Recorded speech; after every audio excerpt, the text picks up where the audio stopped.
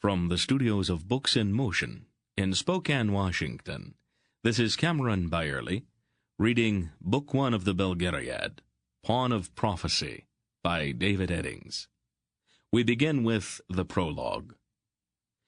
Being a history of the war of the gods and the acts of Belgariad the sorcerer, adapted from the Book of Elon. When the world was new, the 7 gods dwelt in harmony, and the races of man were as one people. Belar, youngest of the gods, was beloved by the Elons. He abode with them and cherished them, and they prospered in his care.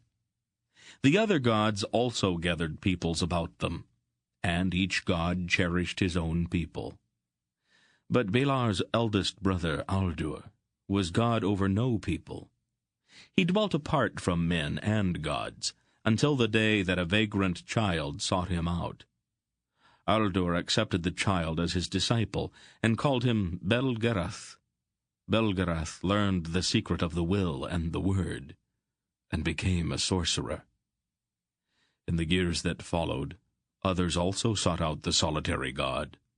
They joined in brotherhood to learn at the feet of Aldur, and time did not touch them.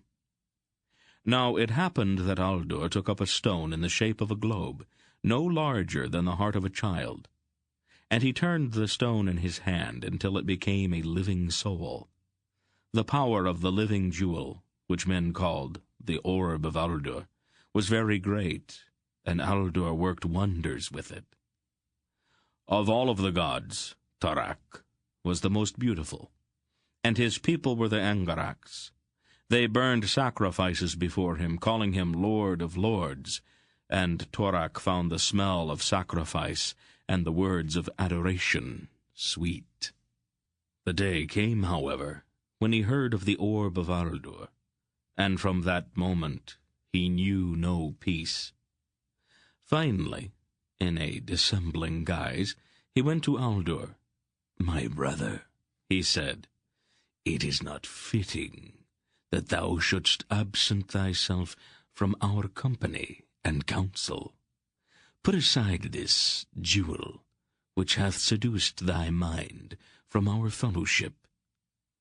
Aldur looked into his brother's soul and rebuked him. "Why dost thou seek lordship and dominion, Torak? Is not Angarak enough for thee? Do not in thy pride seek to possess the orb, lest it slay thee." Great was Torak's shame at the words of Aldur, and he raised his hand and smote his brother. Taking the jewel, he fled. The other gods besought Torak to return the orb, but he would not. Then the races of man rose up and came against the hosts of Angarak, and made war on them. The wars of the gods and of men raged across the land, until, near the high places of Korim, Torak raised the orb, and forced its will to join with his to split the earth asunder. The mountains were cast down, and the sea came in. But Belar and Aldur joined their wills and set limits upon the sea. The races of man, however, were separated one from the others, and the gods also. Now when Torak raised the living orb against the earth, it awoke and began to glow with holy flame. The face of Torak was seared by the blue fire.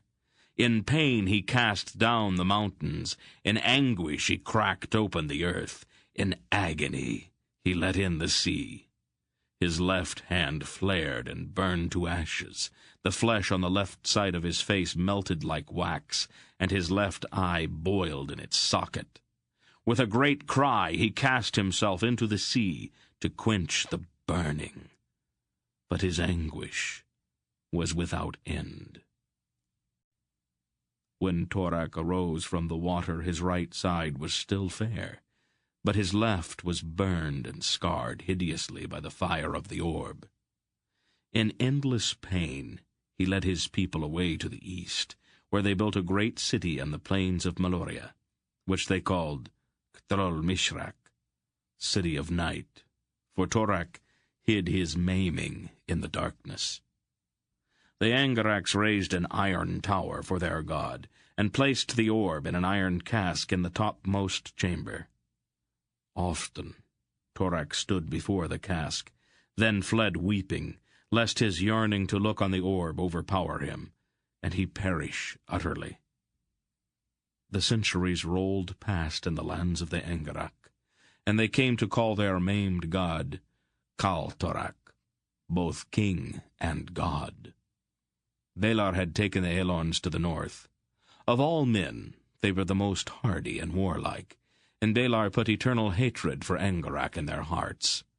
With cruel swords and axes they ranged the north, even to the fields of eternal ice, seeking a way to their ancient enemies.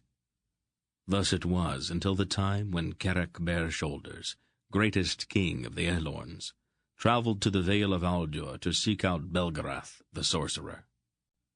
"The way to the north is open," he said. "The signs and the auguries are propitious. Now is the time ripe for us to discover the way to the City of Night, and regain the orb from One Eye."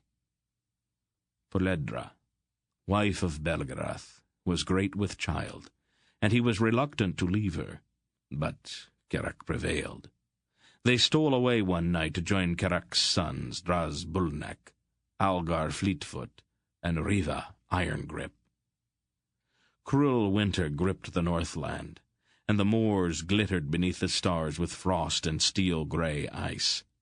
To seek out their way, Belgarath cast an enchantment and took the shape of a great wolf.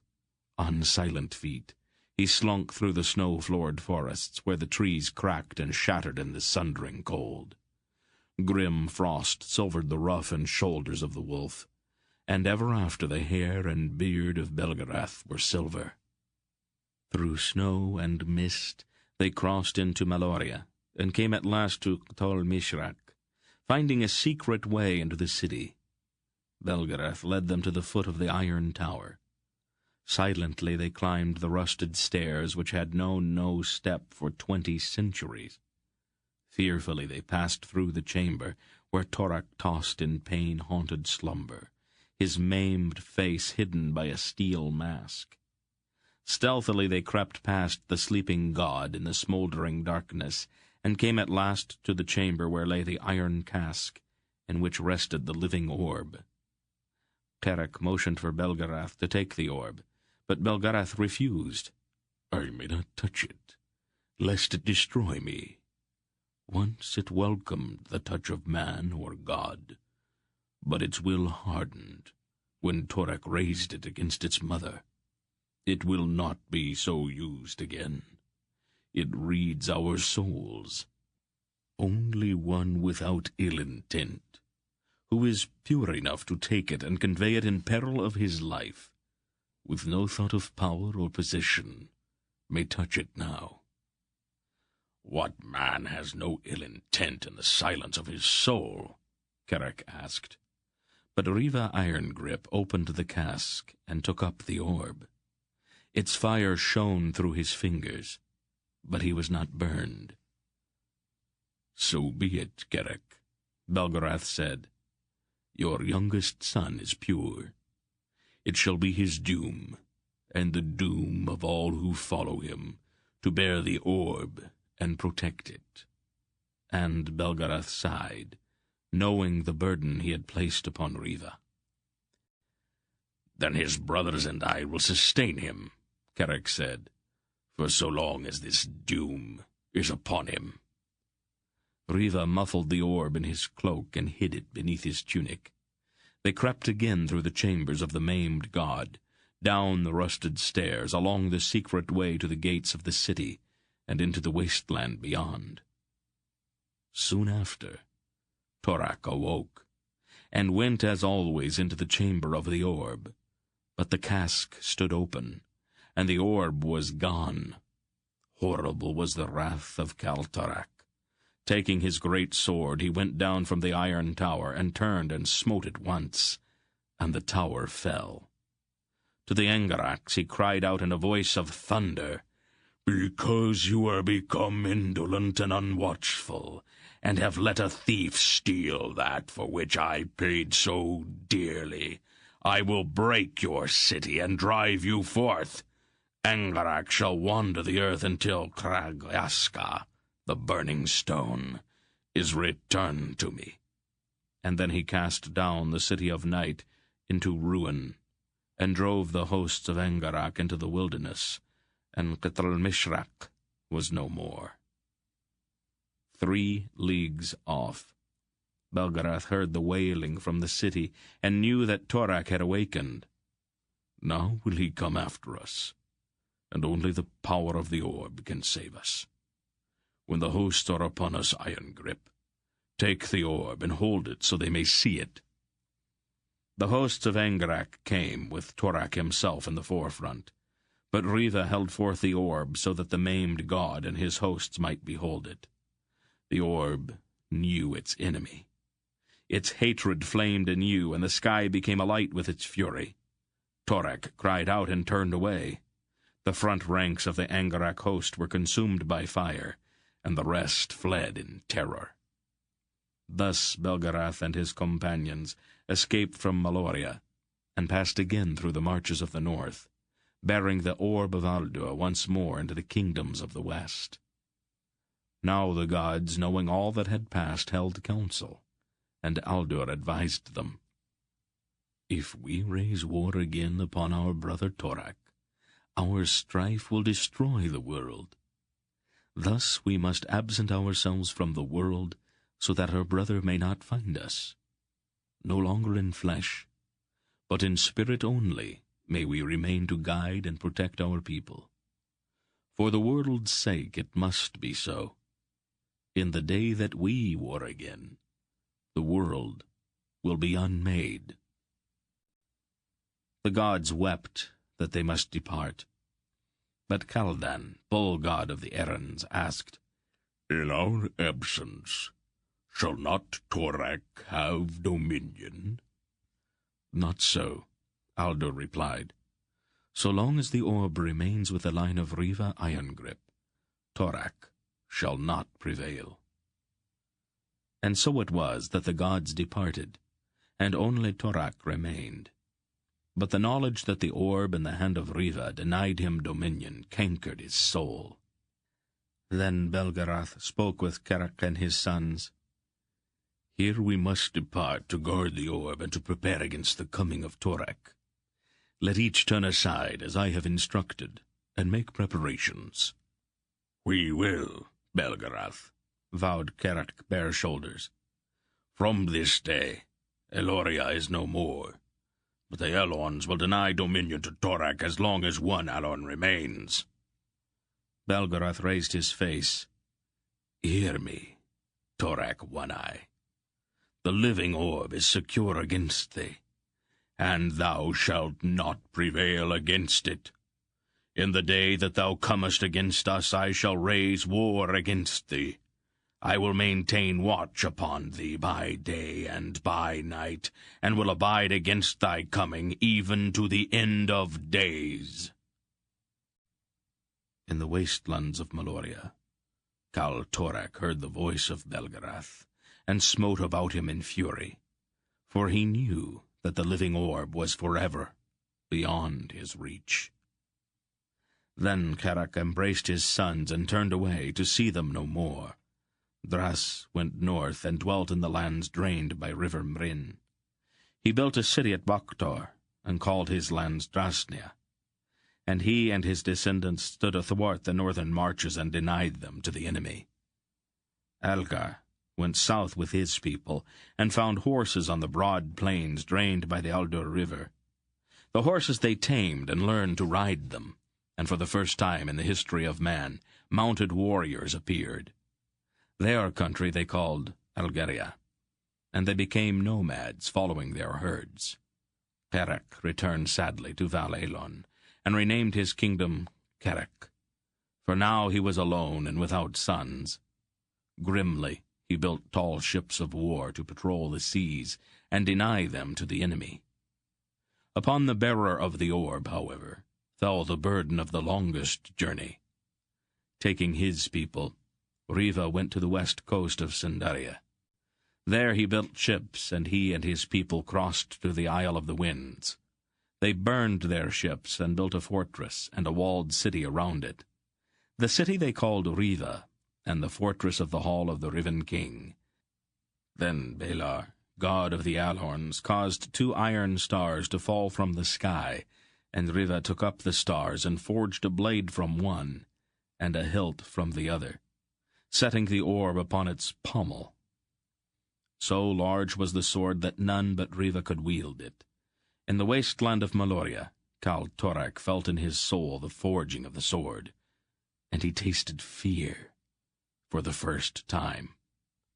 The sword was set against the black rock that stood at the back of Riva's throne, with the orb at the highest point, and the sword joined to the rock so that none but Riva could remove it.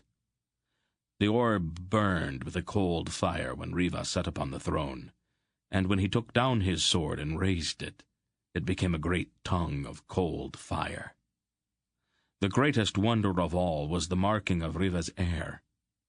In each generation, one child in the line of Riva bore upon the palm of his right hand the mark of the orb.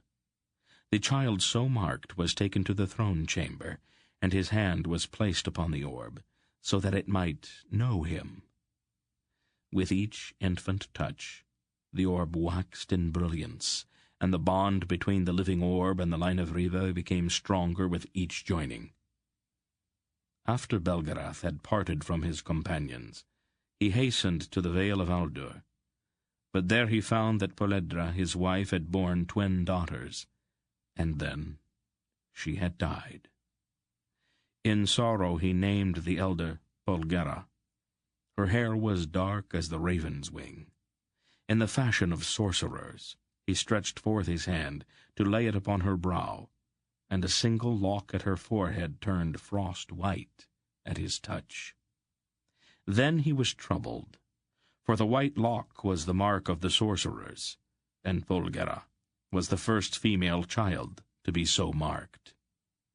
His second daughter, fair-skinned and golden-haired, was unmarked.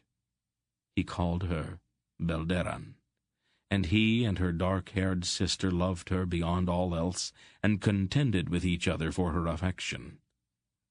Now when Polgara and Belderan had reached their 16th year, the spirit of Aldur came to Belgarath in a dream, saying, "My beloved disciple, I would join thy house with the house of the guardian of the orb. Choose, therefore, which of thy daughters thou wilt give to the Riven King, to be his wife and the mother of his line. For in that line lies the hope of the world, against which the dark tower of Torak may not prevail." In the deep silence of his soul, Belgarath was tempted to choose Polgara, but knowing the burden which lay upon the Riven King, he sent Belderan instead, and wept when she was gone. Polgara wept also long and bitterly, knowing that her sister must fade and die. In time, however, they comforted each other and came at last to know each other. They joined their powers to keep watch over Torak, and some men say that they abide still, keeping their vigil through all of the uncounted centuries. Part 1. Cinderia. Chapter 1. The first thing the boy Garion remembered was the kitchen at Faldor's farm. For all of the rest of his life he had a special warm feeling for kitchens, and those peculiar sounds and smells that seemed somehow to combine into a bustling seriousness that had to do with love and food and comfort and security and, above all, home. No matter how high Garion rose in life, he never forgot that all of his memories began in that kitchen. The kitchen at Faldor's farm was a large, low-beamed room filled with ovens and kettles and great spits that turned slowly in cavern-like arched fireplaces. There were long, heavy work tables where bread was kneaded into loaves, and chickens were cut up, and carrots and celery were diced with quick, crisp, rocking movements of long, curved knives. When Garion was very small, He played under those tables, and soon learned to keep his fingers and toes out from under the feet of the kitchen helpers who worked around them. And sometimes, in the late afternoon, when he grew tired, he would lie in a corner and stare into one of the flickering fires that gleamed and reflected back from the 100 polished pots and knives and long-handled spoons that hung from pegs along the whitewashed walls, and, all bemused, he would drift off into sleep in perfect peace and harmony with all that the world around him had. The center of the kitchen, and everything that happened there, was Aunt Pol. She seemed somehow to be able to be everywhere at once. The finishing touch that plumped a goose in its roasting pan, or deftly shaped a rising loaf, or garnished a smoking ham fresh from the oven, was always hers. Though there were several others who worked in the kitchen, no loaf, stew, soup, roast, or vegetable ever went out of it that had not been touched at least once by Aunt Pol. She knew by smell, taste, or some higher instinct what each dish required, and she seasoned them all by pinch or trace or a negligent-seeming shake from earthenware spice-pots. It was as if there was a kind of magic about her, a knowledge and power beyond that of ordinary people. And yet, even at her busiest, she always knew precisely where Garion was.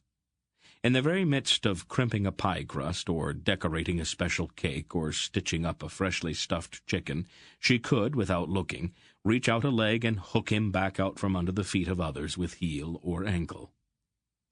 As he grew a bit older, it even became a game. Garion would watch until she seemed far too busy to notice him, and then, laughing, he would run on his sturdy little legs toward a door. But she would always catch him, and he would laugh and throw his arms around her neck and kiss her, and then go back to watching for his next chance to run away again. He was quite convinced in those early years that his Aunt Pol was quite the most important and beautiful woman in the world. For one thing, she was taller than the other women on Faldor's farm, very nearly as tall as a man, and her face was always serious, even stern, except with him, of course. Her hair was long and very dark, almost black, all but one lock just above her left brow, which was white as new snow. At night, when she tucked him into the little bed close beside her own in their private room above the kitchen, he would reach out and touch that white lock. She would smile at him and touch his face with a soft hand. Then he would sleep, content in the knowledge that she was there, watching over him. Faldor's farm lay very nearly in the center of Cinderia, a misty kingdom bordered on the west by the Sea of the Winds, and on the east by the Gulf of Kerek.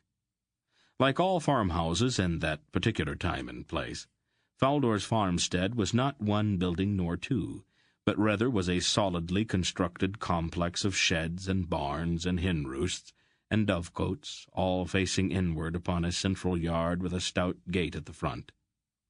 Along the second-story gallery were the rooms, some spacious, some quite tiny, in which lived the farm hands who tilled and planted and weeded the extensive fields beyond the walls. Faldor himself lived in quarters in the square tower above the central dining hall, where his workers assembled 3 times a day, sometimes 4 during harvest time, to feast on the bounty of Aunt Pol's kitchen. All in all, it was quite a happy and harmonious place. Farmer Faldor was a good master. He was a tall, serious man with a long nose and an even longer jaw. Though he seldom laughed or even smiled, he was kindly to those who worked for him, and seemed more intent on maintaining them all in health and well-being than extracting the last possible ounce of sweat from them. In many ways he was more like a father than a master to the 60-odd people who lived on his freeholding. He ate with them, which was unusual, since many farmers in the district sought to hold themselves aloof from their workers, and his presence at the head of the central table in the dining hall exerted a restraining influence on some of the younger ones who tended sometimes to be boisterous. Farmer Faldor was a devout man, and he invariably invoked with simple eloquence the blessing of the gods before each meal. The people of his farm, knowing this, filed with some decorum into the dining hall before each meal and sat in the semblance, at least, of piety, before attacking the heaping platters and bowls of food that Aunt Pol and her helpers had placed before them. Because of Faldor's good heart and the magic of Aunt Pol's deft fingers, the farm was known throughout the district as the finest place to live and work for 20 leagues in any direction. Whole evenings were spent in the tavern in the nearby village of Upper Gralt in minute description of the near miraculous meals served regularly in Faldor's dining hall. Less fortunate men, who worked at other farms, were frequently seen, after several pots of ale, to weep openly at descriptions of one of Aunt Pol's roasted geese, and the fame of Faldor's farm spread wide throughout the district. The most important man on the farm, aside from Faldor, was Dernick, the smith. As Garion grew older, and was allowed to move out from under Aunt Pol's watchful eye, he found his way inevitably to the smithy. The glowing iron that came from Dernick's forge had an almost hypnotic attraction for him. Dernick was an ordinary-looking man with plain brown hair and a plain face, ruddy from the heat of his forge. He was neither tall nor short, nor was he thin or stout. He was sober and quiet, and like most men who follow his trade, he was enormously strong. He wore a rough leather jerkin and an apron of the same material. Both were spotted with burns from the sparks which flew from his forge. He also wore tight-fitting hose and soft leather boots, as was the custom in that part of Cinderia. At first, Dernick's only words to Garion were warnings to keep his fingers away from the forge and the glowing metal which came from it. In time, however, he and the boy became friends, and he spoke more frequently. "Always finish what you set your hand to," he would advise. "It's bad for the iron if you set it aside and then take it back to the fire more than is needful." "And why is that?" Garion would ask. Dernick would shrug. "It just is. Always do the very best job that you can," he said on another occasion, as he put a last few finishing touches with a file on the metal parts of a wagon tongue he was repairing. "But that piece goes underneath," Garion said. "No one will ever see it." "But I know it's there," Dernick said, still smoothing the metal. "If it isn't done as well as I can do it, I'll be ashamed every time I see this wagon go by, and I will see this wagon every day." And so it went. Without even intending to, Dernick instructed the small boy in those solid Cinderian virtues of work, thrift, sobriety, good manners, and practicality, which formed the backbone of the society. At first Aunt Pol worried about Garion's attraction to the smithy with its obvious dangers, but after watching from her kitchen door for a while, she realized that Dernick was almost as watchful of Garion's safety as she was herself, and she became less concerned. "If the boy becomes pestersome, Goodman Dernick, send him away," she told the smith on one occasion, when she had brought a large copper kettle to the smithy to be patched. "Or tell me, and I shall keep him closer to the kitchen." "Oh, he's no bother, Mistress Pol," Dernick said, smiling. "He is a sensible boy, and he knows enough to keep out in the way." "You are too good-natured, friend Dernick," Aunt Pol said. "The boy's full of questions. Answer one, and a dozen more pour out." "Well, that's the way of boys," Dernick said, carefully pouring bubbling metal into the small clay ring he had placed around the tiny hole in the bottom of the kettle. "I was questionsome myself when I was a boy. My father and old Barrel, the smith who taught me, were patient enough to answer what they could. I'd repay them poorly if I didn't have the same patience with Garion."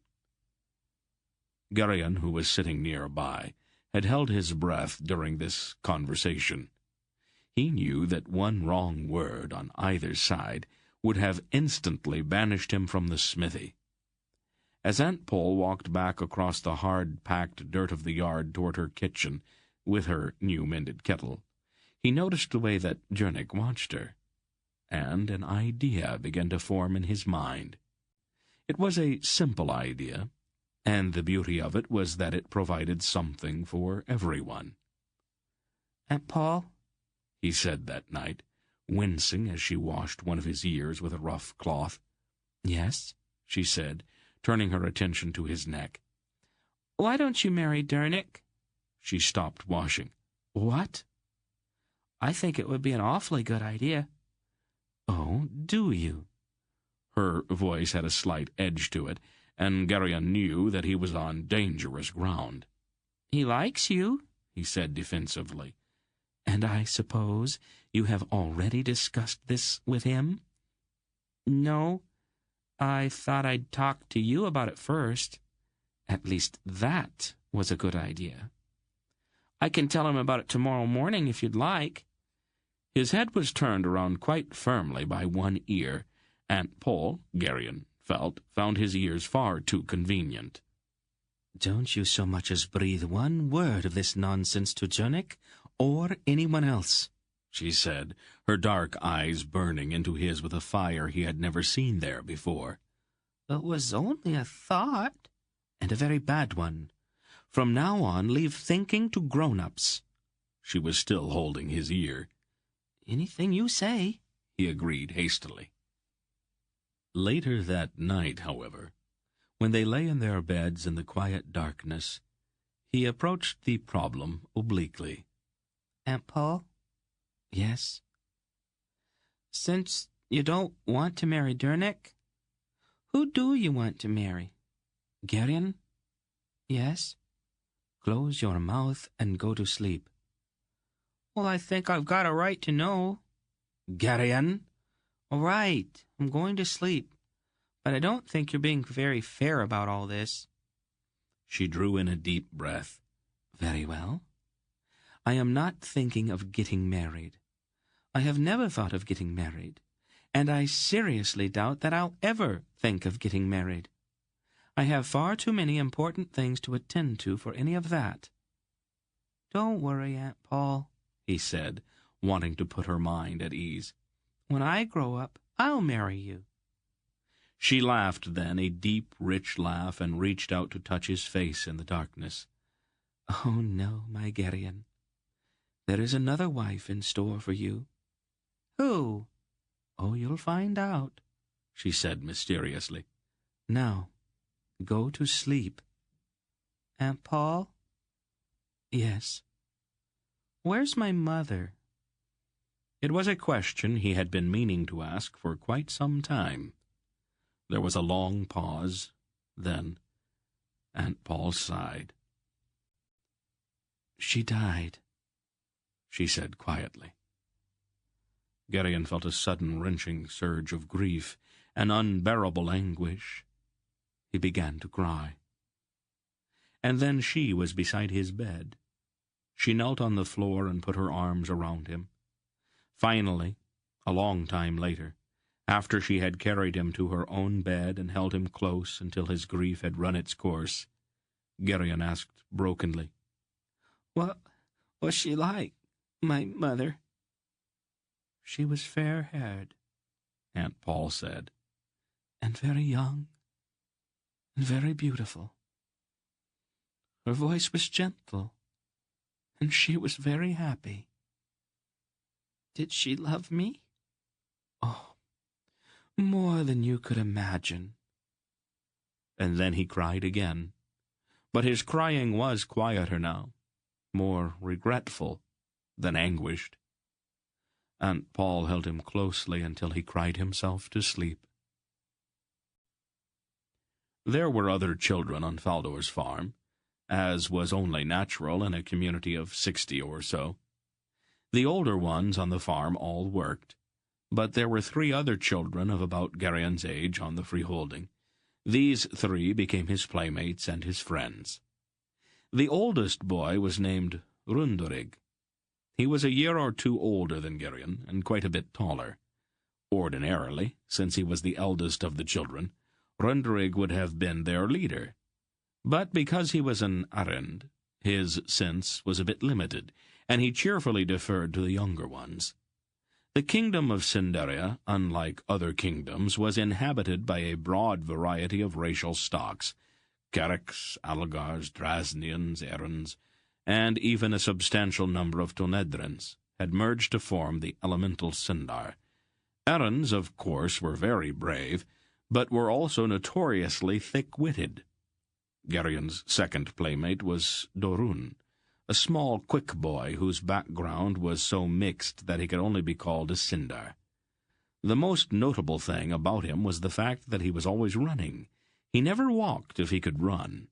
Like his feet, his mind seemed to tumble over itself, and his tongue as well.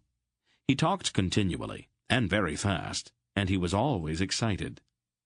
The undisputed leader of the little foursome was the girl Zubrat, a golden-haired charmer who invented their games, made up stories to tell them, and set them to stealing apples and plums from Faldor's orchard for her.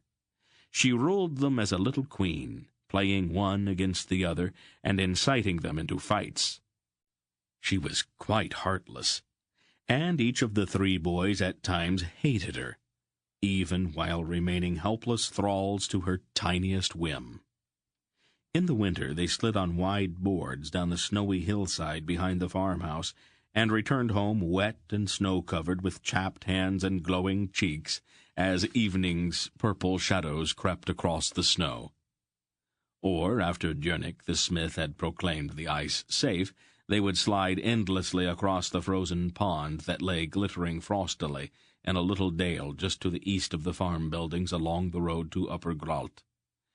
And if the weather was too cold, or on toward spring when rains and warm winds had made the snow slushy and the pond unsafe, they would gather in the hay barn and leap by the hour from the loft into the soft hay beneath, filling their hair with chaff and their noses with dust that smelled of summer.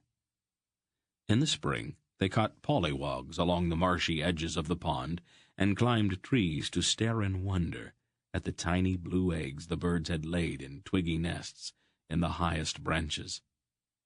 It was Dorun, naturally, who fell from a tree and broke his arm one fine spring morning when Zubrat urged him into the highest branches of a tree near the edge of the pond. Since Runderig stood helplessly gaping at his injured friend, and Zubrat had run away almost before he hit the ground, it fell to Garion to make certain necessary decisions. Gravely, he considered the situation for a few moments, his young face seriously intent beneath his shock of sandy hair. The arm was obviously broken, and Dorun, pale and frightened, bit his lip to keep from crying. A movement caught Garion's eye, and he glanced up quickly. A man in a dark cloak sat astride a large black horse not far away, watching intently. When their eyes met, Garion felt a momentary chill, and he knew that he had seen the man before, that indeed that dark figure had hovered on the edge of his vision for as long as he could remember, never speaking, but always watching. There was in that silent scrutiny a kind of cold animosity, curiously mingled with something that was almost, but not quite, fear. Then Dorun whimpered, and Garion turned back. Carefully he bound the injured arm across the front of Dorun's body with his rope belt, and then he and Runderig helped the injured boy to his feet. "At least he could have helped us," Garion said resentfully. "Who?" Runderig said, looking around. Garion turned to point at the dark-cloaked man, but the rider was gone. "I didn't see anyone," Runderig said. "It hurts," Dorun said. "Don't worry," Garion said. "Aunt Pol can fix it." And so she did. When the three appeared at the door of her kitchen, she took in the situation with a single glance. "Bring him over here," she told them, her voice not even excited. She set the pale and violently trembling boy on a stool near one of the ovens and mixed a tea of several herbs taken from earthenware jars on a high shelf in the back of one of her pantries.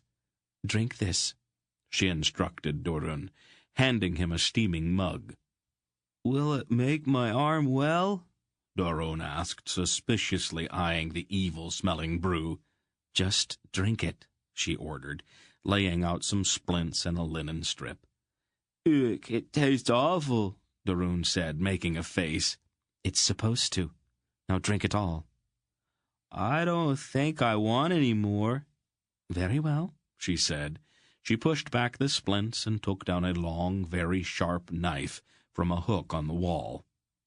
"What are you going to do with that?" he demanded shakily. "Well, since you don't want to take the medicine, I guess it'll have to come off." "Off?" he squeaked, his eyes bulging. "Oh, probably right about there," she said thoughtfully, touching his arm at the elbow with the point of the knife.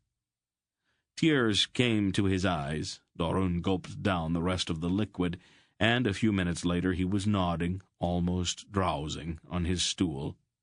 He screamed once, though, when Aunt Pol set the broken bone, but after the arm had been wrapped and splinted he drowsed again. Aunt Pol spoke briefly with the boy's frightened mother, and then had Jörnik carry him up to bed. "You wouldn't really have cut off his arm," Garion said. Aunt Pol looked at him, her expression unchanging. "Oh," she said, and he was no longer sure. "I think I'd like to have a word with Mistress Soubrette now," she said. "She ran away when Doron fell out of the tree," said Garion. "Find her." "She's hiding," Garion protested. "She always hides when something goes wrong. I wouldn't know where to look for her." "Garion," Aunt Pol said, "I did not ask if you knew where to look. I told you to find her and bring her to me." "But what if she won't come?" Garion hedged. "Garion!" There was a note of awful finality in Aunt Pol's tone, and Garion fled.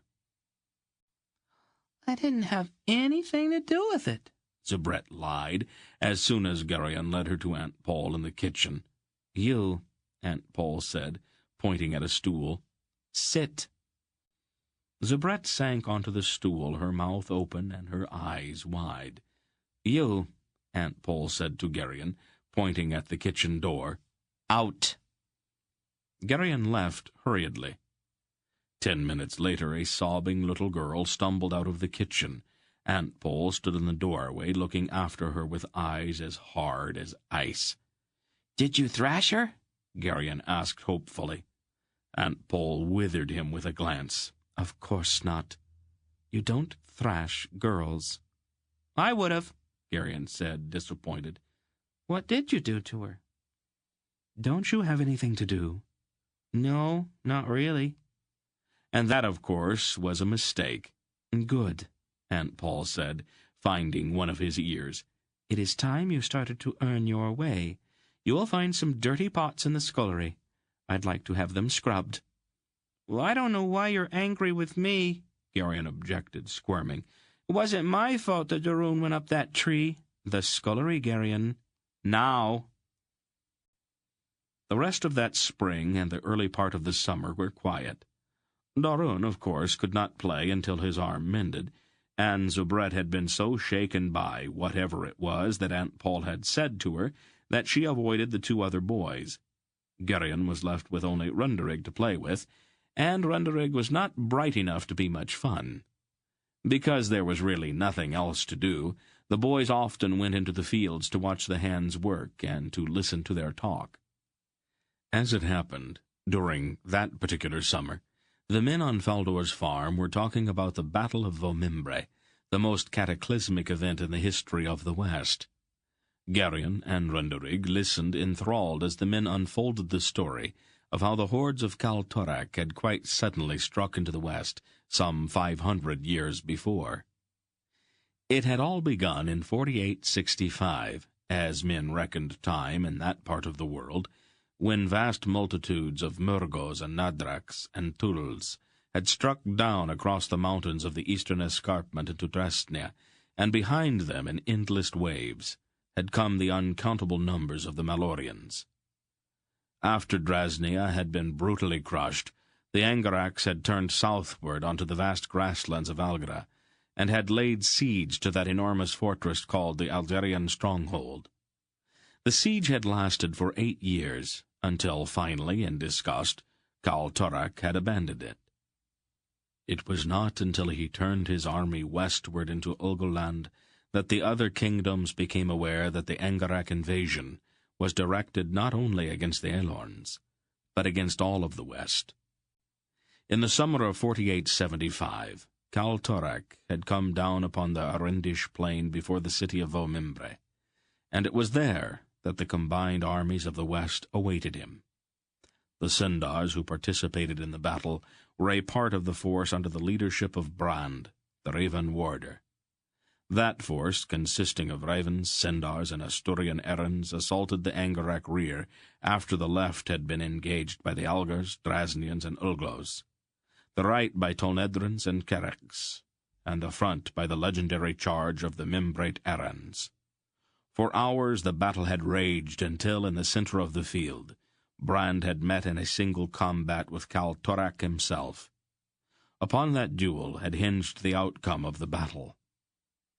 Although 20 generations had passed since that titanic encounter, it was still as fresh in the memory of the Sindarian farmers who worked on Faldor's farm as if it had happened only yesterday. Each blow was described, each feint and parry. At the final moment, when it seemed that he must inevitably be overthrown, Brand had removed the covering of his shield, and Kal Torak, taken aback by some momentary confusion, had lowered his guard and had been instantly struck down. For Runderig, the description of the battle was enough to send his Arendish blood seething. Garion, however, found that certain questions had been left unanswered by the stories. "Why was Brand's shield covered?" he asked Kralto, one of the older hands. Kralto shrugged. Just was. Everyone I've ever talked with about it agrees on that. Was it a magic shield? May have been. But I've never heard anyone say so. All I know is that when Brand uncovered his shield, Kal Torak dropped his own shield, and Brand stabbed his sword into Kal Torak's head. Through the eye. Or so I'm told. Garion shook his head stubbornly. I don't understand. How could something like that have made Kal Torak afraid? I can't say. I've never heard anyone explain it, Kralto told him. Despite his dissatisfaction with the story, Garion quite quickly agreed to Runderig's rather simple plan to reenact the duel. After a day or so of posturing and banging at each other with sticks to simulate swords, Garion decided that they needed some equipment to make the game more enjoyable. 2 kettles and 2 large pot lids mysteriously disappeared from Aunt Pol's kitchen, and Garion and Runderig, now with helmets and shields, repaired to a quiet place to do war upon each other. It was all going quite splendidly until Runderig, who was older, taller, and stronger, struck Garion a resounding whack on the head with his wooden sword. The rim of the kettle cut into Garion's eyebrow, and the blood began to flow. There was a sudden ringing in Garion's ears, and a kind of boiling exaltation surged up in his veins as he rose to his feet from the ground. He never knew afterward quite what had happened. He had only sketchy memories of shouting defiance at Kal Torak in words which sprang to his lips, and which even he did not understand. Runderig's familiar and somewhat foolish face was no longer the face before him, but rather was replaced by something hideously maimed and ugly.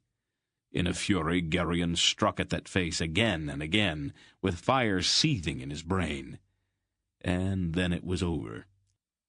Poor Runderig lay at his feet, beaten senseless by the enraged attack. Garion was horrified at what he had done, but at the same time there was the fiery taste of victory in his mouth. Later, in the kitchen, where all injuries on the farm were routinely taken, Aunt Pol tended their wounds with only minimal comments about them. Runderig seemed not to be seriously hurt, though his face had begun to swell and turn purple in several places, and he had difficulty focusing his eyes at first. A few cold cloths on his head and one of Aunt Pol's potions quickly restored him. The cut on Garion's brow, however, required a bit more attention. She had Jernic hold the boy down, and then she took needle and thread and sewed up the cut as calmly as she would have repaired a rip in a sleeve, all the while ignoring the howls from her patient. All in all, she seemed much more concerned about the dented kettles and battered pot lids than about the war wounds of the two boys. When it was over, Garion had a headache and was taken up to bed. "At least I beat Torak," he told Aunt Pol somewhat drowsily. She looked at him sharply. "Where did you hear about Torak?" she demanded. "It's Torak, Aunt Pol," Garion explained patiently. "Answer me." "The farmers were telling stories, old Kralto and the others, about Brand and Fomembre and Torak and all the rest. That's what Runderig and I were playing. I was Brand, he was Torak. I didn't get to uncover my shield, though. Runderig hit me on the head before we got that far." "I want you to listen to me, Garion, and I want you to listen carefully. You are never to speak the name of Torak again." "It's Torak, Aunt Pol," Garion explained again. "Not just Torak." Then she hit him, which she had never done before. The slap across his mouth surprised him more than it hurt, for she did not hit very hard. "You will never speak the name of Torak again. Never," she said. "This is important, Garion. Your safety depends on it. I want your promise." "Well, you don't have to get so angry about it," he said in an injured tone. "Promise." "All right, I promise. It was only a game." "And a very foolish one. You might have killed Runderig." "Well, what about me?" Garion protested. "You were never in any danger. Now, go to sleep." And as he dozed fitfully, his head light from his injury and the strange bitter drink his aunt had given him, he seemed to hear her deep, rich voice saying, "Garion, my Garion, you are too young yet." And later, rising from deep sleep as a fish rises toward the silvery surface of the water, he seemed to hear her call, "Father, I need you." Then he plunged again into a troubled sleep, haunted by a dark figure of a man on a black horse, who watched his every movement with a cold animosity, and something that hovered very near the edge of fear. And behind that dark figure, he had always known to be there, but had never overtly acknowledged, even to Aunt Pol, the maimed and ugly face he had briefly seen, or imagined, in the fight with Runderig, loomed darkly, like the hideous fruit of an unspeakably evil tree. Chapter 2. Not long after, in the endless noon of Garion's boyhood, the storyteller appeared once again at the gate of Faldor's farm. The storyteller, who seemed not to have a proper name as other men did, was a thoroughly disreputable old man. The knees of his hose were patched, and his mismatched shoes were out at the toes. His long-sleeved woolen tunic was belted about the waist with a piece of rope, and his hood, a curious garment not normally worn in that part of Sindaria, and one which Garion thought quite fine, with its loosely fitting yoke covering shoulders, back, and chest, was spotted and soiled with spilled food and drink. Only his full cloak seemed relatively new. The old storyteller's white hair was cropped quite close, as was his beard. His face was strong, with a kind of angularity to it, and his features provided no clue to his background. He did not resemble Erend, nor Carrick, Algor, nor Drasnian, Riven, nor Tolnedrin, but seemed rather to derive from some racial stock long since forgotten. His eyes were a deep and merry blue, forever young and forever full of mischief. The storyteller appeared from time to time at Faldor's farm, and was always welcome. He was, in truth, a rootless vagabond who made his way in the world by telling stories. His stories were not always new, but there was in his telling of them a special kind of magic. His voice could roll like thunder, or hush down into a zephyr-like whisper. He could imitate the voices of a dozen men at once, whistle so like a bird that the birds themselves would come to him to hear what he had to say. And when he imitated the howl of a wolf, the sound of it could raise the hair on the backs of his listeners' necks, and strike a chill into their hearts, like the depths of a Dresnian winter. He could make the sound of rain and of wind, and even, most miraculously, the sound of snow falling. His stories were filled with sounds that made them come alive, and through the sounds and the words with which he wove the tales, sight and smell and the very feel of strange times and places seemed also to come to life for his spellbound listeners. All of this wonder he gave freely in exchange for a few meals, a few tankards of ale, and a warm spot in the hay barn in which to sleep. He roamed about the world seemingly as free of possessions as the birds. Between the storyteller and Aunt Pol there seemed to be a sort of hidden recognition. She had always viewed his coming with a kind of wry acceptance, knowing, it seemed, that the ultimate treasures of her kitchen were not safe so long as he lurked in the vicinity. Loaves and cakes had a way of disappearing when he was around, and his quick knife, always ready, could neatly divest the most carefully prepared goose of a pair of drumsticks and a generous slab of breast meat with 3 swift slices when her back was turned. She called him Old Wolf, and his appearance at the gate of Faldor's farm marked the resumption of a contest which had obviously been going on for years.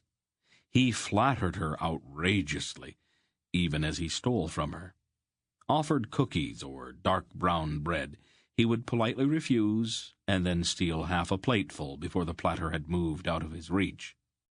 Her beer pantry and wine cellar might as well have been delivered into his hands immediately upon his appearance at the gate. He seemed to delight in pilferage, and if she watched him with steely eye, he found quite easily a dozen confederates willing to sack her kitchen in exchange for a single story. Lamentably, among his most able pupils was the boy Garion. Often driven to distraction by the necessity of watching at once an old thief and a fledgling one, Aunt Pol would arm herself with a broom and drive them both from her kitchen with hard words and resounding blows, and the old storyteller, laughing, would flee with the boy to some secluded place where they would feast on the fruits of their pilferage, and the old man, tasting frequently from a flagon of stolen wine or beer, would regale his student with stories out of the dim past.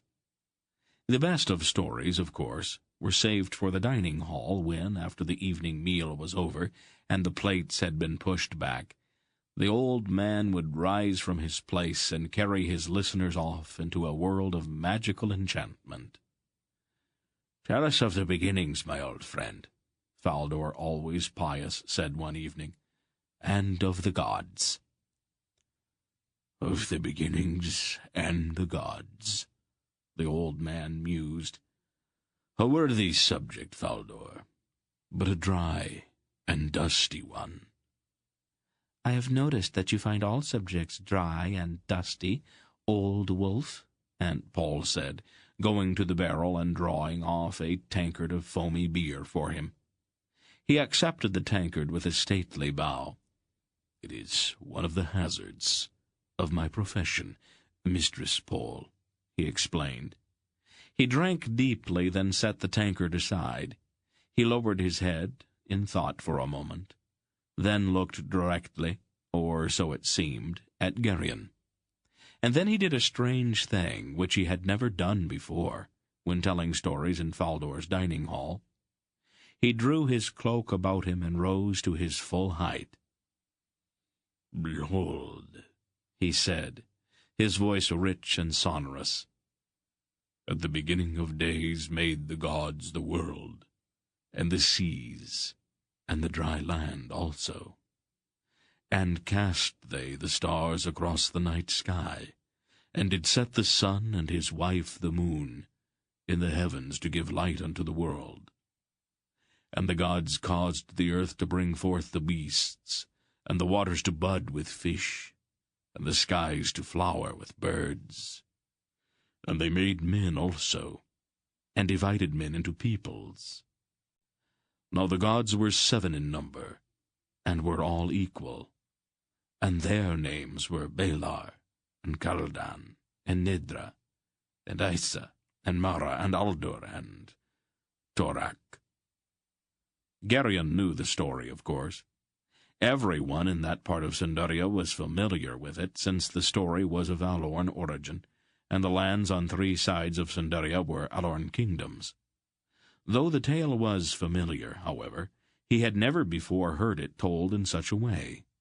His mind soared, as in his imagination the gods themselves strode the world in those dim, misty days when the world was first made, and a chill came over him at each mention of the forbidden name of Torak. He listened intently as the storyteller described how each god selected a people.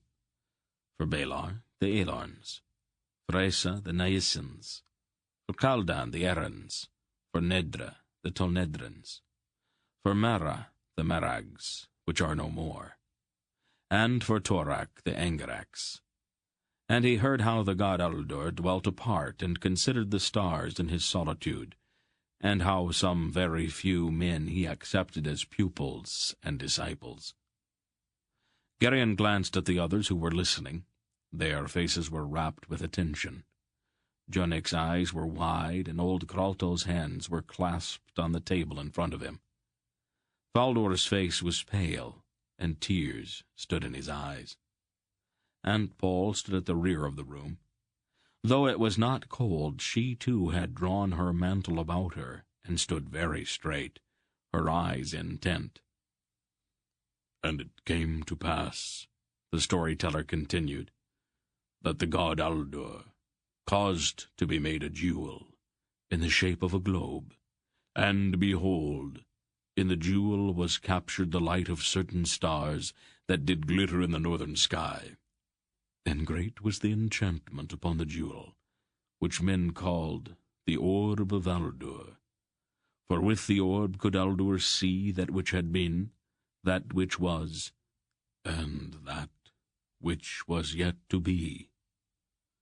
Garion realized he was holding his breath, for he was now completely caught up in the story. He listened in wonder as Torak stole the orb, and the other gods made war on him. Torak used the orb to sunder the earth, and let in the sea to drown the land, until the orb struck back against misuse by melting the left side of his face and destroying his left hand and eye. This ends Disc 1. Please change to Disc 2. Torak used the orb to sunder the earth, and let in the sea to drown the land, until the orb struck back against misuse by melting the left side of his face and destroying his left hand and eye. The old man paused and drained his tankard. Aunt Pol, with her mantle still close about her, brought him another, her movements somehow stately, and her eyes burning. "I've never heard the story told so," Dernig said softly. "It is a book of Alorn. It's only told in the presence of kings," Kralto said, just as softly. "I knew a man once who'd heard it at the king's court at Sindar, and he remembered some of it. Oh, I've never heard it all before, though." The story continued, recounting how Belgarath the sorcerer led Kerak and his 3 sons to regain the orb 2,000 years later, and how the western lands were settled and guarded against the hosts of Torak. The gods are removed from the world, leaving Riva to safeguard the orb in his fortress on the Isle of the Winds. There he forged a great sword and set the orb in its hilt. While the orb remained there and the line of Riva sat on the throne, Torak could not prevail. Then Belgarath sent his favorite daughter to Riva to be a mother to the kings, while his other daughter remained with him and learned his art, for the mark of the sorcerers was upon her. The old storyteller's voice was now very soft as his ancient tale drew to its close. And between them did Belgarath and his daughter, the sorceress Belgara, set enchantments to keep watch against the coming of Torak. And some men say, they shall abide against his coming, even though it be until the very end of days. For it is prophesied that one day shall maimed Torak come against the kingdoms of the west, to reclaim the orb, which he so dearly purchased, and battle shall be joined between Torak and the fruit of the line of Riva. And in that battle shall be decided the fate of the world. And then the old man fell silent, and let his mantle drop from about his shoulders, signifying that his story was at an end. There was a long silence in the hall, broken only by a few faint sputters from the dying fire, and the endless song of frogs and crickets in the summer night outside. Finally, Faldor cleared his throat and rose, his bench scraping loudly on the wooden floor. "You have done us much honor tonight, my old friend," his voice thick with emotion. "This is an event we will remember all our lives. You have told us a kingly story, not usually wasted on ordinary people." The old man grinned then, his blue eyes twinkling. "I haven't consorted with many kings of late, Faldor," he laughed. "They all seem to be too busy to listen to the old tales, and a story must be told from time to time if it's not to be lost. Besides, who knows these days where a king might be hiding?" They all laughed at that and began to push back their benches, for it was growing late and time for those who must be up with the first light of the sun to seek their beds. "Will you carry a lantern for me to the place where I sleep, boy?" the storyteller asked Garion. "Gladly," Garion said, jumping up and running into the kitchen. He fetched down a square glass lantern, lighted the candle inside of it from one of the banked kitchen fires, and went back into the dining hall. Faldor was speaking with the storyteller. As he turned away, Garion saw a strange look pass between the old man and Aunt Pol, who still stood at the back of the hall. "Are we ready then, boy?" the old man asked as Garion came up to him. Whenever you are," Garion replied, and the two of them turned and left the hall. "Why is the story unfinished?" Garion asked, bursting with curiosity. "Why did you stop before we found out what happened when Torak met the Riven King?" "That is another story," the old man explained. "Will you tell it to me sometime?" The old man laughed. "Torak and the Riven King have not as yet met, so I can't very well tell it, can I? At least not until after their meeting." "It's only a story, isn't it?" Garion objected. "Is it?" The old man removed a flagon of wine from under his tunic and took a long drink. "Who's to say what's only a story, and what's truth disguised as a story?" "It is only a story," Garion said stubbornly, suddenly feeling very hard-headed and practical like any good Sendar. "It can't really be true. Why, Belgarath the sorcerer would be, well, I don't know how old, and people don't live that long." 7,000 years, the old man said. "What?" Belgariad the sorcerer is 7,000 years old. Perhaps a bit older. That's impossible. Is it? How old are you? 9. Next Aristide. And in 9 years, you've learned everything that's both possible and impossible? Why, you're a remarkable boy, Garion. Garion flushed. Well, He said, somehow not quite so sure of himself. the oldest man I ever heard of is an old Weldrick over on Mildred's farm. Jernick says he's over 90, and that he's the oldest man in the district. And it is a very big district, of course, the old man said solemnly. How old are you? Garion asked, not wanting to give up. Old enough, boy, the old man said. Well, it's still only a story, Garion insisted. Many good and solid men would say so, the old man told him, looking up at the stars. Good men who will live out their lives believing only in what they can see or touch. Oh, but there's a world beyond what we can see and touch, and that world lives by its own laws. What may be impossible in this very ordinary world is very possible there. And sometimes the boundaries between the two worlds disappear. And then, who can say what is possible and impossible? I think I'd rather live in a very ordinary world. The other one sounds too complicated. We do not always have that choice, Garion, the storyteller told him. Don't be too surprised if that other world someday chooses you to do something that must be done, some great and noble thing. Me? Garion said incredulously. Stranger things have happened.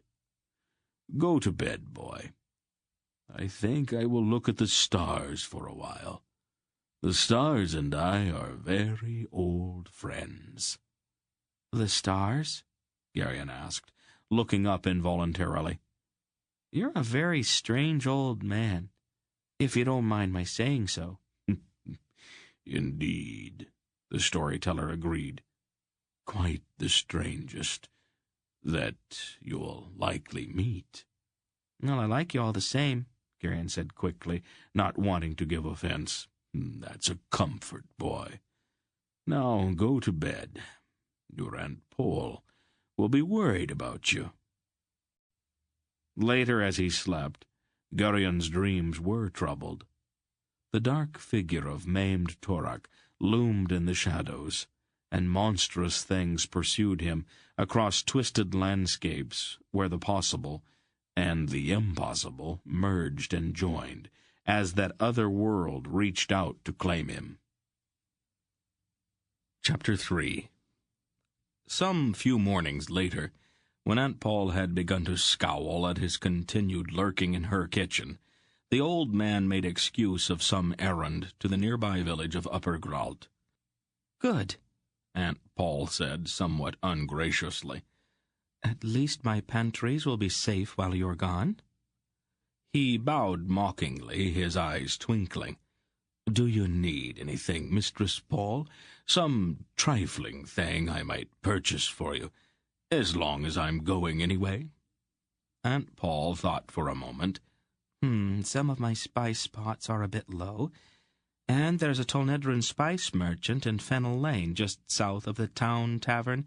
Oh, I'm sure you'll have no trouble finding the tavern. The trip is likely to be dry, the old man admitted pleasantly. And lonely, too. 10 leagues, with no one to talk to, is a long way. Talk to the birds, Aunt Pol suggested bluntly. Birds listen well enough, but their speech is repetitious. It quickly grows tiresome. Why don't I take the boy along for company? Garion held his breath. He is picking up enough bad habits on his own. I'd prefer his not having expert instruction." "Why, Mistress Pol," the old man objected, stealing a cruller almost absently, "you do me an injustice. Besides, a change will do the boy good. Broaden his horizons, you might say." "His horizons are quite broad enough, thank you." Garion's heart sank. "Still, at least I can count on him not to forget my spices altogether, or to become so fuddled with ale that he confuses peppercorns with cloves, or cinnamon with nutmeg. Very well, take the boy along, but mind, I don't want you taking him into any low or disreputable places." "Mistress Pol, would I frequent such places?" the old man said, feigning shock. "I know you too well, old wolf. You take to vice and corruption as naturally as a duck takes to a pond. If I hear that you have taken the boy into any unsavory place, you and I will have words." "Well, then I have to make sure that you don't hear of anything like that, won't I?" Aunt Pol gave him a hard look. "I'll see which spices I need." "And I'll borrow a horse and cart from Faldor," the old man said, stealing another cruller. In a surprisingly short time, Garion and the old man were bouncing along the rutted road to Upper Gralt behind a fast-trotting horse. It was a bright summer morning, and there were a few dandelion-puff clouds in the sky and deep blue shadows under the hedgerows. After a few hours, however, the sun became hot, and the jolting ride became tiresome. "Are we almost there?" Garion asked for the third time. "Not for some time yet. 10 leagues is a goodly distance." "I was there once before," Garion told him, trying to sound casual. "Of course, I was only a child at the time, so I don't remember too much about it. It seemed to be quite a fine place." The old man shrugged. "It's a village, much like any other." He seemed a bit preoccupied. Garion hoped to nudge the old man into a story to make the miles go faster, and began asking more questions. "Why is it that you don't have a name? If I'm not being impolite in asking." "I have many names," the old man said, scratching his white beard. "Almost as many names as I have years." "I've only got one." "So far?" "What?" "You only have one name so far," the old man explained. "In time, you may get another, or even several. Some people collect names as they go along through their lives. Sometimes names wear out, just like clothes." "Aunt Pol calls you Old Wolf," Garion said.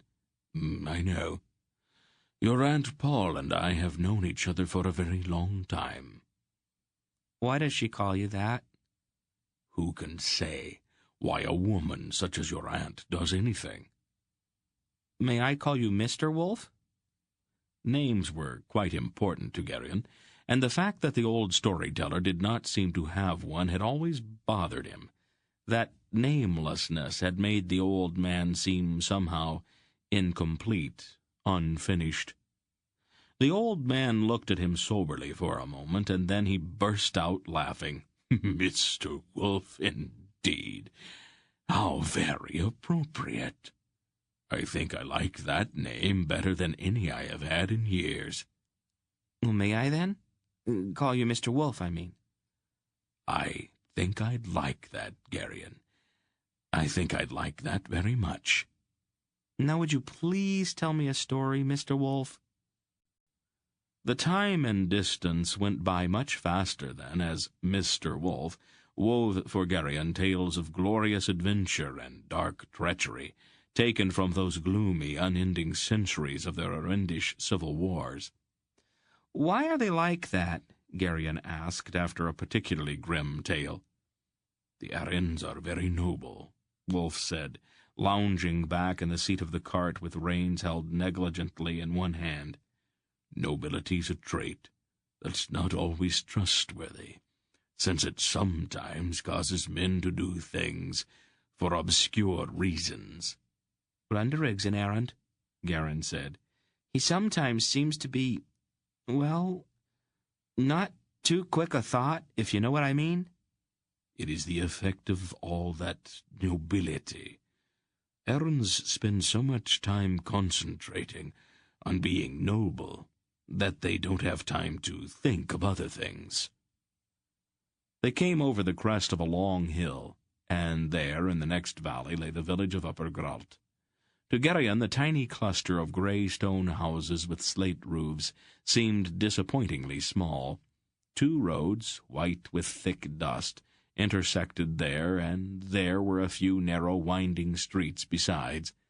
The houses were square and solid, but seemed almost like toys set down in the valley below. The horizon beyond was ragged with the mountains of eastern Cinderia, and though it was summer, the tops of most of the mountains were still wrapped with snow. Their tired horse plodded down the hill toward the village, his hooves stirring up little clouds of dust with each step, and soon they were clattering along the cobblestoned streets toward the center of the village. The villagers, of course, were all too important to pay any attention to an old man and a small boy in a farm cart. The women wore gowns and high-pointed hats, and the men wore doublets and soft velvet caps. Their expressions seemed haughty, and they looked with obvious disdain at the few farmers in town who respectfully stood aside to let them pass. "They are very fine, aren't they?" "They seem to think so," Wolf said, his expression faintly amused. "I think it's time that we found something to eat, don't you?" Though he had not realized it until the old man mentioned it, Garion was suddenly ravenous. "Where can we go? They all seem so splendid. Would any of them let strangers sit at their tables?" Wolf laughed and shook a jingling purse at his waist. "We shouldn't have any trouble making acquaintances. There are places where one can buy food." "Buy food?" Garion had never heard of such a thing before. Anyone who appeared at Faldor's gate at mealtime was invited to the table as a matter of course. The world of the villagers was obviously very different from the world of Faldor's farm. "But I don't have any money." "I have got enough for us both," the wolf assured him, stopping their horse before a large, low building with a sign bearing a picture of a cluster of grapes hanging just above its door. There were words on the sign, but of course Garion could not read them. "What do the words say, Mr. Wolf?" "They say that food and drink can be bought inside," the wolf told him, getting down from the cart. "It must be a fine thing to be able to read," Garion said wistfully. The old man looked at him, seemingly surprised. "You can't read, boy?" "I've never found anyone to teach me. Faldor reads, I think, but no one else at the farm knows how." "Nonsense. I'll speak to your aunt about it. She's been neglecting her responsibility. She should have taught you years ago." "Can Aunt Pol read?" Garion asked, stunned. "Of course she can," the wolf said, leading the way into the tavern. "She says she finds little advantage in it. But she and I had that particular argument out many years ago." The old man seemed quite upset by Garion's lack of education. Garion, however, was far too interested in the smoky interior of the tavern to pay much attention. The room was large and dark, with a low-beamed ceiling and a stone floor strewn with rushes. Though it was not cold, a fire burned in a stone pit in the center of the room, and the smoke rose errantly toward a chimney set above it on 4 square stone pillars. Tallow candles guttered in clay dishes on several of the long stained tables, and there was a reek of wine and stale beer in the air. "What have you to eat?" the wolf demanded of a sour, unshaven man, wearing a grease-spotted apron. We've a bit of the joint left," the man said, pointing at a spit resting to one side of the fire pit. "Roasted only day before yesterday, and meat porridge fresh yesterday morning, and bread no more than a week old." "Very well. the wolf said, sitting down. "And I'll have a pot of your best ale, and milk for the boy." Milk? Garion protested. "Milk," the wolf said firmly. You have money? The sour-looking man demanded. The wolf jingled his purse, and the sour man looked suddenly less sour. Why is that man over there sleeping? Garion asked, pointing at a snoring villager sitting with his head down on one of the tables. "Drunk," the wolf said, scarcely glancing at the snoring man. Shouldn't someone take care of him? "He'd rather not be taken care of." Do you know him? "I know of him, and many others like him. I have occasionally been in that condition myself." Why? "It seemed appropriate at the time." The roast was dry and overdone. The meat porridge was thin and watery, and the bread was stale, but Garion was too hungry to even notice. He carefully cleaned his plate as he had been taught, then sat as Mr. Wolf lingered over a second pot of ale. Quite splendid, he said, more to be saying something than out of any real conviction. All in all, he had found that Upper Grault did not live up to his expectations. "Adequate," the wolf shrugged. "Village taverns are much the same the world over. I have seldom seen one that I would hurry to revisit. Shall we go?" He laid down a few coins, which the sour-looking man snatched up quickly, and led Garion back out into the afternoon sunlight. "Let's find your aunt's spice merchant, and then we will see to a night's lodging, and a stable for our horse." They set off down the street, leaving horse and cart beside the tavern. The house of the Tolnedran spice merchant was a tall, narrow building in the next street. Two swarthy, thick-bodied men in short tunics lounged in the street at his front door, near a fierce-looking black horse wearing a curious armored saddle. The two men stared with dull-eyed disinterest at passers-by in the lane. Mr. Wolf stopped when he caught sight of them. Is something wrong? "Tulls," the wolf said quietly, looking hard at the two men. What? "Those two are tulls," the old man said. "They usually work as porters for the Murgos." What are Murgos? "The people of Ctol Murgos," Wolf said shortly. "Southern Angaraks." The ones we beat at the Battle of Vomimbre? Why would they be here? "The Murgos have taken up commerce," the wolf said, frowning. "I had not expected to see one of them in so remote a village. We may as well go in. The Tulls have seen us, and it might look strange if we turned now and went back. Stay close to me, boy, and don't say anything." They walked past the two heavy-set men and entered the spice merchant's shop. The Tolnedran was a thin, bald-headed man wearing a brown belted gown that reached to the floor. He was nervously weighing several packets of pungent-smelling powder which lay on the counter before him. "A good day to you," he said to Wolf. "Please have patience. I'll be with you shortly."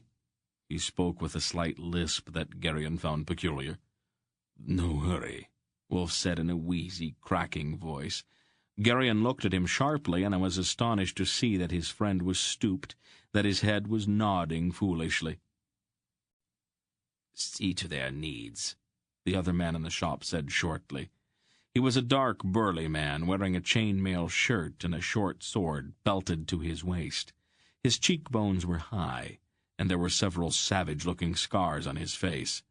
His eyes looked curiously angular, and his voice was harsh and thickly accented. "No hurry," the wolf said in his wheezy cackle. "My business here will take some time," the Murgo said coldly, "and I prefer not to be rushed. Tell the merchant here what you need, old man." "My thanks, then," the wolf cackled. "I have a list somewhere about me." He began to fumble foolishly in his pockets. "My master drew it up. I do hope you can read it, friend merchant, for I cannot." He finally found the list and presented it to the Tolnedrin. The merchant glanced at the list. "This will only take a moment," he told the Murgo. The Murgo nodded and stood staring stonily at Wolf and Garion. His eyes narrowed slightly, and his expression changed. "You're seemingly appearing, boy," he said to Garion. "What's your name?"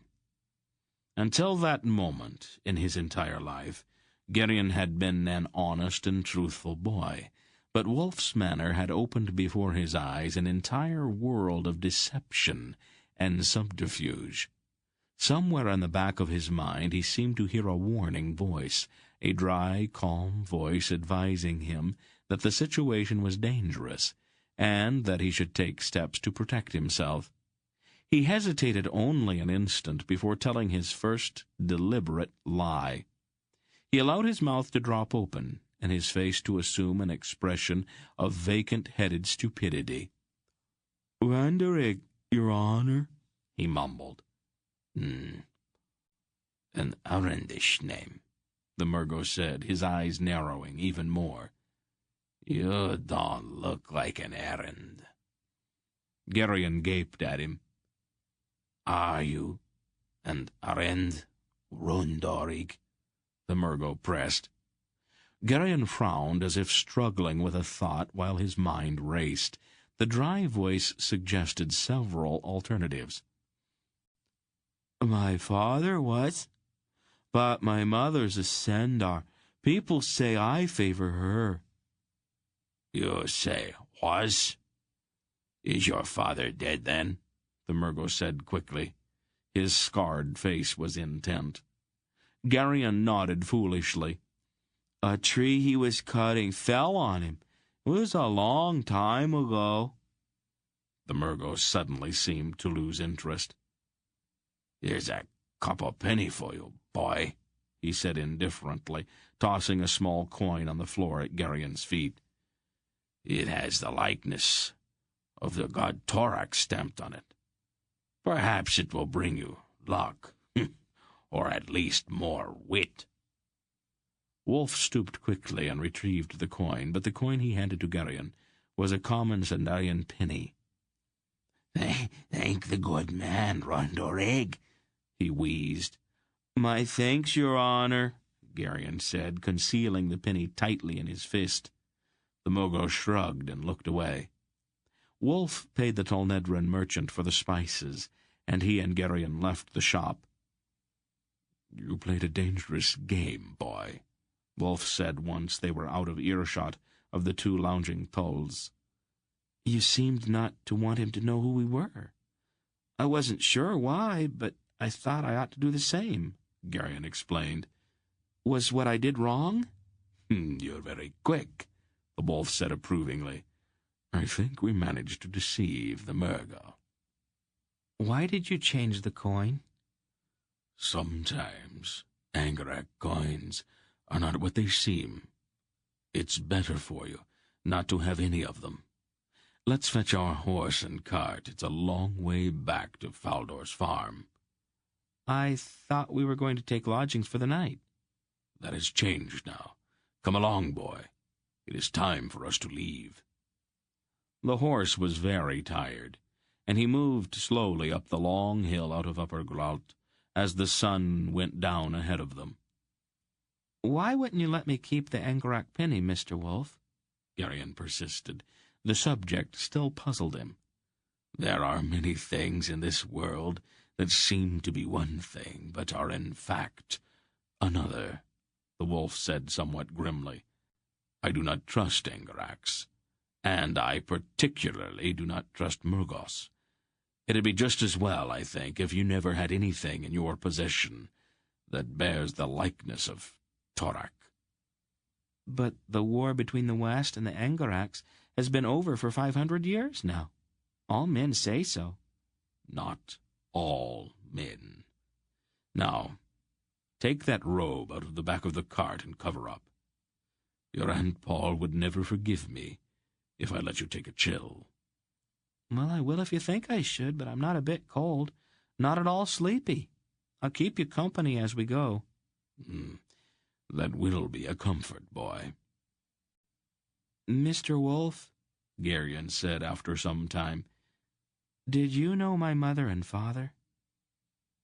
Yes, the wolf said quietly. My father's dead, too, isn't he? I am afraid so. Garion sighed deeply. I thought so. I wish I had known them. Aunt Pol says I was only a baby when... He couldn't bring himself to say it. I've tried to remember my mother, but I can't. You were very small, the wolf said. What were they like? The wolf scratched at his beard. Ordinary. So ordinary you wouldn't look twice at either one of them. Garion was offended by that. Aunt Pol says my mother was very beautiful. She was. Then how can you say she was ordinary? She was not prominent or important. Neither was your father. Anyone who saw them thought that they were just simple village people. A young man with a young wife and their baby. That's all anyone ever saw. That's all anyone was ever supposed to see. I don't understand. It is very complicated. What was my father like? Medium size. Dark hair. A very serious young man. I liked him. Did he love my mother? More than anything. And me? Of course. What kind of place did they live in? It was a small place. A little village near the mountains. A long way from any main roads. They had a cottage at the end of the street. It was a small, solid little house. Your father built it himself. He was a stone cutter. I used to stop by there once in a while when I was in the neighborhood. The old man's voice droned on, describing the village and the house and the two who lived there. Garion listened, not even realizing it when he fell asleep. It must have been very late, almost on toward dawn. In a half-drowse, the boy felt himself lifted from the cart and carried up a flight of stairs. The old man was surprisingly strong. Aunt Pol was there. He knew that without even opening his eyes. There was a particular scent about her that he could have found in a dark room. "Just cover him up," Mr. Wolf said softly to Aunt Pol. "Best not to wake him just now." What happened? Aunt Pol asked, her voice as soft as the old man's. "There was a Murgo in town, at your spice merchant's. He asked questions, and he tried to give the boy an Angrak penny." In Upper Grout? Are you certain he was only a Murgo? "It is impossible to tell. Not even I can distinguish between Murgo and Grolum with any certainty." What happened to the coin? "I was quick enough to get it. I gave the boy a Sindarian penny instead. If our Murgo was a Grolum, we will let him follow me. I am sure that I can give him several months of entertainment." You'll be leaving then? Aunt Pol's voice seemed somehow sad. "It is time. Right now the boy's safe enough here, and I must be abroad. There are things afoot I must see to. When Murgos begin to appear in remote places, I begin to worry. We have a great responsibility and a great care placed upon us. We must not allow ourselves to become careless." Will you be gone long? "Some years, I expect. There are many things I must look into, and many people I will have to see." I'll miss you, Aunt Pol said softly. He laughed. "Sentimentality, Paul? That's hardly in character." You know what I mean. I am not suited for this task you and the others have given to me. What do I know about the raising of small boys? "You are doing very well. Keep the boy close, and do not let his nature drive you into hysterics. Be careful. He lies like a champion. Garion? He lied to the Murgle so well that even I was impressed. Garion? He has also started to ask questions about his parents. How much have you told him? Very little, only that they are dead. Well, let's leave it at that for now. There's no point in telling him things he is not old enough to cope with yet. Their voices went on, but Garion drifted off into sleep again, and he was almost sure that it was all a dream. But the next morning when he awoke, Mr. Wolf was gone. Chapter 4. The seasons turned, as seasons will. Summer ripened into autumn, the blaze of autumn died into winter, winter grudgingly relented to the urgency of spring, and spring bloomed into summer again. With the turning of the seasons, the years turned, and Garion imperceptibly grew older. As he grew, the other children grew as well, all except poor Dorun, who seemed doomed to be short and skinny all of his life. Runderig sprouted like a young tree, and was soon almost as big as any man on the farm. Zabret, of course, did not grow so tall, but she developed in other ways, which the boys began to find interesting. In the early autumn, just before Garion's 14th birthday, he came very close to ending his career. In response to some primal urge all children have, given a pond and a handy supply of logs, they had built a raft that summer. The raft was neither very large, nor was it particularly well built. It had a tendency to sink on one end if the weight aboard it was improperly distributed, and an alarming habit of coming apart at unexpected moments. Quite naturally, it was Garion who was aboard the raft, showing off, on that fine autumn day when the raft quite suddenly decided once and for all to revert to its original state. The bindings all came undone, and the logs began to go their separate ways. Realizing his danger only at the last moment, Garion made a desperate effort to pole for shore, but his haste only made the disintegration of his craft more rapid. In the end, he found himself standing on a single log, his arms windmilling wildly in a futile effort to retain his balance.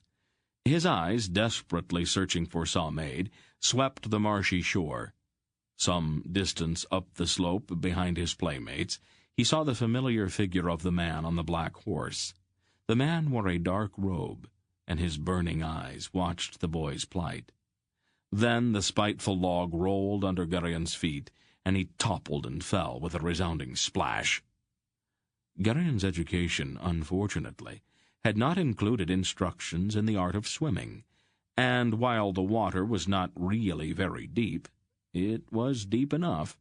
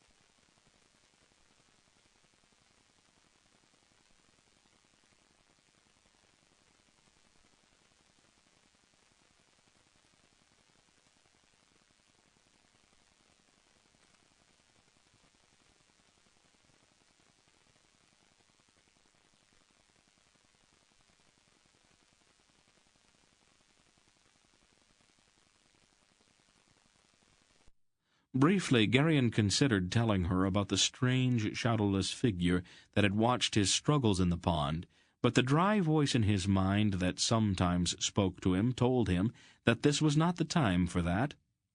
He seemed to know, somehow, that the business between him and the man on the black horse was something very private, and that the time would inevitably come when they would face each other in some kind of contest of will or deed. To speak of it now, to Aunt Pol, would involve her in the matter, and he did not want that. He was not sure exactly why, but he did know that the dark figure was an enemy, and though that thought was a bit frightening, it was also very exciting.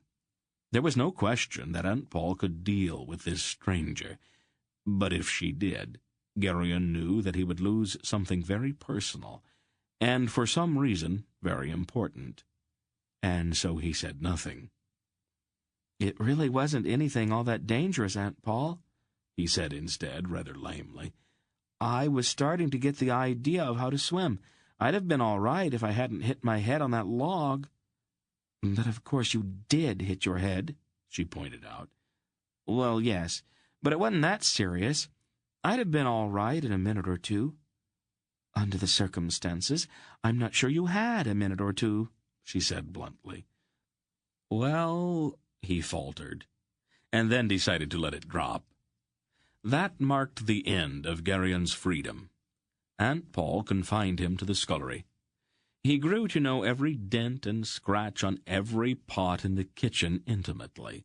He once estimated gloomily that he washed each one 21 times a week. In a seeming orgy of messiness, Aunt Pol suddenly could not even boil water without dirtying at least 3 or 4 pans, and Garion had to scrub every one of them. He hated it, and began to think quite seriously of running away. As autumn progressed and the weather began to deteriorate, the other children were also more or less confined to the compound as well, and it wasn't so bad. Runderig, of course, was seldom with them any more, since his man's size had made him, even more than Garion, subject to more and more frequent labor. When he could, Garion slipped away to be with Zubret and Dorun, but they no longer found much entertainment in leaping into the hay or in the endless games of tag in the stables and barns. They had reached an age and size where adults rather quickly noticed such idleness and found tasks to occupy them. Most often, they would sit in some out-of-the-way place and simply talk, which is to say that Garion and Zubret would sit and listen to the endless flow of Dorun's chatter. That small, quick boy, as unable to be quiet as he was to sit still, could seemingly talk for hours about a half-dozen raindrops, and his words tumbled out breathlessly as he fidgeted. "What's that mark on your hand, Garion?" Zubret asked one rainy day, interrupting Dorun's bubbling voice. Garion looked at the perfectly round white patch on the palm of his right hand. "Oh, I've noticed that too," Dorun said, quickly changing subjects in mid-sentence. "But Garion grew up in the kitchen, didn't you, Garion? Probably a place where he burned himself when he was little. You know, reached out before anyone could stop him, put his hand on something hot. I'll bet his Aunt Polly really got angry about that, because she can get angrier faster than anybody else I've ever seen, and she can really—" "It's always been there," Garion said, tracing the mark on his palm with his left forefinger. He had never really looked closely at it before. It covered the entire palm of his hand, and had in certain light a faint silvery sheen.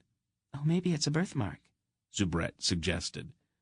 "I'll bet that's it," Dorun said quickly. "I saw a man once that had a big purple one on the side of his face, one of those wagoners that comes by to pick up the turnip crop in the fall. Anyway, the mark was all over the side of his face, and I thought it was a big bruise at first, and thought that he must have been in an awful fight. Those wagoners fight all the time. But then I saw that it wasn't really a bruise, but, like Zubret just said, it was a birthmark. I wonder what causes things like that." That evening, after he had gotten ready for bed, he asked his aunt about it. "What's this mark, Aunt Pol?" he asked, holding his hand up, palm out. She looked up from where she was brushing her long, dark hair. "It's nothing to worry about." "Well, I wasn't worried about it. I just wondered what it was. Zubret and Dorun think it's a birthmark. Is that what it is?" "Something like that." Did either of my parents have the same kind of mark? Your father did. It's been in the family for a long time. A sudden strange thought occurred to Garion. Without knowing why, he reached out with a hand and touched the white lock at his aunt's brow. Is it like that white place in your hair? He felt a sudden tingle in his hand, and it seemed somehow that a window opened in his mind. At first there was only the sense of uncountable years moving by like a vast sea of ponderously rolling clouds, and then, sharper than any knife, a feeling of endlessly repeated loss, of sorrow. Then, more recent, there was his own face, and behind it more faces, old, young, regal, or quite ordinary. And behind them all, no longer foolish as it sometimes seemed, the face of Mr. Wolf.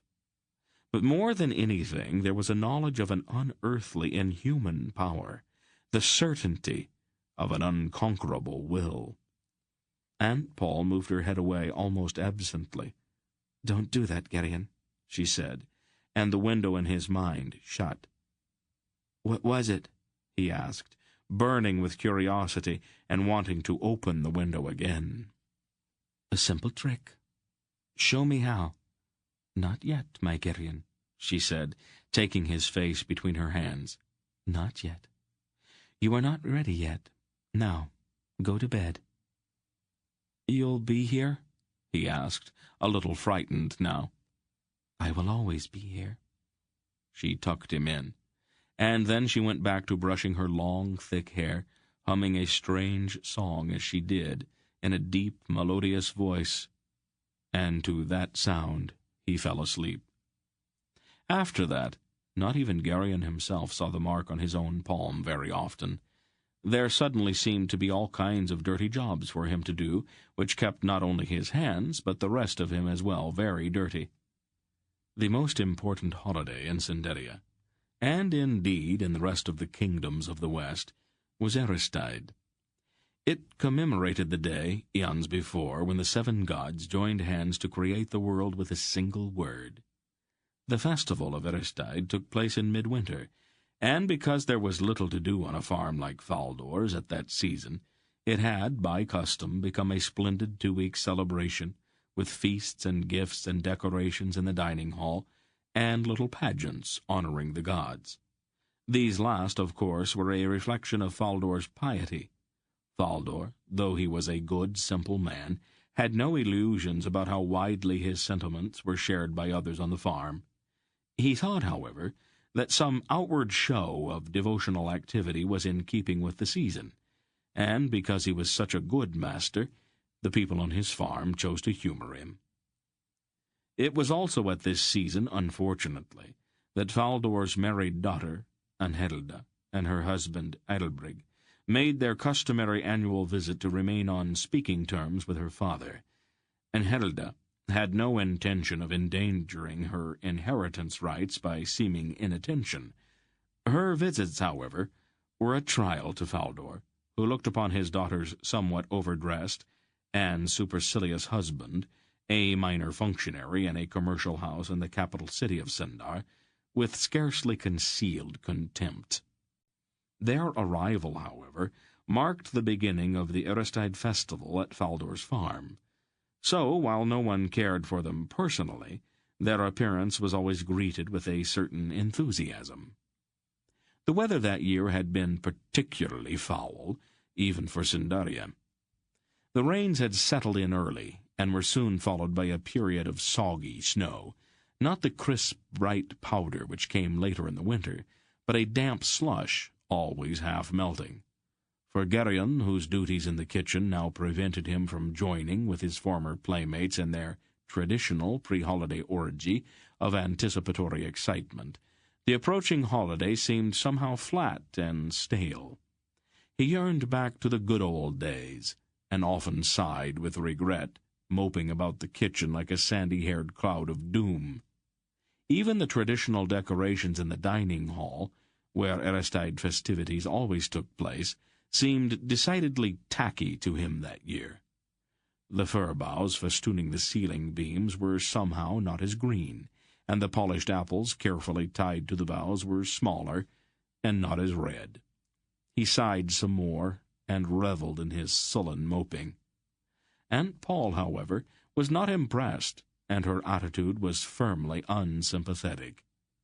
She routinely checked his brow with her hands for signs of fever, then dosed him with the foulest-tasting tonic she could concoct. Garion was careful after that to mope in private, and to sigh less audibly. That dry, secret part of his mind informed him, matter-of-factly, that he was being ridiculous, but Garion chose not to listen. The voice in his mind was much older and wiser than he, but it seemed determined to take all of the fun out of life. On the morning of Eristide, a Murgo and 5 tulls appeared with a wagon outside of the gate and asked to see Faldor.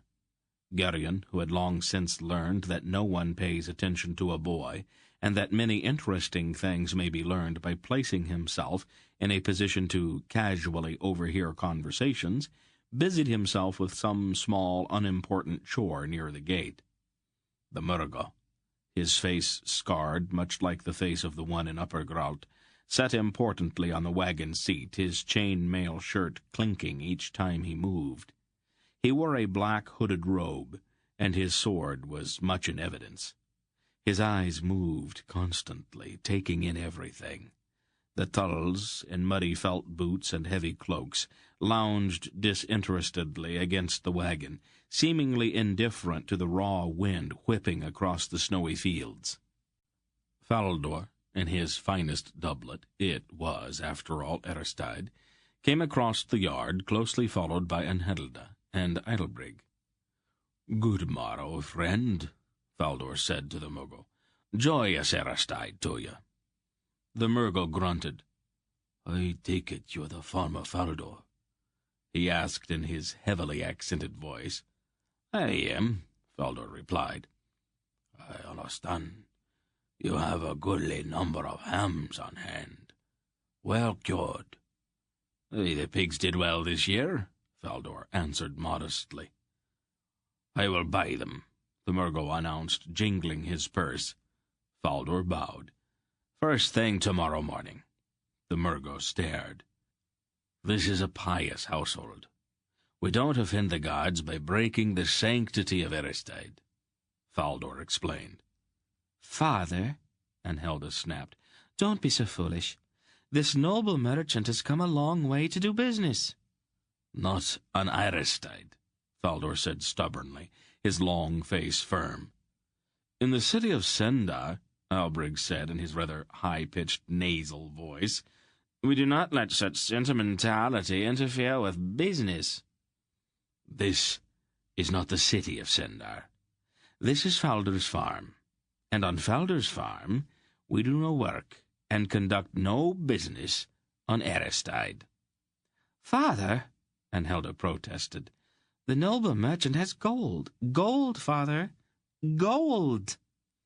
"I won't hear any more of it," Faldor announced. He turned to the Murgo. "You and your servants are welcome to join us in our celebration, friend.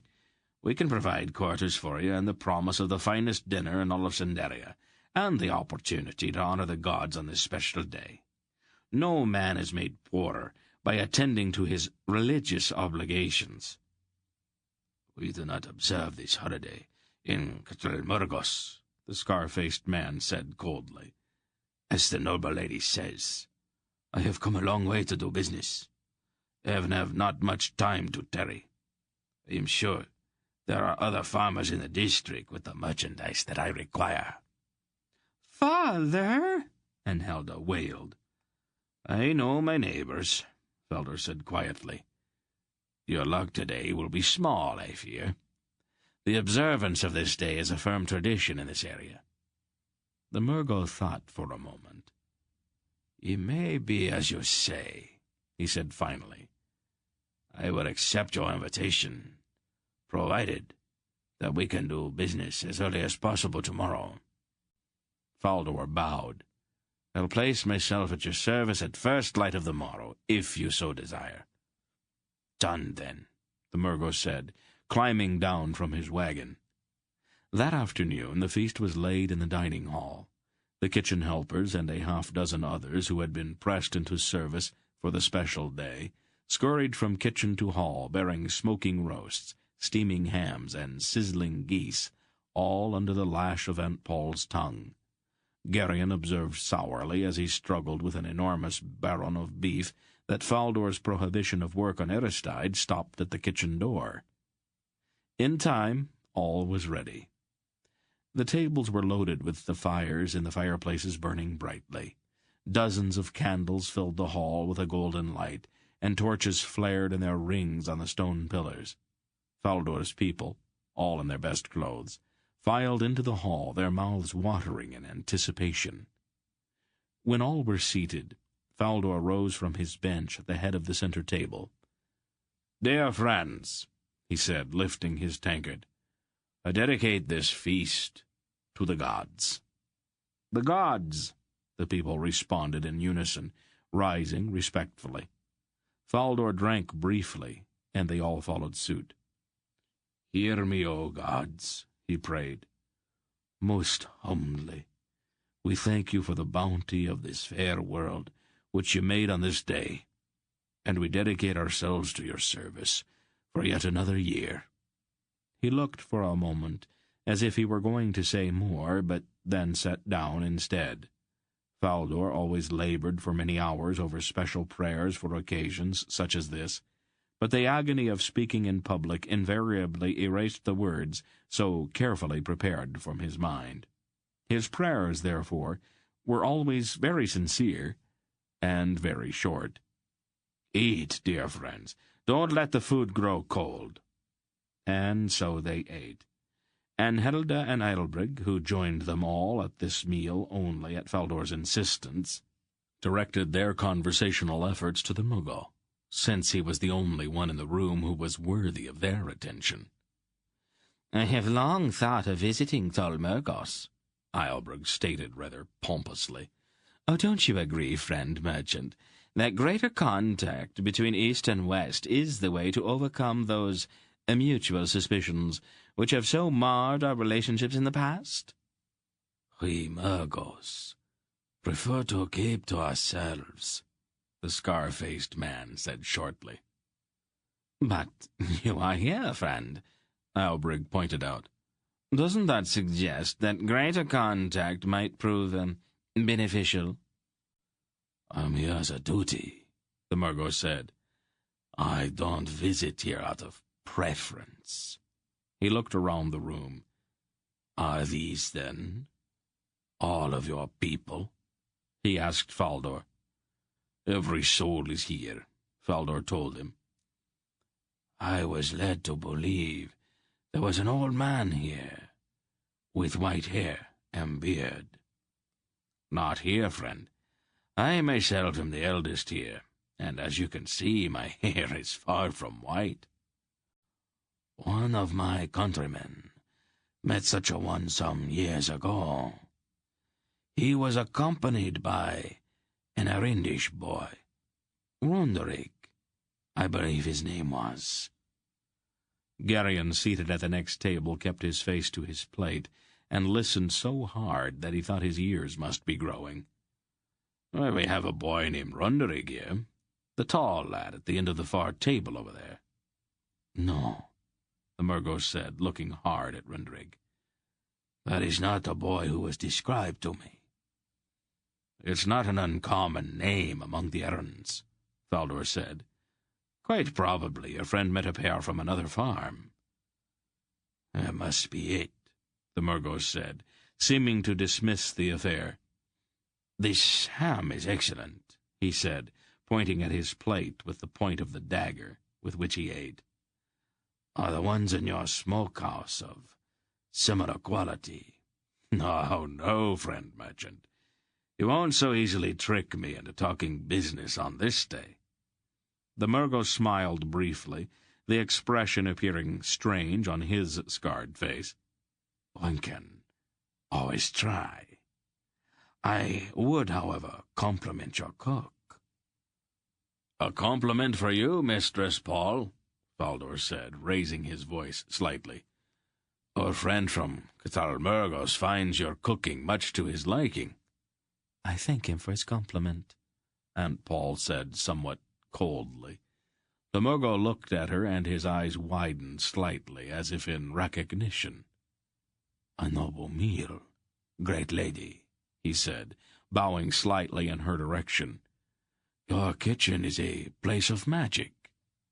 No, she said, her face suddenly very haughty. Not magic. Cooking is an art which anyone with patience may learn. Magic is quite something else. Ah, but magic is also an art, great lady. There are many who think so.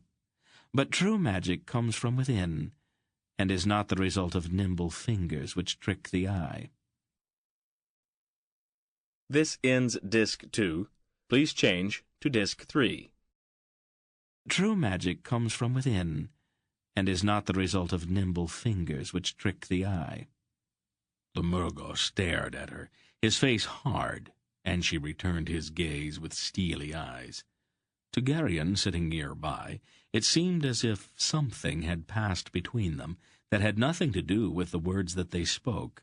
A kind of challenge seemed to hang in the air. And then the Murgo looked away, almost as if he feared to take up the challenge. When the meal was over, it was time for the rather simple pageant which traditionally marked Iristide. 7 of the older farmhands who had slipped away earlier appeared in the doorway, wearing the long hooded robes and carefully carved and painted masks which represented the faces of the gods. The costumes were old, and showed the wrinkles which were the result of having been packed away in Faldor's attic for the past year. With a slow step, the robed and masked figures paced into the hall, and lined up at the foot of the table where Faldor sat. Then each, in turn, spoke a short piece which identified the god he represented. "I am Aldor," Kralto's voice came from behind the first mask, "the god who dwells alone, and I command this world to be."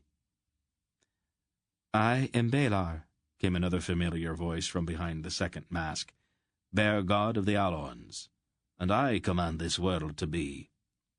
And so it went down the line. Kaldan, Issa, Nidra, Mara. And then finally the last figure, which, unlike the others, was robed in black, and whose mask was made of steel instead of painted wood. "I am Torak." Dernick's voice came hollowly from behind the mask. "Dragon god of the Engaraks, and I command this world to be." A movement caught Garion's eye, and he looked quickly.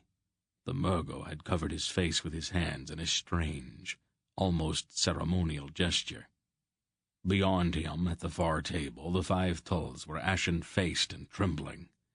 The 7 figures at the foot of Faldor's table joined their hands. "We are the gods," they said in unison, "and we command this world to be." "Hearken unto the words of the gods," Faldor declaimed. "Welcome are the gods in the house of Faldor." "The blessings of the gods be upon the house of Faldor," the 7 responded, "and upon all this company."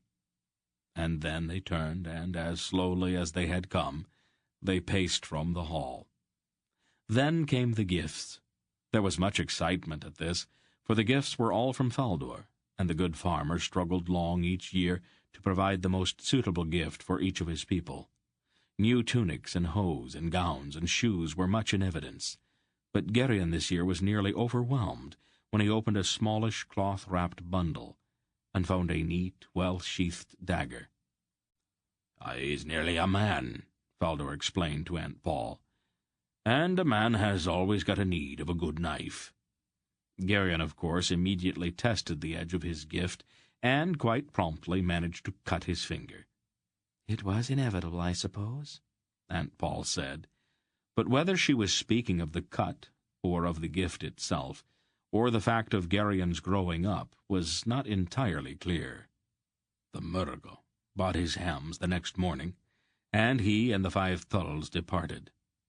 A few days later, Anhelda and Eidelbrig packed up and left on their return journey to the city of Sundar, and Faldor's farm returned to normal. The winter plodded on, the snows came and went, and spring returned, as it always does. The only thing which made that spring any different from any other was the arrival of Brill, the new hand. One of the younger farmers had married and rented a small nearby croft, and had left, laden down with practical gifts and good advice from Faldor, to begin his life as a married man. Brill was hired to replace him. Garion found Brill to be a definitely unattractive addition to the farm. The man's tunic and hose were patched and stained, his black hair and scraggly beard were unkempt, and one of his eyes looked off in a different direction from its fellow.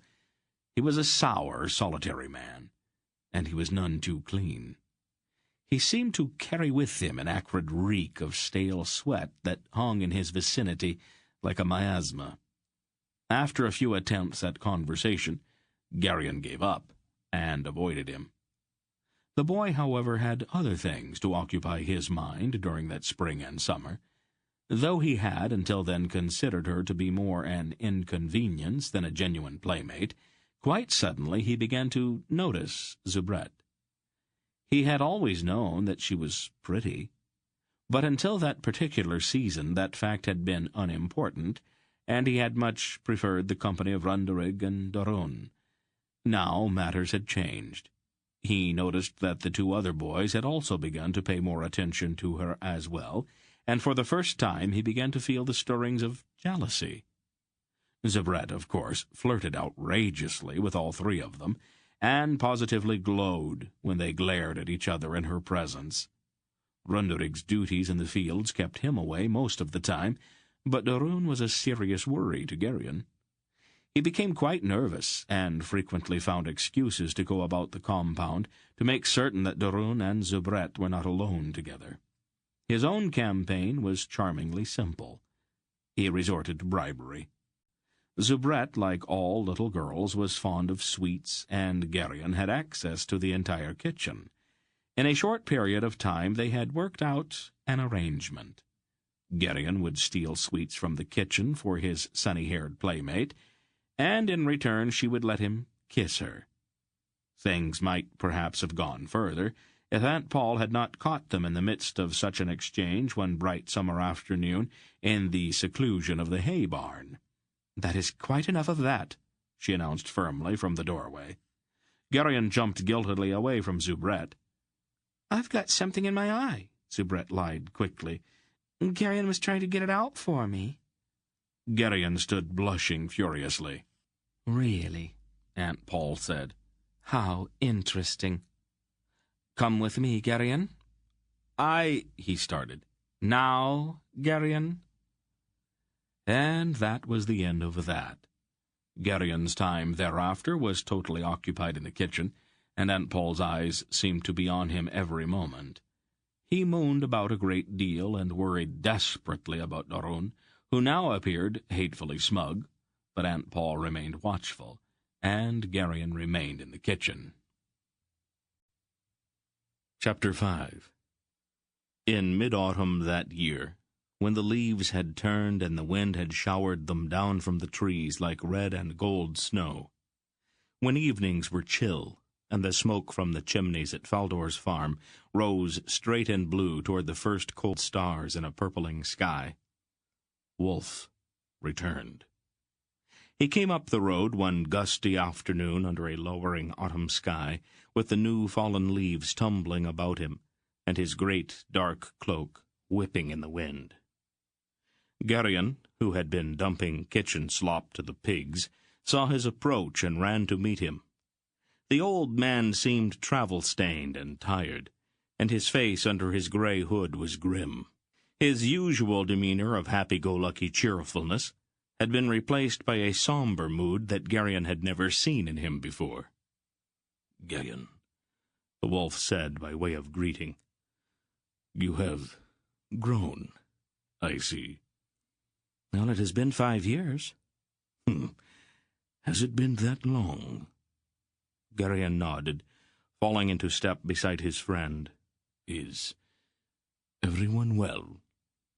"Oh, yes," Everything's the same here, except that Braldo got married and moved away, and the old brown cow died last summer." "I remember the cow," the wolf said. And then he said, "I must speak with your Aunt Pol." "Oh, she's not in a very good mood today," Garion warned. "It might be better if you rested in one of the barns. I can sneak some food and drink to you in a bit." "We will have to chance her mood. What I have to say to her cannot wait." They entered the gate and crossed the courtyard to the kitchen door. Aunt Pol was waiting. "You again?" she said tartly, her hands on her hips. "My kitchen still has not recovered from your last visit." "Mistress Pol," the wolf said, bowing. And then he did a strange thing. His fingers traced an intricate little design in the air in front of his chest. Garion was quite sure that he was not intended to see those gestures. Aunt Pol's eyes widened slightly, then narrowed, and her face became grim. "How do you—" she started, and then caught herself. "Garion, I need some carrots. There are still some in the ground at the far end of the kitchen garden. Take a spade and a pail and fetch me some." "But—" he protested, and then, warned by her expression, he left, quickly.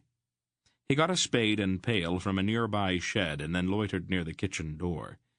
Eavesdropping, of course, was not a nice habit, and was considered the worst sort of bad manners in Cinderia. But Garion had long ago concluded that whenever he was sent away, the conversation was bound to be very interesting, and would probably concern him rather intimately. He had wrestled briefly with his conscience about it, but since he really saw no harm in the practice, as long as he did not repeat anything he heard, conscience had lost to curiosity. Garion's ears were very sharp, but it took him a moment or two to separate the two familiar voices from the other sounds in the kitchen. "He won't leave you a trail," Aunt Pol was saying. "He does not have to. The thing itself will make its trail known to me. I can follow it as easily as a fox can scent out the track of a rabbit." "Where will he take it?" "Who can say? His mind's closed to me. My guess is that he will go north to Boktor. That is the shortest route to Garog Nadrak. He will know that I'll be after him, and he will want to cross into the lands of the Angaraks as soon as possible. His theft will not be complete so long as he stays in the west." "And when did it happen?" 4 weeks ago. "He could already be in the Angarak kingdoms." "It's not likely. The distances are great. But if he is, I will have to follow him. I'll need your help." "But how can I leave here? I have to watch over the boy." Garion's curiosity was becoming almost unbearable. He edged closer to the kitchen door. "The boy will be safe enough here. This is an urgent matter." "No," Aunt Pol contradicted. "Even this place is not safe. Last Aristide, a Murgo and 5 Tulls came here. He posed as a merchant, but he asked a few too many questions about an old man and a boy named Runderig, who had been seen in Upper Gralt some years ago. He may also have recognized me." "It is more serious than I thought, then," the wolf said thoughtfully. "We shall have to move the boy. We can leave him with friends elsewhere." "No," Aunt Pol disagreed again. "If I go with you, he will have to go along. He is reaching an age where he has to be watched most carefully." "Don't be foolish," the wolf said sharply. Garion was stunned. Nobody talked to Aunt Pol that way. "It is my decision to make," Aunt Pol said crisply. "We all agreed that he was to be in my care until he was grown. I won't go unless he goes with me." Garion's heart leaped. "Pol, think where we may have to go. You cannot deliver the boy into those hands." "He would be safer in Ctolmurgos, or in Meloria itself, than he would be here without me to watch him," Aunt Pol responded. "Last spring I caught him in the barn with a girl about his own age. As I said, he needs watching." The wolf laughed then, a rich, merry sound. "Is that all? You worry too much about such things." "How would you like it if we returned and found him married and about to become a father?" Aunt Pol demanded. "He'd make an excellent farmer, and what matter if we'd all have to wait 100 years for the circumstances to be right again?" "Oh, surely it has not gone that far. They are only children." "You are blind, old wolf. This is back country Cinderia, and the boy has been raised to do the proper and honorable thing. The girl's a bright-eyed little minx who's maturing much too rapidly for my comfort. Right now, charming little Zubrette is a far greater danger than any Murgo could ever be. Either the boy goes along, or I won't go either. You have your responsibilities, and I have mine." "There is no time to argue. If it has to be this way, then so be it." Garion almost choked with excitement. He felt only a passing, momentary pang at leaving Zubrette behind. He turned and looked exultantly up at the clouds scudding across the evening sky, and, because his back was turned, he did not see Aunt Pol approach through the kitchen door.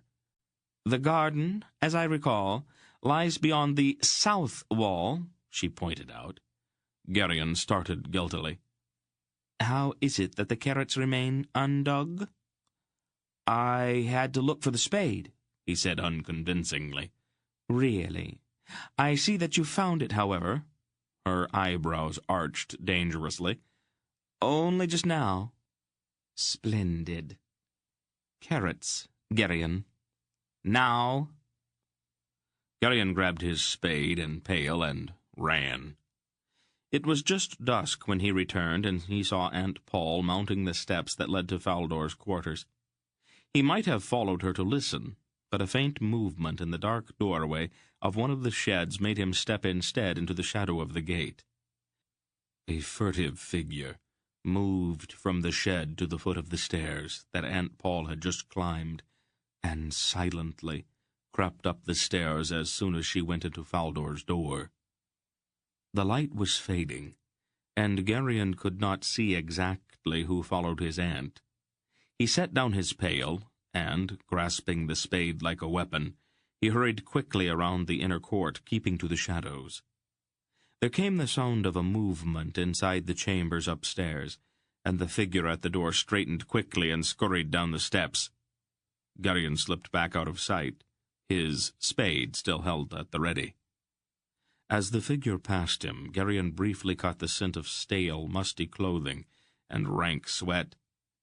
As certainly as if he had seen the man's face, he knew that the figure that had followed his aunt had been Brill, the new farmhand. The door at the top of the stairs opened, and Garion heard his aunt's voice.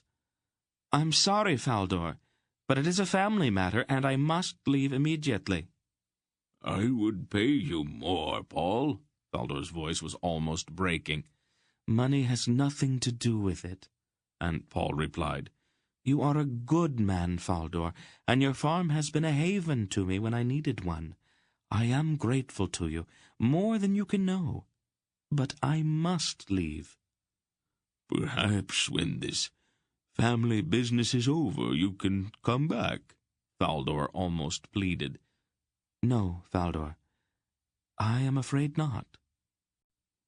"We will miss you, Pol," Faldor said, with tears in his voice. "And I will miss you, dear Faldor. I have never met a better-hearted man. I would take it kindly if you would not mention my leaving until I've gone. I am not fond of explanations or sentimental goodbyes." "Well, whatever you wish, then, Pol." "Oh, don't look so mournful, old friend," Aunt Pol said lightly. "My helpers are well trained. Their cooking will be the same as mine. Your stomach will never know the difference." "Oh, but my heart will," Faldor said. "Oh, don't be silly. Now, I must see to supper." Garion moved quickly away from the foot of the stairs. Troubled, he put his spade back in the shed and fetched the pail of carrots he had left sitting by the gate. To reveal to his aunt, that he had seen Brill listening at the door would immediately raise questions about his own activities that he would prefer not to have to answer. In all probability, Brill was merely curious, and there was nothing menacing or ominous about that. To observe the unsavory Brill duplicating his own seemingly harmless pastime, however, made Garion quite uncomfortable, even slightly ashamed of himself. Although Garion was much too excited to eat, supper that evening seemed as ordinary as any meal on Faldor's farm had ever been. Garion covertly watched sour-faced Brill, but the man showed no outward sign of having in any way been changed by the conversation he had gone to so much trouble to overhear. When supper was over, as was always the case when he visited the farm, Mr. Wolf was prevailed upon to tell a story. He rose and stood for a moment deep in thought as the wind moaned in the chimney and the torches flickered in their rings on the pillars in the hall. "As all men know," he began, "the Marags are no more, and the spirit of Mara weeps alone in the wilderness, and wails among the moss-grown ruins of Maragor. But also, as all men know, the hills and streams of Maragor are heavy with fine yellow gold. That gold, of course, was the cause of the destruction of the Marags. When a certain neighboring kingdom became aware of the gold, the temptation became too great, and the result, as it almost always is when gold is an issue between kingdoms, was war. The pretext for the war was the lamentable fact that the Marags were cannibals. While this habit is distasteful to civilized men, had there not been gold in Maragor, it might have been overlooked. The war, however, was inevitable, and the Marags were slain.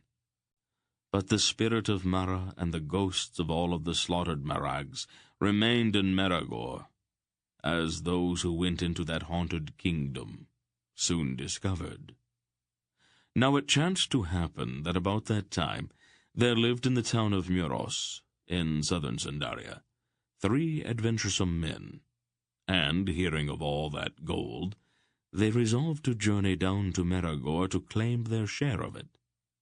The men, as I said, were adventuresome and bold, and they scoffed at the tales of ghosts. Their journey was long, for it is many hundreds of leagues from Muros to the upper reaches of Maragor. But the smell of the gold drew them on, and so it happened one dark and stormy night that they crept across the border into Maragor, past the patrols which had been set to turn back just such as they. That nearby kingdom, having gone to all the expense and inconvenience of war, was quite naturally reluctant to share the gold with anyone who chanced to pass by. Through the night they crept, burning with their lust for gold. The spirit of Mara wailed about them, but they were brave men and not afraid of spirits. And besides, they told each other, the sound was not truly a spirit, merely the moaning of the wind in the trees. As dim and misty morning seeped amongst the hills, they could hear not far away the rushing sound of a river. As all men know, gold is most easily found along the banks of rivers, and so they made quickly toward the sound. Then one of them chanced to look down in the dim light, and behold, the ground at his feet was strewn with gold, lumps and chunks of it. Overcome with greed, he remained silent and loitered behind, until his companions were out of sight. And then he fell to his knees, and began to gather up gold as a child might pick the flowers. He heard a sound behind him, and he turned.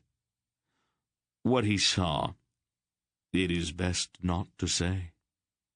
Dropping all his gold, he bolted. Now, the river, they had heard, cut through a gorge, just about there, and his two companions were amazed to see him run off the edge of that gorge, and even continue to run as he fell, his legs churning insubstantial air. Then they turned, and they saw what had been pursuing him. One went quite mad and leaped with a despairing cry into the same gorge which had just claimed his companion. But the third adventurer, the bravest and boldest of all, told himself that no ghost could actually hurt a living man, and he stood his ground. That, of course, was the worst mistake of all.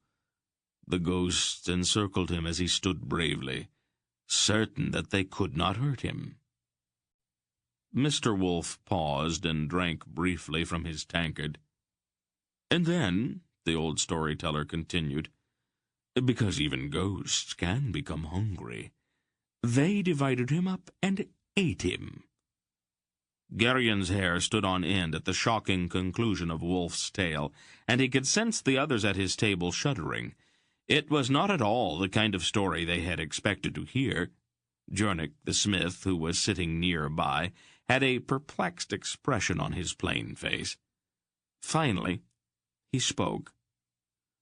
"I would not question the truth of your story for the world," he said to Wolf, struggling with his words.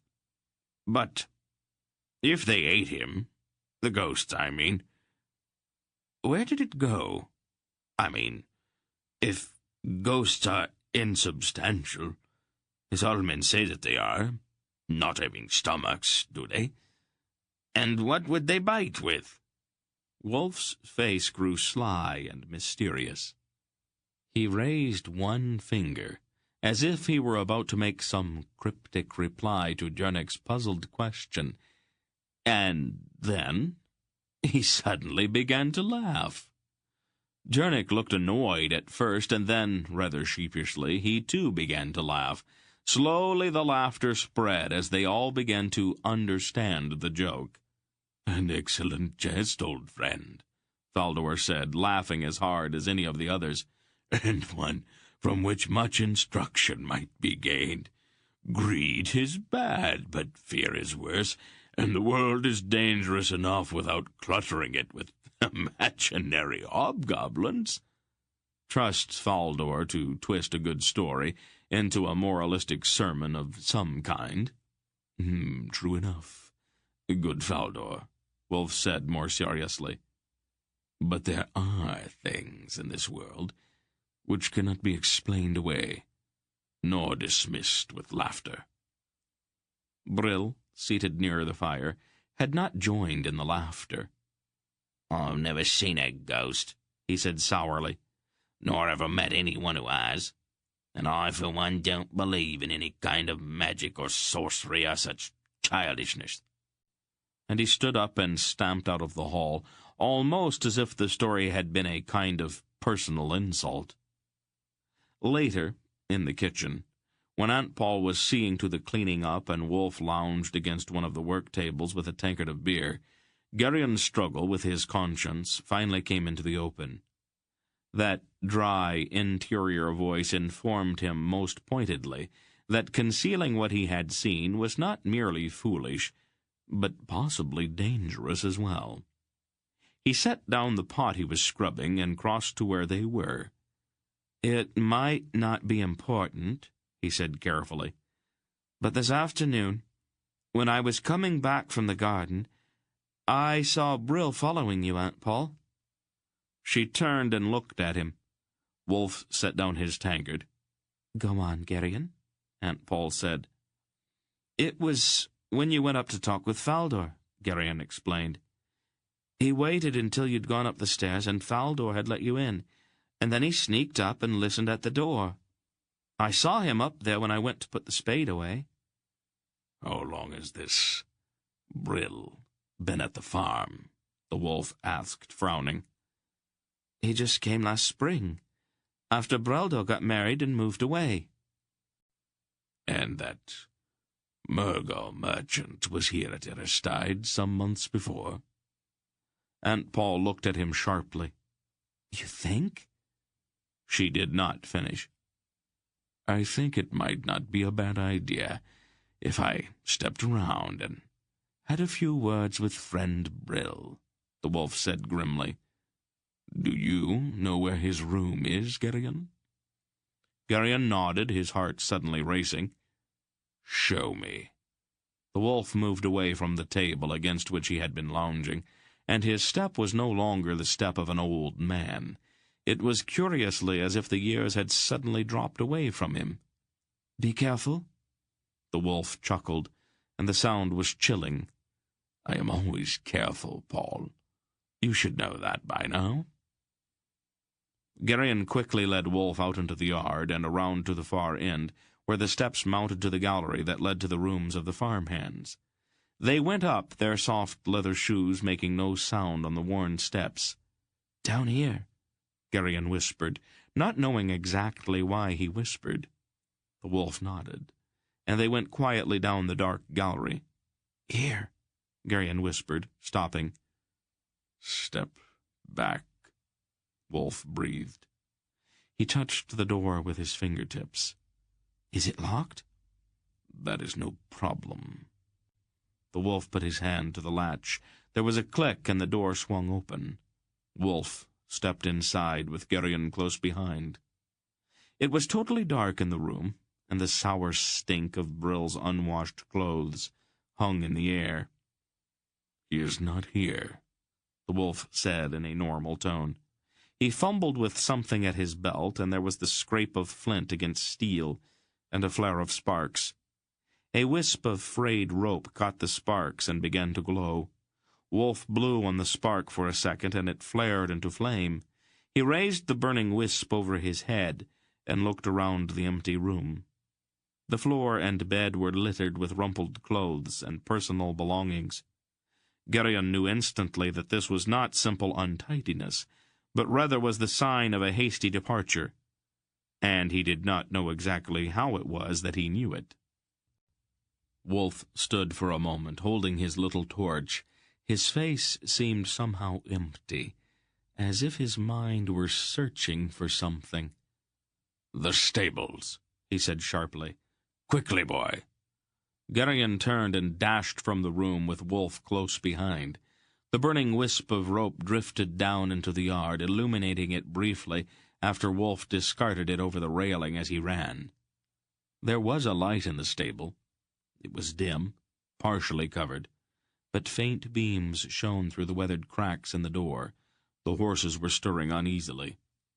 "Stay clear, boy," Wolf said as he jerked the stable door open.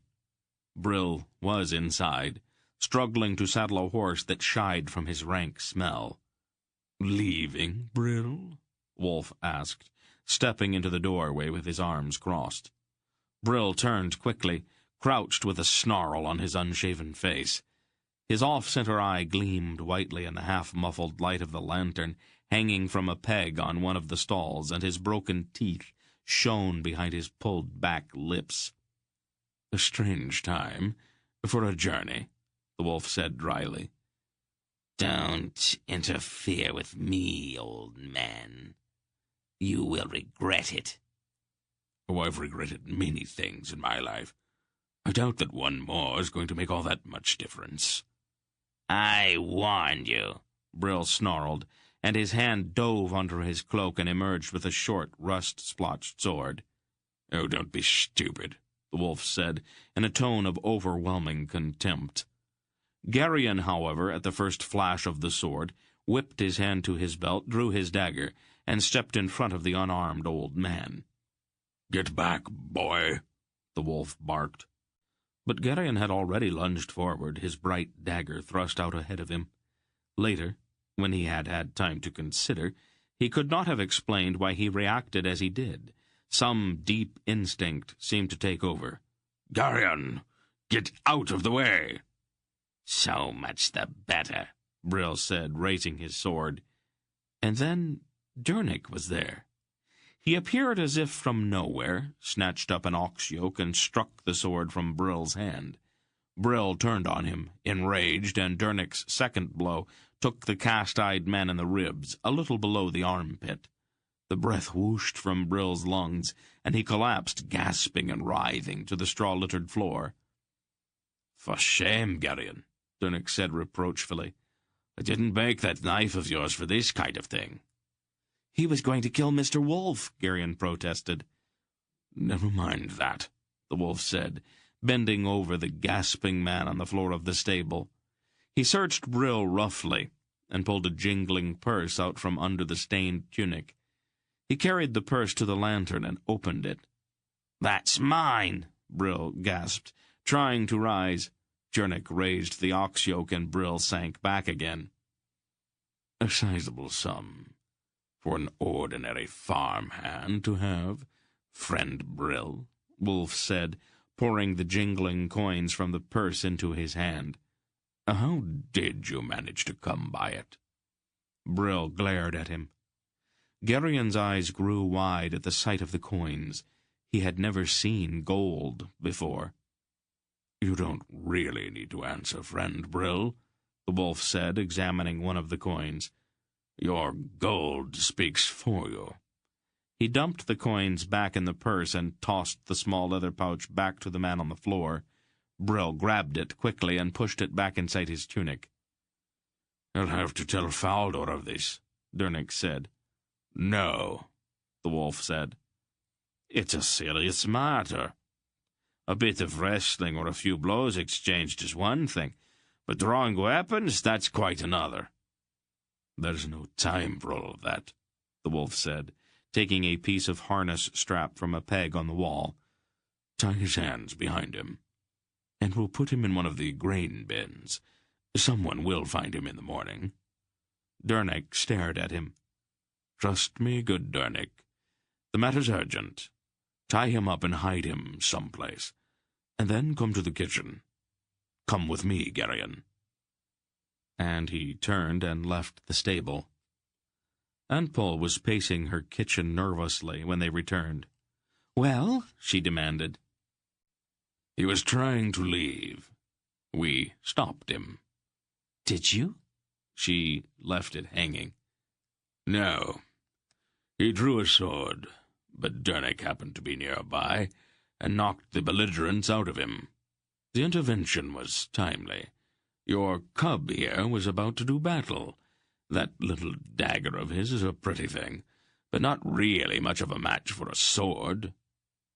Aunt Pol turned on Garion, her eyes ablaze. Garion prudently stepped back out of reach. "There's no time for that," the wolf said, retrieving the tankard he had set down before leaving the kitchen. "Brill had a pouch full of good red Angarac gold. The Murghas have set eyes to watching this place. I had wanted to make our going less noticeable. But since we are already being watched, there's no point in that now. Gather what you and the boy are likely to need. I want a few leagues between us and Brill before he manages to free himself. I do not want to be looking over my shoulder for Murghas every place I go." Dernick, who had just come into the kitchen, stopped and stood, staring at them. "Things aren't what they seem here. What manner of folk are you, and how is it that you have such dangerous enemies?" "It's a long story, good Dernick, but I'm afraid there's no time to tell it now. We make our apologies to Faldor, and see if you cannot detain Brill for a day or so. I'd like our trail to be quite cold before he or his friends try to find it." "Someone else is going to have to do that," Dernick said. "I'm not sure what this is all about, but I am sure that there's danger involved in it. It appears that I'll have to go with you, at least until I've gotten you safely away from here." Aunt Pol suddenly laughed. "You, Dernick? You mean to protect us?" He drew himself up. "I am sorry, Mistress Pol. I will not permit you to go unescorted." "Will not permit?" she said incredulously. "Very well," the wolf said, a sly look on his face. "Have you totally taken leave of your senses?" Aunt Pol demanded, turning on him. Dernick has shown himself to be a useful man, the wolf replied. If nothing else, he will give me someone to talk with along the way. Your tongue has grown sharper with the years, Paul, and I do not relish the idea of 100 leagues or more with nothing but abuse for companionship. I see that you have finally slipped into your dotage, old wolf. Well, that's exactly the sort of thing I mean, the wolf replied blindly. And now, gather a few necessary things, and let's be away from here. The night's passing rapidly. She glared at him a moment, and then stormed out of the kitchen. I'll have to go fetch some things, too, Dernick said. He turned and went out into the gusty night. Garion's mind whirled. Things were happening far too fast. Afraid, boy? The wolf asked. Well, it's just that I don't understand. I don't understand any of this at all. You will, in time, Garion. For now, it's better perhaps that you don't. There's danger in what we are doing, but not all that great a danger. Your aunt and I, and good Dernick, of course, will see that no harm comes to you. Now, help me in the pantry. He took a lantern into the pantry and began loading some loaves of bread, a ham, a round yellow cheese, and several bottles of wine into a sack which he took down from a peg. It was nearly midnight, as closely as Garion could tell, when they quietly left the kitchen and crossed the dark courtyard. The faint creak of the gate as Dernick swung it open seemed enormously loud. As they passed through the gate, Garion felt a momentary pang. Faldor's farm had been the only home he had ever known. He was leaving now, perhaps forever, and such things had great significance. He felt an even sharper pang at the memory of Zubret. The thought of Doron and Zubret together in the hay barn almost made him want to give the whole thing up altogether, but it was far too late for that now. Beyond the protection of the buildings, the gusty wind was chill and whipped at Garion's cloak. Heavy clouds covered the moon, and the road seemed only slightly less dark than the surrounding fields. It was cold and lonely, and more than a little frightening. He walked a bit closer to Aunt Pol. At the top of the hill, he stopped and glanced back. Faldor's farm was only a pale, dim blur in the valley behind. Regretfully, he turned his back on it. The valley ahead was very dark, and even the road was lost in the gloom before them. Chapter 6. They had walked for miles. How many, Garion could not say. He nodded as he walked and sometimes stumbled over unseen stones on the dark road. More than anything now, he wanted to sleep. His eyes burned and his legs trembled on the verge of exhaustion. At the top of another hill, there always seemed to be another hill, for that part of Sindaria was folded like a rumpled cloth. Mr. Wolf stopped and looked about, his eyes searching the oppressive gloom. "We'll turn aside from the road here," he announced. "Is that wise?" Dernick asked. "There are woods hereabout, and I have heard that there may be robbers hiding there. Even if there aren't any robbers, aren't we likely to lose our way in the dark?" He looked up at the murky sky, his plain face dimly seen, troubled. "I wish there was a moon." "I don't think we need to be afraid of robbers," the wolf said confidently. "And I'm just as happy that there isn't a moon. I don't think we're being followed yet, but it's just as well that no one happens to see us pass. Murga gold can buy most secrets." And with that he led them into the fields that lay beside the road. For Garion the fields were impossible. If he had stumbled now and then on the road, the unseen furrows, holes, and clumps in the rough ground seemed to catch at his feet with every step. At the end of a mile, when they reached the black edge of the woods, he was almost ready to weep with exhaustion. "How can we find our way in there?" he demanded, peering into the utter darkness of the woods. "There's a woodcutter's track not far to this side," Wolf said, pointing. "We only have a little farther to go."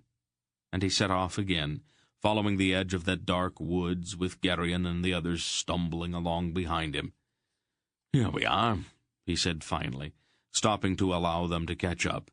"It's going to be very dark in there, and the track is not wide. I'll go first, and the rest of you follow me." "I'll be right behind you, Garion," Dernick said. "Don't worry. Everything'll be all right." There was a note in the smith's voice, however, that hinted that his words were more to reassure himself than to calm the boy. It seemed warmer in the woods. The trees sheltered them from the gusty wind, but it was so dark that Garion could not understand how Wolf could possibly find his way. A dreadful suspicion grew in his mind that Wolf actually did not know where he was going, and was merely floundering along blindly, trusting to luck. "Stop!" a rumbling voice suddenly, shockingly said, directly ahead of them. Garion's eyes, accustomed slightly now to the gloom of the woods, saw a vague outline of something so huge that it could not possibly be a man. "A giant!" he screamed in a sudden panic. Then, because he was exhausted, and because everything that had happened that evening had simply piled too much upon him all at one time, his nerve broke, and he bolted into the trees. "Garion!" Aunt Pol's voice cried out after him. "Come back!" But panic had taken hold of him. He ran on, falling over roots and bushes, crashing into trees and tangling his legs in brambles. It seemed like some endless nightmare of blind flight. He ran full tilt into a low-hanging, unseen branch, and sparks flared before his eyes with a sudden blow to his forehead. He lay on the damp earth, gasping and sobbing, trying to clear his head. And then there were hands on him, horrid, unseen hands. 1,000 terrors flashed through his mind at once, and he struggled desperately, trying to draw his dagger.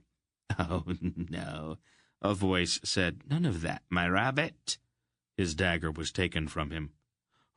Are you going to eat me?" Garion babbled, his voice breaking. His captor laughed. "On your feet now, rabbit," he said, and Garion felt himself pulled up by a strong hand. His arm was taken in a firm grasp, and he was half dragged through the woods. Somewhere ahead there was a light, a winking fire among the trees, and it seemed that he was being taken that way. He knew that he must think, must devise some means of escape, but his mind, stunned by fright and exhaustion, refused to function. There were 3 wagons sitting in a rough half-circle around the fire. Dernick was there, and Wolf, and Aunt Pol, and with them a man so huge that Garion's mind simply refused to accept the possibility that he was real. His tree-trunk-sized legs were wrapped in furs cross-tied with leather thongs, and he wore a chain-mail shirt that reached to his knees, belted at the waist.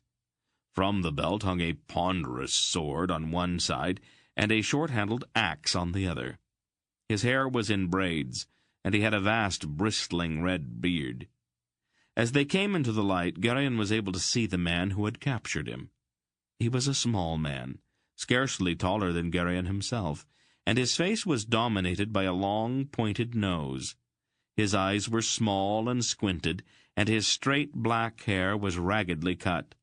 The face was not the sort to inspire confidence, and the man's stained and patched tunic and short, wicked-looking sword did little to contradict the implications of the face. "Here's our rabbit," the small, weasel-like man announced as he pulled Garion into the circle of the firelight. "And a merry chase he led me to." Aunt Pol was furious. "Don't you ever do that again," she said sternly to Garion. "Not so quick, Mistress Pol. It's better for him to run than to fight just yet. Until he is bigger, his feet are his best friends." Have we been captured by robbers?" Garion asked in a quavering voice. Robbers, the wolf laughed. What a wild imagination you have, boy. These two are our friends. Friends? Garion asked doubtfully, looking suspiciously at the red-bearded giant and the weasel-faced man beside him. Are you sure? The giant laughed then, too, his voice rumbling like an earthquake. No, boy seems mistrustful. What a face must have warned him, friend Silk. The smaller man looked sourly at his burly companion. This is Garion, the wolf said, pointing at the boy. You already know, Mistress Pol. His voice seemed to stress Aunt Pol's name. And this is Jonik, a brave smith who has decided to accompany us. Mistress Pol? The smaller man said, laughing suddenly for no apparent reason. I am so known, Aunt Pol said pointedly. It shall be my pleasure to call you so then, great lady, the small man said with a mocking bow. Our large friend here is Barak, Wolf went on. He is useful to have around when there's trouble. As you can see, he's not a Cinder, but a Cherok from Val-Elorn. Garion had never seen a Cherok before, and the fearful tales of their prowess in battle became suddenly quite believable in the presence of the towering Barak. And I, the small man said, with one hand to his chest, am called Silk. Not much of a name, I'll admit, but it suits me. And I'm from Boktor in Dresnia. I'm a juggler and an acrobat. And also a thief and a spy, Barak rumbled good-naturedly. Well, we do all have our faults, Silk admitted blandly, scratching at his scraggly whiskers. And I am called Mr. Wolf, in this particular time and place, the old man said. I'm rather fond of the name, since the boy there gave it to me. Mr. Wolf? Silk asked, and then he laughed again. What a merry name for you, old friend.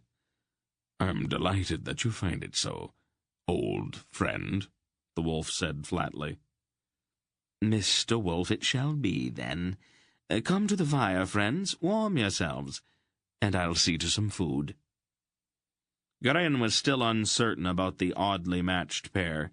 They obviously knew Aunt Pol and Mr. Wolf, and just as obviously by different names.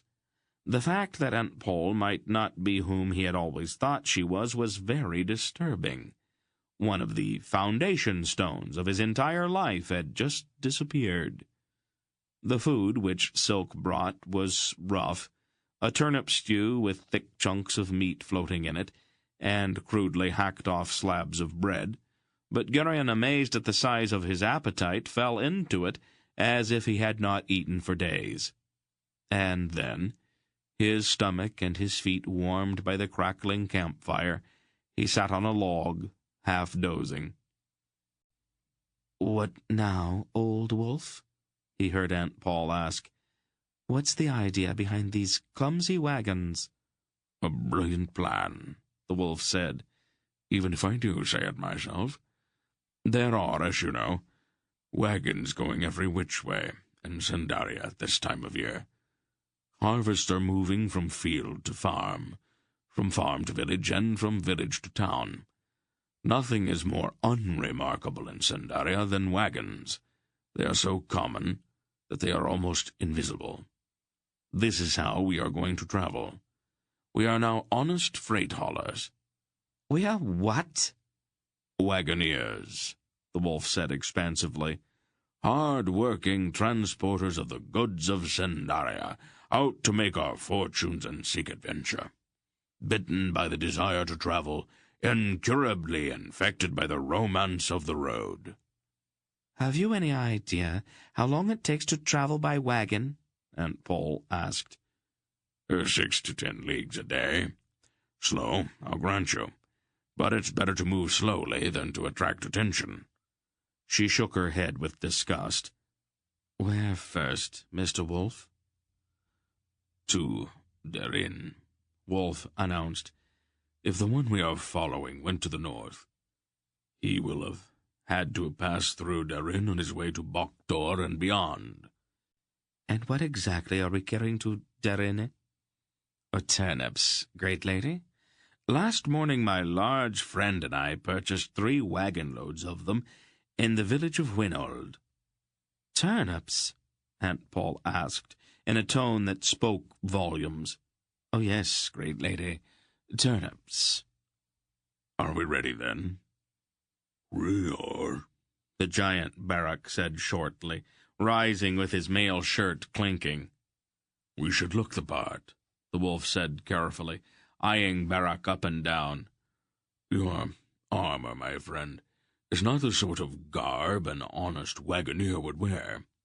I think you should change it for stout wool. Barak's face looked injured. I could wear a tunic over it, he suggested tentatively. You rattle, Silk pointed out, and armor has a distinctive fragrance about it. From the downwind side, you smell like a rusty ironworks, Barak. I feel undressed without a mail shirt, Barak complained. Oh, well, we must all make sacrifices, said Silk. Grumbling, Barak went to one of the wagons, jerked out a bundle of clothes, and began to pull off his mail shirt. His linen undertunic bore large reddish rust stains.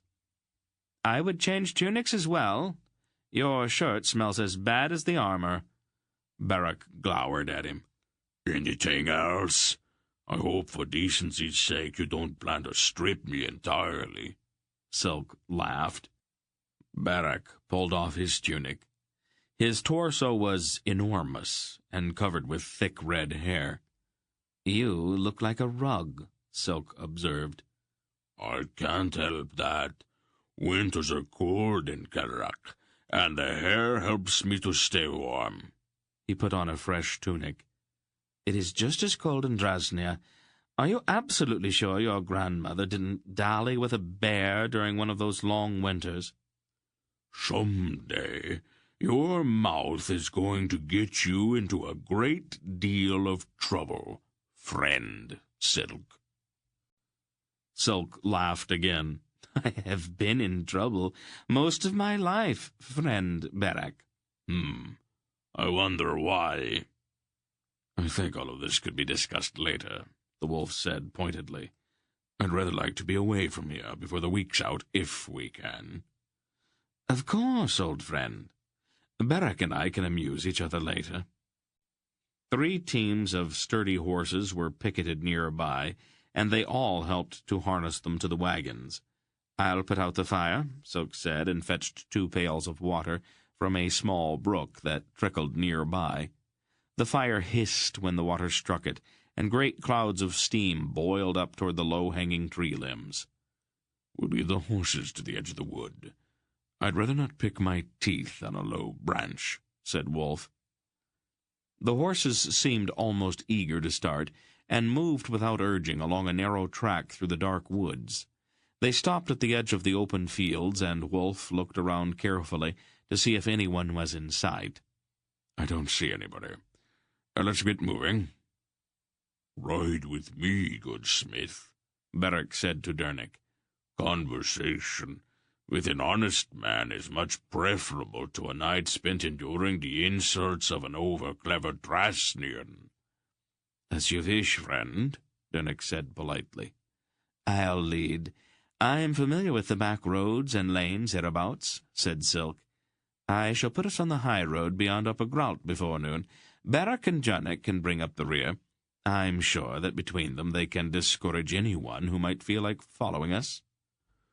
All right, said the wolf, climbing up onto the seat of the middle wagon. He reached down his hand and helped up Aunt Pol. Garion quickly climbed up onto the wagon bed behind them, a trifle nervous that someone might suggest that he ride with Silk. It was all very well for Mr. Wolf to say that the two they had just met were friends, but the fright he had suffered in the wood was still too fresh in his mind to make him quite comfortable with them. The sacks of musty-smelling turnips were lumpy, but Garion soon managed to push and shove a kind of half-reclining seat for himself among them, just behind Aunt Pol and Mr. Wolf. He was sheltered from the wind. Aunt Pol was close, and his cloak, spread over him, kept him warm. He was altogether comfortable, and, despite the excitement of the night's events, he soon drifted into a half-drowse. The dry voice in his mind suggested briefly that he had not behaved too well back in the wood, but it too soon fell silent, and Garion slept. It was the change of sound that woke him. The soft thud of the horses' hoofs on the dirt road became a clatter as they came to the cobblestones of a small village, sleeping in the last chill hours of the autumn night. Garion opened his eyes and looked sleepily at the tall, narrow houses with their tiny windows all dark. A dog barked briefly, then retreated back to his warm place under some stairs. Garion wondered what village it might be, and how many people slept under those steep-peaked tile roofs, unaware of the passage of their 3 wagons. The cobbled street was very narrow, and Garion could almost have reached out and touched the weathered stones of the houses as they passed. And then the nameless village was behind them, and they were back on the road again. The soft sound of the horses' hoofs lured him once more toward sleep. "What if he hasn't passed through Derrin?" Aunt Pol asked Mr. Wolf in a low tone. It occurred to Garion that in all the excitement he had never actually found out exactly what it was that they were seeking. He kept his eyes closed and listened. "Do not start with the what-ifs," said the wolf irritably. "If we sit around saying, 'What if?' we will never do anything." "I was merely asking." "If he has not gone through Derrin, we'll turn south to Muros. He may have joined a caravan there to take the Great North Road to Boktor." "And if he has not gone through Muros?" "Then we go on to Kamar." "And then?" "We will see when we get to Kamar." His tone was final, as if he no longer wished to discuss the matter. Aunt Pol drew in a breath as if she were about to deliver some final retort, but apparently she decided against it, and settled back instead on the wagon seat. To the east, ahead of them, the faint stain of dawn touched the lowering clouds, and they moved on through the tattered, wind-swept end of the long night in their search for something which, though he could not yet even identify it, was so important that Garion's entire life had been uprooted in a single day because of it. Chapter 7. It took them 4 days to reach Derrin on the north coast. The first day went quite well, since, though it was cloudy, and the wind kept blowing, the air was dry and the roads were good. They passed quiet farmsteads, and an occasional farmer bent to his labor in the middle of a field. Inevitably, each man stopped his work to watch them pass. Some waved, some did not. And then there were villages, clusters of tall houses nestled in valleys. As they passed, the children came out and ran after the wagons, shouting with excitement. The villagers watched, idly curious, until it became obvious that the wagons were not going to stop, and then they sniffed and went back to their own concerns. As afternoon of that first day lowered toward evening, Silk led them into a grove of trees at the roadside, and they made preparations for the night. They ate the last of the ham and cheese that Wolf had filched from Faldor's pantry, and then spread their blankets on the ground beneath the wagons. This ends Disc 3. Please change to Disc 4. They ate the last of the ham and cheese that Wolf had filched from Faldor's pantry, and then spread their blankets on the ground beneath the wagons. The ground was hard and cold, but the exciting sense of being on some great adventure helped Garion to endure the discomfort. The next morning, however, it began to rain. It was a fine, misty rain at first, scattering before the wind, but as the morning wore on, It settled into a steady drizzle. The musty smell of the turnips in their wet sacks became stronger, and Garion huddled miserably with his cloak pulled tightly around him. The adventure was growing much less exciting. The road became muddy and slick, and the horses struggled their way up each hill and had to be rested often. On the first day, they had covered 8 leagues. After that, they were lucky to make 5. Aunt Pol became waspish and short-tempered. "This is idiocy," she said to Mr. Wolf about noon of the 3rd day. "Everything is idiocy, if you choose to look at it in the proper light," he replied philosophically. "Why, wagoners? There are faster ways to travel. A wealthy family in a proper carriage, for instance, or imperial messengers on good horses. Either way would have put us in Darin by now." "And left a trail in the memories of all these simple people that we have passed so wide that even a Tull could follow it," the wolf explained. "Brill has long since reported our departure to his employers. Every Murgo in Sindaria is looking for us by now." "Why are we hiding from the Murgos, Mr. Wolf?" Garion asked, hesitant to interrupt, but impelled by curiosity to try to penetrate the mystery behind their flight. "Aren't they just merchants? Like the Tolnedrans and the Drasnians?" "The Murgos have no real interest in trade," the wolf explained. "Nadraks are merchants, but the Murgos are warriors. The Murgos pose as merchants for the same reason that we pose as wagoneers, so that they can move about more or less undetected. If you simply assumed that all Murgos are spies, you would not be too far from the truth." "Haven't you anything better to do than ask all of these questions?" Aunt Pol asked. "Not really," Garion said, and then instantly knew that he had made a mistake. "Good. In the back of Beric's wagon you will find the dirty dishes from the morning's meal. You will also find a bucket. Fetch the bucket and run to that stream ahead for water, and then return to Beric's wagon and wash the dishes." "In cold water? Now, Garion?" Grumbling, he climbed down off of the slowly moving wagon. In the late afternoon of the 4th day, they came over a high hilltop and saw below the city of Darin, and beyond the city the leaden-grey sky. Garion caught his breath. To his eyes, the city looked very large. Its surrounding walls were thick and high, and there were more buildings within those walls than he had seen in all of his life. But it was to the sea that his eyes were drawn. There was a sharp tang to the air. Faint hints of that smell had been coming to him on the wind for the past league or so, but now, inhaling deeply, he breathed in the perfume of the sea for the first time in his life. His spirit soared. "Finally," Aunt Pol said.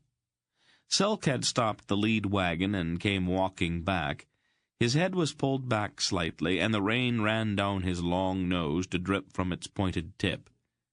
"Do we stop here, or go on down to the city?" "We go to the city," Aunt Pol said. "I am not going to sleep under a wagon when there are inns so close at hand." "Honest wagoners would seek out an inn." "And a warm tap-room," Mr. Wolf agreed. "I might have guessed that." "We have to try to look the part," the wolf shrugged. They went on down the hill, the horses' hooves slipping and sliding as they braced back against the weight of the wagons. At the city gate, 2 watchmen in stained tunics and wearing rust-spotted helmets came out of the tiny watch-house just inside the gate. "What's your business in Darin?" one of them asked Silk. "I am Ambar of Koto," Silk lied pleasantly. "a poor Drasnian merchant hoping to do business in your splendid city." "Splendid," one of the watchmen snorted. "What have you in the wagons, merchant?" the other inquired. "Turnips," Silk said deprecatingly. "My family has been in the spice trade for generations, but I am reduced to peddling turnips." He sighed then.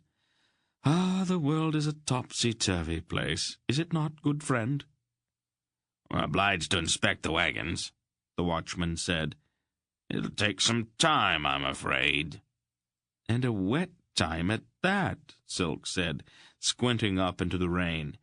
Oh, it would be much more pleasant to devote the time to wetting one's inside in some friendly tavern.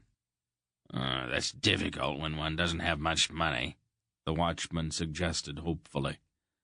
I would be more than pleased if you would accept some small token of friendship from me to aid you in your wetting, Silk offered.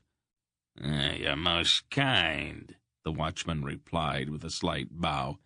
Some coins changed hands, and the wagons moved on into the city uninspected. From the hilltop, Garion had looked quite splendid, but Garion found it much less so as they clattered through the wet streets. The buildings all seemed the same, with a kind of self-important aloofness about them, and the streets were littered and dirty. The salt tang of the sea was tainted here with the smell of dead fish, and the faces of the people hurrying alone were grim and unfriendly. Garion's first excitement began to fade. "Why are the people all so unhappy?" he asked Mr. Wolf. "They have a stern and demanding God," the wolf replied. "Which God is that?" "Money. Money is a worse god than Torak himself." "Don't fill the boy's head with nonsense," Aunt Pol said. "The people aren't really unhappy, Garion. They're just all in a hurry. They have important affairs to attend to, and they are afraid that they shall be late, that's all. I don't think I'd like to live here. Seems like a bleak, unfriendly kind of a place. Sometimes I wish we were all back at Faldor's farm." "There are worse places than Faldor's," Wolf agreed. The inn Silk chose for them was near the docks, and the smell of the sea and the rank detritus of the meeting of the sea and the land was strong here. The inn, however, was a stout building with stables attached and storage sheds for the wagons. Like most inns, the main floor was given over to the kitchen, and the large common room with its rows of tables and large fireplaces. The upper floors provided sleeping chambers for the guests. "It's a suitable place," Silk announced, as he came back out to the wagons after speaking at some length with the innkeeper. "The kitchen seems clean, and I didn't see any bugs when I inspected the sleeping chambers." "I'll inspect it," Aunt Pol said, climbing down from the wagon. "Oh, as you wish, great lady," Silk said with a polite bow. Aunt Pol's inspection took much longer than Silk's, and it was nearly dark when she returned to the courtyard. "Adequate," she sniffed, "but only barely." "It's not as if we plan to settle in for the winter, Pol. At most, we'll only be here for a few days," said Wolf. She ignored that. "I have ordered hot water sent up to our chambers. I will take the boy up and wash him, while you and the others see to the wagons and horses. Come along, Garion." And she turned and went back into the inn. Garion wished fervently that they would all stop referring to him as the boy. He did, after all, he reflected, have a name, and it was not that difficult a name to remember. He was gloomily convinced that even if he lived to have a long gray beard, they would still speak of him as the boy. After the horses and wagons had been attended to, and they had all washed up, they went down again to the common room and dined. The meal certainly did not match up to Aunt Pol's, but it was a welcome change from turnips. Garion was absolutely certain that he would never be able to look a turnip in the face again for the rest of his life. After they had eaten, the men loitered over their ale-pots, and Aunt Pol's face registered her disapproval. "Garion and I are going up to bed now. Try not to fall down too many times when you come up." Wolf, Berach, and Silk laughed at that, but Jernick, Garion thought, looked a bit shamefaced. The next day, Mr. Wolf and Silk left the inn early and were gone all day. Garion had positioned himself in a strategic place in hopes that he might be noticed and asked to go along. but he was not. So when Dernek went down to look after the horses, he accompanied him instead. "Dernek," he said, after they had fed and watered the animals, and the smith was examining their hooves for cuts or stone bruises, "does all this seem strange to you?" Dernek carefully lowered the leg of the patient horse he was checking. "All what, Garion?" he asked, his plain face sober. "Well, everything," Garion said rather vaguely. "This journey, Barak, Silk, Mr. Wolf, Aunt Pol, all of it. They all talk sometimes when they don't think I can hear them. This all seems terribly important, but I can't tell if we're running away from someone or looking for something." "It's confusing to me as well, Garion," Dernek admitted. "Many things aren't what they seem. Not what they seem at all." "Does Aunt Pol seem different to you? What I mean is, they all treat her as if she were a noblewoman or something, and she acts differently, too, now that we're away from Faldor's farm." "Mistress Pol's a great lady," Dernek said. "I've always known that." His voice had that same respectful tone it always had when he spoke of her, and Garion knew that it was useless to try to make Dernek perceive anything unusual about her. "And Mr. Wolf," Garion said, trying another tack, "I always thought he was just an old storyteller." "He doesn't seem to be an ordinary vagabond," Dernek admitted. "I think we've fallen in with important people, Garion, on important business. It's probably better for simple folk such as you and I not to ask too many questions, but to keep our eyes and ears open." "Will you be going back to Faldor's farm when this is all over?" Garion asked carefully. Dernek considered that, looking out across the rain-swept courtyard of the inn. "No," he said finally, in a soft voice. "I'll follow as long as Mistress Pol allows me to." On an impulse, Garion reached out and patted the smith's shoulder. "Everything's going to turn out for the best, Dernek." Dernek sighed. Let's hope so." He turned his attention back to the horses. "Dernek," Garion asked, "did you know my parents?" "No," Dernek said. "The first time I saw you, you were a baby in the Mistress Pol's arms." "What was she like then?" "She seems angry. I don't think I've ever seen anyone quite so angry. She talked with Faldor for a while and went into work in the kitchen. You know Faldor. He never turned anyone away in his whole life. At first she was just a helper, but that didn't last too long. Our old cook was getting fat and lazy, and she finally went off to live with her youngest daughter. After that, Mistress Pol ran the kitchen." "She was a lot younger then, wasn't she?" "No," Dernek said thoughtfully. "Mistress Pol never changes. She looks exactly the same way now as she did that first day." "I'm sure it only seems that way. Everybody gets older." "Not Mistress Pol," Dernek said. That evening, Wolf and his sharp-nosed friend returned, their faces somber. "Nothing," the wolf announced shortly, scratching at his snowy beard. "Well, I might have told you that," Aunt Pol sniffed. Wolf gave her an irritated look and then shrugged. "Well, you had to be certain." The red-bearded giant, Barak, looking up from the mail shirt he was polishing, said, "No trace at all?" "Not a hint. He hasn't gone through here." "Where now, then?" Barak asked, setting his mail shirt aside. "Near us," the wolf said. Barak rose and went to the window. "The rain's slacking, but the roads are going to be difficult." "We won't be able to leave tomorrow anyway," Silk said, lounging on a stool near the door. "I have to dispose of our turnips. If we carry them out of Garion with us, it will seem curious, and we don't want to be remembered by anyone who might have occasion to talk to any wandering Murgo." "I suppose you're right. I hate to lose the time, though.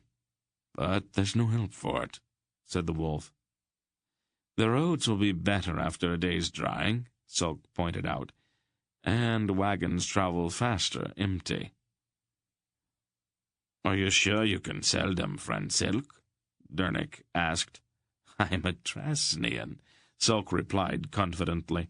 "I can sell anything. We might even make a good profit." "Don't worry about that. The turnips have served their purpose. All we need to do now is to get rid of them." "It is a matter of principle," Sulk said airily. "Besides, if I don't try to strike a hard bargain, that would be remembered, too. Oh, don't be concerned. The business won't take long and won't delay us." "Could I go along with you, Silk?" Garion asked hopefully. "I haven't seen any part of the city except for this inn." Sulk looked inquiringly at Aunt Pol. She considered for a moment. "I don't suppose it would do any harm," she said, "and it will give me time to attend to some things." The next morning after breakfast, Silk and Garion set out with Garion carrying a bag of turnips. The small man seemed to be in extraordinarily good spirits, and his long pointed nose seemed almost to quiver. "The whole point," he said, as they walked along the littered cobblestone streets, "is not to appear too eager to sell, and to know the market, of course." "That sounds reasonable," Garion said politely. "Yesterday I made a few inquiries. Turnips are selling on the docks of Kotu and Drasnia for a Drasnian silver link per hundredweight." "Oh, what?" "It's a Drasnian coin. About the same as a silver imperial. Not quite, but close enough. The merchant will try to buy our turnips for no more than a quarter of that, but he will go as high as half." "How do you know that?" "It's customary." "How many turnips do we have?" Garion asked, stepping around a pile of refuse in the street. 30 hundredweight. "That would be—" Garion's face contorted in an effort to make the complex calculation in his head. 15 imperials, Silk supplied, or 3 gold crowns. "Gold?" Garion asked. Because gold coins were so rare in country dealings, the word seemed to have an almost magic quality. Silk nodded. "It's always preferable. Easier to carry. The weight of silver becomes burdensome." "And how much did we pay for the turnips?" 5 imperials, Silk said. "The farmer gets 5, we get 15, and the merchant gets 30? Garion asked incredulously. "Well, that hardly seems fair." Silk shrugged. "It's the way things are. There's the merchant's house." He pointed at a rather imposing building with broad steps. "When we go in, he will pretend to be very busy and not at all interested in us. Later, while he and I are bargaining, he'll notice you and tell you what a splendid boy you are." "Me?" "Oh, he'll think that you're some relation of mine, a son or nephew, perhaps, and he will think to gain advantage over me by flattering you." "What a strange notion." "I'll tell him many things," Silk went on, talking very rapidly now, his eyes seeming to glitter, and his nose was actually twitching. "Pay no attention to what I say, and don't let any surprise show on your face. He'll be watching us both very closely." "You're going to lie?" "Oh, it's expected." "Oh, he will lie too. The one of us who lies the best will get the better of the bargain." "It all seems terribly involved." "Oh, it's a game," Silk said, his ferret-like face breaking into a grin. "A very exciting game that's played all over the world. Good players get rich, and bad players don't." "Are you a good player?" "Oh, I'm one of the best," Silk replied modestly. "Let's go in." And he led Garion up the broad steps to the merchant's house. The merchant wore an unbelted, fur-trimmed gown of a pale green color and a close-fitting cap. He behaved much as Silk had predicted, sitting before a plain table and leafing through many scraps of parchment, with a busy frown on his face while Silk and Garion waited for him to notice them. "Very well, then," he said finally. "You have business with me?" "We have some turnips," Silk said somewhat deprecatingly. "That's truly unfortunate, friend," the merchant said, assuming a long face. "The wharves at Kotu groan with turnips just now. It'd hardly pay me to take 'em off your hands at any price." Silk shrugged. "Perhaps the Carricks or the Algas, then. Their markets may not yet be as glutted as yours." He turned. "Come along, boy," he said to Garion. "A moment, good friend. I detect from your speech that you and I are countrymen. Perhaps as a favor I'll take a look at your turnips." "Your time's valuable," Silk said. "If you aren't in the market for turnips, why should we trouble you further?" "I might still be able to find a buyer somewhere," the merchant protested, "if the merchandise is of good quality." He took the bag from Garion and opened it. Garion listened with fascination as Silk and the merchant fenced politely with each other, each attempting to gain the advantage. "What a splendid boy this is," the merchant said, suddenly seeming to notice Garion for the first time. "An orphan, placed in my care. I'm attempting to teach him the rudiments of business, but he's slow to learn." "Oh," the merchant said, sounding slightly disappointed. Then Silk made a curious gesture with the fingers of his right hand. The merchant's eyes widened slightly, then he too gestured. After that, Garion had no idea of what was going on. The hands of Silk and the merchant wove intricate designs in the air, sometimes flickering so rapidly that the eye could scarce follow them. Silk's long, slender fingers seemed to dance, and the merchant's eyes were fixed upon them, his forehead breaking into a sweat at the intensity of his concentration. "Done, then?" Silk said finally, breaking the long silence in the room.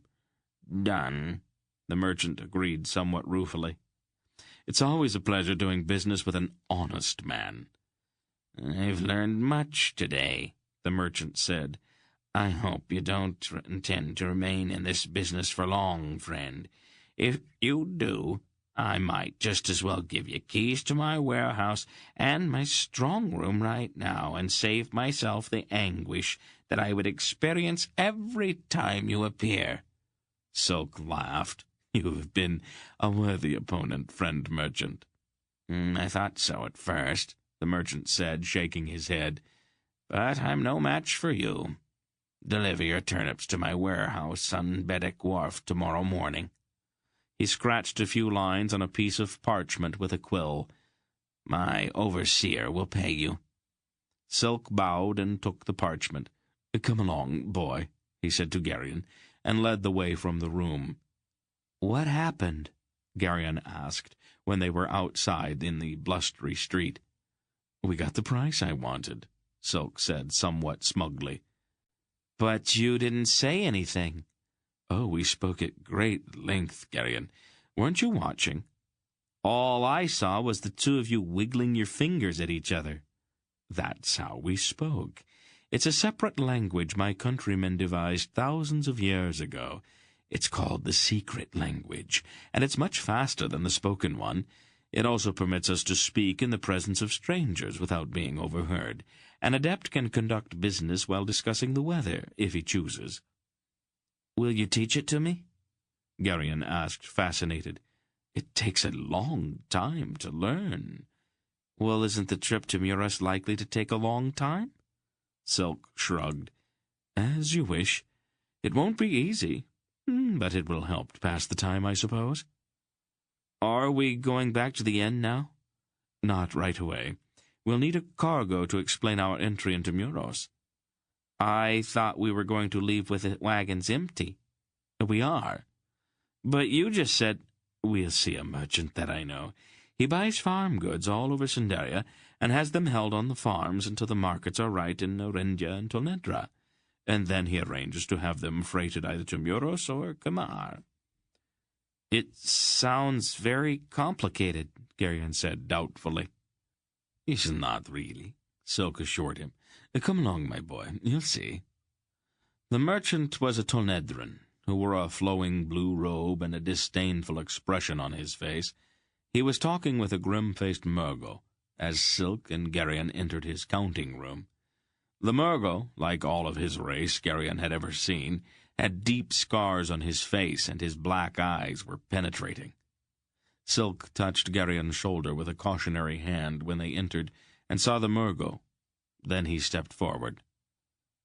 "Forgive me, noble merchant," he said ingratiatingly. "I didn't know you were occupied. My porter and I will wait outside until you have time for us." "My friend and I will be busy for most of the day," the Tonedran said. "Is it something important?" "I was just wondering if you might have a cargo for me," Silk replied. "No," the Tonedran said shortly. "Nothing." He started to turn back to the Murgo, then stopped and looked sharply at Silk. "Aren't you Ambar of Kotu? I thought you dealt in spices." Garion recognized the name Silk had given the watchman at the gates of the city. It was evident that the little man had used the name before. "Alas," Silk sighed, "my last venture lies at the bottom of the sea, just off the hook of Arindia. 2 full shiploads bound for Tolhanath, a sudden storm, and I'm a pauper." "A tragic tale worthy Ambar," the Tonedran master merchant said somewhat smugly. "I'm now reduced to freighting produce," Silk said morosely. "I have 3 rickety wagons, and that's all that's left of the empire of Ambar of Kotu." "Reverses come to us all," the Tonedran said philosophically. "So, this is the famous Ambar of Kotu," the Murgo said, his harshly accented voice quite soft. He looked Silk up and down, his black eyes probing. "It was a fortunate chance that brought me out today. I am enriched by meeting so illustrious a man." Silk bowed politely. "You're too kind, noble sir." "I am Asherak of Rakoska," the Murgo introduced himself. He turned toward the Tonedran. "We can put aside our discussions for a bit, Mingan. We will accrue much honor by assisting so great a merchant to begin recouping his losses." "Oh, you're too kind, worthy Asherak," Silk said, bowing again. Garion's mind was shrieking all kinds of warnings, but the Murgo's sharp eyes made it impossible for him to make the slightest gesture to Silk. He kept his face impassive and his eyes dull, even as his thoughts raced. "I'd gladly help you, my friend, but I have no cargo in Darin at the moment." "I'm already committed from Darin to Medalia," Silk said quickly. 3 wagon loads of Kerek iron, and I also have a contract to move furs from Muros to Kamar.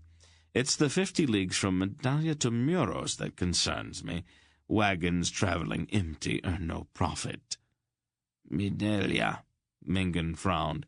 "Let me examine my records. It seems to me that I do have something there." He stepped out of the room.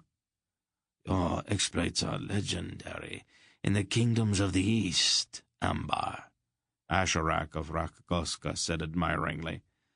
"When last I left Tolmurgos, there was still a kingly price on your head." Silk laughed easily. "A minor misunderstanding, Asherak.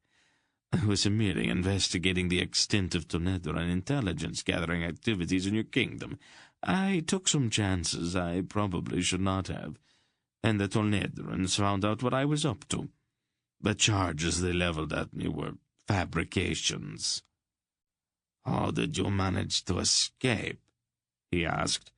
"The soldiers of King Taur Urgas nearly dismantled the kingdom searching for you."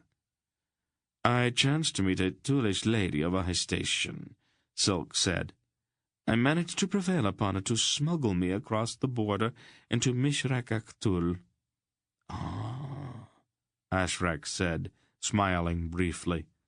"Foolish ladies are notoriously easy to prevail upon." "Oh, but most demanding. They expect full repayment for any favors," Silk said. "I found it more difficult to escape from her than I did from Tholmurgos." "Do you still perform such services for your government?" Asherak asked casually. "They won't even talk to me," Silk said with a gloomy expression. "Ambar the spice merchant is useful to them, but Ambar the poor wagoner is quite another thing." "Of course," Asherak said, and his tone indicated that he obviously did not believe what he had been told. He glanced briefly, and without seeming interest, at Garion, and Garion felt a strange shock of recognition.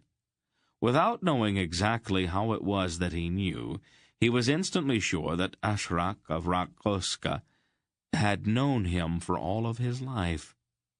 There was a familiarity in that glance, a familiarity that had grown out of the dozen times or more that their eyes had met while Garion was growing up, and Asherak, muffled always in a black cloak and astride a black horse, had stopped and watched, and then moved on. Garion returned the gaze without expression, and the faintest hint of a smile flickered across Asherak's scarred face. Mingan returned to the room then. "We have some hams on a farm near Medallion. When do you expect to arrive in Muros?" 20 days. Mingan nodded. "I'll give you a contract to move my hams to Muros. 7 silver nobles per wagon load." 2 Nedran nobles or Sundarian?" Silk asked quickly. "This is Sindaria worthy Ambar." "And we are citizens of the world, noble merchant. Transactions between us have always been in Tolnedran coin." Mingan sighed. "You were ever quick, worthy Ambar. Very well, Tolnedran nobles, because we are old friends, and I grieve for your misfortunes. Perhaps we will meet again, Ambar," Asherak said. "Perhaps," Silk said, and he and Garion left the counting room. "Skinflint," Silk muttered when they reached the street. "Rate should have been 10, not 7. "What about the Murgo?" Garion asked. Once again there was the familiar reluctance to reveal too much about the strange, unspoken link that had existed between him and the figure that now at least had a name. Silk shrugged. "He knows I'm up to something, but he doesn't know exactly what. Just as I know that he is up to something. I've had dozens of meetings like that. Unless our purposes happen to collide, we won't interfere with each other. Asherak and I are both professionals." "You're a very strange person, Silk." Silk winked at Garion. "Why were you and Mingan arguing about the coins?" "The Nedran coins are a bit purer. They are worth more." "I see," said Garion. The next morning they all mounted the wagons again and delivered their turnips to the warehouse of the Drasnian merchant.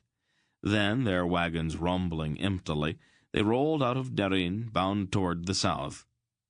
The rain had ceased, but the morning was overcast and blustery. On the hill outside town, Silk turned to Garion, who rode beside him. "Very well. Let's begin." He moved his fingers in front of Garion's face. "This means good morning." Chapter 8.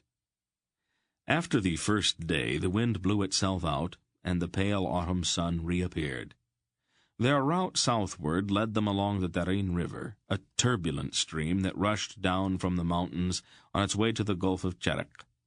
The country was hilly and timbered, but since the wagons were empty, their horses made good time. Garion paid scant attention to the scenery as they trundled up the valley of the Darin. His attention was riveted almost totally on Silk's flickering fingers. "Don't shout," Silk instructed, as Garion practiced. "Shout?" Garion asked, puzzled. Keep the gestures small. Don't exaggerate them. The idea is to make the whole business inconspicuous.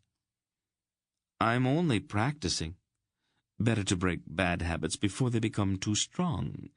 And be careful not to mumble. Mumble? Form each phrase precisely. Finish one before you go on to the next. Don't worry about speed. That comes with time. By the third day, their conversations were half in words and half in gestures, and Garion was beginning to feel quite proud of himself. They pulled off the road into a grove of tall cedars that evening, and formed up their usual half-circle with the wagons. "How goes the instruction?"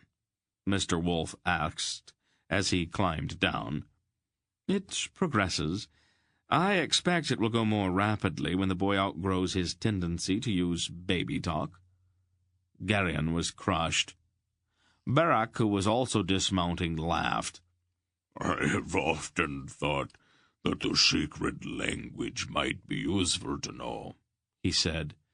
"But fingers built to grip a sword are not nimble enough for it." He held out his huge hand and shook his head. Jernick lifted his face and sniffed at the air. "It's going to be cold tonight. We'll have frost before morning." Barak also sniffed and then nodded. "You're right, Jernick. We'll need a good fire tonight." He reached into the wagon and lifted out his axe. "There are riders coming," Aunt Pol announced, still seated on the wagon. They all stopped talking and listened to the faint drumming sound on the road that they had just left. "3 at least," Barak said grimly. He handed the axe to Jernick and reached back into the wagon for his sword. "4," Silk said. He stepped to his own wagon and took his own sword out from under the seat. "We are far enough from the road," the wolf said. "If we stay still, they will pass without seeing us." "They won't hide us from Grolums," Aunt Pol said. "They won't be searching with their eyes." She made 2 quick gestures to Wolf, which Garion did not recognize. "No," Wolf gestured back. "Let us instead." He also made an unrecognizable gesture. Aunt Pol looked at him for a moment and then nodded.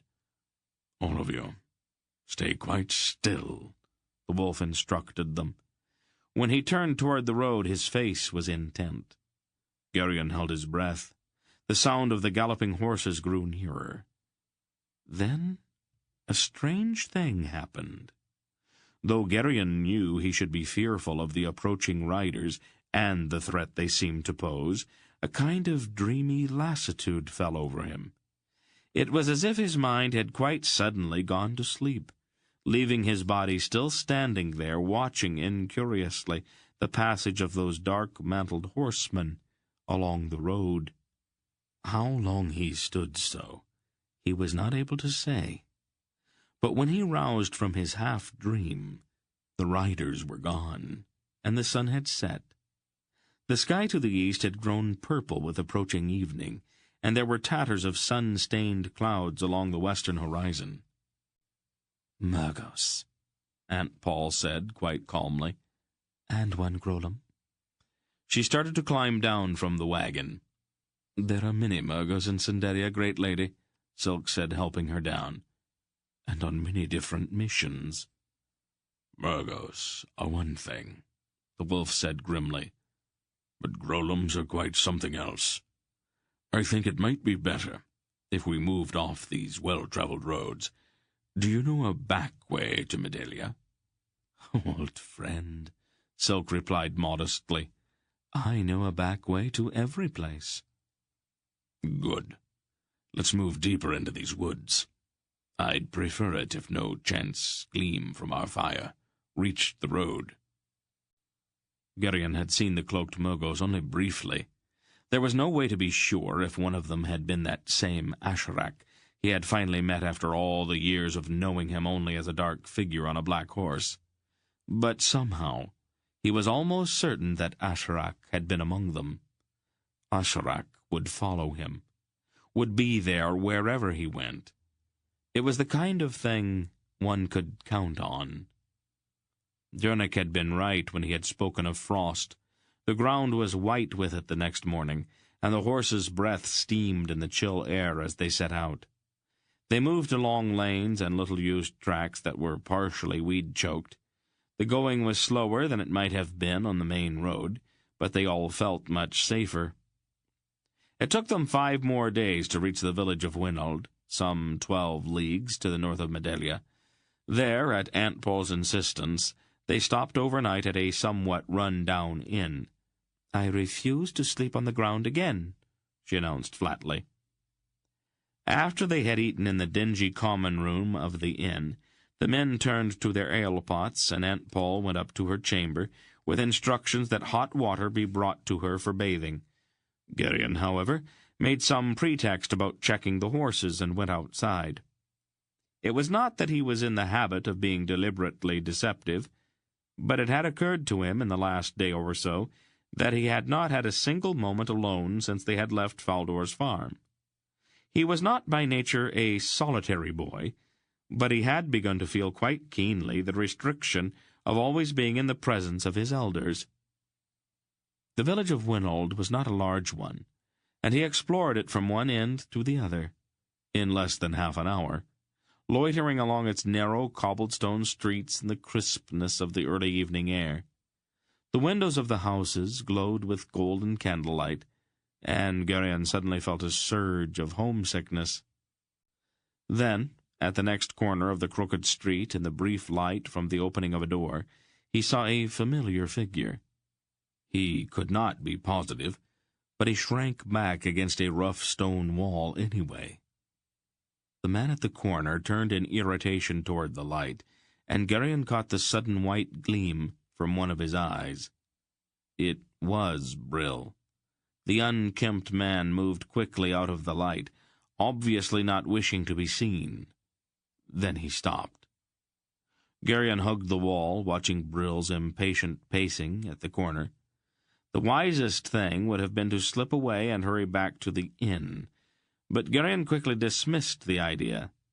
He was safe enough here in the deep shadows beside the wall, and he was too caught up by curiosity to leave without seeing exactly what Brill was doing here.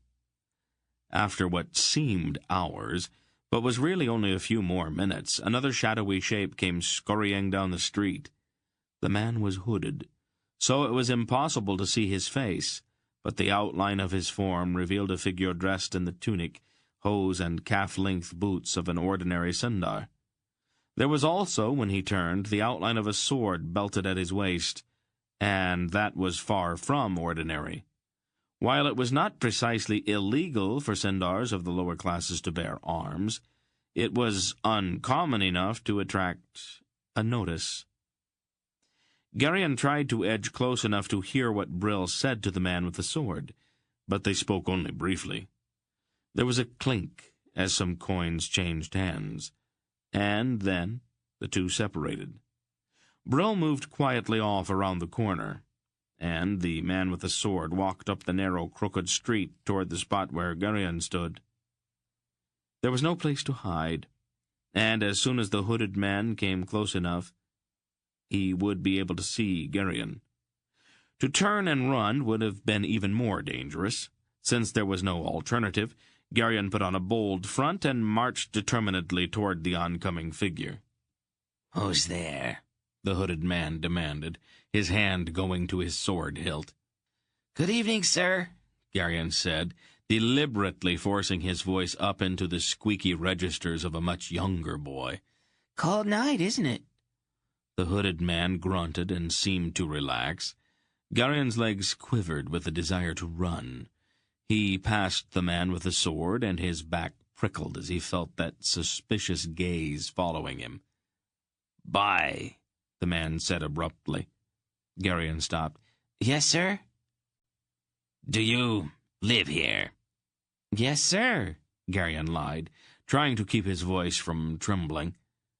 "Is there a tavern hereabouts?" Garion had just explored the town, and he spoke confidently. "Yes, sir. You go on up this street to the next corner and turn to your left. There are torches out front. You can't miss it."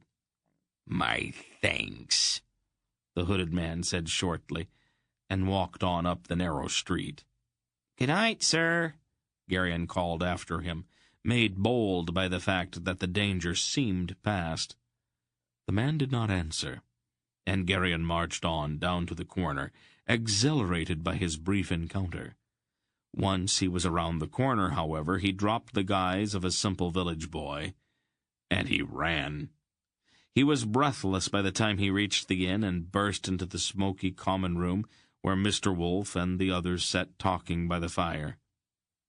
At the last instant, realizing that to blurt out his news in the common room, where others might overhear, would be a mistake, he forced himself to walk calmly to where his friends sat. He stood in front of the fire as if warming himself, and spoke in a low tone. "I just saw Brill in the village." "Brill?" Silk asked. "Who is Brill?" Wolf frowned. "A farmhand, with too much Angarac gold in his purse to be entirely honest." Quickly, he told Silk and Barak about the adventure in Faldor's stable. "You should have killed him," Barak rumbled. "This is not Karak," Wolf said. "Sindars are touchy about casual killings." He turned to Garion. "Did he see you?" "No," Garion said. "I saw him first and hid in the dark. He met another man and gave him some money, I think. The other man had a sword." Briefly he described the whole incident. "This changes things. I think we'll leave here earlier in the morning than we had planned." "It wouldn't be hard to make Brill lose interest in us," Dernick said. "I could probably find him and hit him on the head a few times." "Tempting," the wolf grinned, "but I think it might be better just to slip out of town early tomorrow and leave him with no notion that we've ever been here. We don't really have time to start fighting with everyone that we run across." "I'd like a closer look at this sword-carrying Sindar, however," Silk said, rising. "If it turns out that he's following us, I'd rather know what he looks like. I don't like being followed by strangers." "Discreetly," the wolf cautioned. Silk laughed. "Have you ever known me to be otherwise? Oh, this won't take long. Where did you say that tavern was, Garion?" Garion gave him directions. Silk nodded, his eyes bright and his long nose twitching. He turned, went quickly across the smoky common room and out into the chill night. "I wonder," Barak considered, "if we are being followed this closely. Wouldn't it be better to discard the wagons and this tiresome disguise, buy good horses, and simply make straight for Muros at a gallop?" Wolf shook his head. "I don't think. The Murgers are all that certain where we are. Brill could be here for some other dishonesty, and we would be foolish to start running from shadows. It is better just to move on quietly. Even if Brill's still working for the Murgos, I would rather just slip away and leave them all beating the bushes here in central Sandaria."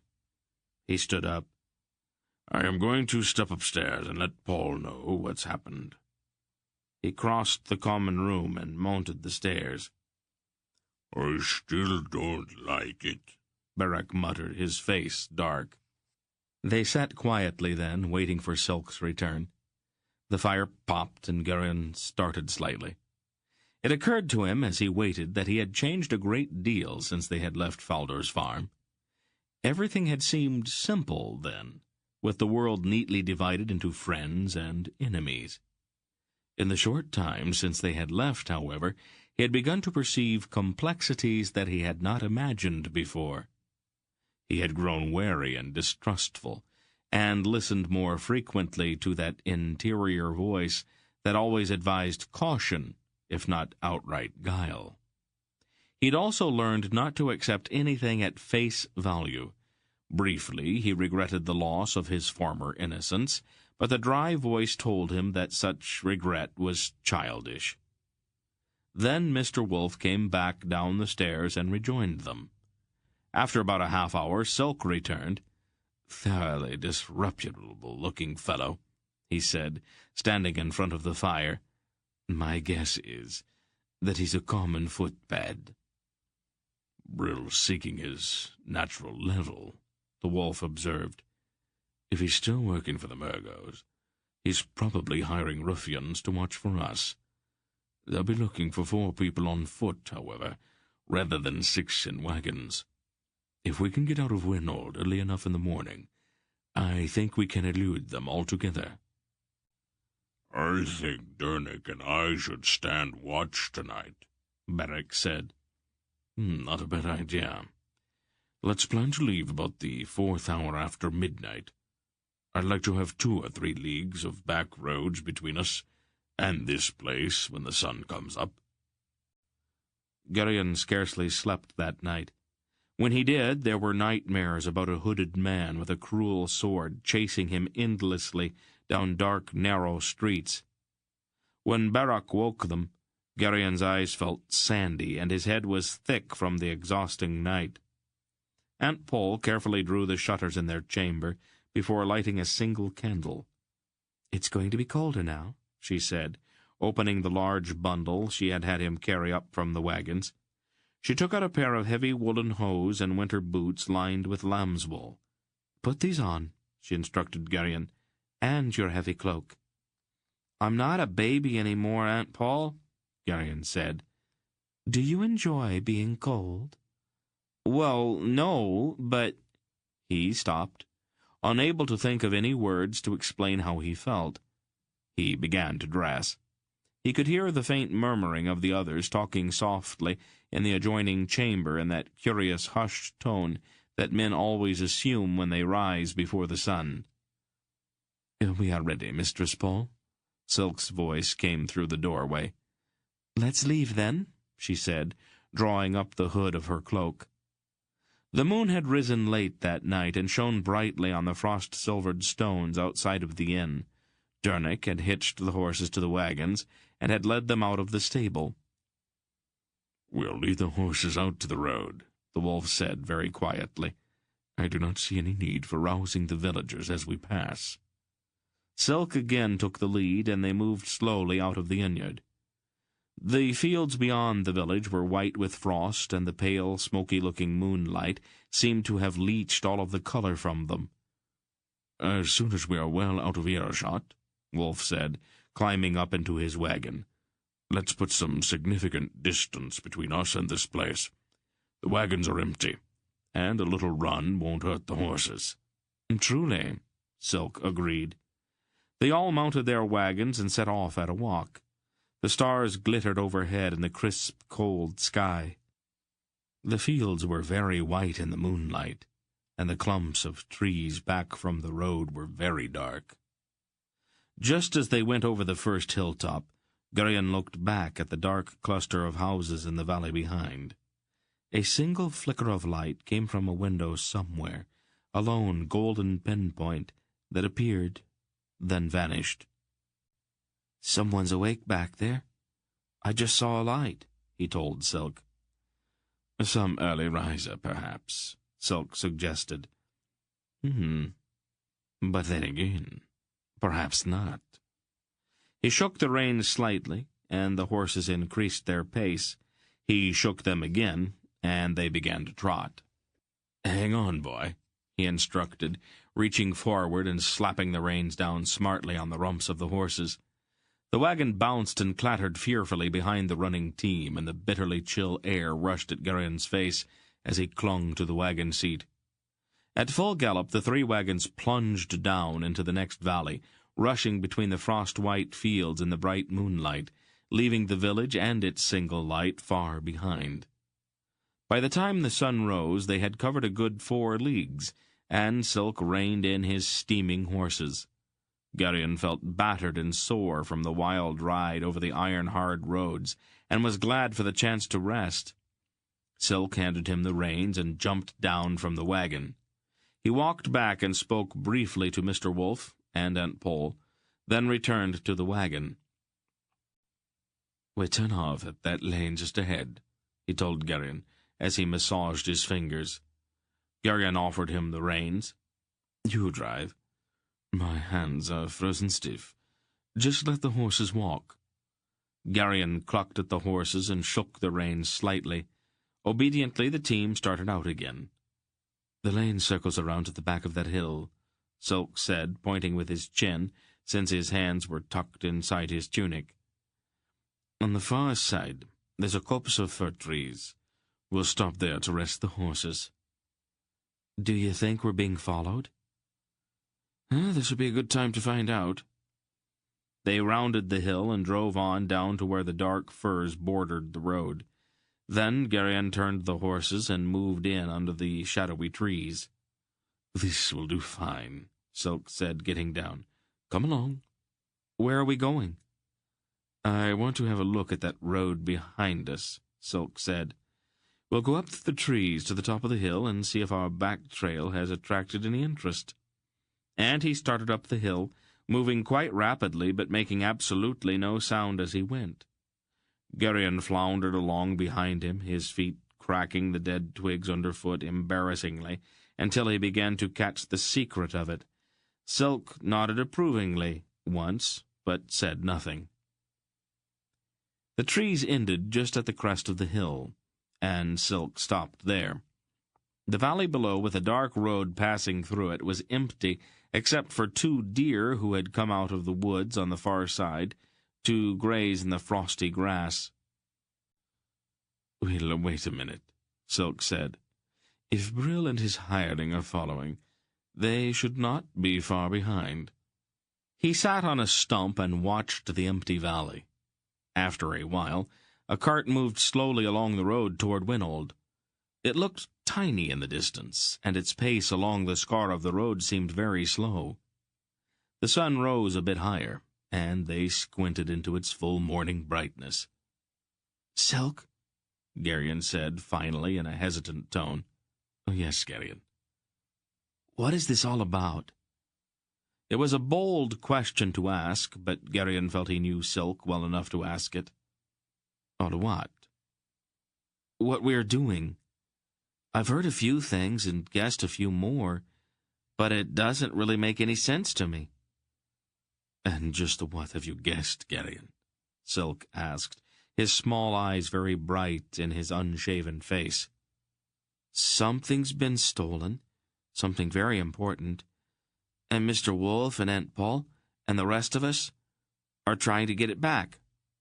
All right, Silk said. That much is true.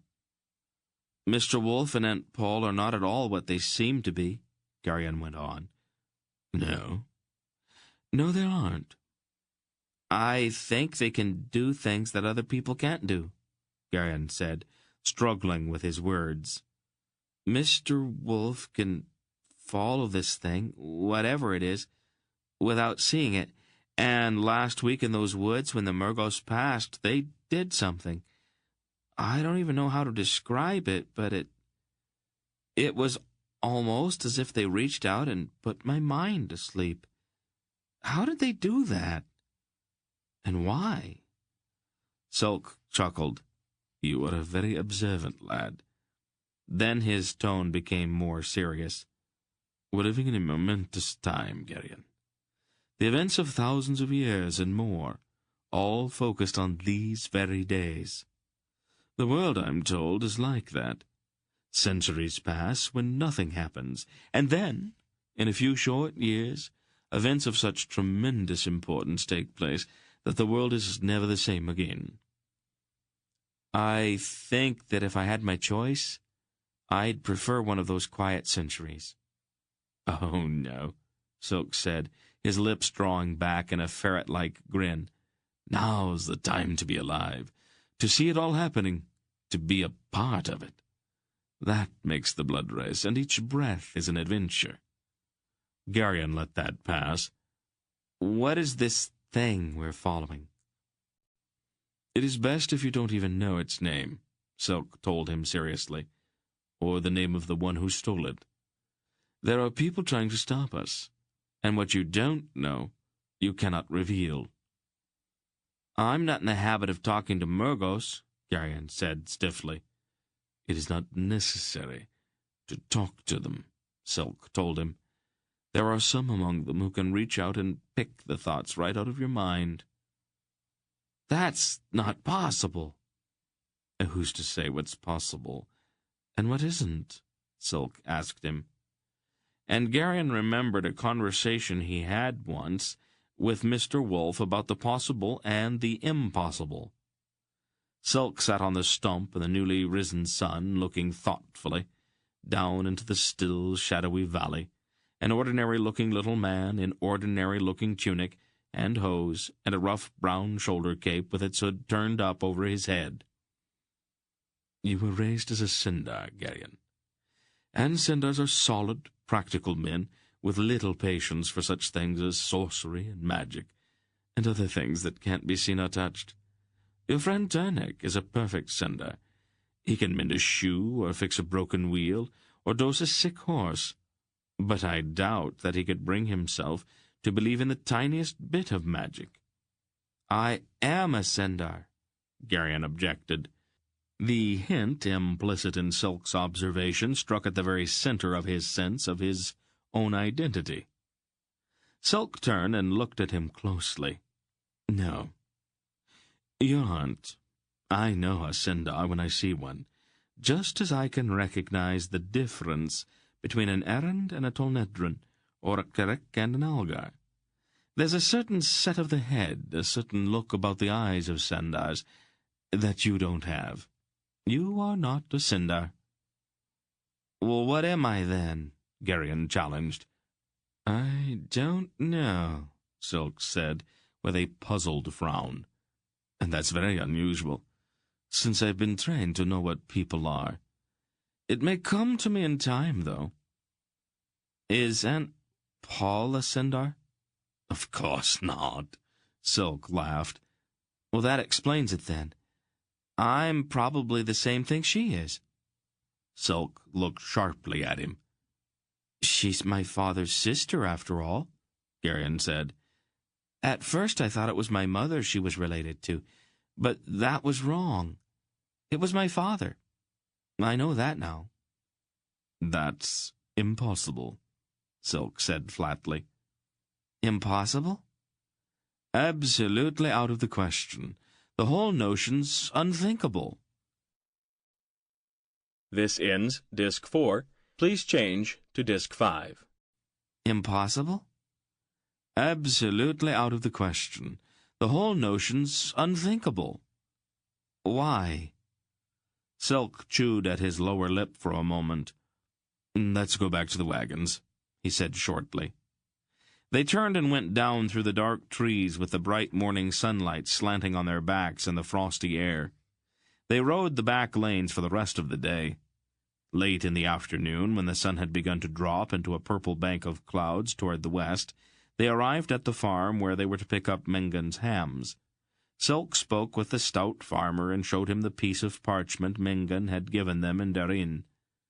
"I'll be glad to get rid of 'em," the farmer said. "You've been occupying storage space that I sorely need."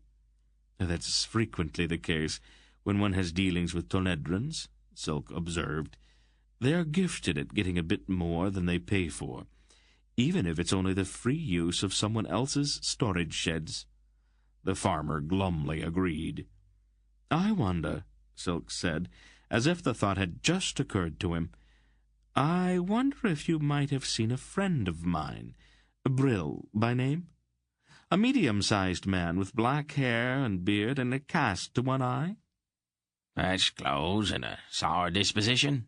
the stout farmer asked. "Yes, that's him." He's been about the area, looking, or so he said, for an old man and a woman and a boy. Said that they stole some things from his master, and that he'd been sent to find them." "How long ago was that?" "A week or so." "Oh, I'm sorry to have missed him. I wish I had the leisure to look him up." "I can't think for my life why," the farmer said bluntly. "To be honest with you, I don't much care for your friend." "Oh, I'm not over-fond of him myself, but the truth is that he owes me some money. I could quite easily do without Brittle's companionship, but I am lonesome for the money, if you take my meaning." The farmer laughed. I'd take it as a kindness if you happen to forget that I asked after him. He'll likely be hard enough to find, even if he isn't warned that I am looking for him." "You can depend on my discretion," the stout man said, still laughing. "I'm got in a loft where you and your wagoners can put up for night. I'd take it kindly if you'd sup with my workers in the dining hall over there." "Well, my thanks to you," Silk said, bowing slightly. "The ground's cold. It's been some time since we've eaten anything but the rough fare of the road." "You wagoners lead adventuresome lives," the stout man said almost enviously. "Free as birds, always a new horizon just beyond next hilltop." "It is much overrated," Silk told him. "And winter's a thin time for birds and wagoners both." The farmer laughed again, clapping Silk on the shoulder and then showing him where to put up the horses. The food in the stout farmer's dining hall was plain, but there was plenty, and the loft was a bit draughty, but the hay was soft. Garion slept soundly. The farm was not Faldor's, but it was familiar enough, and there was that comforting sense of having walls about him again that made him feel secure. The following morning, after a solid breakfast, they loaded the wagons with the Tonedran salt-crusted hams and bade the farmer a friendly goodbye.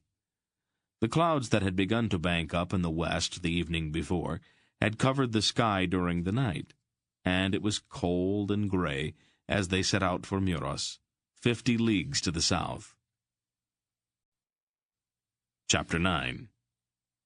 The almost 2 weeks it took them to reach Muros were the most uncomfortable Garion had ever spent. Their route skirted the edge of the foothills through rolling and sparsely settled country, and the sky hung gray and cold overhead. There were occasional spits of snow, and the mountains loomed black against the skyline to the east.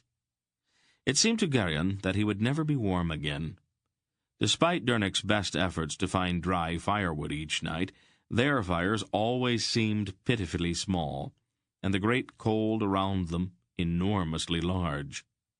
The ground upon which they slept was always frozen, and the chill seemed actually to seep into Garion's bones. His education in the Dresnian secret language continued, and he became, if not adept, at least competent by the time they passed Lake Kamar, and began the long downhill grade that led to Muros. The city of Muros, in south-central Sindaria, was a sprawling, unattractive place that had been, since time immemorial, the site of a great annual fair. Each year in late summer, Algar horsemen drove vast cattle herds through the mountains along the great north road to Muros, where cattle buyers from all over the west gathered to await their coming. Huge sums changed hands, and because the Algar clansmen also commonly made their yearly purchases of useful and ornamental articles at that time, merchants from as far away as Naissa in the remote south gathered to offer their wares. A large plain which lay to the east of the city was given over entirely to the cattle pens that stretched for miles, but were still inadequate to contain the herds which arrived at the height of the season. Beyond the pens, to the east, lay the more or less permanent encampment of the Algars. It was to this city, one mid-morning, at the tag end of the fair, when the cattle pens were nearly empty and most of the Algars had departed, and only the most desperate merchants remained, that Silk led the 3 wagons laden with the hams of Mengen the Tonedran. The delivery of the hams took place without incident, and the wagons soon drew into an inn-yard near the northern outskirts of the city. "This is a respectable inn, great lady," Silk assured Aunt Pol as he helped her down from the wagon. "I have stopped here before." "Oh, let us hope so," she said. "The inns of Muros have an unsavory reputation." "Those particular inns lie along the eastern edge of the town," Silk assured her delicately. "I know them well." "I'm certain you do," she said, with an arched eyebrow. "My profession sometimes requires me to seek out places I might otherwise prefer to avoid." The inn, Garion noted, was surprisingly clean, and its guests seemed for the most part to be Sendarian merchants. "I thought there'd be many different kinds of people here in Muros," he said, as he and Silk carried their bundles up to the chambers on the second floor. "There are," Silk said, "but each group tends to remain aloof from the others. The Tolnedrans gather in one part of the town, the Drasnians in another, the Nyasans in yet another. The Earl of Muros prefers it that way. Tempers sometimes flare in the heat of the day's business, and it's best not to have natural enemies housed under the same roof." Garion nodded. "You know," he said, as they entered the chambers they had taken for their stay in Muros, "I don't think I've ever seen a Nyasan." "You're lucky," Silk said with distaste. "They are an unpleasant race." "Are they like the Murgos?" "No," Silk said. "The Nyasans worship Issa, the snake god, and it's considered seemly among them to adopt the mannerisms of the serpent. I don't find it at all attractive myself. Besides, the Nyasans murdered the Raven King, and all Alons have disliked them since then." "The Ravens don't have a king," Garion objected. "Not anymore," Silk said. "They did once, though, until Queen Selmisra decided to have him murdered." "When was that?" Garion asked, fascinated. 1,300 years ago," Silk said, as if it had only been yesterday. "Isn't that sort of a long time to hold a grudge?" "Some things are unforgivable," Silk said shortly. Since there was still a good part of the day left, Silk and Wolf left the inn that afternoon to search the streets of Muros for those strange, lingering traces that Wolf could apparently see or feel, and which would tell him whether the object they sought had passed this way. Garion sat near the fire in the chamber he shared with Aunt Pol, trying to bake the chill out of his feet. Aunt Pol also sat by the fire, mending one of his tunics, her shining needle flickering in and out of the fabric. "Who was the Raven King, Aunt Pol?" She stopped sewing. "Why do you ask?" "Silk was telling me about Nyasans. He told me that their queen murdered the Raven King." "Why would she do that?" "You're full of questions today, aren't you?" she asked him, her needle moving again. "Well, Silk and I talk about a lot of things as we ride along," Garion said, pushing his feet even closer to the fire. "Don't burn your shoes." "Silk says that I'm not a Sendar. He says that he doesn't know what I am, but that I'm not a Sendar." "Silk talks too much," Aunt Pol observed. "Well, you never tell me anything, Aunt Pol," he said in irritation. "I tell you everything that you need to know," she said calmly. "Right now it is not necessary for you to know anything about Raven Kings or Nyasan Queens." "All you want to do is to keep me an ignorant child," Garion said petulantly. "I'm almost a man, and I don't even know what I am, or who." "I know who you are," she said, not looking up. "Well, who am I, then?" "You are a young man who's about to catch his shoes on fire." He jerked his feet back quickly. "You didn't answer me." "That's right," she said in that infuriatingly calm voice. "Well, why not?" "It's not necessary for you to know yet. When it is time, I will tell you, but not until." "But that's not fair." "The world's full of injustice. Now, since you are feeling so manly, why don't you fetch some more firewood? That will give you something useful to think about." He glared at her and stamped across the room. "Garion," she said. "What?" "Don't even think about slamming the door." That evening, when Wolf and Silk returned, the usually cheerful old man seemed impatient and irritable. He sat down at the table in the common room of the inn and stared moodily at the fire. "I don't think it passed this way," he said finally. "There are a few places left to try. but I'm almost certain that it hasn't been here." "Then we go on to Kamar." Barak rumbled, his thick fingers combing his bristling beard. "We must," Wolf said. "Most likely we should have gone there first."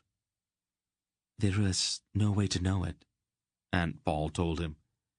"Why would he go to Kamar if he's trying to carry it to the Angarak kingdoms?" "I can't even be certain where he's going. Maybe he wants to keep the thing for himself. He has always coveted it." Wolf stared into the fire again. "We're going to need some kind of freight for the trip to Kamar," Silk said. Wolf shook his head. "It slows us too much. It's not unusual for wagons to return to Kamar from Muros without freight, and it's reaching the point where we'll have to gamble our disguise for the sake of speed. It's 40 leagues to Kamar, and the weather is turning bad. A heavy snowstorm could stop the wagons entirely, and I don't have time to spend the whole winter mired down in a snowbank." Dernick dropped his knife suddenly and started to scramble to his feet. "What's amiss?" Barak asked quickly. "I just saw Brill," Dernick said. "He was in that doorway." "Are you sure?" "I know him," Dernick said grimly. "It was Brill, all right." Silk pounded his fist down on the table. "Idiot!" he accused himself. "I underestimated the man." "That doesn't matter now," Mr. Wolf said, and there was almost a kind of relief in his voice. "Our disguise is useless now. I think it's time for speed." "I'll go see to the wagons," Dernick said. "No, the wagons are too slow. We'll go to the camp of the Algars and buy good horses." He stood up quickly. "What are the wagons?" Dernick persisted. "Forget them. They're only a hindrance now. We'll ride the wagon horses to the camp of the Algars and take only what we can conveniently carry. Let's get ready to leave immediately. Meet me in the inn yard as soon as you can." He went quickly to the door and out into the cold night. It was only a few minutes later that they all met near the door to the stable in the cobblestoned inn-yard, each carrying a small bundle. Hulking Barak jingled as he walked, and Garion could smell the oiled steel of his mail shirt. A few flakes of snow drifted down through the frosty air, settling like tiny feathers on the frozen ground. Dernick was the last to join them. He came breathlessly out of the inn and pressed a small handful of coins upon Mr. Wolf. "It's the best I could do," he apologized. "Scarce half the worth of the wagons. But the innkeeper sensed my haste and bargained meanly." He shrugged then. "At least we're rid of them. It's not good to leave things of value behind. They nag at the mind and distract one from the business at hand." Silk laughed. "Dernick, you are the absolute soul of a cinder." "One must follow one's nature," Dernick said. "Thank you, my friend," Wolf said gravely, dropping the coins into his purse. "Let's lead the horses. Galloping through these narrow streets at night would only attract attention." "I'll lead," Barak announced, drawing his sword. "If there's any trouble, I am best equipped to deal with it." "I'll walk alongside you, friend Barak," Dernick said, hefting a stout cudgel of firewood. Barak nodded, his eyes grimly bright, and led his horse out through the gate with Dernick closely at his side. Taking his lead from Dernick, Garion paused momentarily as he passed the woodpile and selected a good oak stick. It had a comforting weight, and he swung it a few times to get the feel of it. Then he saw Aunt Pol watching him, and he hurried on without any further display. The streets through which they passed were narrow and dark, and the snow had begun to fall a bit more heavily now, settling almost lazily through the dead, calm air. The horses, made skittish by the snow, seemed to be fearful and crowded close to those who led them. When the attack came, it was unexpected and swift. There was a sudden rush of footsteps and the sharp ring of steel on steel as Barak fended off the first blow with his sword. Garion could see only the shadowy figures outlined against the falling snow, and then, as once before, when in his boyhood he had struck down his friend Runderig in mock battle, his ears began to ring. His blood surged boilingly in his veins as he leaped into the fight, ignoring the single cry from Aunt Pol. He received a smart rap on the shoulder, whirled, and struck with his stick. He was rewarded with a muffled grunt. He struck again, and then again, swinging his club at those parts of his shadowy enemy which he instinctively knew were most sensitive. The main fight, however, surged around Beric and Dernick. The ring of Beric's sword and the thump of Dernick's cudgel resounded in the narrow street, along with the groans of their assailants.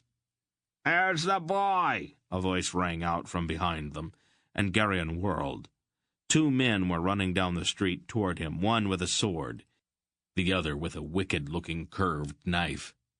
Knowing it was hopeless, Garion raised his club, but Silk was there.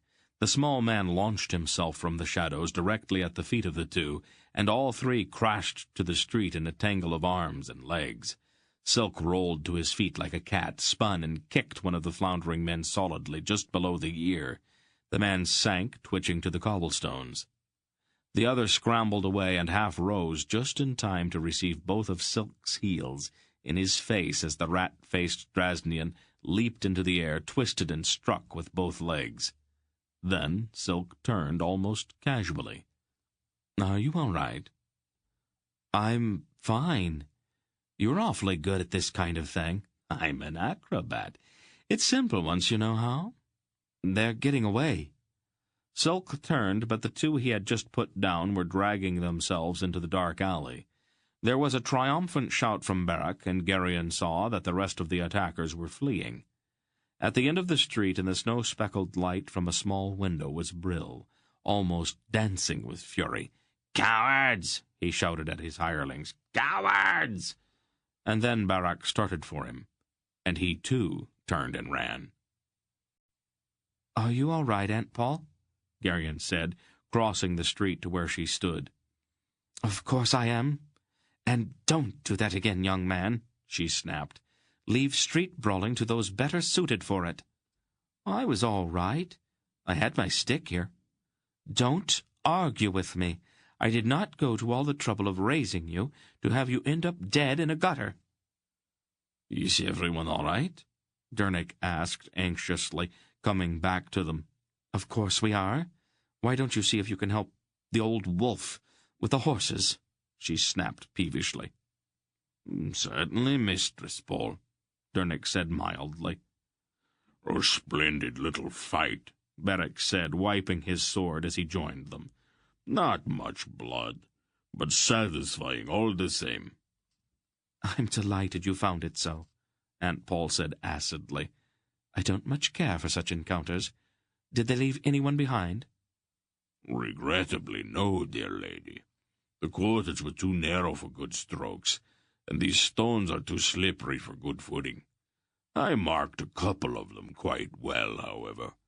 We managed to break a few bones and dent a head or 2. As a group, they were much better at running than at fighting." Silk came back from the alley where he had pursued the 2 who had tried to attack Garion. His eyes were bright and his grin was vicious. "Invigorating," he said, and then laughed for no apparent reason. Wolf and Dernick had managed to calm their wild-eyed horses and lead them back to where Garion and the others stood. "Is anyone hurt?" Wolf demanded. "We are all intact," Beric rumbled. "The business was hardly worth drawing a sword for." Garion's mind was racing. In his excitement, he spoke without stopping to consider the fact that it might be wiser to think the whole thing through first. "How did Brill know we were in Muros?" he asked. Silk looked at him sharply, his eyes narrowing. "Perhaps he followed us from Winold." "But we stopped and looked back. He wasn't following when we left," said Garion, "and we've kept a watch behind us every day." Silk frowned. "Go on, Garion." "I think he knew where we were going," Garion blurted, struggling against a strange compulsion not to speak what his mind saw clearly now. "And what else do you think?" Wolf asked. Somebody told him. Somebody who knew we were coming here. Mingan knew, Silk said. But Mingan's a merchant, and he wouldn't talk about his dealings to somebody like Brill. But Asherak the Murgo was in Mingan's counting room when Mingan hired us. The compulsion was so strong now that Garion's tongue felt stiff. Silk shrugged. Why should it concern him? Asherak didn't know who we were. But what if he did? Garion struggled. What if he isn't just an ordinary Murgo, but one of those others? Like the one who was with those ones who passed us a couple of days after we left Darain. A Grolum? Silk said, and his eyes widened. Yes. I suppose that if Asherak's a Grolum, he'd have known who we are and what we're doing. And what if the Grolum who passed us that day was Asherak? Garion fought to say it. What if he wasn't really looking for us, but just coming south to find Brill and send him here to wait for us? Silk looked very hard at Garion. Very good, he said softly. Very, very good. He glanced at Aunt Pol. My compliments, Mistress Pol. You have raised a rare boy here. What did this Asherak look like? Wolf asked quickly. Murgo, Silk shrugged. He said he was from Rakgoska. I took him to be an ordinary spy on some business that did not concern us. My mind seems to have gone to sleep. It happens when one deals with Grolums, Wolf told him. Someone's watching us, Dernick said quietly, from that window up there. Garion looked up quickly and saw a dark shape at a second-story window, outlined by a dim light. The shape was hauntingly familiar. Mr. Wolf did not look up, but his face turned blank as if he were looking inward, or his mind were searching for something. Then he drew himself up and looked at the figure in the window, his eyes blazing. A Grolum, he said shortly. A dead one, perhaps, Silk said. He reached inside his tunic and drew out a long, needle-pointed dirk. He took 2 quick steps away from the house where the Grolum stood watching, spun, and threw the dirk with a smooth overhand cast. The dirk crashed through the window. There was a muffled shout, and the light went out. Garion felt a strange pang in his left arm. Mocked him, Silk said with a grin. Good throw, Beric said admiringly. One has picked up certain skills, Silk said modestly. If it was Asherak, I owed him that for deceiving me in Mingan's counting room. At least it will give him something to think about, Wolf said. There's no point in trying to creep through town now. They know we're here. Let's mount then and ride. He climbed onto his horse and led the way down the street at a quick walk. The compulsion was gone now, and Garion wanted to tell them about Asherak, but there was no chance for that as they rode. Once they reached the outskirts of the city, they nudged their horses into a fast canter. The snow was falling more seriously now, and the hoof-churned ground in the vast cattle pens was already faintly dusted with white. It's going to be a cold night, Silk shouted as they rode. We could always go back to Muros, Beric suggested. Another scuffle or 2 might warm your blood. Silk laughed and put his heels to his horse again. The encampment of the Algas was 3 leagues to the east of Muros. It was a large area surrounded by a stout palisade of poles set in the ground. The snow by now was falling thickly enough to make the camp look hazy and indistinct. The gate, flanked by hissing torches, was guarded by 2 fierce-looking warriors in leather leggings, snow-dusted jerkins of the same material, and pot-shaped steel helmets. The points of their lances glittered in the torchlight. "Halt!" one of the warriors commanded, leveling his lance at Mr. Wolf. "What business have you here this time of night?" I have urgent need of speaking with your herdmaster, Wolf replied politely. May I step down? The two guards spoke together briefly. You may come down, one of them said. Your companions, however, must withdraw somewhat, but not beyond the light. Algars, Silk muttered under his breath. Always suspicious. Mr. Wolf climbed down from the horse, and, throwing back his hood, approached the two guards through the snow. Then a strange thing happened. The elder of the two guards stared at Mr. Wolf, taking in his silver hair and beard. His eyes suddenly opened very wide. He quickly muttered something to his companion, and the two men bowed deeply to Wolf. There isn't time for that, Wolf said with annoyance. Convey me to your herdmaster. At once, Ancient One, the elder guard said quickly, and hurried to the open gate. What was that about?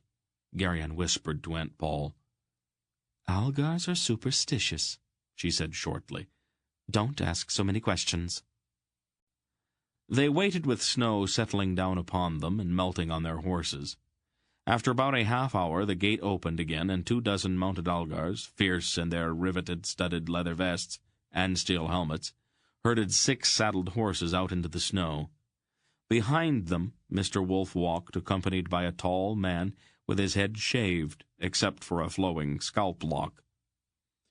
You have honored our camp by your visit, Ancient One, and I wish you all speed on your journey. I have little fear of being delayed with Algar horses under us, Wolf replied. My riders will accompany you along a route they know, which will put you on the far side of Muros within a few hours, the tall man said. They will then linger for a time, to be certain that you are not followed. I cannot express my gratitude, noble herdmaster, Wolf said, bowing.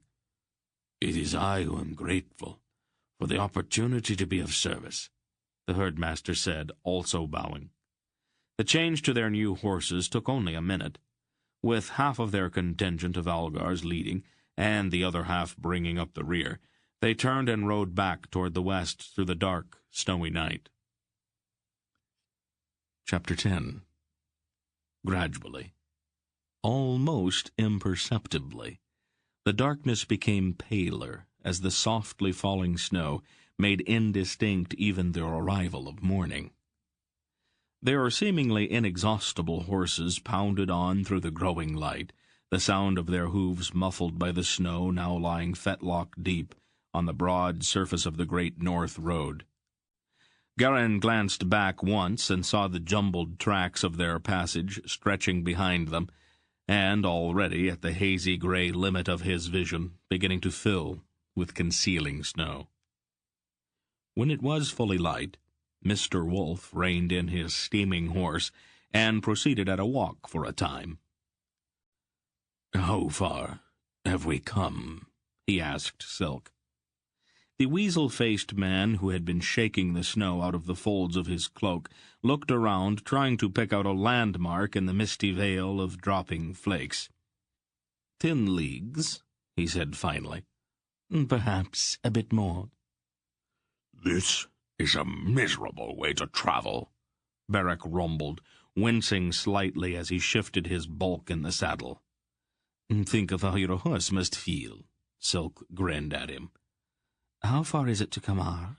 Aunt Pol asked. 40 leagues from Muros, Silk told her. We'll need shelter then. We can't gallop 40 leagues without rest, no matter who is behind us. "I don't think we need to worry about pursuit just now," Wolf said. "I think we can count on the Algars to detain Brittle and his hirelings, or even Asherak, if they try to follow us." At least there is something Algars are good for, then, Silk said dryly. "If I remember right, there should be an Imperial hostel about 5 leagues farther to the west. We ought to reach it by noon." "Will we be allowed to stay there?" Dernick asked doubtfully. "I've never heard that Tolnetrans are noted for their hospitality." "Tolnetrans sell anything for a price," Silk said. "The hostel would be a good place to stop. Even if Brill or Asherek evade the Algars and follow us there, the Legionnaires won't permit any foolishness within their walls." "Why should there be Tolnedran soldiers in Sindaria?" Garion asked, feeling a brief surge of patriotic resentment at the thought. "Wherever the great roads are, you will find the legions," Silk said. "Tolnedrans are even better at writing treaties than they are at giving short weight to their customers." Mr. Wolf chuckled. "You're inconsistent, Silk. You don't object to their highways, but you dislike their legions. You can't have the one without the other." "Oh, I've never pretended to be consistent," the sharp-nosed man said airily. "If we want to reach the questionable comfort of the Imperial hostel by noon, hadn't we better move along? I would not want to deny His Imperial Majesty the opportunity to pick my pocket." "All right, let's ride," said Wolf, and he put his heels to the flanks of the Algar horse, which had already begun to prance impatiently under him. The hostel, when they reached it in the full light of snowy noon, proved to be a series of stout buildings surrounded by an even stouter wall. The legionnaires who manned it were not the sort of men as the Tolnedran merchants Garion had seen before. Unlike the oily men of commerce, these were hard-faced professional fighting men in burnished breastplates and plumed helmets. They carried themselves proudly, even arrogantly, each bearing the knowledge that the might of all Tunedra was behind him. The food in the dining hall was plain and wholesome, but dreadfully expensive. The tiny sleeping cubicles were scrupulously clean, with hard, narrow beds and thick woolen blankets, and were also expensive. The stables were neat, and they, too, reached deeply into Mr. Wolf's purse. Garion wondered at the thought of how much their lodging was costing, but Wolf paid for it all with seeming indifference, as if his purse were bottomless. "We'll rest here until tomorrow," the white-bearded old man announced when they had finished eating. "Maybe it will snow itself out by morning. I am not happy with all this plunging blindly through a snowstorm. Too many things can hide in our path in such weather." Garion, who by now was numb with exhaustion, heard the words gratefully as he half-drowsed at the table. The others sat talking quietly, but he was too tired to listen to what they were saying. "Garion," Aunt Pol said finally, "why don't you go to bed?" "I'm all right, Aunt Pol," he said, rousing himself quickly, mortified once more at being treated like a child. "Now, Garion," she said in that infuriating tone he knew so well. It seemed that all his life she had been saying, "Now, Garion," to him, but he knew better than to argue. He stood up and was surprised to feel that his legs were trembling. Aunt Pol also rose and led him from the dining hall. "I can find my way over myself," he objected. "Of course. Now, come along." After he had crawled into bed in his cubicle, she pulled his blankets up firmly around his neck. "Stay covered," she told him. "I don't want you taking cold." She laid her cool hand briefly on his forehead, as she had done when he was a small child. "Aunt Pol?" he asked drowsily. "Yes, Garion." "Who were my parents? I mean, what were their names?" She looked at him gravely. "We can talk about that later." "I want to know," he said stubbornly. "All right. Your father's name was Garion. Your mother's was Ildera." Garion thought about that. "The names don't sound Sandarian."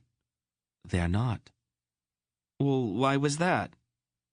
"It is a very long story, and you are much too tired to hear it just now." On a sudden impulse he reached out and touched the white lock at her brow with the mark of the palm of his right hand. As had sometimes happened before, a window seemed to open in his mind at the tingling touch. But this time that window opened on something much more serious. There was anger, and a single face, a face that was strangely like Mr. Wolfe's, but was not his face, and all the towering fury in the world was directed at that face. Aunt Pol moved her head away. "I have asked you not to do that, Garion," she said, her tone very matter-of-fact. "You are not ready for it yet." "You're going to have to tell me what it is someday." Perhaps, but not now. Close your eyes and go to sleep." And then, as if that command had somehow dissolved his will, he fell immediately into a deep, untroubled sleep. By the next morning, it had stopped snowing. The world outside the walls of the imperial hostel was mantled in thick, unbroken white, and the air was filmy with a kind of damp haze that was almost, but not quite, fog. "Misty Cinderia," Silk said ironically at breakfast. "Sometimes I'm amazed that the entire kingdom doesn't rush shut." They traveled all that day at a mile-eating canter, and that night there was another imperial hostel, almost identical to the one they had left that morning, so closely identical, in fact, that it almost seemed to Garion that they had ridden all day and merely arrived back where they had started. He commented on that to Silk as they were putting their horses in the stable. "Tonedrons are nothing if not predictable," Silk said. "All their hostels are exactly the same. You can find these same buildings in Dresnia, Algeria, Arindia, and any place else their great roads go. It's their one weakness, this lack of imagination." "Well, don't they get tired of doing the same thing over and over again?" "It makes them feel uncomfortable, I guess," Silk laughed. "Come, let's go see about supper."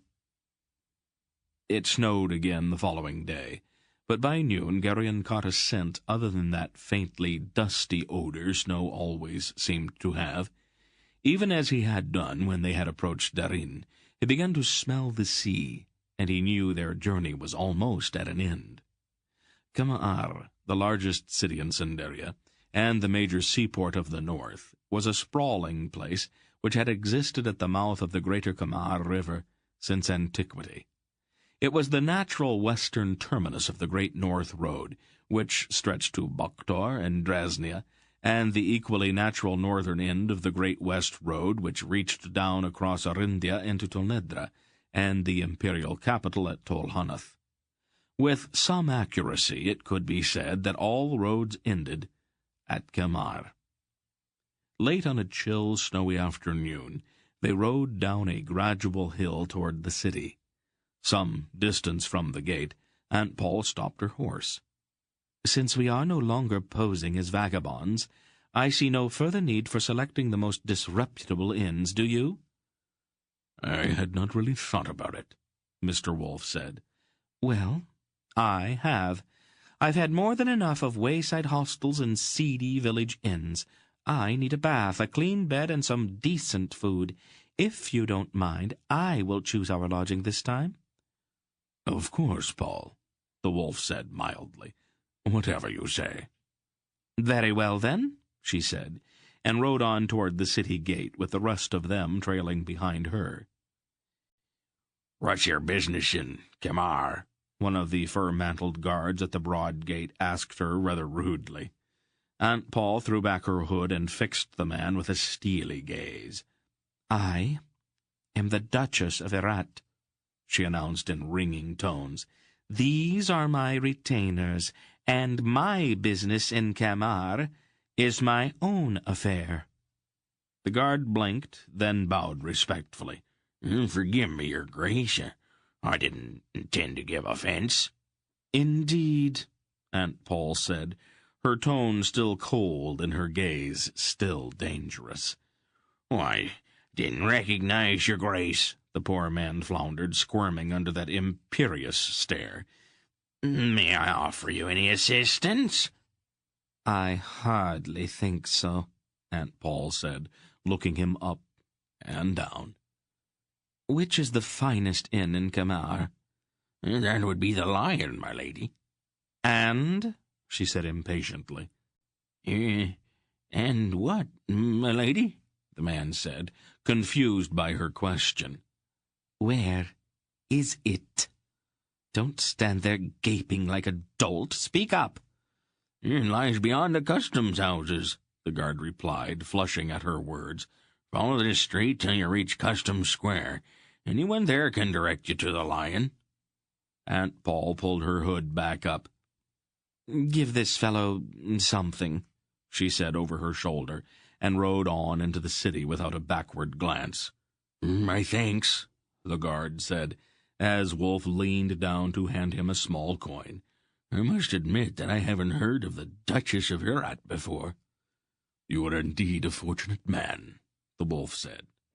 Oh, she's a great beauty, the man said admiringly. And has a temper to match, Wolf told him. Yes, I noticed that.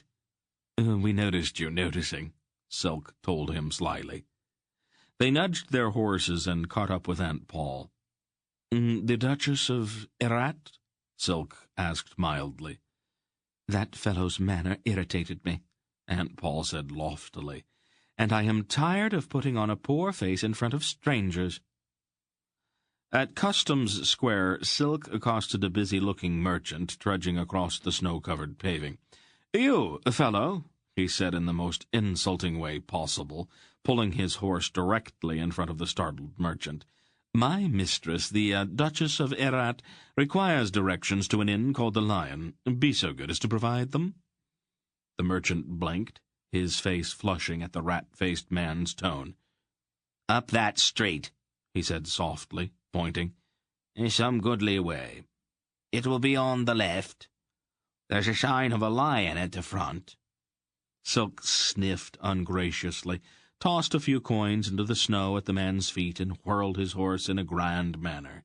The merchant, Garion noted, looked outraged, but he did grope in the snow for the coins Silk had thrown. "I doubt that any of these people will quickly forget our passage," Wolf said sourly, when they were some way up the street. "Oh, they'll remember the passing of an arrogant noblewoman.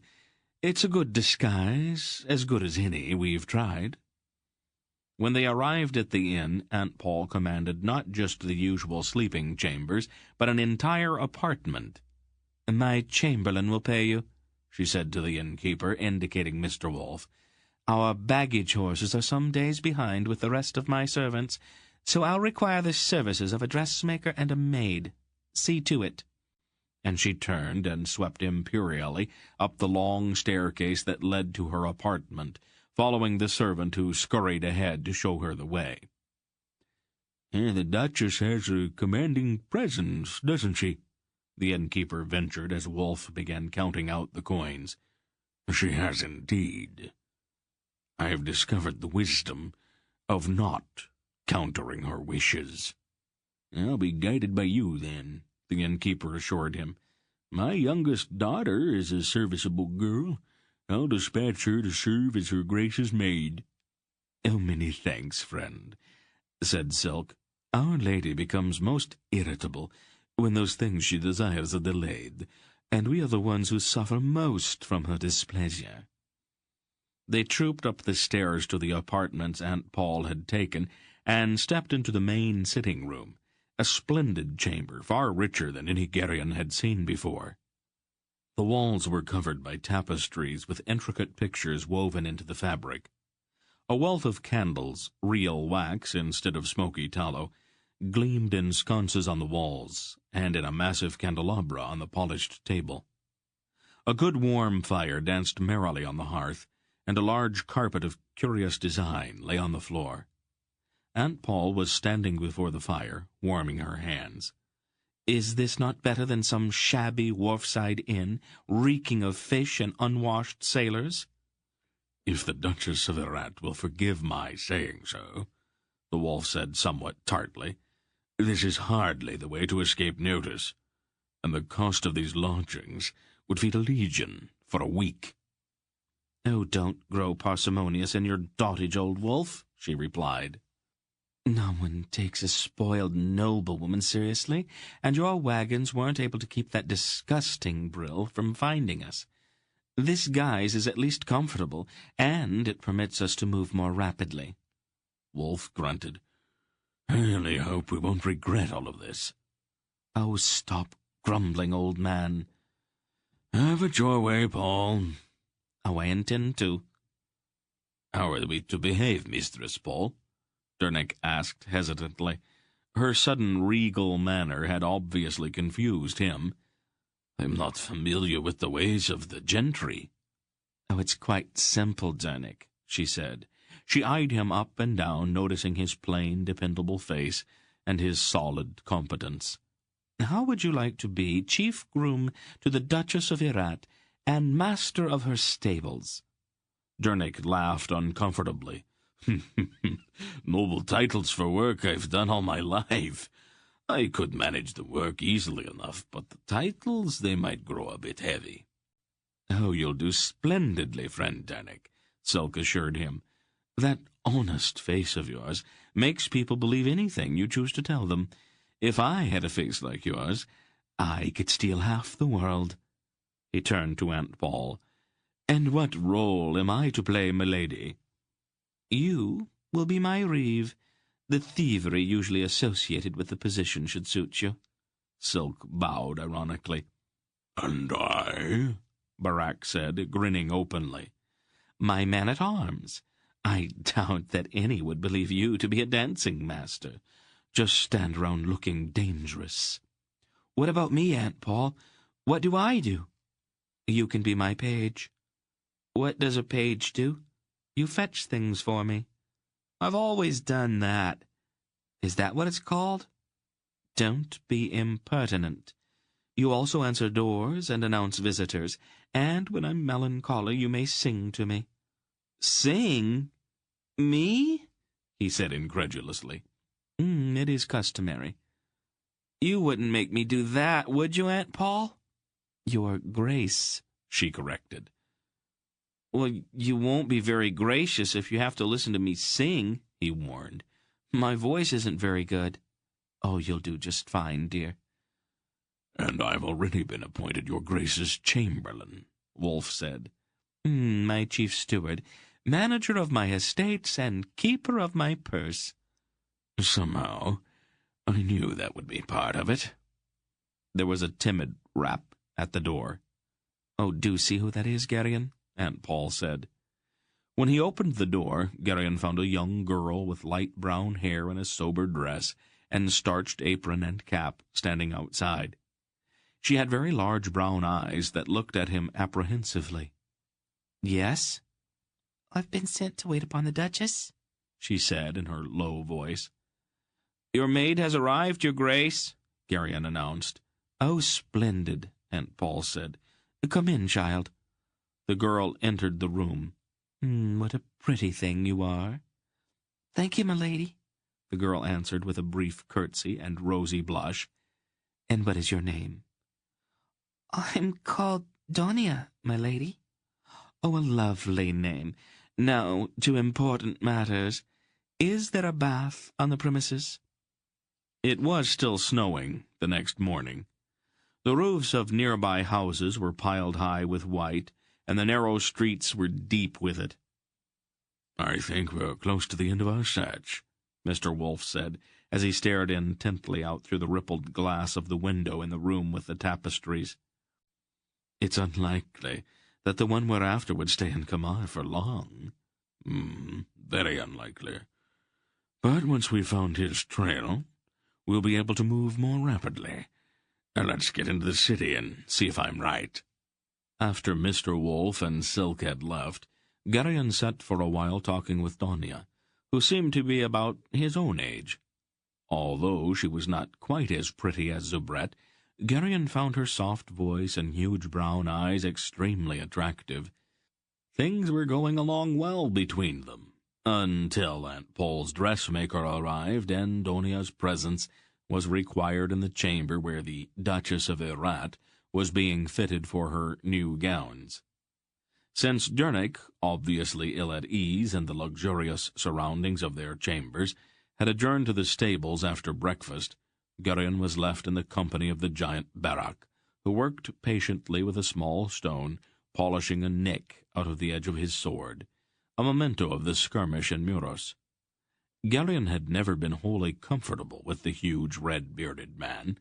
Barak spoke rarely, and there seemed to be a kind of hulking menace about him. So it was that Garion spent the morning examining the tapestries on the walls of the sitting-room. The tapestries depicted knights in full armor and castles on hilltops, and strangely angular-looking maidens moping about in gardens. "Arenders," Beric said, directly behind him. Garion jumped. The huge man had moved up so quietly that Garion had not heard him. "How can you tell?" Garion asked politely. "The Arons have a fondness for tapestry," Beric rumbled, "and the weaving of pictures occupies their women while the men are off denting each other's armor." "Do they really wear all of that?" Garion asked, pointing at a heavily armored knight pictured on the tapestry. Oh, yes, that and more. Even their horses wear armor. It's a silly way to make a war." Garion scuffed his shoe on the carpet. "Is this Arendish too?" Beric shook his head. "Malorian." "How did it get here all the way from Meloria?" Garion asked. "I've heard that Meloria is all the way on the other end of the world." It's a goodly way off, but a merchant would go twice as far to make such a profit. Such goods as this commonly move along the north caravan route out of Garagnadrak to Baktor. Melorian carpets are prized by the wealthy. I don't much care for them myself, since I'm not fond of anything that has to do with the Angaraks." "How many kinds of Angaraks are there? I know there are Murgos and Tolls, and I've heard stories about the Battle of Vomimbre and all, but I don't know much about them, really." "There are 5 tribes of them," Beric said, sitting back down and resuming his polishing. "Murgos and Tolls, Nadraks and Malorans, and of course the Grolams. They live in the 4 kingdoms of the east: Maloria, Garagnadrak, Mishrakaktul, and Cthulmurgos." "Where do the Grolams live?" "They have no special place," Beric replied grimly.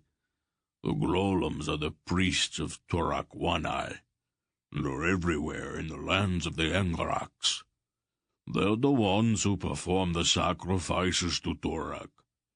Grolam knives have spilled more Angarak blood than a dozen Vomembras." Garion shuddered. Why should Torak take such pleasure in the slaughter of his own people? Who can say? He is a twisted and evil god. Some believe that he was made mad when he used the orb of Aldur to crack the world, and the orb repaid him by burning out his eyes and consuming his hand. How could the world be cracked? I've never understood that part of the story. The power of the orb of Aldur is such that it can accomplish anything. When Thorak raised it, the earth was split apart by its power, and the seas came in to drown the land. The story is very old, but I think that it's probably true. And where is the orb of Aldur now? Garion asked suddenly. Barak looked at him, his eyes icy blue, and his face thoughtful. But he did not say anything. Do you know what I think? Garion said on a sudden impulse. I think that it's the orb of Aldur that's been stolen. I think it's the orb that Mr. Wolf is trying to find. And I think it would be better if you did not think so much about such things, Barak warned.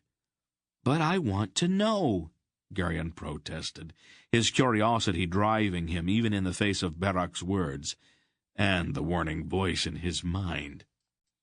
Everyone treats me like an ignorant boy. All I do is tag along with no idea of what we're doing. Who is Mr. Wolf, anyway? Why did the Algars behave the way they did when they saw him?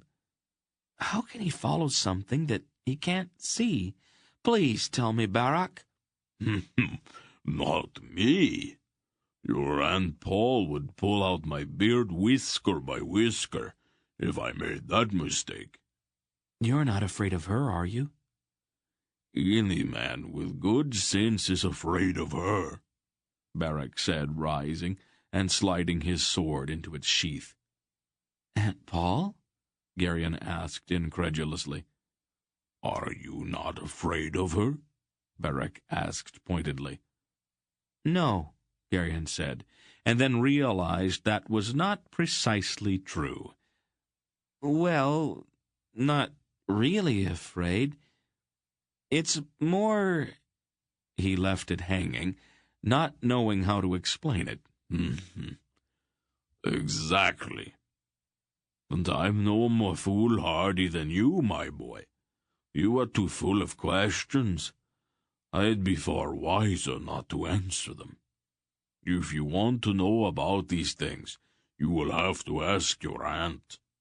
But she won't tell me, Garion said glumly. She won't tell me anything. She won't even tell me about my parents. Not really. Barak frowned. That's strange. I don't think they were Sendars. Their names weren't Sendarian, and Silk says that I'm not a Sendar. At least, I don't look like one. Barak looked at him closely. No, he said finally. Now that you mention it, you don't. You look more like a Revan than anything else. But not quite that either. Is Aunt Pol a Revan? Barak's eyes narrowed slightly. I think we are getting to some more of those questions that I had better not answer. I'm going to find out someday. But not today. Come along. I need some exercise. Let's go out into the inn yard, and I will teach you how to use a sword. Me? Garion said, all his curiosity suddenly melting away in the excitement of the thought. You are at an age where you should begin to learn, Barak said. The occasion may someday arise when it will be useful for you to know. Late that afternoon, when Garion's arm had begun to ache from the effort of swinging Barak's heavy sword, and the whole idea of learning the skills of a warrior had become a great deal less exciting, Mr. Wolf and Silk returned. Their clothes were wet from the snow through which they had trudged all day, but Wolf's eyes were bright, and his face had a curiously exultant expression as he led them all back up the stairs to the sitting-room. Ask your Aunt Pol to join us, he told Garion, as he removed his sodden mantle and stepped to the fire to warm himself. Garion sensed quickly that this was not the time for questions. He hurried to the polished door where Aunt Pol had been closeted with her dressmaker all day, and rapped at the door. "What is it?" her voice came from inside. "Mr. that is, your chamberlain has returned, milady," Garion said, remembering at the last moment that she was not alone. "He requests a word with you." "Oh, very well," she said. After a minute she came out, firmly closing the door behind her. Garion gasped. The rich blue velvet gown she wore made her so magnificent that she quite took his breath away. He stared at her in helpless admiration. "Where is he?" she asked. "Don't stand and gape, Garion. It's not polite." "You are beautiful, Aunt Pol." "Yes, dear," she said, patting his cheek. "I know. Now where's the old wolf?" "In the room with the tapestries," Garion said, still unable to take his eyes from her. "Come along, then," she said, and swept down the short hall to the sitting-room. They entered to find the others all standing by the fireplace. "Well?" she asked. Wolf looked up at her, his eyes still bright. An excellent choice, Paul, he said admiringly. Blue has always been your best color.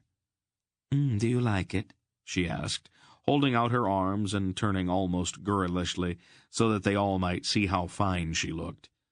I hope it pleases you, old man, because it is costing you a great deal of money. Wolf laughed. I was almost certain that it would.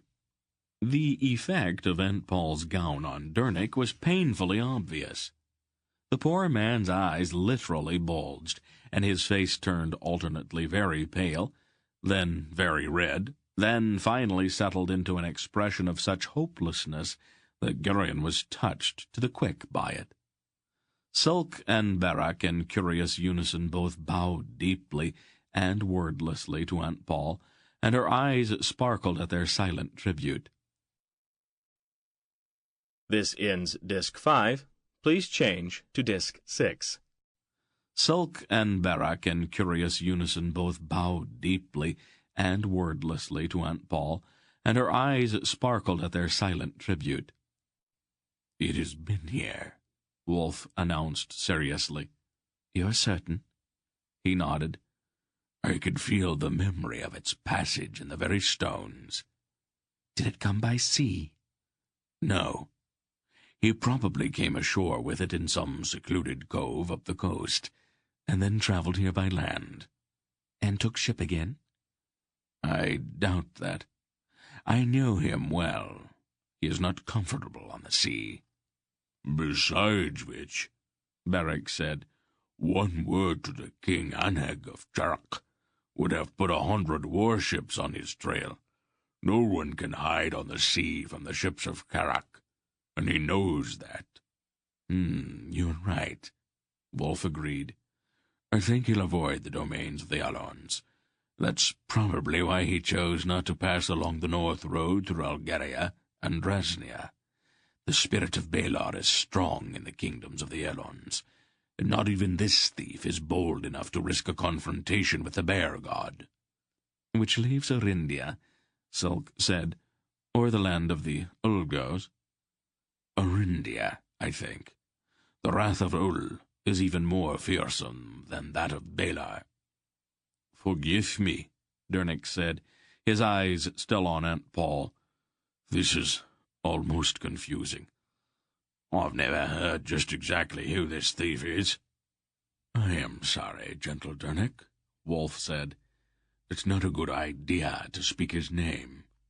He has certain powers, which might make it possible for him to know our every move if we alert him to our location, and he can hear his name spoken 1,000 leagues away. A sorcerer? Dernick asked unbelievingly. The word isn't one I would choose. It's a term used by men who do not understand that particular art. Instead, let's call him Thief, though there are a few other names I might call him which are far less kindly. Can we be certain that he'll make for the kingdoms of the Angarax? Silk asked, frowning. If that's the case, wouldn't it be quicker to take ship directly to Talhunath and pick up his trail on the south caravan route into Thalmurgos? Wolf shook his head. Better to stay with his trail now that we've found it. We don't know what he intends. Maybe he wants to keep the thing he has stolen for himself, rather than deliver it to the Grolums. He might even seek sanctuary in Nisya. Oh, he wouldn't do that. He couldn't, without the connivance of Salmisra. It would not be the first time that the Queen of the Serpent people has tampered with things that are none of her concern, Wolf pointed out. If that turns out to be true, Aunt Pol said grimly, I think I will give myself the leisure to deal with the snake woman permanently. It is too early to know, Wolf said. Tomorrow we'll buy provisions and ferry across the river to Orindia. I'll take up the trail there. For the time being, all we can do is follow that trail. Once we know for certain where it leads, we will be able to consider our alternatives." From the evening-darkened inn-yard outside there came suddenly the sound of many horses. Beric stepped quickly to the window and glanced out. "Soldiers!" "Here," Silk said, also hurrying to the window. "They appear to be from one of the king's regiments." "They won't be interested in us," Aunt Pol said. "Unless they aren't what they seem," said Silk. "Uniforms of one kind or another are not that difficult to come by." "They aren't Murgos," Beric said. "I would recognize Murgos." "Brill isn't a Murgo either," said Silk, staring down into the inn-yard. "See if you can hear what they say," Wolf instructed. Beric carefully opened one of the windows a crack, and the candles all flickered in the gust of icy wind. In the yard below, the captain of the soldiers was speaking with the innkeeper. "He's a man of somewhat more than medium height, with white hair and a short beard. He may be travelling with some others." "There's such a one here, your honor," the innkeeper said dubiously. "But I'm sure he isn't the one you seek. The one is chief steward to the Duchess of Erat, who honors my inn with her presence." "The Duchess of where?" the captain asked sharply. "Of Erat," the innkeeper replied, "a most noble lady of great beauty and a commanding presence." "I wonder if I might have a word with her grace," the captain said, climbing down from his horse. "I'll ask her if she'll receive you, your honor," the innkeeper replied. Beric closed the window. "I'll deal with this meddlesome captain." "No," Wolf said. "He's got too many soldiers with him." "And if they are who they seem to be, they're good men who have not done us any harm." "There is the back stairs," Silk suggested. "We could be 3 streets away before he reached our door." "And if he stationed soldiers at the back of the inn," Aunt Pol suggested, "what then? Since he is coming to speak with the Duchess of Erat, why don't we let the Duchess deal with him?" "What have you got in mind?" Wolf asked her. "If the rest of you stay out of sight, I will speak with him. I should be able to put him off until morning.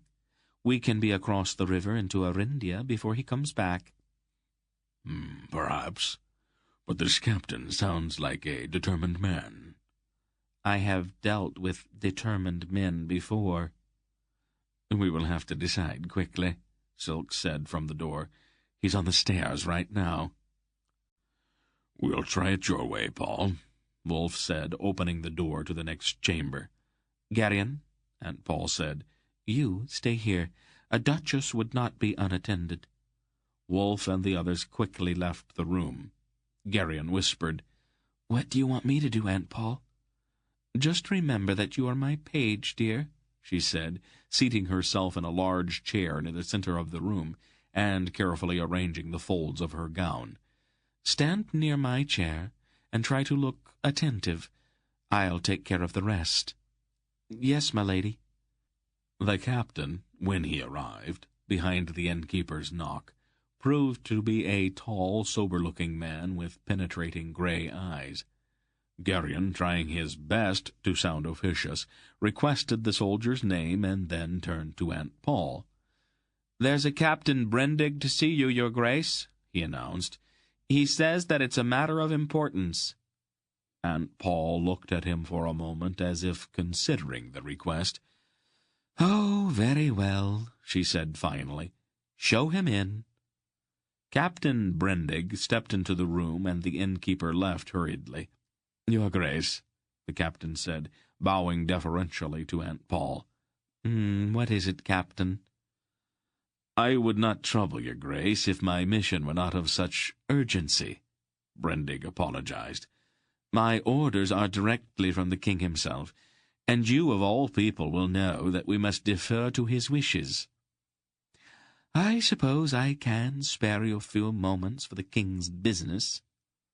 "There's a certain man the king wishes to have apprehended, an elderly man with white hair and beard. I am informed that you have such a one among your servants. Is the man a criminal? The king did not say so, your grace. I was only told that the man was to be seized and delivered to the palace at Sindar, and all who are with him as well. I am seldom at court, Aunt Pol said. It's most unlikely that any of my servants would be of such interest to the king. Your grace, Brendig said delicately, in addition to my duties in one of the king's own regiments, I also have the honor to hold a baronetcy. I have been at court all my life, and must confess that I've never seen you there.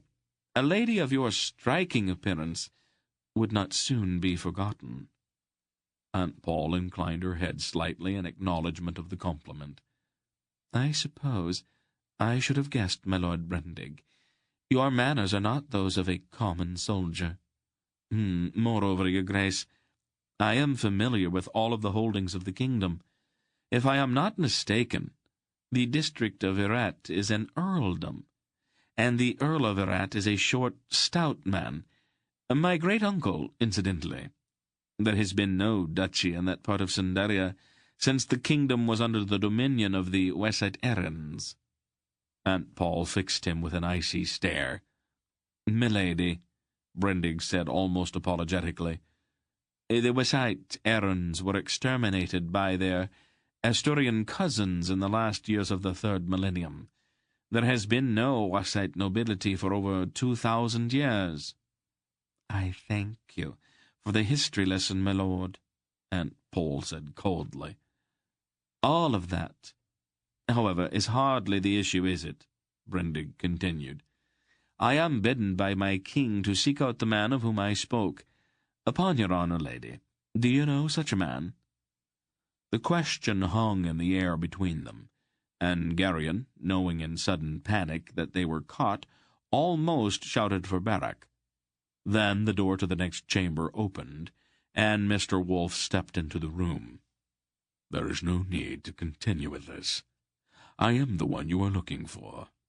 What does Fulrak of Sindaria want with me? Brendig looked at him without seeming surprise. His Majesty did not see fit to take me into his confidence. He will explain it himself, I have no doubt, as soon as we reach the palace at Sindar. The sooner the better, then. When do we leave? We depart for Sindar directly after breakfast in the morning. I will accept your word that none of you will attempt to leave this inn during the night. I would prefer not to subject the Duchess of Irat to the indignity of confinement at the local barracks. The cells there are most uncomfortable, I am told. You have my word. Thank you, Brendig said, bowing slightly. I must also advise you that I am obliged to post guards about this inn, for your protection, of course. Your solicitude overwhelms us, my lord, Aunt Pol said dryly. Your servant, milady, Brendig said with a formal bow, and then he turned and left the room. The polished door was only wood, Garion knew that, but as it closed behind the departing Brendig, it seemed to have that dreadful final clang of the door to a dungeon. Chapter 11. They were 9 days on the coast road from Kamar to the capital at Sindar, though it was only 55 leagues. Captain Brendig measured their pace carefully, and his detachment of soldiers was arranged in such fashion that even the thought of escape was impossible. Although it had stopped snowing, the road was still difficult, and the wind which blew in off of the sea and across the broad, snow-covered salt marshes was raw and chill. They stayed each night in the evenly spaced Sindarian hostels, which stood like mile-posts along that uninhabited stretch of coast. The hostels were not quite so well appointed as were their Tolnedran counterparts along the Great North Road, but they were at least adequate. Captain Brendig seemed solicitous about their comfort, but he also posted guards each night. On the evening of the second day, Garion sat near the fire with Yernik, staring moodily into the flames. Dernick was his oldest friend, and Garion felt a desperate need for friendship just then. Dernick, Yes, lad. have you ever been in a dungeon? What could I have done to be put into a dungeon? I thought that you might have seen one sometime. Honest folk don't go near such places. I've heard they're awful. Dark and cold. Full of rats. What's all this talk of dungeons? I'm afraid we may find out all about places like that very soon, Garion said, trying not to sound too frightened. We've done nothing wrong. Then why would the king have us seized like this? Kings don't do things like that without a good reason. We haven't done anything wrong, Dernick repeated stubbornly. But maybe Mr. Wolf has, Garion suggested. The king wouldn't send all of these soldiers after him without some reason, and we could all be thrown into the dungeon with him just because we happen to be his companions. Things like that don't happen in Cinderia, Dernick said firmly. The next day the wind was very strong as it blew in off of the sea, but it was a warm wind, and the foot-deep snow on the road began to turn slushy. By midday it had started to rain. They rode in sodden misery toward the next hostel. "I am afraid we'll have to delay our journey until this blows out," Captain Brendig said that evening, looking out one of the tiny windows of the hostel. "The road's going to be quite impassable by morning." They spent the next day and the next sitting in the cramped main room of the hostel, listening to the wind-driven rain slashing at the walls and roof, all the while under the watchful eyes of Brendig and his soldiers. "Silk," Garion said on the second day, moving over to the bench where the rat-faced little man sat dozing. "Yes, Garion," Silk asked, rousing himself. "What kind of man is the king?" "Which king?" "Of Cinderia." A foolish man. Like all kings," Silk laughed. "The Cinderian kings are perhaps a bit more foolish, but that's only natural. Why do you ask?" "Well, let's suppose that somebody did something that the king didn't like, and there were some other people traveling with him, and the king had these people seized. Would the king just throw them all into the dungeon? Or would he let the others go and just keep the one who had angered him?" Silk looked at him for a moment and then spoke firmly. "That question is unworthy of you, Garion." Garion flushed. "I'm afraid of dungeons," he said in a small voice, suddenly very ashamed of himself. "I don't want to be locked up in the dark forever, when I don't even know what for."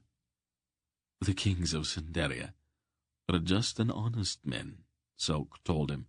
"Not too bright, I'm afraid, but always fair."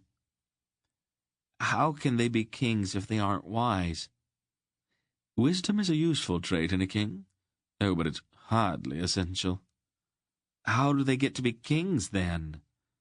"Some are born to it. The stupidest man in the world can be a king if he has the right parents. Cinderian kings have a disadvantage because they started so low." "Low?" "They were elected. Nobody ever elected a king before. Only the Cindars." "How do you elect a king?" Silk smiled. "Very badly, Garion. It's a poor way to select a king. The other ways are worse, but election is a very bad way to choose a king." "Tell me how it was done." Silk glanced briefly at the rain-spattered window across the room, then shrugged. "It's a way to pass the time." And then he leaned back, stretched his feet toward the fire, and began. "It all started about 1,500 years ago," his voice loud enough to reach the ears of Captain Brendig, who sat nearby writing on a piece of parchment. "Cinderia wasn't a kingdom then. not even a separate country. It had belonged from time to time to Carrick, Algaria, or the Northern Eddings, a Hussite or Asturian, depending on the fortunes of the Erindish Civil War. When that war finally came to an end, and the Hussites were destroyed and the Asturians had been defeated and driven into the untracked reaches of the great forest in northern Erindia, the Emperor of Tolnedra, Ran Horb II, decided that there ought to be a kingdom here. How could a Tolnedran emperor make that kind of decision for Sandaria? The arm of the empire is very long. The Great North Road had been built during the Second Barun dynasty. I think it was Ran Barun IV who started the construction, wasn't it, Captain? The fifth, Brendig said somewhat sourly, without looking up. Ran Barun V. Oh, thank you, Captain. I can never keep the Barun dynasty straight. Anyway, there were already imperial legions in Sandaria to maintain the highway, and if one has troops in an area, one has certain authority. Wouldn't you say, Captain? It's your story, Brendig said shortly. Oh, indeed it is, Silk agreed. Now, it wasn't really out of any kind of generosity that Ran Horeb made his decision, Garion. Oh, don't misunderstand that. Tolnedrans never give anything away. It was just that the Membrate Errans had finally won the Erindish Civil War, 1,000 years of bloodshed and treachery, and Tolnedra could not afford to allow the Membrates to expand into the north. The creation of an independent kingdom in Sandaria would block Membrate access to the trade routes down out of Dresnia, and prevent the seat of world power from moving to Vomimbre and leaving the imperial capital at Tolhanath in a kind of backwater. It all sounds terribly involved. Oh, not really. Only politics. That's a very simple game, isn't it, Captain? It's a game I do not play, Brendig said, not looking up. Oh, really? So long at court, and not a politician? Why, you are a rare man, Captain.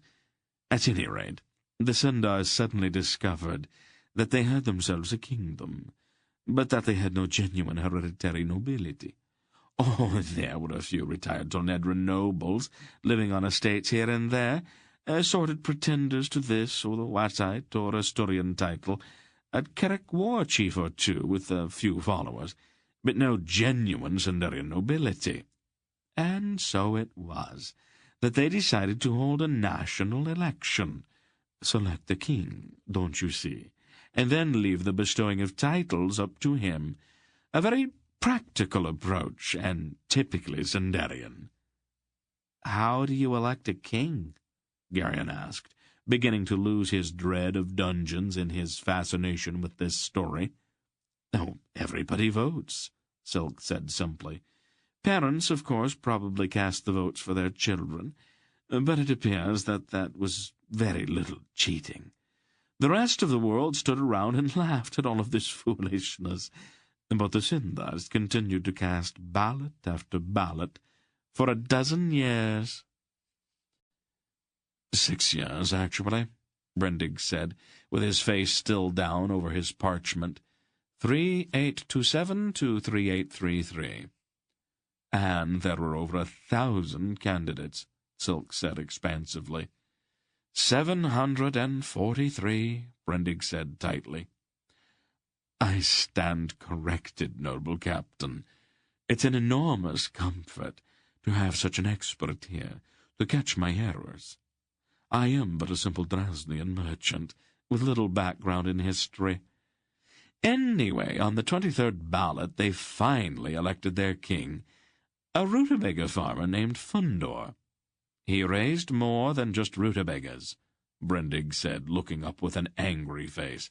Oh, of course he did, Silk said, smacking his forehead with an open palm.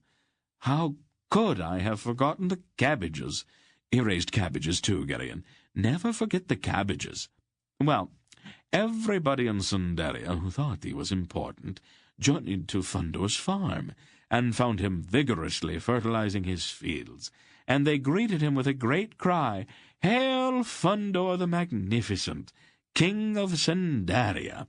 and fell on their knees in his august presence. "Must we continue with this?"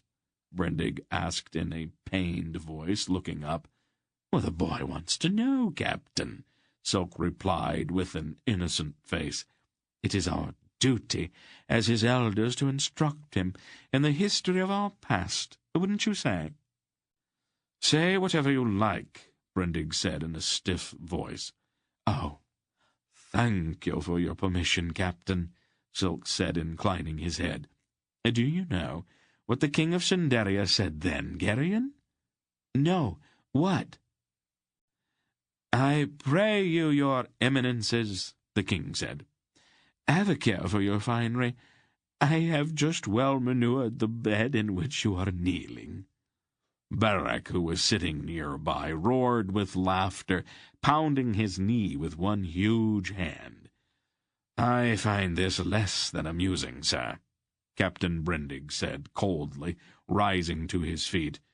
"I make no jokes about the King of Drasnia, do I?" "Oh, but you are a courteous man, Captain," Silk said mildly, "and a nobleman. I'm merely a poor man trying to make his way in the world." Brendig looked at him helplessly, and then turned and stomped out of the room. The following morning, the wind had blown itself out and the rain had stopped. The road was very nearly a quagmire, but Brendig decided that they must continue. Travel that day was difficult, but the next was somewhat easier, as the road began to drain. Aunt Pol seemed unconcerned by the fact that they had been seized at the king's orders. She maintained her regal bearing even though Garion saw no real need to continue the subterfuge, and wished fervently that she would abandon it. The familiar, practical sensibility with which she had ruled her kitchen at Faldor's farm had somehow been replaced by a kind of demanding willfulness that Garion found particularly distressing. For the first time in his life he felt a distance between them, and it left a vacancy that had never been there before. To make matters worse, the gnawing uncertainty which had been steadily growing since Silk's unequivocal declaration on the hilltop outside Winold that Aunt Pol could not possibly be his aunt, sawed roughly at his sense of his own identity, and Garion often found himself staring at the awful question, "Who am I?" Mr. Wolfe seemed changed as well. He seldom spoke either on the road nor at night in the hostels. He spent a great deal of time sitting by himself with an expression of moody irritability on his face. Finally, on the 9th day after their departure from Camar, the broad salt marshes ended, and the land along the coast became more rolling. They topped a hill about midday, just as the pale winter sun broke through the clouds, and there, in the valley below them, the walled city of Sundar lay facing the sea. The detachment of guards at the south gate of the city saluted smartly as Captain Brendig led the little party through, and he returned their salute crisply. The broad streets of the city seemed filled with people in the finest clothing, all moving about importantly, as if their errands were the most vital thing in the world. "Courtiers," Barak, who had chanced to be riding beside Garion, snorted with contempt. "Not a real man amongst them." "A necessary evil, my dear Barak," Silk said, back over his shoulder to the big man. "Little jobs require little men, and it is the little jobs that keep a kingdom running." After they had passed through the magnificently large square, they moved up a wide avenue to the palace. It was a very large building, with many stories and broad wings extending out on each side of the paved courtyard.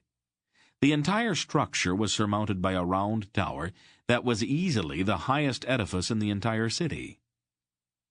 "Where do you suppose the dungeons are?" Garion whispered to Jernic when they stopped. "I would take it most kindly, Garion, Dernick said with a pained look. "If you not speak so much of dungeons." Captain Brendig dismounted and went to meet a fussy-looking man in an embroidered tunic and feathered cap, who came down the wide steps at the front of the palace to meet them. They spoke for a few moments and seemed to be arguing. "My orders are from the king himself," Brendig said, his voice carrying to where they sat. "I am commanded to deliver these people directly to him immediately upon our arrival." "My orders are also from the king," the fussy-looking man said, "and I am commanded to have them made presentable before they are delivered to the throne-room. Now I will take charge of them." "They'll remain in my custody, Count Nilden, until they have been delivered to the king himself." "I won't have your muddy soldiers tracking through the halls of the palace, Lord Brendig," the count replied. "Then we shall wait here, Count Nilden. Be so good as to fetch his majesty." "Fetch?" The count's face was aghast. "I am chief butler to his majesty's household, Lord Brendig. I do not fetch anything or anybody." Brendig turned, as if to remount his horse. "Oh, very well," Count Nilden said petulantly. "If you must have it your own way, at least have them wipe their feet." Brendig bowed coldly. "I won't forget this, Lord Brendig," Nilden threatened. "Nor shall I, Count Nilden." Then they all dismounted, and, with Brendig's soldiers drawn up in close order about them, they crossed the courtyard to a broad door near the center of the west wing. "Be so good as to follow me," Count Nilden said, glancing with a shudder at the mud-spattered soldiers, and he led them into the wide corridor which lay beyond the door. Apprehension and curiosity struggled in Garion's mind. Despite the assurances of Silk and Jernick, and the hopeful implications of Count Nilden's announcement that he was going to have them made presentable, the threat of some clammy, rat-infested dungeon, complete with a rack and a wheel and other unpleasant things, still seemed very real. On the other hand, he had never been in a palace before, and his eyes tried to be everywhere at once. That part of his mind which sometimes spoke to him in dry detachment told him that his fears were probably groundless, and that his gawking made him appear to be a doltish country bumpkin. Count Nilden led them directly to a part of the corridor where there were a number of highly polished doors. "This one is for the boy," he announced, pointing at one of them. One of the soldiers opened the door, and Garion reluctantly stepped through, looking back over his shoulder at Aunt Pol. "Come along now," a somewhat impatient voice said. Garion whirled, not knowing what to expect. "Close the door, boy," the fine-looking man who had been waiting for him said. "We don't have all day, you know." The man was waiting beside a large wooden tub with steam rising from it. "Quickly, boy, take off those filthy rags and get into the tub. His Majesty is waiting." Too confused to object or even answer, Garion numbly began to unlace his tunic.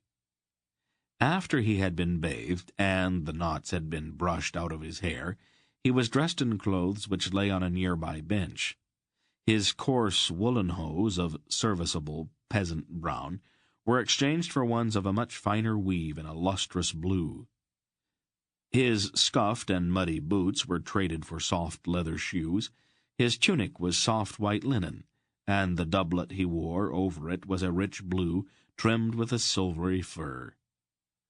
"I guess that's the best I can do on short notice," the man who had bathed and dressed him said, looking him up and down critically. "At least I won't be totally embarrassed when you are presented to the king." Garion mumbled his thanks and then stood, waiting for further instructions. "Well, go along, boy. You mustn't keep his Majesty waiting." Silk and Barak stood in the corridor, talking quietly. Barak was hugely splendid in a green brocade doublet, but looked uncomfortable without his sword. Silk's doublet was a rich black, trimmed in silver, and his scraggly whiskers had been carefully trimmed into an elegant short beard. "What does all of this mean?" Garion asked, as he joined them. "We ought to be presented to the king," Beric said. "And our honest clothes might have given offence. Kings aren't accustomed to looking at ordinary men." Dernick emerged from one of the rooms, his face pale with anger. "That overdressed fool wanted to give me a bath," he said in a choked outrage. "It is the custom," Silk explained. "Noble guests aren't expected to bathe themselves. I hope you didn't hurt him." "I'm not noble, and I'm quite able to bathe myself," Dernick said hotly. "I told him that I'd drown him in his own tub if he didn't keep his hands to himself. After that he didn't pester me any more, but he did steal my clothes. I had to put these on instead." He gestured at his clothes, which were quite similar to Garion's. "I hope nobody sees me in all this frippery." "Beric says the king might be offended if he saw us in our real clothes." "The king won't be looking at me," Dernick said. "And I don't like this business of trying to look like something I'm not. I'll wait outside with the horses if I can get my own clothes back." "Be patient, Dernick," Beric advised. "We'll get this business with the king straightened out, and then be on our way again." If Dernick was angry, Mr. Wolf was in what could be best described as a towering fury. He came out into the corridor dressed in a snowy white robe, deeply cowled at the back. "Someone's going to pay for this," he raged. "It does become you," Silk said admiringly. "Your taste has always been questionable, Master Silk," Wolf said in a frosty tone. "Where's Pol?" "The lady has not yet made her appearance." "I should have known," Wolf said, sitting down on a nearby bench. "We may as well be comfortable. Pol's preparations usually take quite a while." And so they waited. Captain Brandig, who had changed his boots and doublet, paced up and down as the minutes dragged by. Garion was totally baffled by their reception. They did not seem to be under arrest, but his imagination still saw dungeons, and that was enough to make him very jumpy. And then Aunt Pol appeared. She wore the blue velvet gown that had been made for her in Kamar, and a silver circlet about her head, which set off the single white lock at her brow. Her bearing was regal, and her face stern. "So soon, Mistress Pol?" Wolf asked dryly. "I hope you weren't rushed." She ignored that and examined each of them in turn. "Adequate, I suppose," she said finally, absently adjusting the collar of Garion's doublet. "Give me your arm, old wolf, and let's find out what the king of the Sendars wants with us." Mr. Wolf rose from his bench, extended his arm, and the two of them started down the corridor. Captain Brandig hastily assembled his soldiers, and followed them all in some kind of ragged order. "If you please, my lady," he called out to Aunt Pol, "permit me to show you the way." "We know the way, Lord Brandig," she replied, without so much as turning her head. Count Nilden, the chief butler, stood waiting for them in front of two massive doors guarded by uniformed men-at-arms. He bowed slightly to Aunt Pol and snapped his fingers. The men-at-arms swung the heavy doors inward. Fulrak, the king of Sendaria, was a dumpy-looking man with a short brown beard. He sat, rather uncomfortably it appeared, on a high-backed throne which stood on a dais at one end of the great hall, into which Count Nilden led them. The throne-room was vast, with a high vaulted ceiling and walls covered with what seemed acres of heavy red velvet drapery. There were candles everywhere, and dozens of people strolled about in fine clothes, chatting idly in the corners, all but ignoring the presence of the king. "May I announce you?" Count Nilden asked Mr. Wolf. "Fulrak knows who I am?" Wolf replied shortly, and strode down the long scarlet carpet toward the throne with Aunt Pol still on his arm. Garion and the others followed with Brendig and his soldiers close behind, through the suddenly quiet crowd of courtiers and their ladies. At the front of the throne they all stopped, and Wolf bowed rather coldly. Aunt Pol, her eyes frosty, curtsied, and Barak and Silk bowed in a courtly manner. Dernick and Garion followed suit, though not nearly as gracefully. Brendig's voice came from behind them. "If it please your Majesty, these are the ones you sought," the king replied in a rather ordinary-sounding voice. "I knew you could be depended upon, Lord Brendig. Your reputation is well deserved. You have my thanks." And then he looked at Mr. Wolf and the rest of them, his expression undecipherable. Garion began to tremble. The king said to Mr. Wolf, "My dear old friend, it's been too many years since we last met." "Have you lost your wits entirely, Thorak?" Mr. Wolf snapped, in a voice which carried no further than the king's ears. "Why do you choose to interfere with me? Now, of all times. And what possessed you to outfit me in this absurd thing?" He plucked at the front of his white robe in disgust. "Are you trying to announce my presence to every Murgo and from here to the Hook of Arindia?" The king's face looked pained.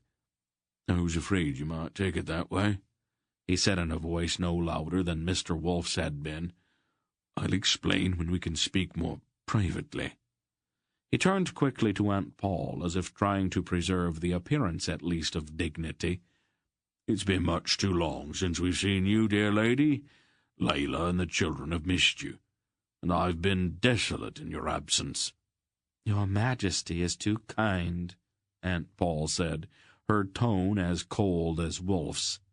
The king winced. "Pray, dear lady, don't judge me too hastily. My reasons were urgent. I hope that Lord Brendig's summons did not too greatly inconvenience you." "Lord Brendig was the soul of courtesy," Aunt Pol said, her tone unchanged. She glanced once at Brendig, who had grown visibly pale. "And you, my Lord Beric," the king hurried on, as if trying to make the best of a bad situation. "How fares your cousin, our dear brother King Anheg of Carrick?" "He was well when last I saw him, your Majesty," Beric replied formally. "A bit drunk, but that's not unusual for Anheg." The king chuckled a bit nervously and turned quickly to Silk. "Prince Kilda of the Royal House of Dresnia. We are amazed to find such noble visitors in our realm, and more than a little injured that they chose not to call upon us, so that we might greet them. Is the king of the Sendars of so little note that he's not even worth a brief stop?" "We intended no disrespect, your Majesty," Silk replied, bowing. "But our errand was of such urgency that there was no time for the usual courtesies." The king flickered a warning glance at that, and surprisingly wove his fingers in the scarcely perceptible gestures of the Dresnian secret language. "Not here. Too many ears about." He then looked inquiringly at Dernick and Garion. Aunt Pol stepped forward. "This is Goodman Dernick of the district of Arat, your Majesty," she said. "A brave and honest man." "Welcome, Goodman Dernick," the king said. "I can only hope that men may also one day call me a brave and honest man." Dernick bowed awkwardly. His face was filled with bewilderment. "I'm just a simple blacksmith, your honour," he said. "But I hope I'll mend on that I'm your honour's most loyal and devoted subject." "Well spoken, Goodman Dernick," the king said with a smile, and then he looked at Garion. Aunt Pol followed his glance. "A boy, your Majesty," she said rather indifferently. "Garion by name. He was placed in my care some years ago, and accompanies us because I did not know what else to do with him." A terrible coldness struck at Garion's stomach. The certainty that her casual words were in fact the bald truth came crashing down on him. She had not even tried to soften the blow. The indifference with which she had destroyed his life hurt almost more than the destruction itself. The king said, "I'll still welcome, Garion. You travel in noble company for one so young." "I didn't know who they were, your majesty," Garion said miserably. "Nobody tells me anything." The king laughed in tolerant amusement. "As you grow older, Garion, you'll probably find that during these days such innocence is the most comfortable state in which to live. I've been told things of late that I would much prefer not to know." Mr. Wolf said, "May we speak privately now, Thulrak?" his voice still irritated. "In good time, my old friend," the king replied. "I've ordered a banquet prepared in your honor. Let's all go in and dine. Layla and the children are waiting for us. There will be time later to discuss certain matters." And with that he rose and stepped down from the dais. Garion, sunk in his private misery, fell in beside Silk. "Prince Keldar?" he said, desperately needing to take his mind off of the shocking reality that had just fallen upon him. "An accident of birth, Garion," Silk said with a shrug. "Something over which I had no control. Fortunately, I'm only the nephew of the King of Dresnia, and far down in the line of succession. I'm not in any immediate danger of ascending the throne." "And Barak is?" "The cousin of King Anhug of Carrick," Silk replied. He looked over his shoulder. "What is your exact rank, Barak?" "The Earl of Thraldheim, why do you ask?" The lad here was curious. "It's all nonsense anyway. But when Anheg became king, someone had to become clan chief. In Carrick you cannot be both. It's considered unlucky, particularly by the chiefs of the other clans." "I can see why they might feel that way." "It's an empty title anyway. There hasn't been a clan war in Carrick for over 3,000 years. I let my youngest brother act in my stead.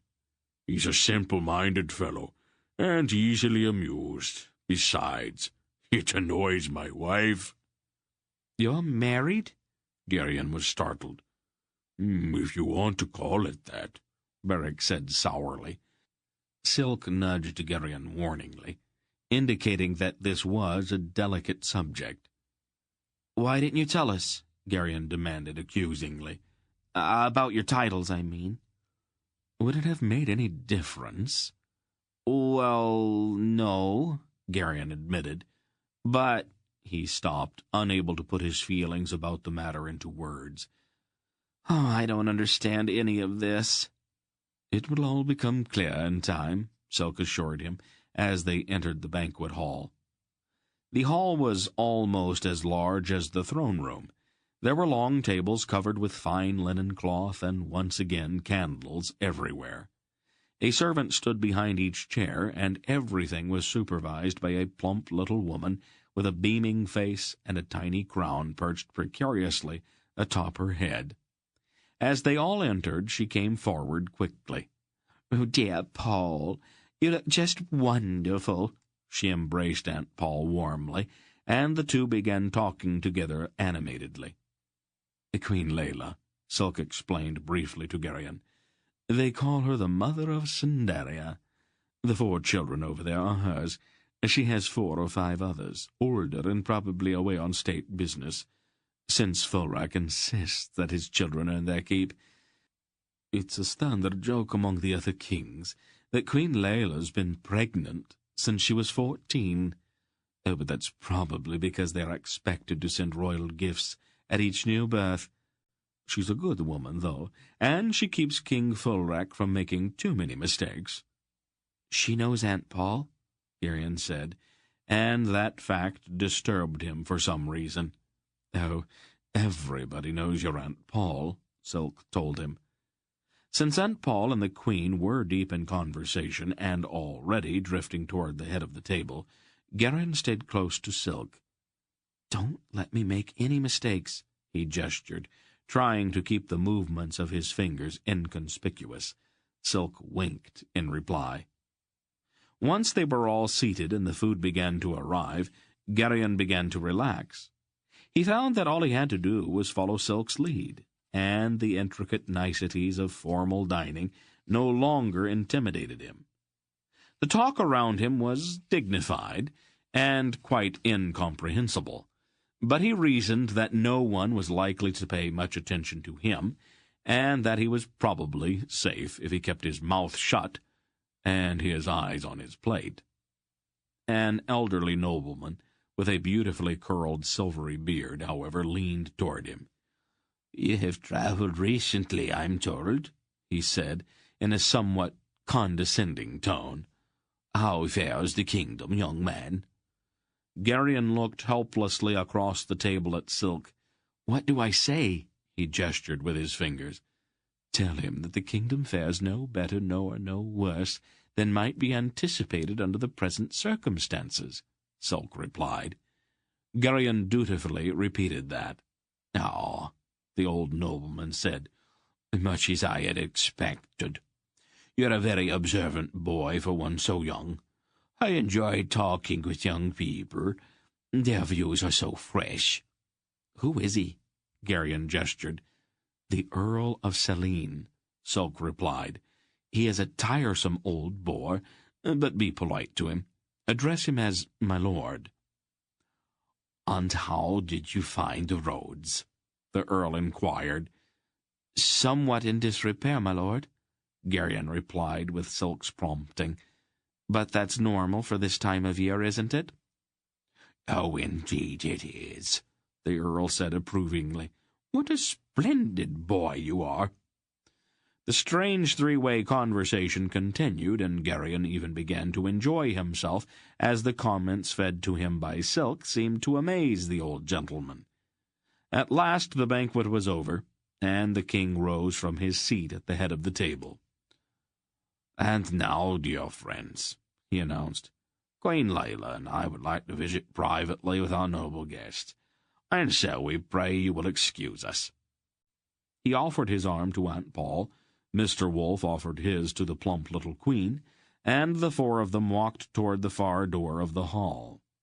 The Earl of Selene smiled broadly at Garion, and then looked across the table. "I've enjoyed our conversation, Prince Keldar. I may indeed be a tiresome old bore, as you say, but I can sometimes be an advantage, don't you think?" Silk laughed ruefully. "I should have known that an old fox like you would be an adept at the secret language, my lord." "A legacy from a misspent youth," the Earl laughed. "Your pupil is most proficient, Prince Keldar, but his accent is strange."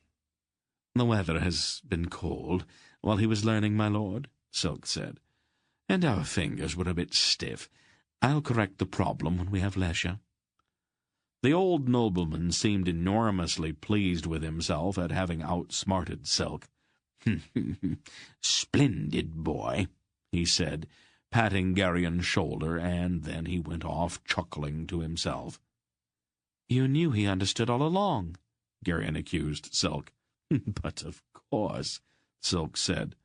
"Dresnian intelligence knows every adept at our secret speech. Sometimes it is useful to permit certain, carefully selected messages to be intercepted. Don't even underestimate the Earl of Selene, however. It's not impossible that he's at least as clever as I am. But look how much he enjoyed catching us." "Can't you ever do anything without being sly?" His tone was a bit grumpy, since he was convinced that somehow he had been the butt of the whole joke. "No, not unless I absolutely have to, my Garion," Silk laughed. "People such as I continually practice deception, even when it's not necessary. Our lives sometimes depend on how cunning we are, and so we need to keep our wits sharp."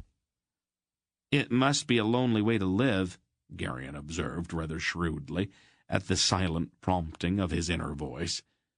"You never really trust anyone, do you?" I suppose not. It's a game we play, Garion. We are all very skilled at it. At least we are, if we intend to live very long. We all know each other, since we're members of a very small profession. The rewards are very great, but after a while we play our game only for the joy of defeating each other. You are right, though.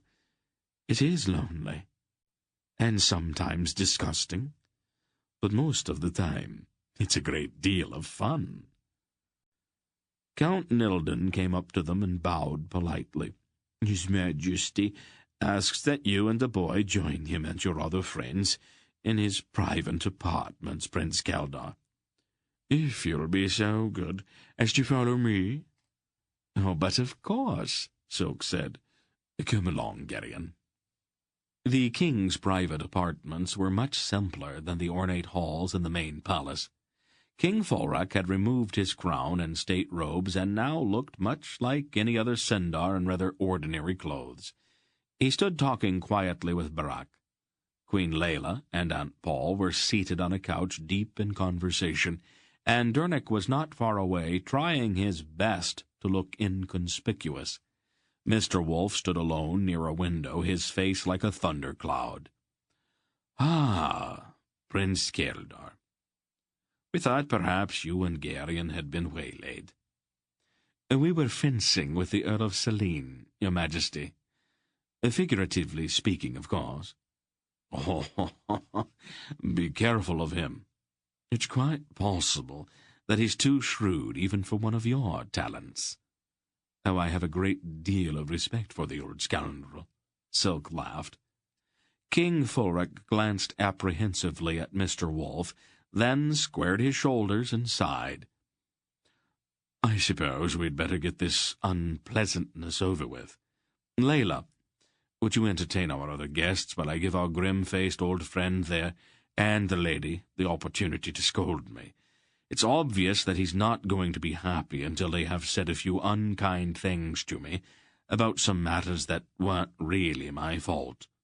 "Oh, of course, dear," Queen Layla said. "Try not to be too long, and please don't shout. The children have been put to bed, and they need all their rest." Aunt Pol rose from the couch, and she and Mr. Wolf, whose expression had not changed, followed the king into an adjoining chamber. "Well, then," Queen Layla said pleasantly, "what shall we talk about?" "I am instructed, Your Highness, to convey the regards of Queen Porin of Drasnia to you, should the occasion arise," Silk said in a courtly manner. "She asks leave of you to broach a correspondence on a matter of some delicacy." "Oh, why, of course," Queen Layla beamed. "She's a dear child, far too pretty and sweet-natured for that fat old bandit Rodar. I hope he hasn't made her unhappy?" "Oh, no, Your Highness. Amazing though it may seem, she loves my uncle to distraction, and he, of course, is delirious with joy over so young and beautiful a wife. It is positively sickening the way they dote on each other." "Some day, Prince Keldar, you will fall in love," the Queen said with a little smirk, "and the 12 kingdoms will stand around and chortle over the fall of so notorious a bachelor. Now, what is this matter Porin wishes to discuss with me?" "It is a question of fertility, Your Highness," Silk said with a delicate cough. "She wants to present my uncle with an heir, and she needs to seek your advice in this business. The entire world stands in awe of your gifts in that, particular area." Queen Layla blushed prettily and then laughed. "I'll write to her at once," she promised. Garion by now had carefully worked his way to the door through which King Folrak had taken Aunt Pol and Mr. Wolf.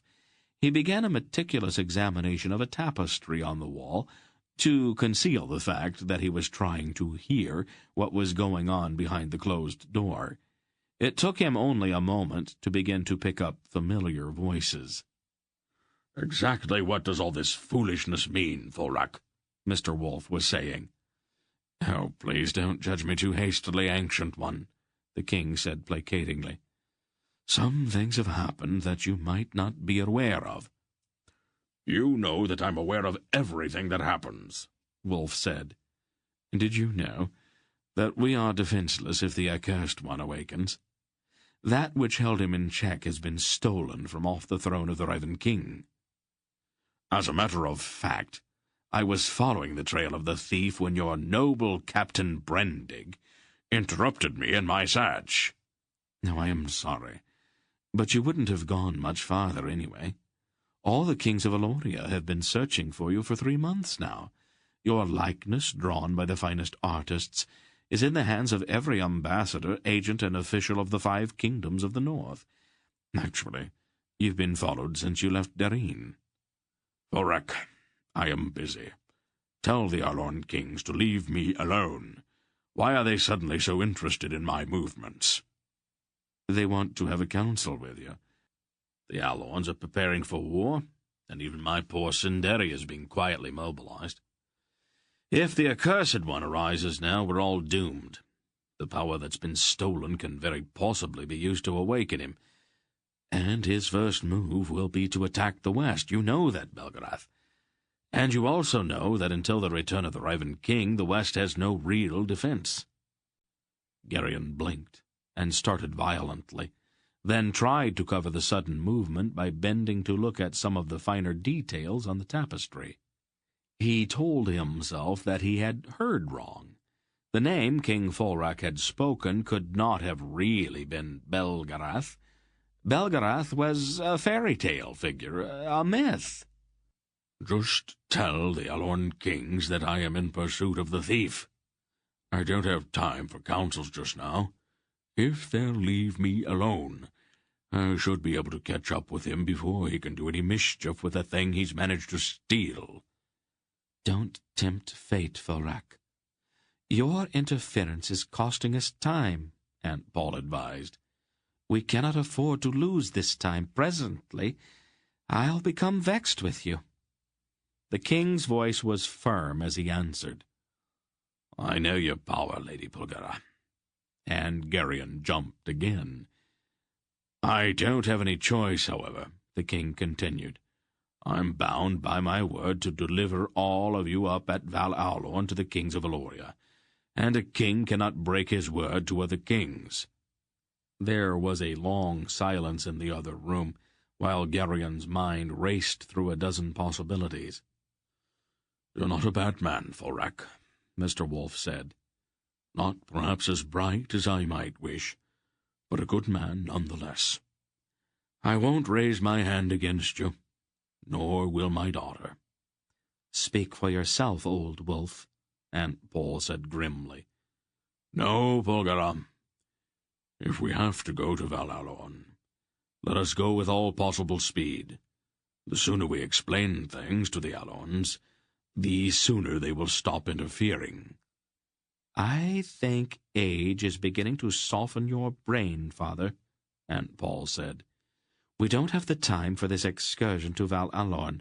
Thorak can explain to the Alorn kings. It won't do any good, Lady Bulgara, the king said rather ruefully. As your father so pointedly mentioned, I'm not considered very bright.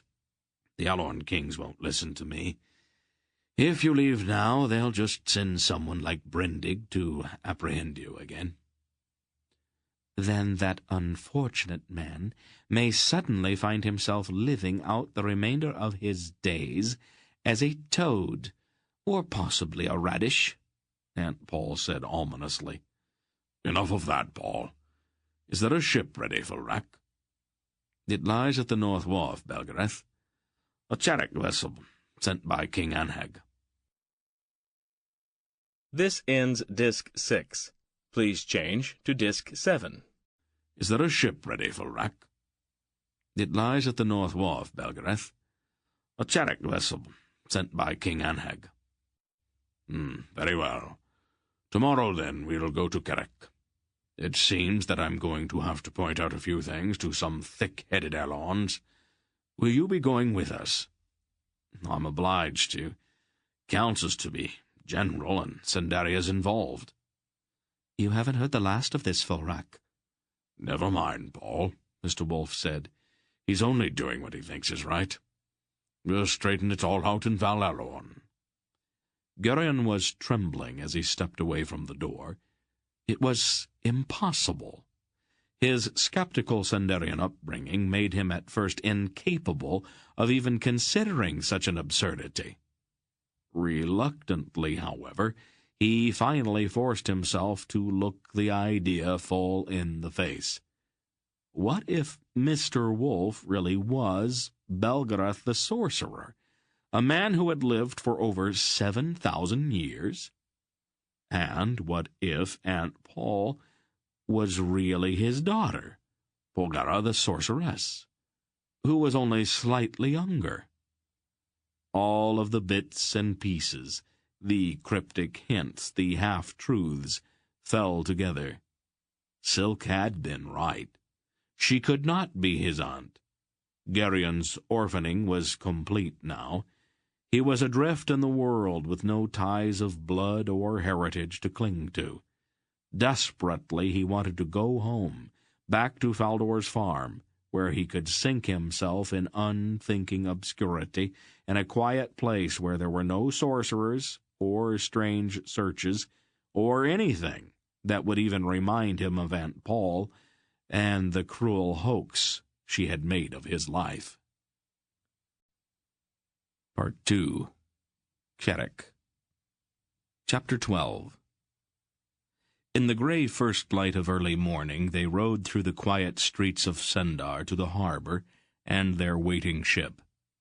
The finery of the evening before had been put aside, and they all had resumed their customary clothes.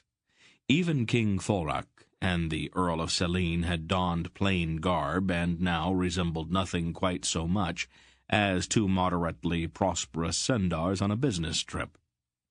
Queen Layla, who was not to go with them, rode beside her husband, talking earnestly to him with an expression on her face that seemed almost to hover on the verge of tears. The party was accompanied by soldiers, cloaked against the raw, chill wind off of the sea.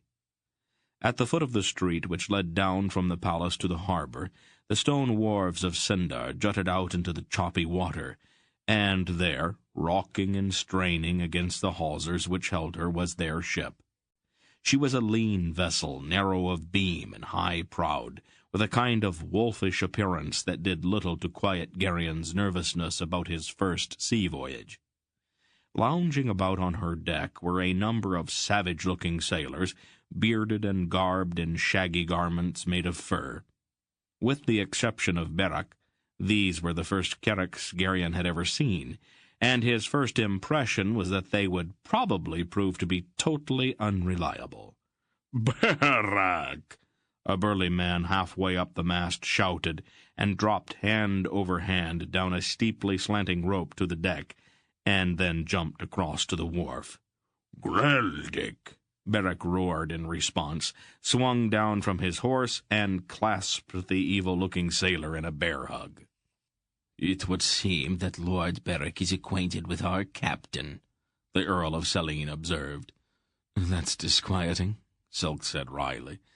"I was hoping for a sober, sensible captain of middle years and a conservative disposition. I am not fond of ships and sea travel to begin with."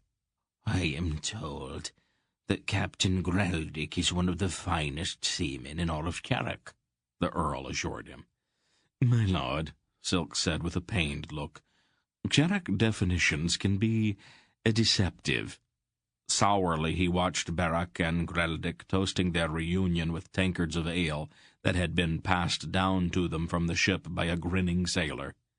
Queen Layla had dismounted, and she embraced Aunt Pol. "Oh, please watch out for my poor husband, Paul," she said, with a little laugh that quivered a bit. "Don't let those Alhorn bullies goad him into doing anything foolish." "Of course, Layla," Aunt Pol said comfortingly. "Now, Layla," King Thorek said in an embarrassed voice, "I'll be all right. I'm a grown man, after all." The plump little queen wiped her eyes. "I want you to promise to wear warm clothes," she said, "and not to sit up all night drinking with Anheg." "We're on serious business, Layla. There won't be time for any of that." "I know Anheg too well," she sniffed. She turned to Mr. Wolf, stood on her tiptoes, and kissed his bearded cheek. "Dear Belgariad, when this is over, promise that you and Pol will come back for a long visit." "I promise, Layla," Mr. Wolf said gravely. "The tide is turning, Lord King," Greldick said, "and my ship is growing restless." "Oh, dear," the queen said. She put her arms around the king's neck and buried her face in his shoulder. Now, Fulric said awkwardly. "If you don't go now, I'm going to cry right here in public," she said, pushing him away. The stones of the wharf were slippery, and the slim Carrick ship bobbed and rolled in the chop. The narrow plank they had to cross heaved and swayed dangerously, but they all managed to board without accident. The sailors slipped the hawsers and took their places at the oars. The lean vessel leaped away from the wharf and moved swiftly into the harbor, past the stout and bulky merchantmen anchored near by. Queen Layla stood forlornly on the wharf, surrounded by tall soldiers. She waved a few times and then stood watching, her chin lifted bravely. Captain Greldick took his place at the tiller with Beric by his side, and signaled to a squat, muscular warrior crouched nearby. The squat man nodded and pulled a ragged square of sailcloth off a hide-topped drum. He began a slow beat, and the oarsmen immediately took up the rhythm. The ship surged ahead and made toward the open sea. Once they were beyond the protection of the harbor, the swells grew so ponderous that the ship no longer rocked, but ran instead down the back of each wave and up the face of the next. The long oars, dipping to the rhythm of the sullen drum, left little swirls on the surface of the waves. The sea was lead-gray beneath the wintry sky, and the low, snow-covered coastline of Sundaria slid by on their right, bleak and desolate-looking.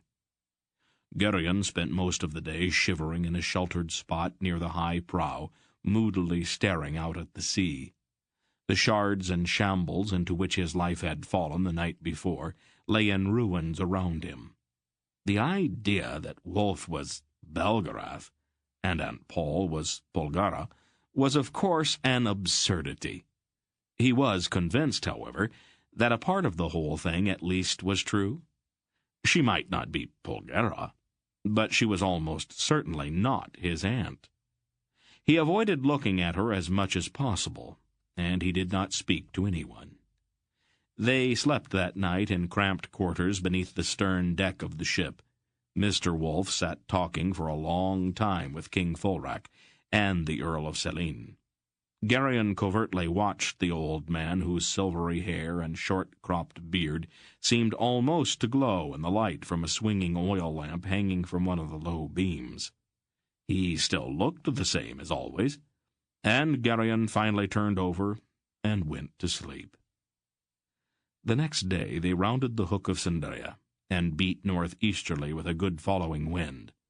The sails were raised, and the oarsmen were able to rest. Garion continued to wrestle with his problem.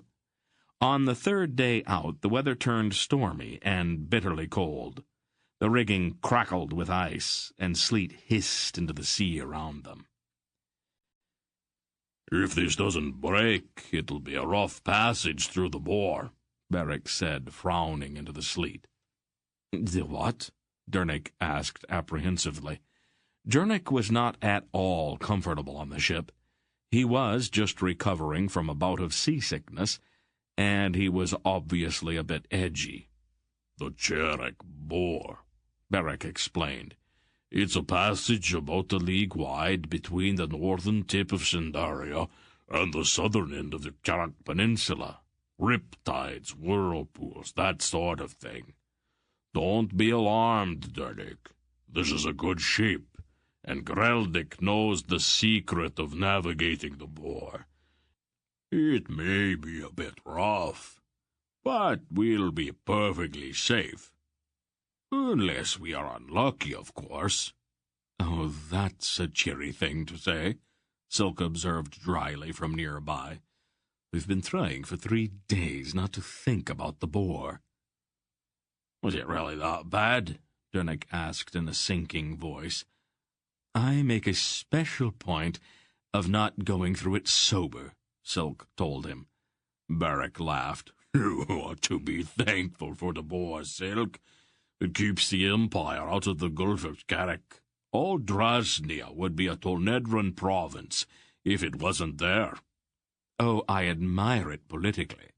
But personally, I would be much happier if I never had to look at it again. On the following day, they anchored near the rocky coast of northern Sindaria and waited for the tide to turn.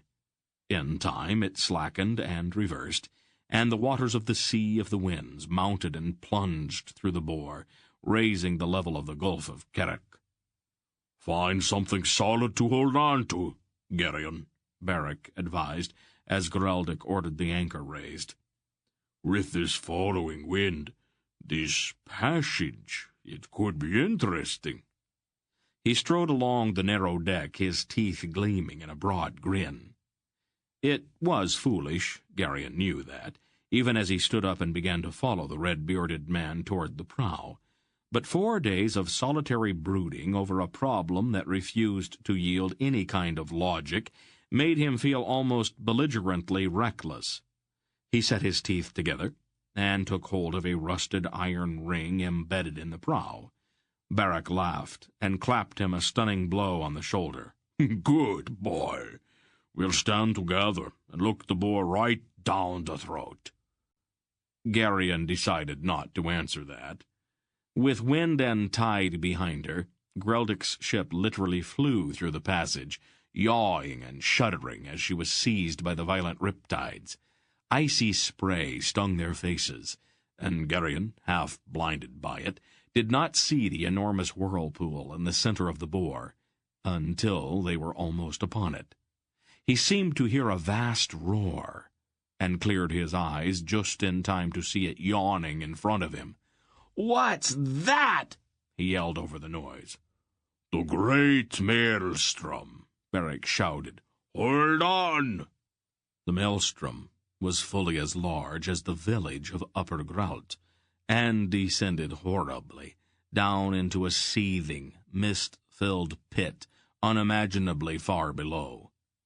Incredibly, instead of guiding his vessel away from the vortex, Geraldic steered directly at it. "What's he doing?" Garion screamed. It's the secret of passing through the bore, Beric roared. We circle the maelstrom twice to gain more speed. If the ship doesn't break up, she comes out like a rock from a sling, and we pass through the riptides, beyond the maelstrom, before they can slow us down and drag us back. If the ship doesn't what? Sometimes a ship is torn apart in the maelstrom, Beric said. Don't worry, boy. It doesn't happen very often, and Geraldic's ship seems stout enough. The ship's prow dipped hideously into the outer edges of the maelstrom, and then raced twice around the huge whirlpool, with the oarsmen frantically bending their backs to the frenzied beat of the drum. The wind tore at Garion's face, and he clung to his iron ring, keeping his eyes averted from the seething maw gaping below. And then they broke free and shot like a whistling stone through the churning water beyond the maelstrom. The wind of their passage howled in the rigging, and Garion felt half suffocated by its force. Gradually, the ship slowed in the swirling eddies, but the speed they had gained from the maelstrom carried them on to calm water in a partially sheltered cove on the Sindarian side. Beric was laughing gleefully and mopping spray from his beard. Well, lad, what do you think of the boar? Garion did not trust himself to answer, and concentrated on trying to pry his numb fingers from the iron ring. A familiar voice rang out from the stern. "Garion?" "Now you've gone and got me in trouble," Garion said resentfully. ignoring the fact that standing in the prow had been his own idea. Aunt Pol spoke scathingly to Beric about his irresponsibility, and then turned her attention to Garion. "Well, I'm waiting. Would you like to explain?" "It wasn't Beric's fault. It was my own idea." There was no point in their both being in trouble, after all. "I see. And what was behind that?" The confusion and doubt which had been troubling him made him reckless. "I felt like it," he said, half defiantly. For the first time in his life he felt on the verge of open rebellion. "You what?" "I felt like it. What difference does it make why I did it? You're going to punish me anyway." Aunt Pol stiffened, and her eyes blazed. Mr. Wolf, who was sitting nearby, chuckled. "What's so funny?" "Why don't you let me handle this, Paul?" the old man suggested. "I can deal with it." But not well, Paul. Not well at all. Your temper's too quick. Your tongue's too sharp. He's not a child any more. He's not a man yet. But he's not a child either. The problem needs to be dealt with in a special way. I'll take care of it." He stood up.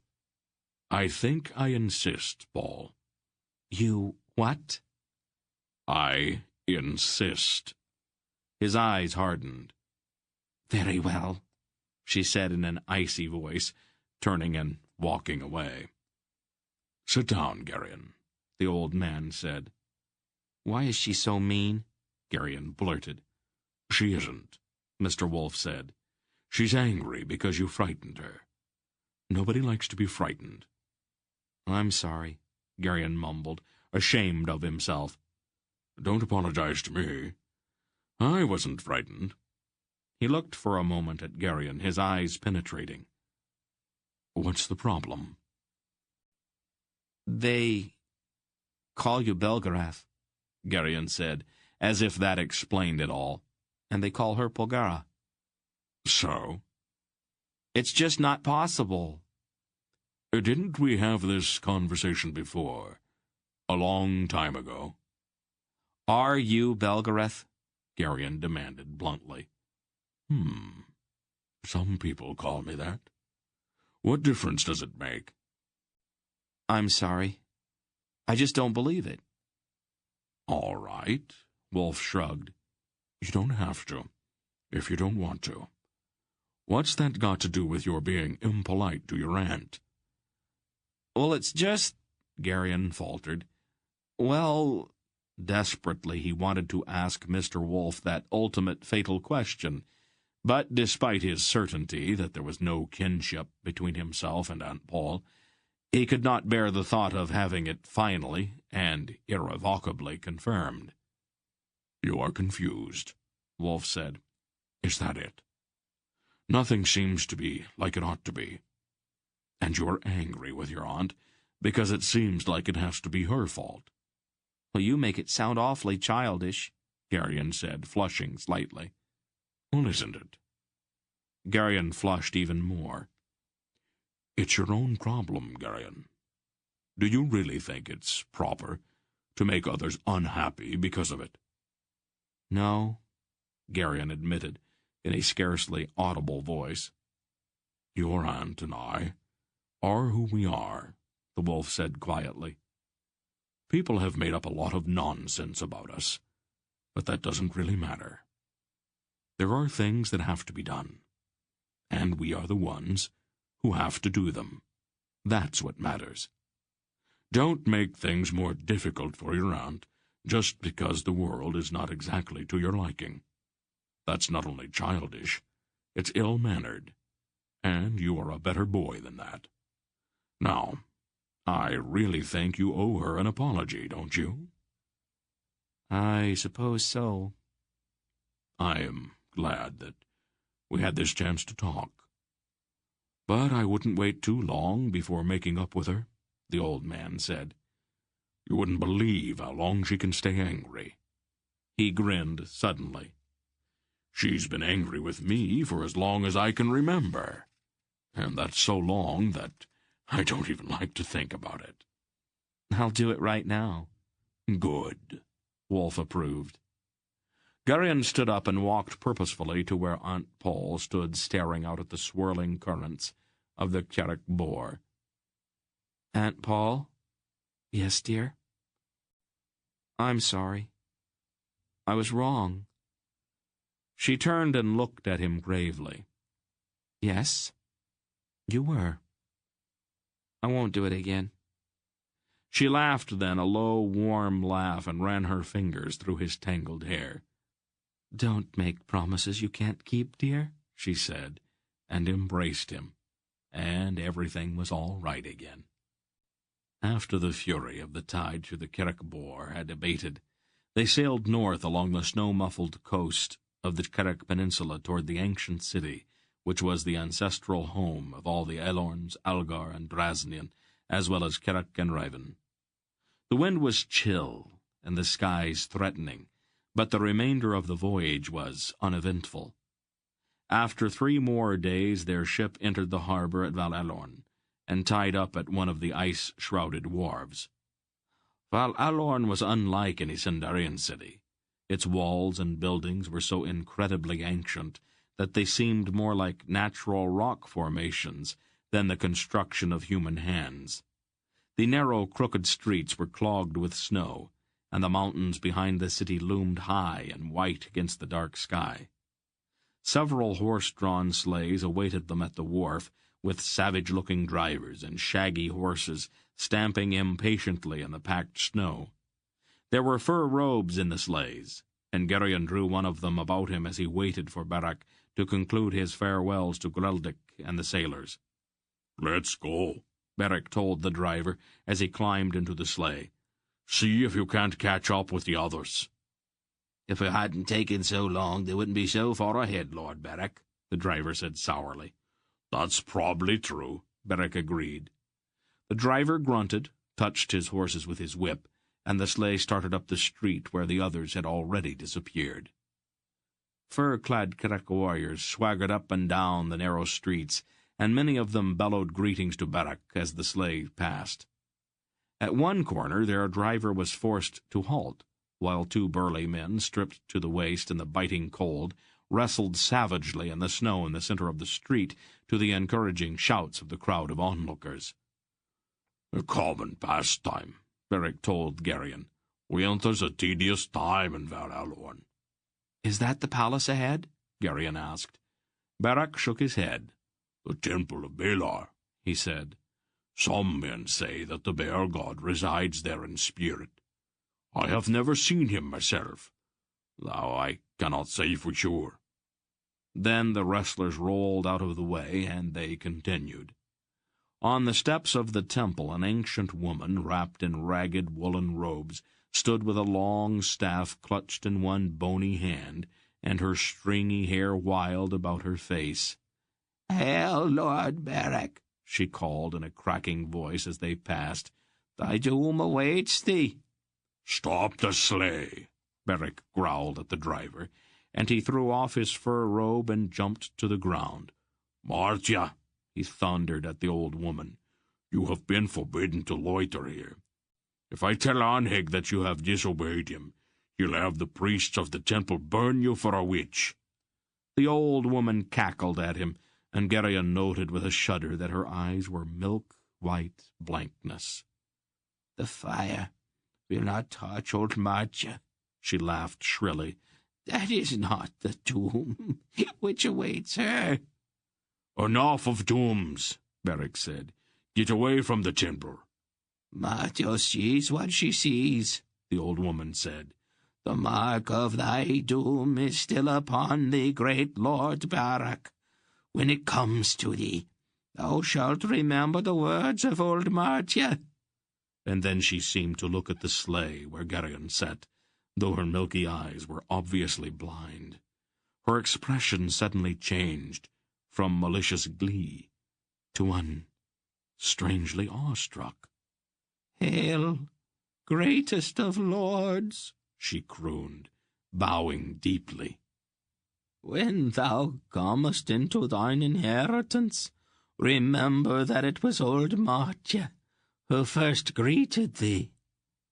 Beric started toward her with a roar, but she scurried away, her staff tapping on the stone steps. What did she mean?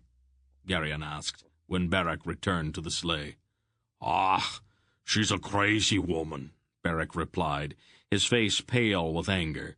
She's always looking around the temple, begging and frightening gullible housewives with her gibberish. If Aunt had any sense, he would have driven her out of the city or burned her years ago. He climbed back into the sleigh. Let's go, he growled at the driver. Garion looked back over his shoulder as they sped away, but the old blind woman was nowhere in sight. Chapter 13. The palace of King Anheg of Carrick was a vast brooding structure near the center of Val Alorn. Huge wings, many of them crumbled into decay, with unpaned windows staring emptily at the open sky through collapsed roofs, stretched out from the main building in all directions. So far as Garion could tell, there was no plan to the palace whatsoever. It had, it seemed, merely grown over the 3,000 years and more that the kings of Carrick had ruled there. "Why is so much of it empty and broken down like that?" he asked Beric, as their sleigh whirled into the snow-packed courtyard. What some kings build, other kings let fall down, Beric said shortly. It is the way of kings. Beric's mood had been black since their encounter with the blind woman at the temple. The others had all dismounted and stood waiting. "You've been away from home too long. If you can get lost on the way from the harbor to the palace," Silk said pleasantly. "We were delayed," Beric grunted. A broad, iron-bound door at the top of the wide steps that led up to the palace opened then, as if someone behind it had been waiting for them all to arrive. A woman with long flaxen braids and wearing a deep scarlet cloak trimmed with rich fur stepped out onto the portico at the top of the stairs and stood looking down at them. "Greetings, Lord Beric, Earl of Trelheim and husband," she said formally. Beric's face grew even more somber. "Merrill," he acknowledged with a curt nod.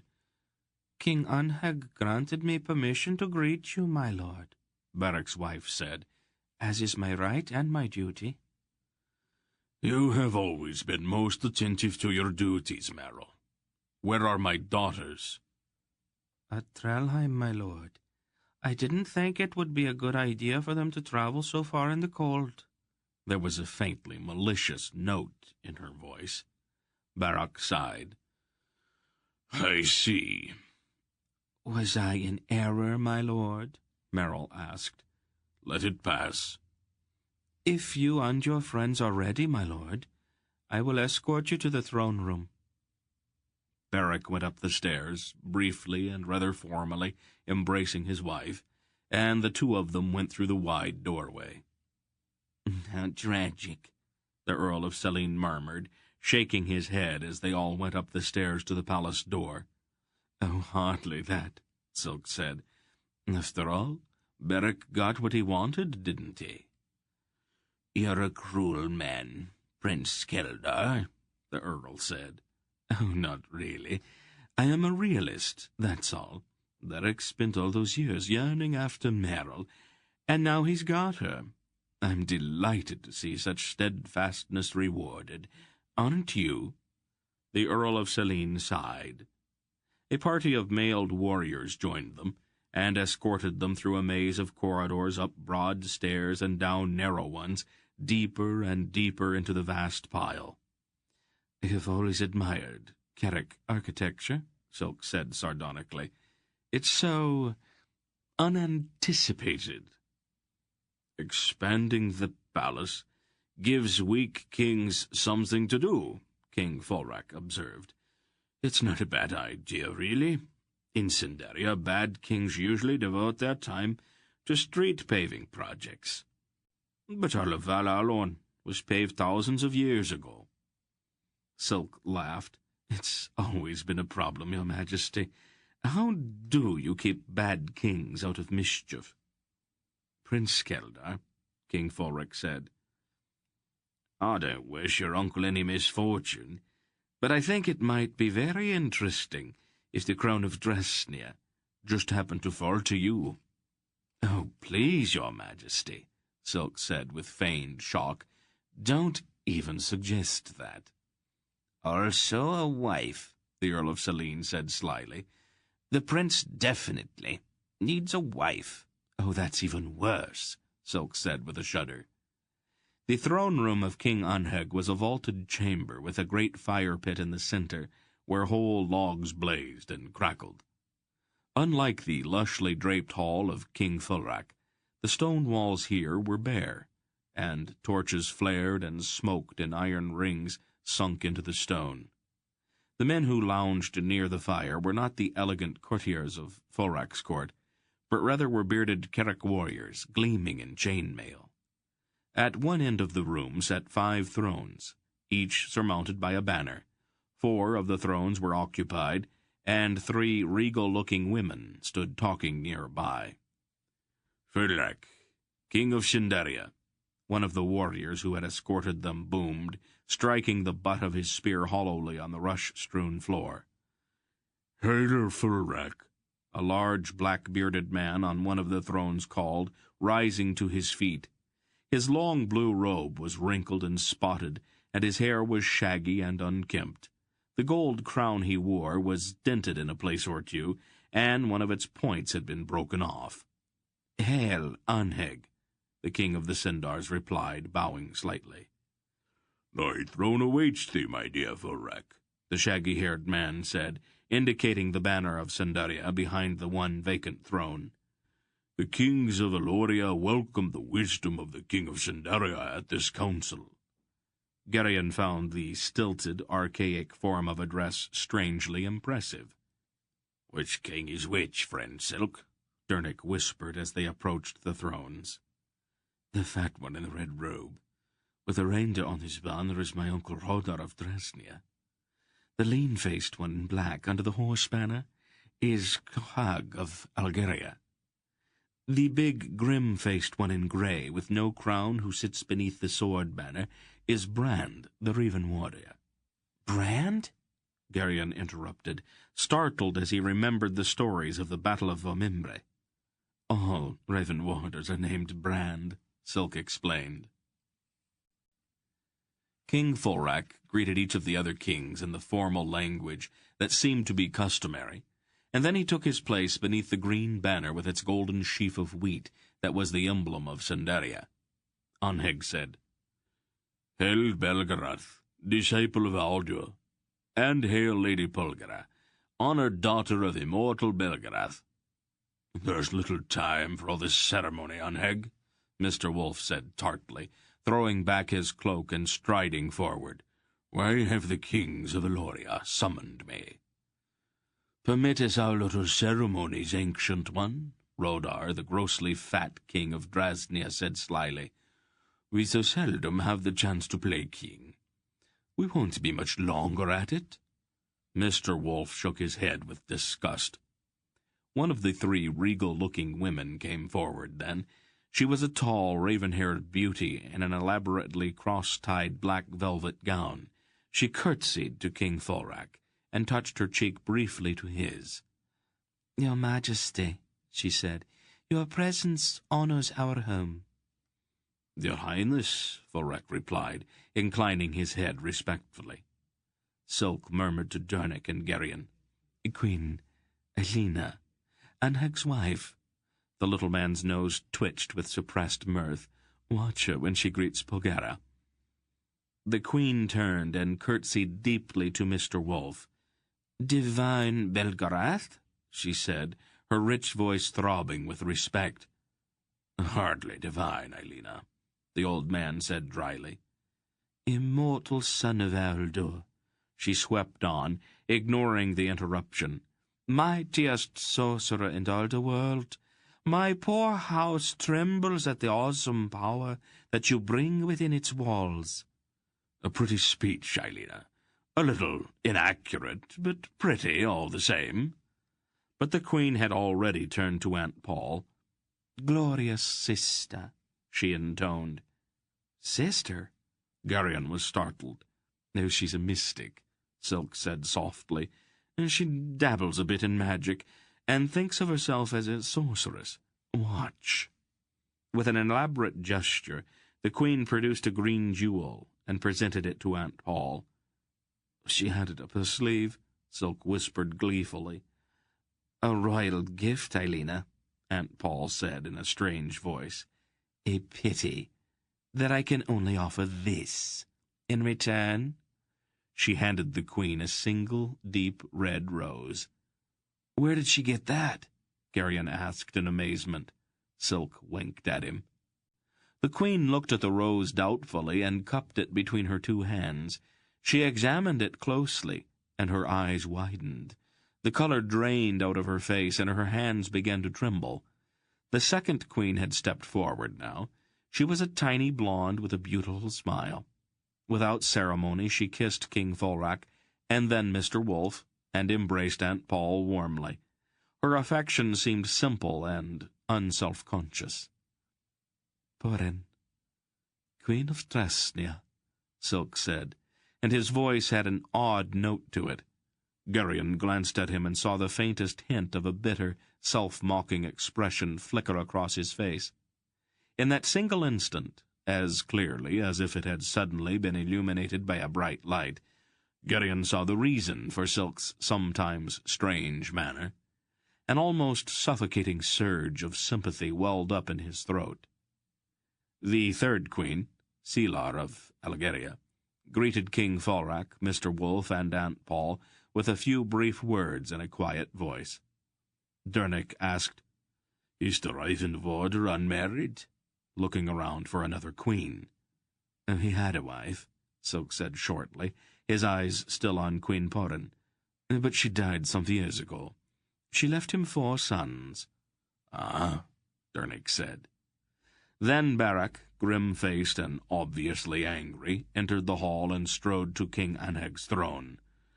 "Welcome home, cousin," King Anheg said. "I thought perhaps you had lost your way." "Family business, Anheg.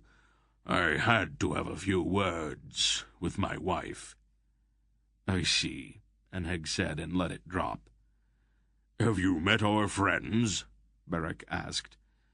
"Not as yet, Lord Barak," King Rodar said. "We were involved with the customary formalities." He chuckled, and his great paunch jiggled. "I'm sure you are no the Earl of Saline," Barak said. "And this is Dernick, a smith and a brave man. The boy's name is Garion. He is in Lady Polgara's care, a good lad." Mr. Wolf asked impatiently, "Do you suppose that we could get on with this?" Shohag, king of the Algars, spoke in a strangely soft voice. "Art thou aware, Belgariad, of the misfortune which has befallen us? We turn to thee for counsel." "Shohag," Wolf said testily, "you sound like a bad errandish epic. Is all of this theeing and thouing really necessary?" Shohag looked embarrassed and glanced at King Anheg. "My fault, Belgariad," Anheg said ruefully. "I set scribes to work to record our meetings. Shohag was speaking to history, as well as to you." His crown had slipped a bit and perched precariously over one ear. "History is very tolerant, Anheg. You do not have to try to impress her. She will forget most of what we say anyway." He turned to the Raven Warder. "Brand, do you suppose you could explain all of this without too much embellishment?" "I am afraid it is my fault, Belgariad," the grey-robed warder said in a deep voice. "The apostate was able to carry off his theft because of my laxity." "The thing's supposed to protect itself, Brand. I can't even touch it. I know the thief, and there is no way that you could have kept him out of Riva. What concerns me is how he was able to lay hands on it without being destroyed by its power. Brand spread his hands helplessly. We woke one morning, and it was gone. The priests were only able to divine the name of the thief. The spirit of the bear god would not say any more. Since we knew who he was, we were careful not to speak his name, or the name of the thing that he took. Good. He has ways to pick words out of the air at great distances. I taught him how to do that myself. Brand nodded. We knew that. It made phrasing our message to you difficult. When you did not come to Reva, and my messenger did not return, I thought something had gone wrong, and that's when we sent men out to find you. Mr. Wolf scratched at his beard. I guess it's my own fault that I'm here, then. I borrowed your messenger. I had to get word to some people in Arindia. I suppose that I should have known better. Silk cleared his throat. May I speak? He asked politely. Oh, certainly, Prince Keldor, King Anheg said. Is it entirely prudent to continue these discussions in public?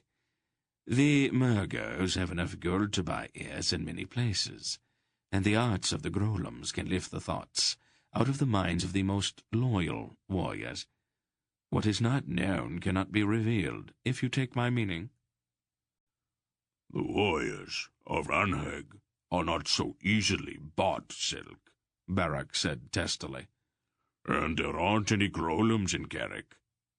Are you also confident about the serving men and the kitchen wenches?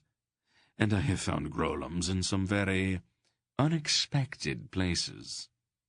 But there is something in what my nephew says, King Rodar said, his face thoughtful. Drasnia has centuries of experience in the gathering of information, and Keldar is one of our best. If he thinks that our words might go further than we'd want them to, we might be wise to listen to him. Thank you, Uncle, Silk said, bowing. Could you penetrate this palace, Prince Keldar? King Anheg challenged. I already have, Your Majesty, 12 times or more. Anheg looked at Rodar with one raised eyebrow. Rodar coughed slightly. It was some time ago, Anheg. Nothing serious.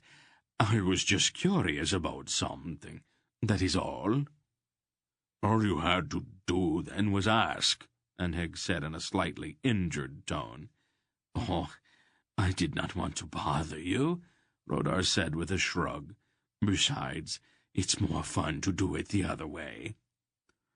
Friends, King Thorak said. The issue before us is too important to chance compromising it. Wouldn't it be better to be overcautious rather than take any more risks? King Anheg frowned then and shrugged. Whatever you wish. We'll continue in private then. Cousin, would you clear old King Eldrig's hall for us, and set guards in the hallways near it?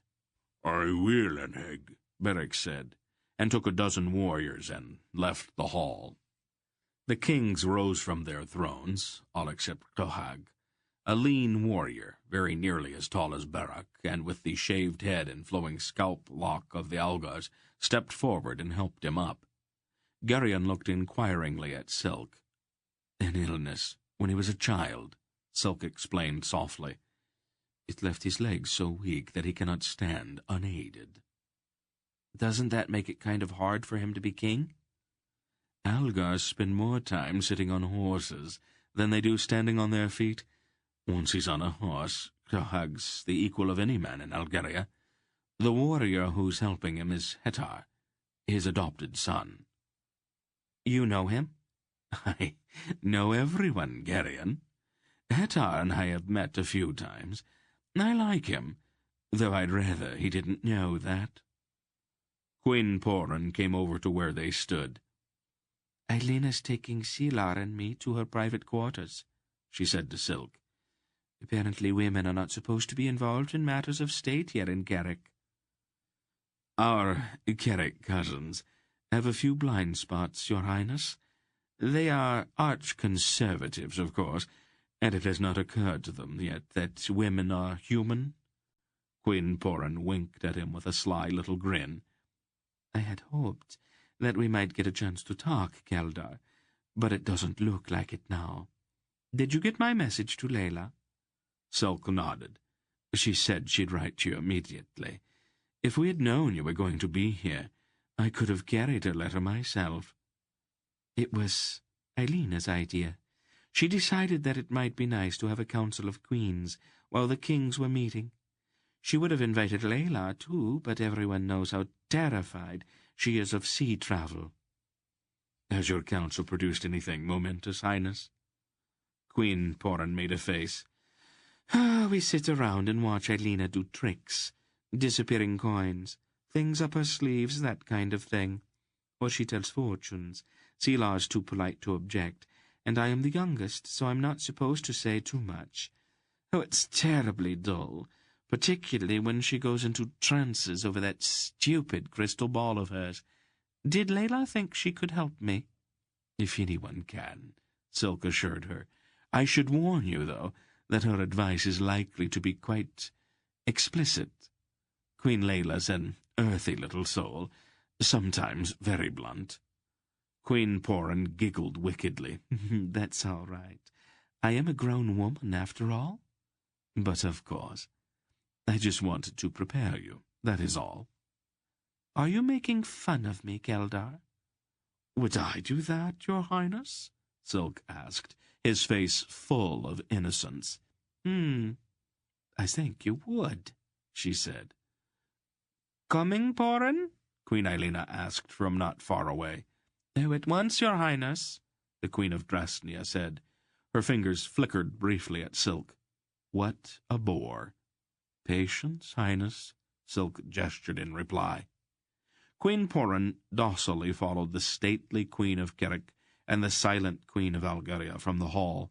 Silk's eyes followed her, and his face had that same self-mocking expression as before.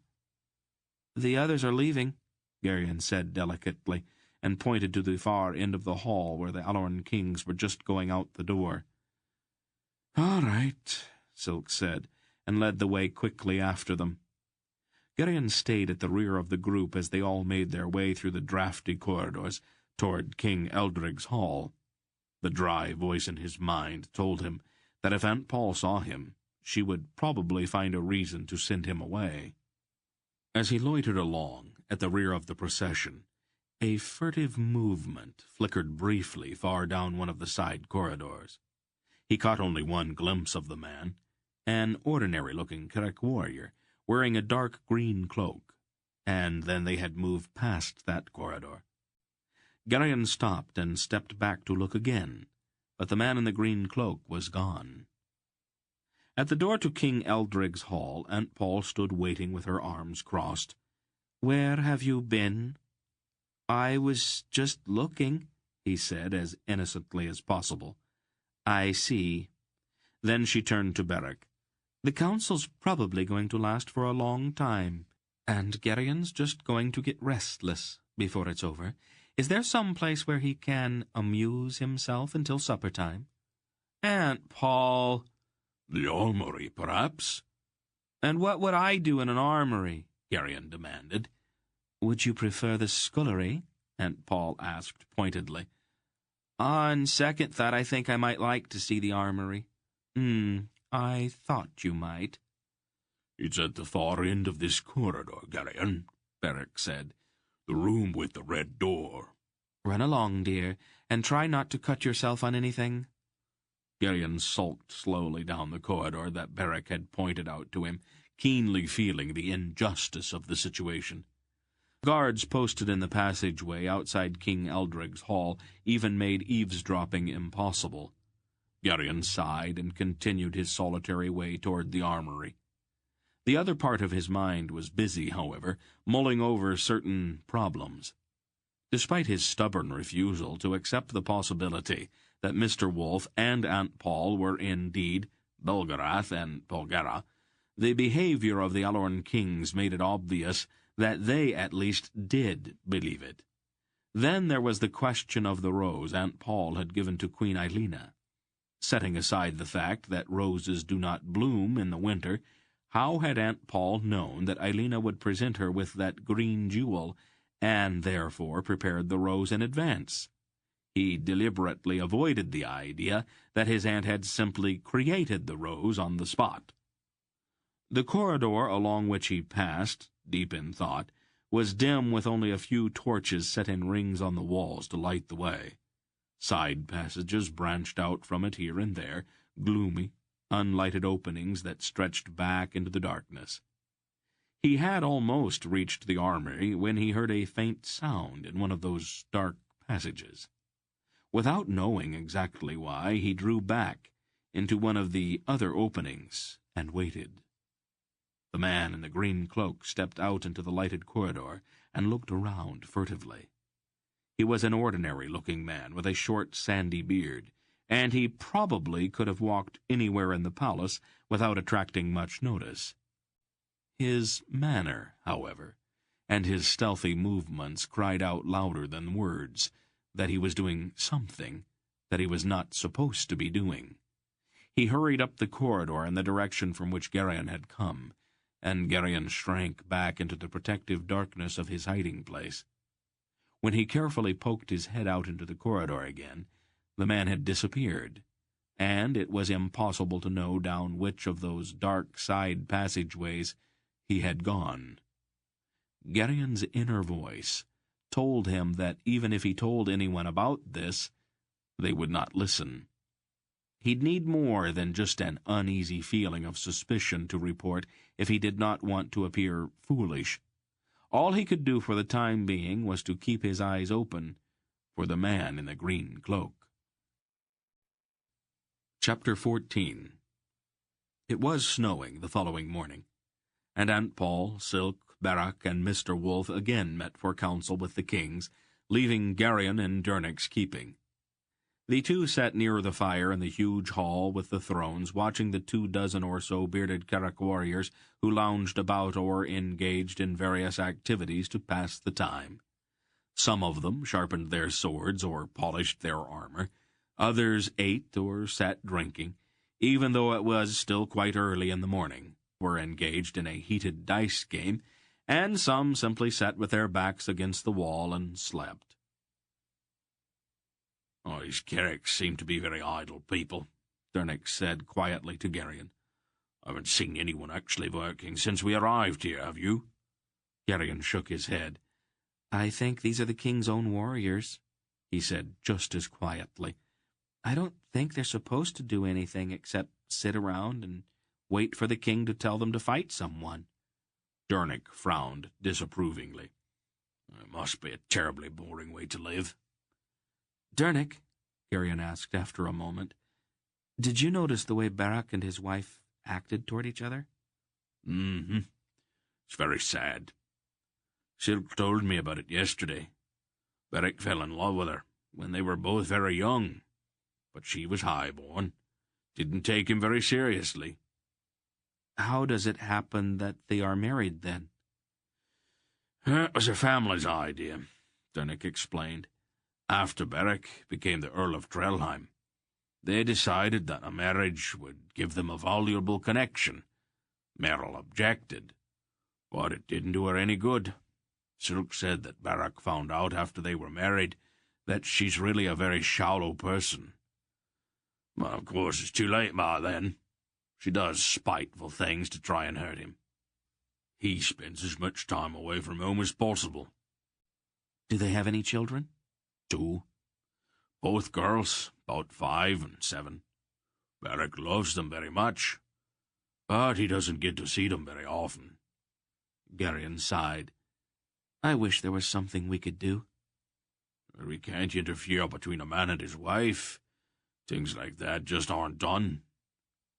Did you know that Silk's in love with his aunt? Garion said without stopping to think. Garion, Dernick's voice was shocked. That's an unseemly thing to say. Well, it's true all the same. Of course, she's not really his aunt, I guess. She's his uncle's second wife. It's not exactly like she was his real aunt. She's married to his uncle, Dernick said firmly. Who made up this scandalous story? Nobody made it up. I was watching his face when he talked to her yesterday. It's pretty plain the way he feels about her. Well, I'm sure you just imagined it, Dernick said disapprovingly. He stood up. Let's look around. That will give us something better to do than sit here gossiping about our friends. It's really not the sort of thing decent men do. All right, Garion agreed quickly, a little embarrassed. He stood up and followed Dernick across the smoky hall and out into the corridor. Let's have a look at the kitchen, Garion suggested. And the smithy, too, Dernick said. The royal kitchens were enormous. Entire oxen roasted on the spits, and whole flocks of geese simmered in lakes of gravy. Stews bubbled in cart-sized cauldrons, and battalions of loaves were marched into ovens big enough to stand in. Unlike Aunt Pol's well-ordered kitchen at Faldor's farm, everything here was chaos and confusion. The head cook was a huge man with a red face who screamed orders which everyone ignored. There were shouts and threats and a great deal of horseplay. A spoon heated in a fire and left where an unsuspecting cook would pick it up brought shrieks of mirth, and one man's hat was stolen and deliberately thrown into a seething pot of stew. Let's go someplace else, Dernick. This isn't what I expected at all. Dernick nodded. Mistress Pol, she'd never tolerate all that foolishness, he agreed disapprovingly. In the hallway outside the kitchen, a maid with reddish-blonde hair and a pale green dress, cut quite low at the bodice, loitered. "Excuse me," Dernick said to her politely. "Could you direct us to the smithy?" She looked him up and down boldly. "Are you new here?" she asked. "I haven't seen you before." "We are just visiting." "Where are you from?" "Sindaria." "How interesting. Perhaps the boy could run this errand for you, and you and I could talk for a while." Her look was direct. Dernick coughed and his ears reddened. "The smithy?" he asked again. The maid laughed lightly. "In the courtyard, at the end of the corridor. I'm usually around here someplace. I'm sure you can find me when you finish your business with the smith." Yes," Dernick said. "I'm sure I could. Come along, Garion." They went on down the corridor and out into a snowy inner courtyard. "Outrageous," Dernick said stiffly, his ears still flaming. "The girl has no sense of propriety whatsoever. I'd report her if I knew to whom." "Shocking," Garion agreed, secretly amused by Dernick's embarrassment. They crossed the courtyard through the lightly sifting snow. The smithy was presided over by a huge black-bearded man with forearms as big as Garion's thighs. Dernick introduced himself, and the two were soon happily talking shop to the accompaniment of the ringing blows of the smith's hammer. Garion noticed that instead of the ploughs, spades, and hoes that would fill a Sindarian smithy, the walls here were hung with swords, spears, and war-axes. At one forge an apprentice was hammering out arrowheads, and at another a lean, one-eyed man was working on an evil-looking dagger. Dernick and the smith talked together for most of the remainder of the morning, while Garion wandered about the inner courtyard watching the various workmen at their tasks. There were coopers and wheelwrights, cobblers and carpenters, saddlers and candle-makers, all busily at work to maintain the huge household of King Anhug. As he watched, Garion also kept his eyes open for the sandy-bearded man in the green cloak that he had seen the night before. It was not likely that the man would be here where honest work was being done, but Garion stayed alert all the same. About noon, Barak came looking for them and led them back to the great hall where Silk lounged intently watching a dice game. "Oneg and the others want to meet privately this afternoon. I have got an errand to run, and I thought you might want to go along." "Oh, that might not be a bad idea," Silk said, tearing his eyes from the game. "Your cousin's warriors dice badly, and I am tempted to try a few rolls with them. It would probably be better if I did not. Most men take offense at losing to strangers." Beric grinned. "I'm sure they'd be glad to let you play, Silk. They've got just as much a chance of winning as you do." "Oh, just as the sun has as much chance of coming up in the west as in the east." "Are you that sure of your skill, friend Silk?" Dernick asked. "I'm sure of theirs." He chuckled then and jumped up. "Let's go. My fingers are starting to itch. Let's get them away from temptation." "Anything you say, Prince Keldar," Beric laughed. They all put on fur cloaks and left the palace. The snow had almost stopped, and the wind was brisk. "I'm a bit confused by all these names," Dernick said as they trudged toward the central part of Val-Aulorn. "I've been meaning to ask about it. You, friend Silk, are also Prince Keldar, and sometimes the merchant Ambar of Kotu. And Mr. Wolf is also Belgariad, and Mistress Pol is also Lady Polgara, or the Duchess of Erat. Where I come from, people usually have one name." "Names are like clothes, Danik. We put on what's most suitable for the occasion. Honest men have little need to wear strange clothes or strange names. Those of us who are not so honest, however, occasionally have to change one or the other." "I don't find it amusing to hear Mistress Pol described as not being honest," Dernick said stiffly. "Oh, no disrespect intended," Silk assured him. "Simple definitions do not apply to Lady Polgara, and when I say that we are not honest, I simply mean that this business we are in sometimes requires us to conceal ourselves from people who are evil as well as devious." Dernick looked unconvinced, but let it pass. "Let's take this street.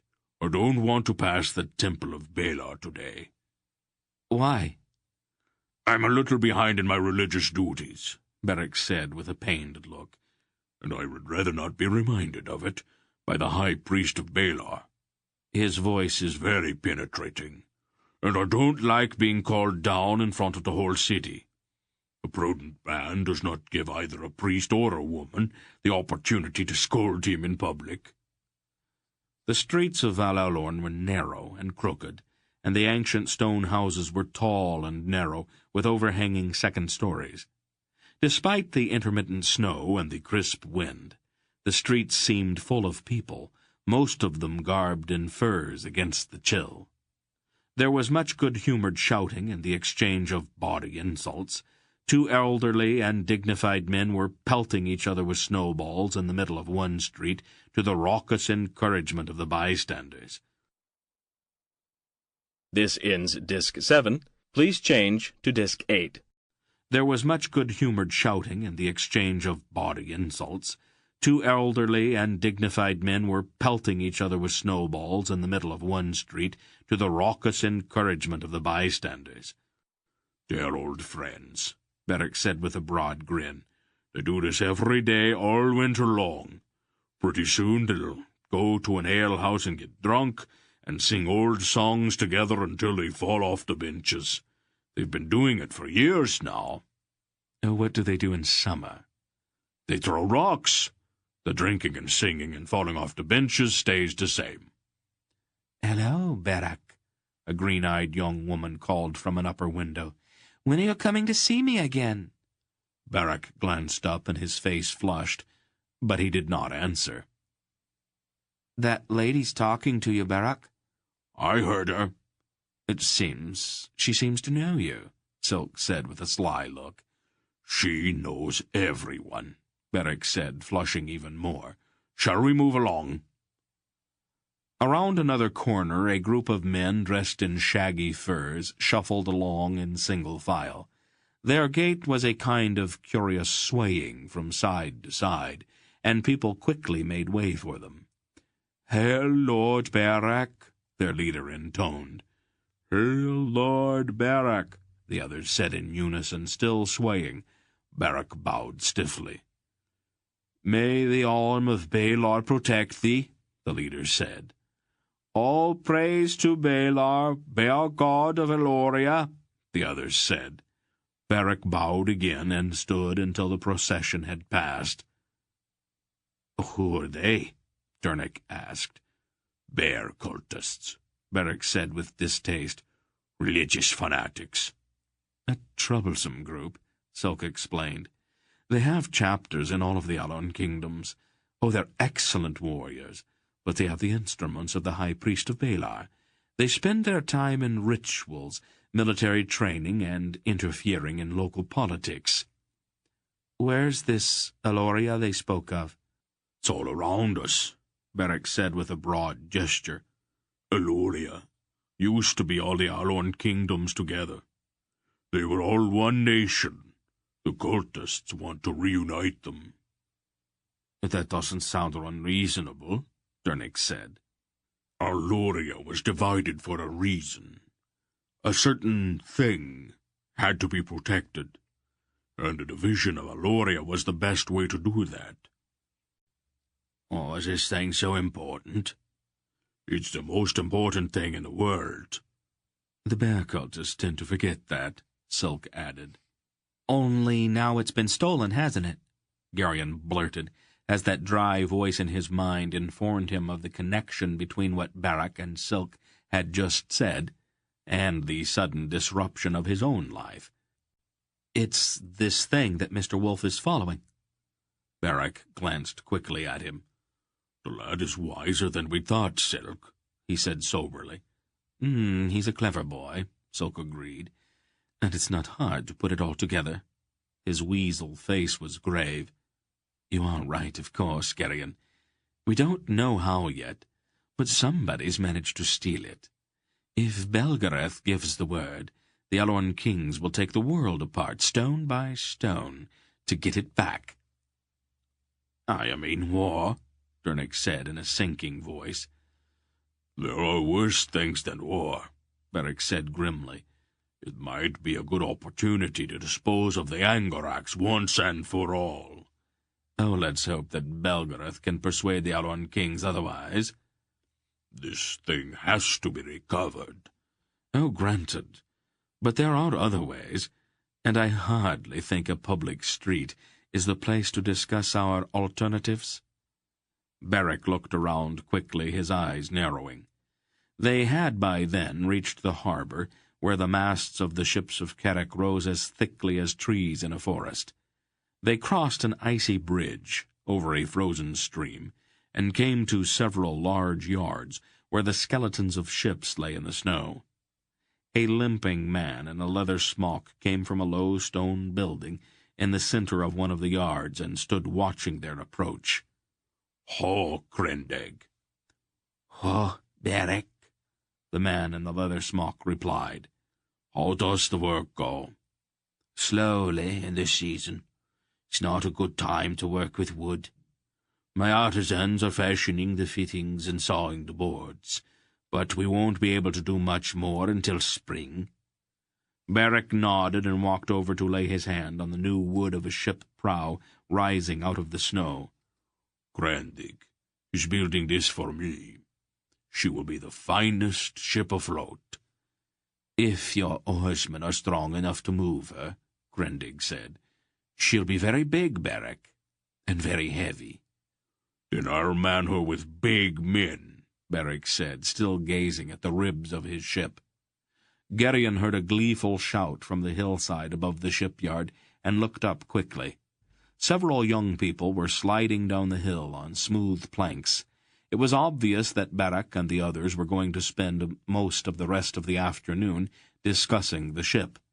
While that might be all very interesting, Garion realized that he had not spoken with anyone his own age for a long time. He drifted away from the others and stood at the foot of the hill, watching. One blonde girl particularly attracted his eye. In some ways, she reminded him of Zubret. But there were some differences. Where Zubret had been petite, this girl was as big as a boy, though she was noticeably not a boy. Her laughter rang out merrily, and her cheeks were pink in the cold afternoon air as she slid down the hill with her long braids flying behind her. "That looks like fun," Garion said, as her improvised sled came to a rest nearby. "Would you like to try?" she asked, getting up and brushing the snow from her woolen dress. "I don't have a sled." "I might let you use mine," she said, looking at him archly, "if you give me something." "What would you want me to give you?" "Oh, we'll think of something," she said, eyeing him boldly. "What's your name?" "Garion." "What an odd name. Do you come from here?" "No, I'm from Cindaria." "A Sindar, truly?" Her blue eyes twinkled. "I've never met a Sindar before. My name is Maidie." Garion inclined his head slightly. "Do you want to use my sled?" "I might like to try it." "I might let you. For a kiss." Garion blushed furiously, and Maidie laughed. A large red-haired boy in a long tunic slid to a stop nearby and rose with a menacing look on his face. "Maidie, come away from there." "And what if I don't want to?" The red-haired boy swaggered toward Garion. "What are you doing here?" "I was talking with Maidie." "And who gave you permission?"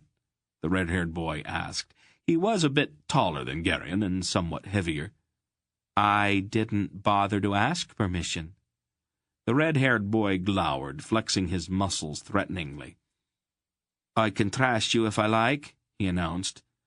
Garion realized that the redhead was feeling belligerent and that a fight was inevitable.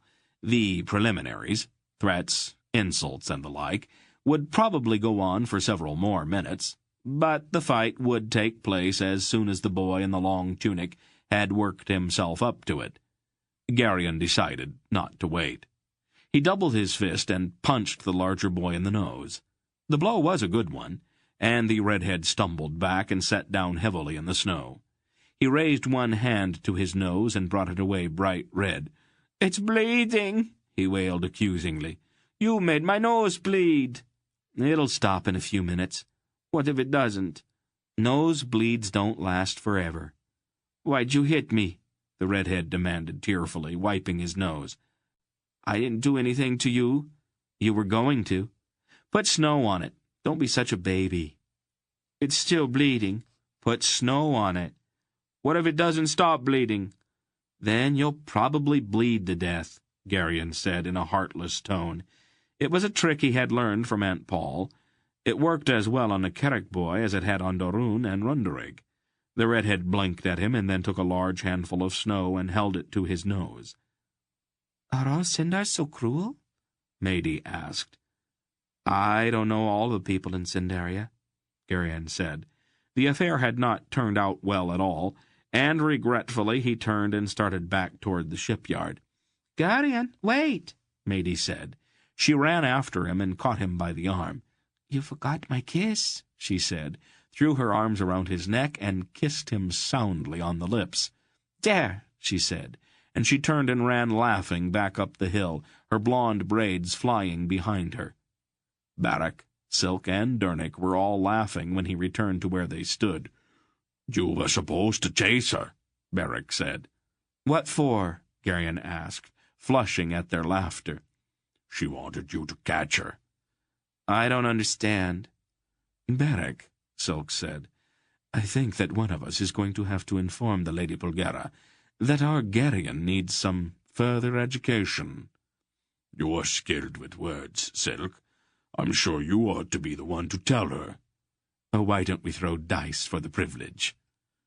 "I have seen you throw dice before, Silk," Barrack laughed. "Well, of course we could simply stay here a while longer. I rather imagine that Garion's new playmate would be quite happy to complete his education, and that way we would not have to bother Lady Bulgara about it." Garion's ears were flaming now. "I'm not as stupid as all of that. I know what you're talking about, and you don't have to say anything to Aunt Pol about it." He stumped away angrily, kicking at the snow. After Barrack had talked for a while longer with his shipbuilder, and the harbor had begun to darken with the approach of evening, they started back toward the palace. Garion sulked along behind, still offended by their laughter. The clouds which had hung overhead since their arrival in Val Alorn had begun to tatter, and patches of clear sky began to appear.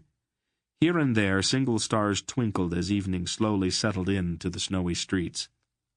The soft light of candles began to glow in the windows of the houses, and the few people left in the streets hurried to get home before dark.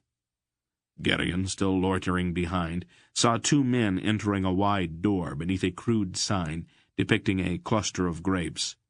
One of them was the sandy, bearded man in the green cloak he had seen in the palace the night before. The other man wore a dark hood, and Garion felt a familiar tingle of recognition. Even though he could not see the hooded man's face, there was no need of it. They had looked at each other too often for there to be any doubt. As always before, Garion felt that peculiar restraint, almost like a ghostly finger touching his lips. The hooded man was Asherak, and though the Murgo's presence here was very important, it was, for some reason, impossible for Garion to speak of it. He watched the two men only for a moment, then hurried to catch up with his friends. He struggled with the compulsion that froze his tongue, and then tried another approach. "Beric, are there many Murgos in Val Alorn?" "There aren't any Murgos in Carrack," Beric said. "Angaraks are not allowed in the kingdom on pain of death. It is our oldest law. It was laid down by old Carrack Bare-Shoulders himself. Why do you ask?"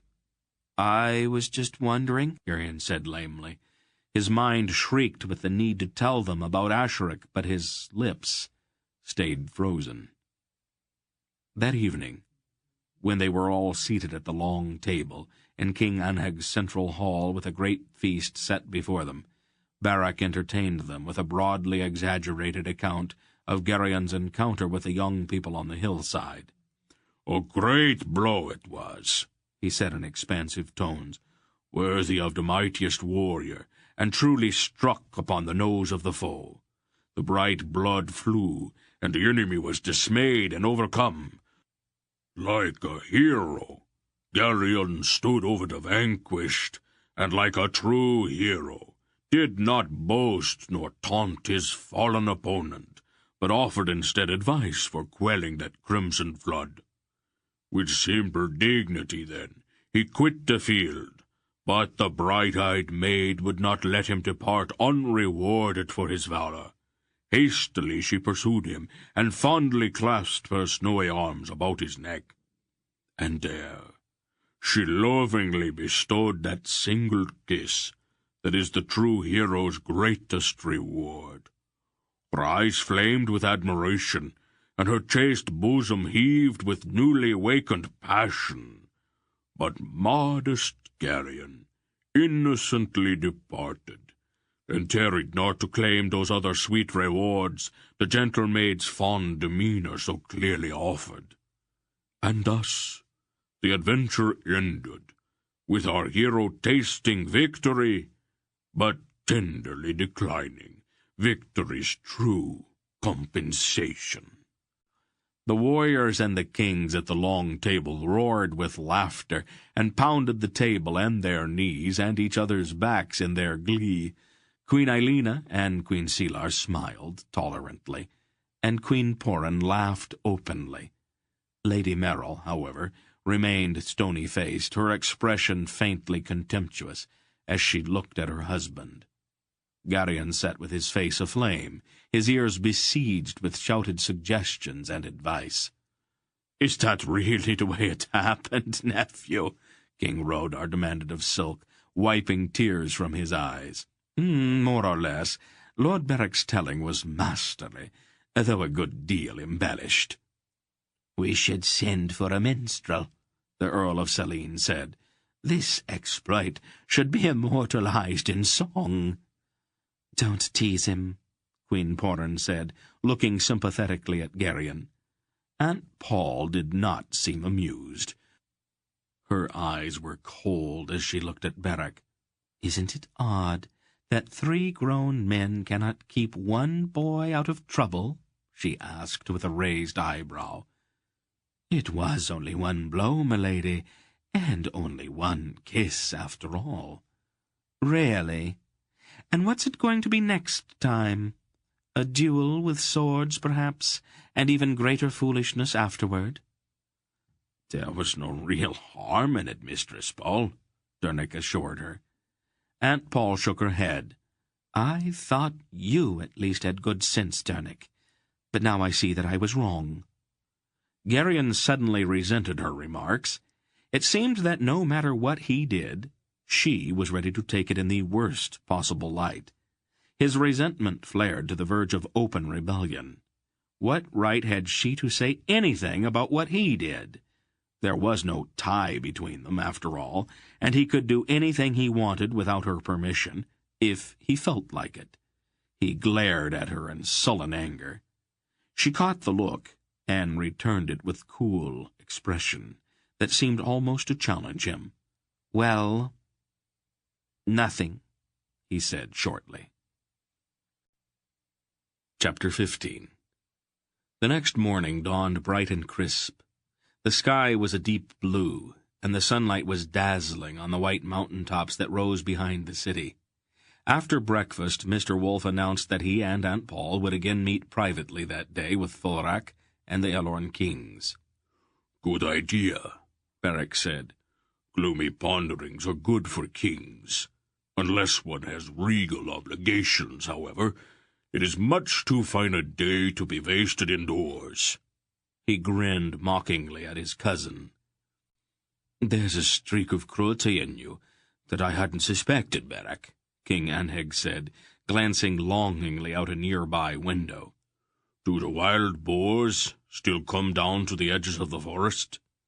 In droves, Anheg replied, even more disconsolately. I thought I might gather a few good men and go out and see if we can thin their numbers a bit, Beric said, his grin even wider now. I was almost sure you had something like that in mind, Anheg said moodily, scratching at his unkempt hair. I'm doing you a service, Anheg. You don't want your kingdom overrun with the beasts, do you? Rodar, the fat king of Drasnia, laughed hugely. I think that he's got you, Anheg. He usually does, Anheg agreed sourly. I gladly leave such activities to younger Alina men, Rodar said. He slapped his vast paunch with both hands. I don't mind a good supper, but I'd rather not have to fight with it first. I make too good a target. The blindest boar in the world wouldn't have much trouble finding me. Well, Silk, Beric said, what do you say? No, you're not serious. You must go along, Prince Geldar, Queen Porin insisted. Someone has to represent the honor of Drasnia in this venture. Silk's face looked pained. You can be my champion, she said, her eyes sparkling. Have you been reading Erendish epics again, Your Highness? Consider it a royal command. Some fresh air and exercise won't hurt you. You're starting to look dyspeptic. Silk bowed ironically.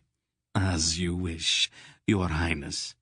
I suppose that if things get out of hand, I can always climb a tree. How about you, Dernick? I don't know much about hunting, friend Beric, but I'll come along, if you like, Dernick said doubtfully. My lord? Beric asked the Earl of Selene politely. Oh, no, Lord Beric. I outgrew my enthusiasm for such sport years ago. Thank you for the invitation, however. Hettar? Beric asked the rangy Algar. Hettar glanced quickly at his father. Go along, Hettar, Coheg said in his soft voice. I'm sure King Anheg will lend me a warrior to help me walk. I'll do it myself, Coheg. I have carried heavier burdens, said King Anheg. I'll go with you then, Lord Beric, and thanks for asking me. His voice sounded deep and resonant, but soft, much like that of his father. Well, lad, Beric asked Garion. "Have you lost your wits entirely, Beric?" Aunt Pol snapped. "Didn't you get him into enough trouble yesterday?" That was the last straw. The sudden elation he had felt at Beric's invitation turned to anger. Garion gritted his teeth and threw away all caution. "If Beric doesn't think I'll just be in the way, I'll be glad to go along," he announced defiantly. Aunt Pol stared at him, her eyes suddenly very hard. "Your cub's growing teeth, Pol," Mr. Wolf chuckled. "Be still, father," Aunt Pol said, still glaring at Garion. "Not this time, miss," the old man said with a hint of iron in his voice. "He has made his decision, and you are not going to humiliate him by unmaking it for him. Garion isn't a child now. You may not have noticed, but he is almost man-high, and filling out now. He will soon be 15, Pol. You are going to have to relax your grip sometime, and now is as good a time as any to start treating him like a man." She looked at him for a moment. "Whatever you say, father," she said at last with deceptive meekness. "I'm sure we'll want to discuss this later, though. In private." Mr. Wolf winced. Aunt Pol looked at Garion then. "Try to be careful, dear, and when you come back, we'll have a nice long talk, won't we?" "Will my lord require my aid in arming himself for the hunt?" Lady Merrill asked in the stilted and insulting manner she always assumed with Beric. "That won't be necessary, Merrill," Beric replied. "I would not neglect any of my duties." "Leave it alone, Merrill. You have made your point." "Have I my lord's permission to withdraw, then?" "You have." "Perhaps you ladies would like to join me," Queen Elena said. "We'll cast auguries and see if we can predict the outcome of the hunt." Queen Poran, who stood somewhat behind the Queen of Jerek, rolled her eyes upward in resignation. Queen Silar smiled at her. "Let's go, then. The boars are waiting," said Beric. "Sharpening their tusks, no doubt," Silk said. Beric led them down to the red door of the armory, where they were joined by a grizzled man with enormously broad shoulders, who wore a bull-hide shirt with metal plates sewn on it. "This is Torvik," Beric introduced the grizzled man. "Anheg's chief huntsman. He knows every boar in the forest by first name." "My lord Beric is overkind," Torvik said, bowing. "How does one go about this hunting of boars, friend Torvik?" Dernick asked politely. "I've never done it before." "It's a simple thing. I take my huntsman in the forest, and we drive the beasts with noise and shouting. You and the other hunters wait for them with these." He gestured at a rack of stout, broad-headed boar spears. "When the boar sees you standing in his way, he charges you, tries to kill you with his tusks, but instead you kill him with your spear." "I see," Dernick said somewhat doubtfully. "Doesn't sound very complicated." "We wear mail shirts, Dernick. Our hunters are hardly ever injured seriously." "Hardly ever has a rather uncomfortable ring of frequency to it, Beric," Silk said, fingering a mail shirt hanging on a peg by the door. "No sport is very entertaining without a certain element of risk," Beric shrugged, hefting a boar spear. "Have you ever thought of throwing dice instead?" "Not with your dice, my friend."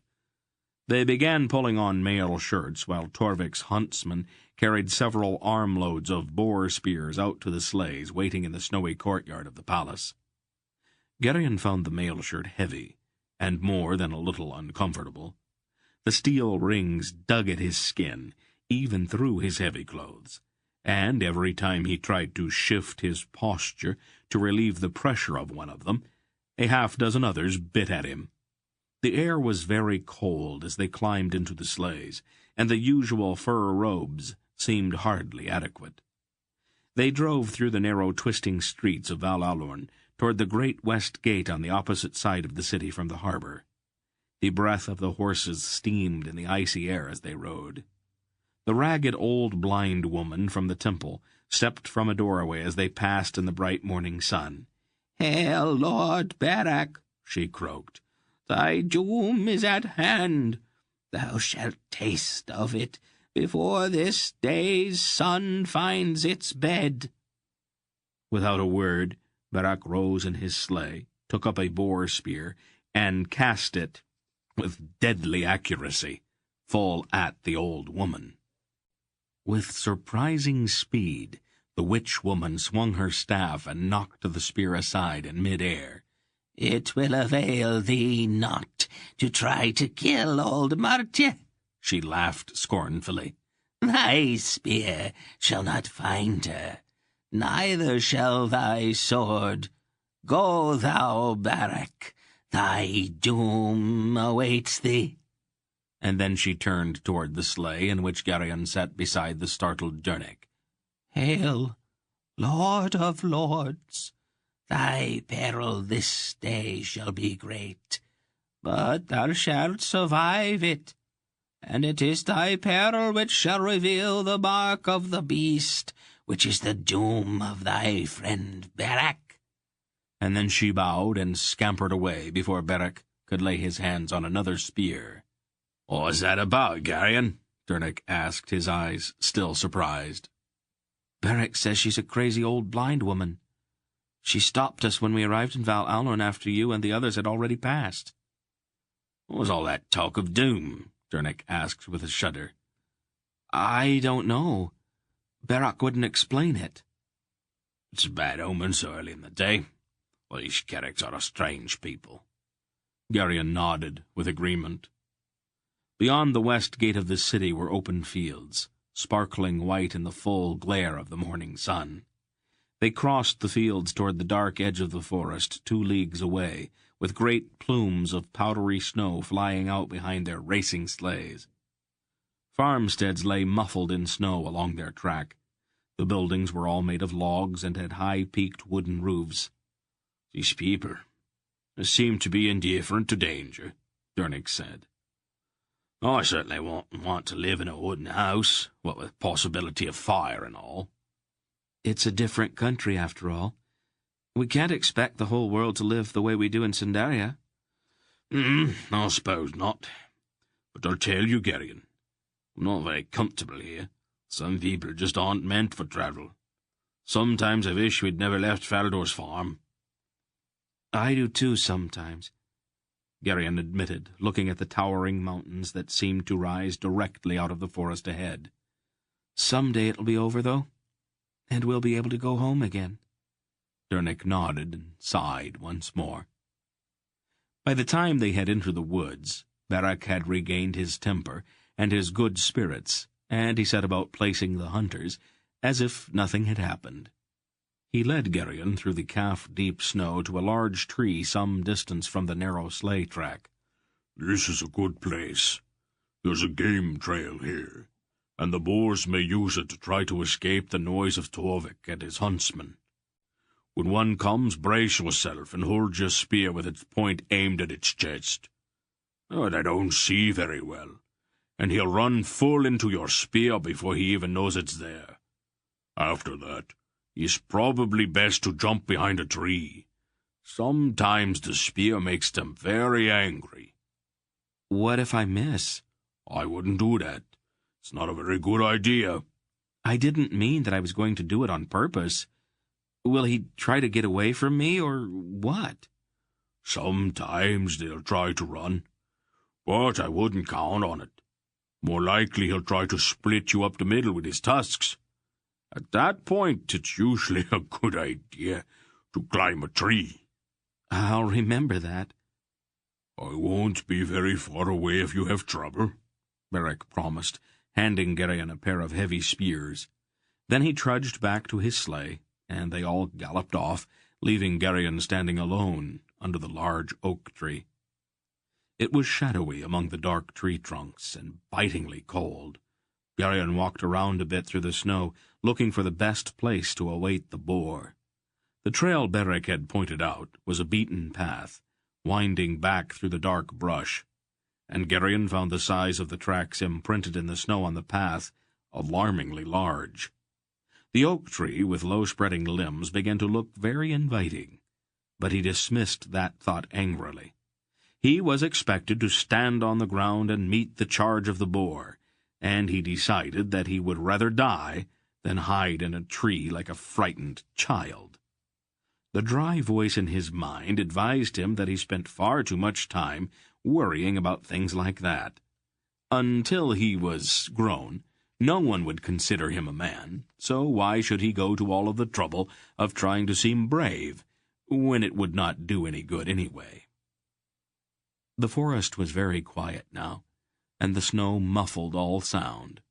No birds sang, and there was only the occasional padded thump of snow sliding from the overloaded branches to the earth beneath. Garion felt terribly alone. What was he doing here? What business had a good, sensible Sendarian boy here in the endless forest of Carrick, awaiting the charge of a savage wild pig with only a pair of unfamiliar spears for company? What had the pig ever done to him? He realized that he did not even particularly like the taste of pork. He was some distance from the beaten forest track along which their sleighs had passed, and he set his back to the oak tree, shivered, and waited. He didn't realize how long he had been listening to the sound when he became fully aware of it.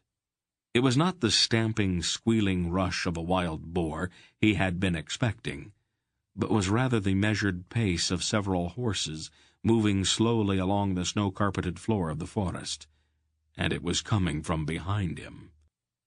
Cautiously, he eased his face around the tree. 3 riders, muffled in furs, emerged from the woods on the far side of the sleigh-churned track.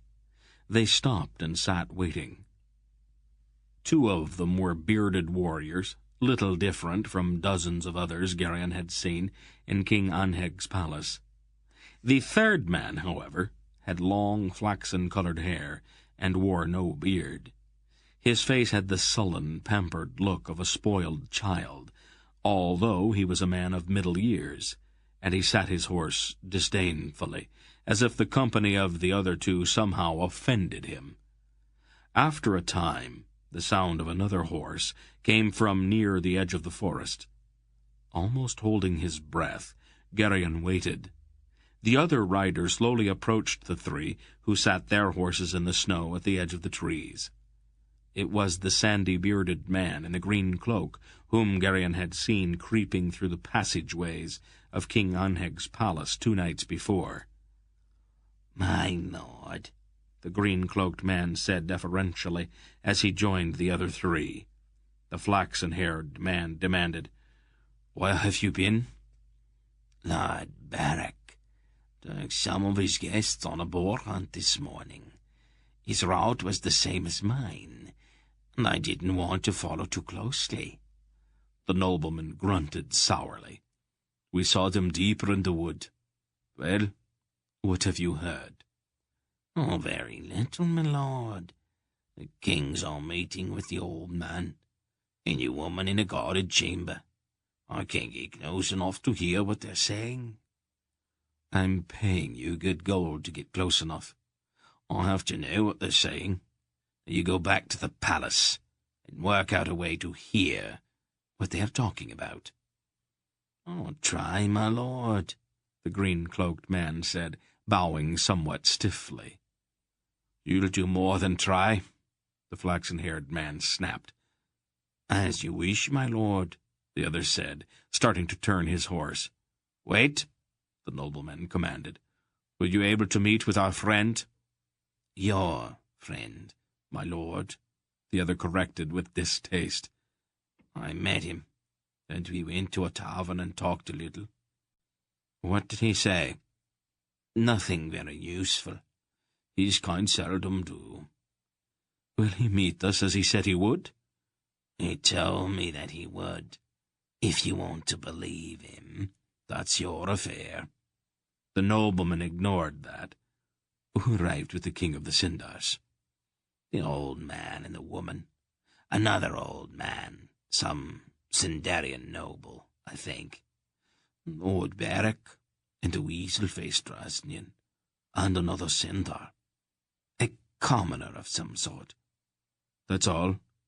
Wasn't there a boy with them as well? The spy shrugged. I didn't think the boy was important. He's there, then, in the palace? He is, my lord. An ordinary Sindarian boy of about 14, I judge. He seems to be some kind of servant to the woman. Very well. Go back to the palace and get close enough to that chamber to hear what the kings and the old man are saying. That may be very dangerous, my lord. It'll be more dangerous if you don't. Now go, before that ape Barrack comes back and finds you loitering here. He whirled his horse and, followed by his 2 warriors, plunged back into the forest on the far side of the snowy track that wound among the dark trees. The man in the green cloak sat grimly watching for a moment. Then he, too, turned his horse and rode back the way he had come. Garion rose from his crouched position behind the tree. His hands were clenched so tightly around the shaft of his spear that they actually ached. This had gone entirely too far, he decided. The matter must be brought to someone's attention.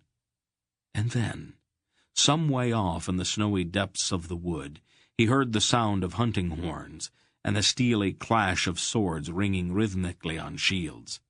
The huntsmen were coming, driving all of the beasts of the forest before them. He heard a crackling in the bushes, and a great stag bounded into view, his eyes wild with fright and his antlers flaring above his head. With 3 huge leaps he was gone. Garion trembled with excitement. Then there was a squealing rush, and a red-eyed sow plunged down the trail, followed by a half-dozen scampering piglets. Garion stepped behind his tree and let them pass. The next squeals were deeper and rang less with fright than with rage. It was the boar. Garion knew that before the beast even broke out of the heavy brush. When the boar appeared, Garion felt his heart quail. This was no fat, sleepy porker, but rather a savage, infuriated beast. The horrid tusks jutting up past the flaring snout were yellow, and bits of twigs and bark clung to them, mute evidence that the boar would slash at anything in his path, trees, bushes, or a Sindarian boy without sense enough to get out of his way. Then a peculiar thing happened. As in the long-ago fight with Runderig, or in the scuffle with Brill's hirelings in the dark streets of Muros, Garion felt his blood begin to surge, and there was a wild ringing in his ears. He seemed to hear a defiant shouted challenge, and could scarcely accept the fact that it came from his own throat. He suddenly realized that he was stepping into the middle of the trail and crouching with his spear braced and leveled at the massive beast. The boar charged, red-eyed and frothing from the mouth, with a deep-throated squeal of fury. He plunged at the waiting Garion. The powdery snow sprayed up from his churning hooves like foam from the prow of a ship. The snow crystals seemed to hang in the air, sparkling in a single ray of sunlight that chanced just there to reach the forest floor. The shock as the boar hit the spear was frightful, but Garion's aim was good.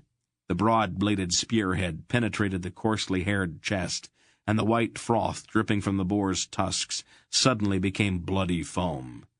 Garion felt himself driven back by the impact, his feet slipping out from under him, and then the shaft of his spear snapped like a dry twig, and the boar was on him.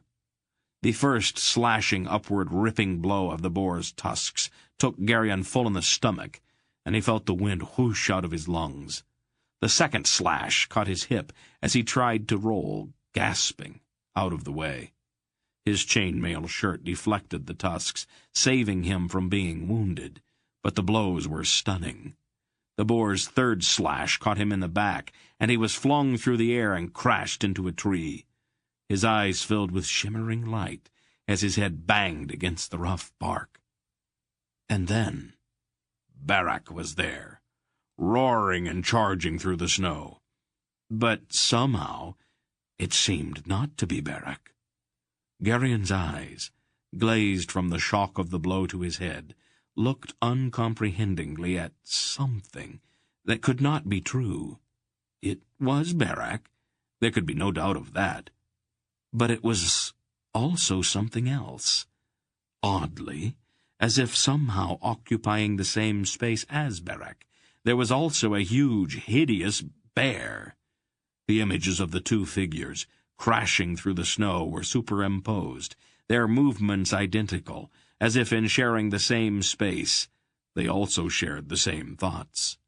Huge arms grasped up the wriggling, mortally wounded boar and crushed in upon it.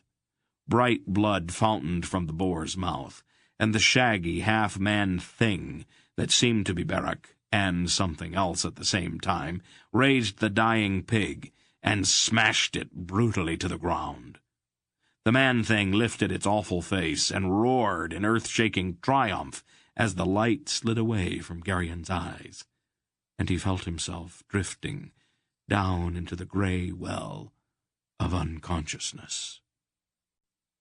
There was no way of knowing how much time passed until he came to in the sleigh. Silk was applying a cloth filled with snow to the back of his neck as they flew across the glaring white fields toward Val Alorn. "Yeah, I see that you've decided to live." Silk grinned at him. "Where's Barak?" Garion mumbled groggily. In the sleigh behind us," Silk said, glancing back. "Is he all right?" "What could hurt Barak?" "I mean, does he seem like himself?" "Seems like Barak to me." "No, boy, lie still now." Silk shrugged. "That wild pig may have cracked your ribs." He placed his hands on Garion's chest and gently held him down. "My boar?" Garion demanded weakly. "Where is it?" "The huntsmen are bringing it. You get your triumphal entry. If I might suggest it, however, you should give some thought to the virtue of constructive cowardice. These instincts of yours could shorten your life." But Garion had already slipped back into unconsciousness. And then they were in the palace. And Barak was carrying him, and Aunt Pol was there, white-faced at the sight of all of the blood. "It's not his," Barak assured her quickly. "He speared a boar, and it bled on him while they were tussling. I think the boy's all right. A little rap on the head is all." "Bring him," Aunt Pol said curtly, and led the way up the stairs toward Garion's room. Later, with his head and chest wrapped and a foul-tasting cup of Aunt Pol's brewing making him light-headed and sleepy, Garion lay in his bed listening as Aunt Pol finally turned on Barak. "You great overgrown dolt!" she raged. "Do you see what all your foolishness has done?" "The lad's very brave," Barak said, his voice low and sunk in a kind of bleak melancholy. "Brave doesn't interest me." And then she stopped. "What's the matter with you?" She reached out suddenly and put her hands on the sides of the huge man's head. She looked for a moment into his eyes, and then slowly released him. "Oh, it finally happened, I see." "I could not control it, Bulgara," Barak said in misery. "It will be all right, Barak," she said, gently touching his bowed head. "It will never be all right again." "Get some sleep. It won't seem so bad in the morning." The huge man turned and quietly left the room. Garion knew they were talking about the strange thing he had seen when Barak had rescued him from the boar, and he wanted to ask Aunt Pol about it. But the bitter drink she had given him pulled him down into a deep and dreamless sleep before he could put the words together to ask the question. Chapter 16. The next day, Garion was so stiff and sore he couldn't even think about getting out of bed. A stream of visitors, however, kept him too occupied to think about his aches and pains. The visits from the Elorn kings and their splendid robes were particularly flattering, and each of them praised his courage. Then the queens came, and made a great fuss over his injuries, offering warm sympathy and gentle stroking touches to his forehead. The combination of praise, sympathy, and the certain knowledge that he was the absolute center of attention was overwhelming, and his heart was full. The last visitor of the day, however, was Mr. Wolf, who came when evening was creeping through the snowy streets of Valalorn. The old man wore his usual tunic and cloak, and his hood was turned up as if he had been outside. "Have you seen my boar, Mr. Wolf?" Garion asked proudly. "An excellent animal," Wolf said, though without much enthusiasm. "But didn't anyone tell you? It's customary to jump out of the way after the boar has been speared." "I didn't really think about it," Garion admitted. "But wouldn't that seem, well, cowardly?" "Were you that concerned about what a pig might think of you?" "Oh, well," Garion faltered. "Not really, I guess." "Oh, you're developing an amazing lack of good sense for one so young. It normally takes years and years to reach the point you seem to have arrived at overnight." He turned to Aunt Pol, who sat nearby. "Bulgara, are you quite certain that there's no hint of Erendish blood in our Garion's background? He has been behaving most Erendish lately. First he rides the great maelstrom like a rocking horse, and then he tries to break a wild boar's tusks with his ribs. Are you sure you did not drop him on his head when he was a baby?" Aunt Pol smiled, but said nothing. "I hope you recover soon, boy, and try to give some thought to what I've said." Garion sulked, mortally offended by Mr. Wolf's words. Tears welled up in his eyes, despite all of his efforts to control them. "I thank you for stopping by, Father," Aunt Pol said. "It's always a pleasure to call on you, my daughter," Wolf said, and then quietly left the room. "Why did he have to talk to me like that?" Garion burst out, wiping his nose. "Now he's gone and spoiled it all." "Spoiled what, dear?" Aunt Pol asked, smoothing the front of her gray dress. "All of it. The kings all said I was very brave." "Mm-hmm. Kings say things like that. I wouldn't pay too much attention if I were you." "I was brave, wasn't I?" "I'm sure you were, dear. And I'm sure the pig was very impressed." "You're just as bad as Mr. Wolf is," Garion accused. "Yes, dear. I suppose I probably am. But that's only natural. Now, what would you like for supper?" "I'm not hungry." "Oh, really? You probably need a tonic, then. I'll fix you one." "I think I've changed my mind," Garion said quickly. "I rather thought you might." And then, without explanation, she suddenly put her arms around him and held him close to her for a long time. "What am I going to do with you?" she said finally. "I'm all right, Aunt Pol." This time, perhaps," she said, taking his face between her hands. "It is a splendid thing to be brave, my Garion. But try once in a while to think a little bit first. Promise me."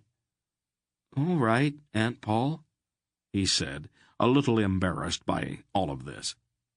Oddly enough, she still acted as if she really cared about him.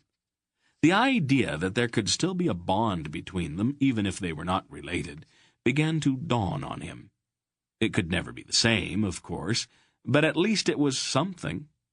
He began to feel a little better about the whole thing.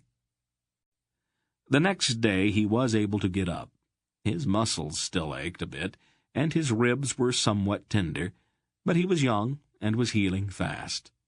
About mid-morning he was sitting with Jernic in the great hall of Enheg's palace when the silvery-bearded Earl of Selene approached them. "King Forek wonders if you would be so kind as to join us in the council chamber, Goodman Jernic." Me, your honour? Dernick asked incredulously. His Majesty is most impressed with your sensibility, the old man said. He feels that you represent the very best of Sundarian practicality. What we face involves all men, not just the kings of the West. It is only proper that good, solid common sense be represented in our proceedings. I'll come at once, your honour, Dernick said, getting up quickly.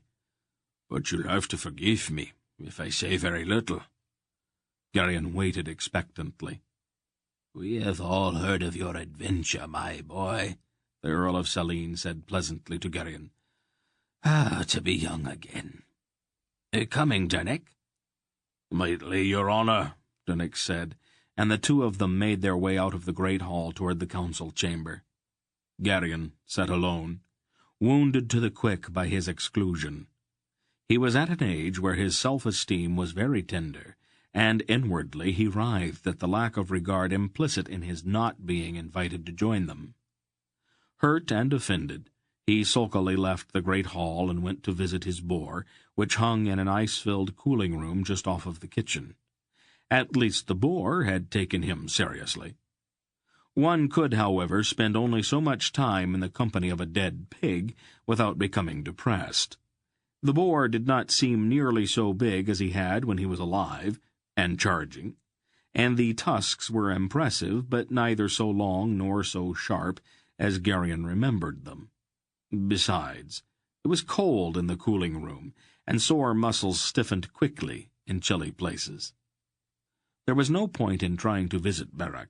The red-bearded man had locked himself in his chamber to brood in blackest melancholy, and refused to answer his door, even to his wife. And so Garion, left entirely on his own, moped about for a while, and then decided that he might as well explore this vast palace with its dusty, unused chambers and dark, twisting corridors. He walked for what seemed hours, opening doors and following hallways that sometimes ended abruptly against blank stone walls. The palace of Anheg was enormous, having been, as Barak had explained, some 3,000 years and more in construction. One southern wing was so totally abandoned that its entire roof had fallen in centuries ago.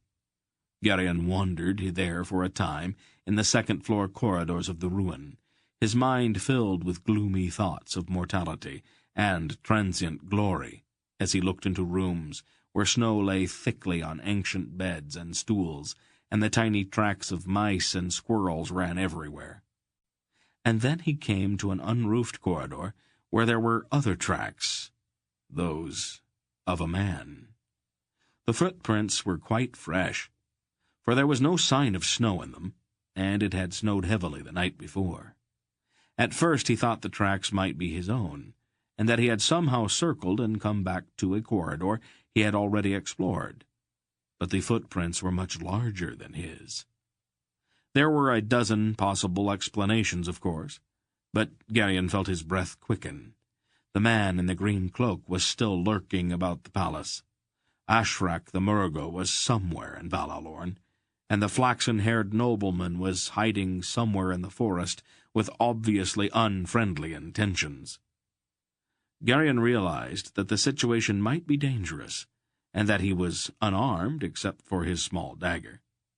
He retraced his steps quickly to a snowy chamber he had just explored, and took down a rusty sword from a peg where it had hung forgotten for uncountable years. Then, feeling a bit more secure, he returned to follow the silent tracks. So long as the path of the unknown intruder lay in that roofless and long-abandoned corridor, following him was simplicity itself. The undisturbed snow made tracking easy, but once the trail led over a heap of fallen debris and into the gaping blackness of a dusty corridor where the roof was still intact, things became a little more difficult. The dust on the floor helped, but it was necessary to do a great deal of stooping and bending over. Garion's ribs and legs were still sore, and he winced and grunted each time he had to bend down to examine the stone floor. In a very short while he was sweating and gritting his teeth, and thinking about giving the whole thing up. Then he heard a faint sound far down the corridor ahead. He shrank back against the wall, hoping that no light from behind him would filter dimly through to allow him to be seen. Far ahead, a figure passed stealthily through the pale light from a single tiny window. Garion caught a momentary flicker of green, and he knew finally whom he was following. He kept close to the wall, and moved with cat-like silence in his soft leather shoes, the rusty sword gripped tightly in his hand. If it had not been for the startling nearness of the voice of the Earl of Saline, however, he would probably have walked directly into the man he had been following. "Is it at all possible, noble Belgariad, that our enemy can be awakened before all the conditions of the ancient prophecy are met?" Garion stopped. Directly ahead of him, in a narrow embrasure in the wall of the corridor, he caught sight of a slight movement. The green-cloaked man lurked there, listening in the dimness to the words that seemed to come from somewhere beneath them. Garion shrank back against the wall, scarcely daring to breathe.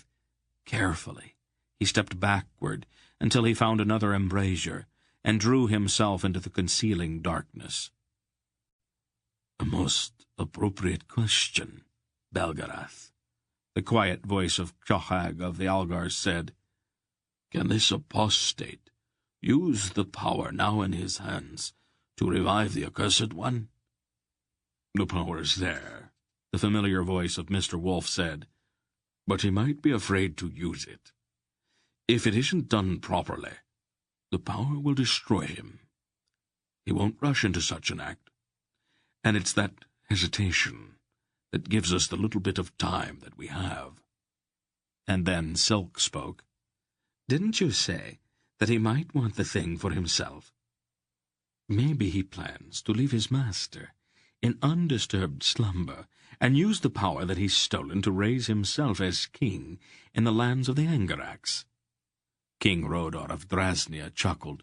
"Somehow I don't see the Grolam priesthood so easily relinquishing their power in the lands of Engarak and bowing down to an outsider. The high priest of the Grolams is no mean sorcerer himself, I'm told."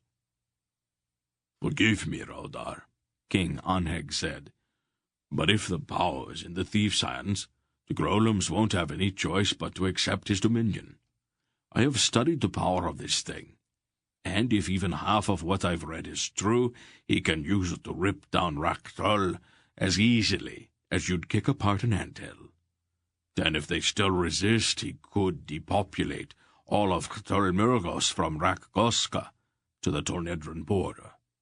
No matter what, however, whether it's the apostate or the accursed one who eventually raises that power, the Angaraks will follow and they will come west." "Shouldn't we inform the Errans and Tornedrans, and the Ulgos as well, about what's happened then?" Brand the Raven Warder asked. "Let's not be taken by surprise again." "I wouldn't be in too much hurry to rouse our southern neighbors," Mr. Wolf said. "When Pol and I leave here, we'll be moving south. If Arindia and Tornedra are mobilizing for war, the general turmoil would only hinder us. The Emperor's legions are soldiers. They can respond quickly when the need arises, and the Arens are always ready for war. The whole kingdom hovers on the brink of general warfare all of the time." "It's premature," Aunt Pol's familiar voice agreed. "Armies would just get in the way of what we are trying to do. If we can apprehend my father's old pupil and return the thing he pilfered to Reva, the crisis will be past. Let us not stir up the Southerners for nothing." "She's right," the wolf said. "There's always a risk in mobilization. A king with an army on his hands usually starts to think of mischief.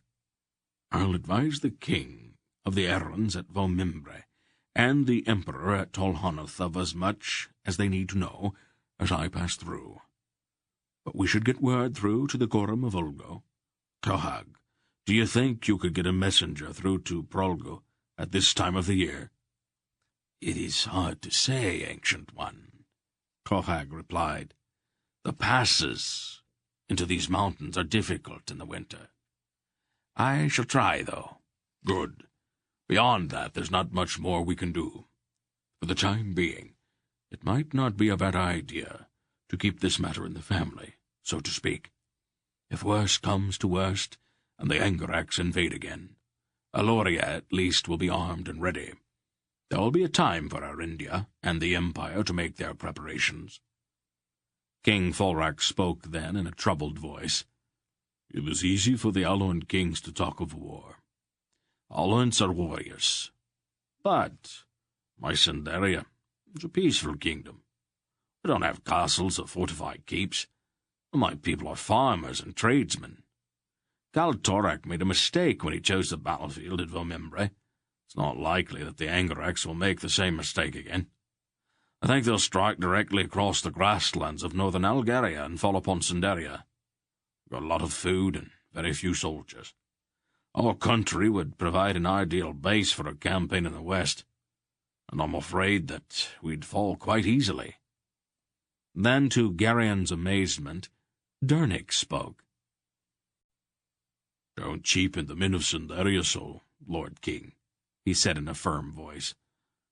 "I know my neighbours. They'll fight. We don't know very much about swords and lances, but we'll fight. If Angaraks come to Sindaria, they won't find the taking as easy as some might imagine. And if we put torches to the fields and storehouses, there won't be all that much food for them to eat either." There was a long silence, and then Folrak spoke again in a voice strangely humble. This ends Disc 8. Please change to Disc 9. There was a long silence, and then Folrak spoke again in a voice strangely humble. "Your words shame me, Goodman Dernick. Maybe I've been king for so long that I've forgotten what it means to be a Sindar." "One remembers that there are only a few passes leading through the western escarpment into Sindaria," Hetar, son of King Clohag, said quietly. "A few avalanches in the right places could make Sindaria as inaccessible as the moon. If the avalanches took place at the right times, whole armies of Angaraks might find themselves trapped in those narrow corridors." "Now, that is an entertaining thought," Silk chuckled. "Then we could let Dernick put his incendiary impulses to a better use than burning turnip patches. Since Torak One-Eye seems to enjoy the smell of burning sacrifices so much, we might be able to accommodate him." Far down the dusty passageway in which he was hiding, Garion caught the sudden flicker of a torch and heard the faint jingling of several mail shirts. He almost failed to recognize the danger until the last instant. The man in the green cloak also heard the sounds and saw the light of the torch. He stepped from his hiding place and fled back the way he had come, directly past the embrasure where Garion had concealed himself. Garion shrank back, clutching his rusty sword. But as luck had it, the man was looking back over his shoulder at the twinkling torch as he ran by on soft feet. As soon as he had passed, Garion also slipped out of his hiding place and fled. The Kyarak warriors were looking for intruders, and it might be difficult to explain what he was doing in the dark hallway. He briefly considered following the spy again, but decided that he had had enough of that for one day. It was time to tell someone about the things he had seen. Someone had to be told, someone to whom the kings would listen. Once he reached the more frequented corridors of the palace, he firmly began to make his way toward the chamber where Barak brooded in silent melancholy. Chapter 17. "Barak!" Garion called through the door after he had knocked for several minutes without any answer. "Go away!" Barak's voice came thickly through the door. "Barak, it's me, Garion. I have to talk with you." There was a long silence inside the room, and finally a slow movement. Then the door opened. Beric's appearance was shocking. His tunic was rumpled and stained. His red beard was matted, the long braids he usually wore were undone, and his hair was tangled. The haunted look in his eyes, however, was the worst. The look was a mixture of horror and self-loathing, so naked that Garion was forced to avert his eyes. "You saw it, didn't you, boy?" Beric demanded. "You saw what happened to me out there?" "I didn't really see anything," Garion said carefully. "I hit my head on that tree, and all I really saw were stars." "You must have seen it. You must have seen my doom." "Doom? What are you talking about? You're still alive." "A doom doesn't always mean death," Beric said morosely, flinging himself into a large chair. "I wish mine did. A doom is some terrible thing that's fated to happen to a man, and death's not the worst thing there is." "You've just let the words of that crazy old blind woman take over your imagination." "It is not only Martje. She's just repeating what everybody in Carrick knows. An augurer was called in when I was born. It is the custom here. Most of the time the auguries don't show anything at all, and nothing special is going to happen during the child's life. But sometimes the future lies so heavily on one of us that almost anyone can see the doom." "Oh, that's just superstition. I've never seen any fortune-teller who could even tell for sure if it's going to rain tomorrow. One of them came to Faldor's farm once and told Dernick that he was going to die twice. Isn't that silly?" "The augurers and soothsayers of Carrick have more skill," Beric said, his face still sunk in melancholy. "The doom they saw for me was always the same. I'm going to turn into a beast. I've had dozens of them tell me the same thing, and now it's happened. I've been sitting here for 2 days now, watching. The hair on my body is getting longer. My teeth are starting to get pointed." "You're imagining things. You look exactly the same to me as you always have." "Oh, you're a kind boy, Garion. I know you're just trying to make me feel better, but I've got eyes of my own. I know that my teeth are getting pointed and my body's starting to grow fur. It won't be long until Onheg has to chain me up in his dungeon so I won't be able to hurt anyone, or I'll have to run off into the mountains and live with the trolls." "Nonsense," Garion insisted. Tell me what you saw the other day," Beric pleaded. What did I look like when I changed into a beast?" "All I saw were stars from banging my head on that tree," Garion said again, trying to make it sound true. "I just want to know what kind of a beast I'm turning into," Beric said, his voice thick with self-pity. "Am I going to be a wolf or a bear or some kind of monster no one has even seen or had a name for?" "Don't you remember anything at all about what happened?" Garion asked carefully, trying to blot the strange double image of Beric and the bear out of his memory. Nothing. I heard you shouting, and the next thing I remember was the boar lying dead at my feet, and you lying under that tree with his blood all over you. I could feel the beast in me, though. I could even smell him." "All you smelled was the boar. And all that happened was that you lost your head in all of the excitement." "Berserk, you mean?" Beric said, looking up hope. Then he shook his head. "No, Garion. I have been berserk before. It does not feel at all the same. This was completely different." He sighed. "You're not turning into a beast." I know what I know, Beric said stubbornly. And then Lady Merrill, Beric's wife, stepped into the room through the still open door. I see that my lord is recovering his wits. Leave me alone, Merrill, Beric said. I'm not in the mood for these games of yours. Games, my lord, she said innocently. I am simply concerned about my duties. If my lord is unwell, I am obliged to care for him. That is a wife's right, isn't it? Quit worrying so much about rights and duties, Merrill. Just go away. Leave me alone. My lord was quite insistent about certain rights and duties on the night of his return to Val Allon. Not even the locked door of my bedchamber was enough to curb his insistence. All right, Beric said, flushing slightly. I am sorry about that. I had hoped that things had changed between us. I was wrong. I won't bother you again. Bother, my lord? A duty is not a bother. A good wife is obliged to submit whenever her husband requires it of her, no matter how drunk or brutal he may be when he comes to her bed.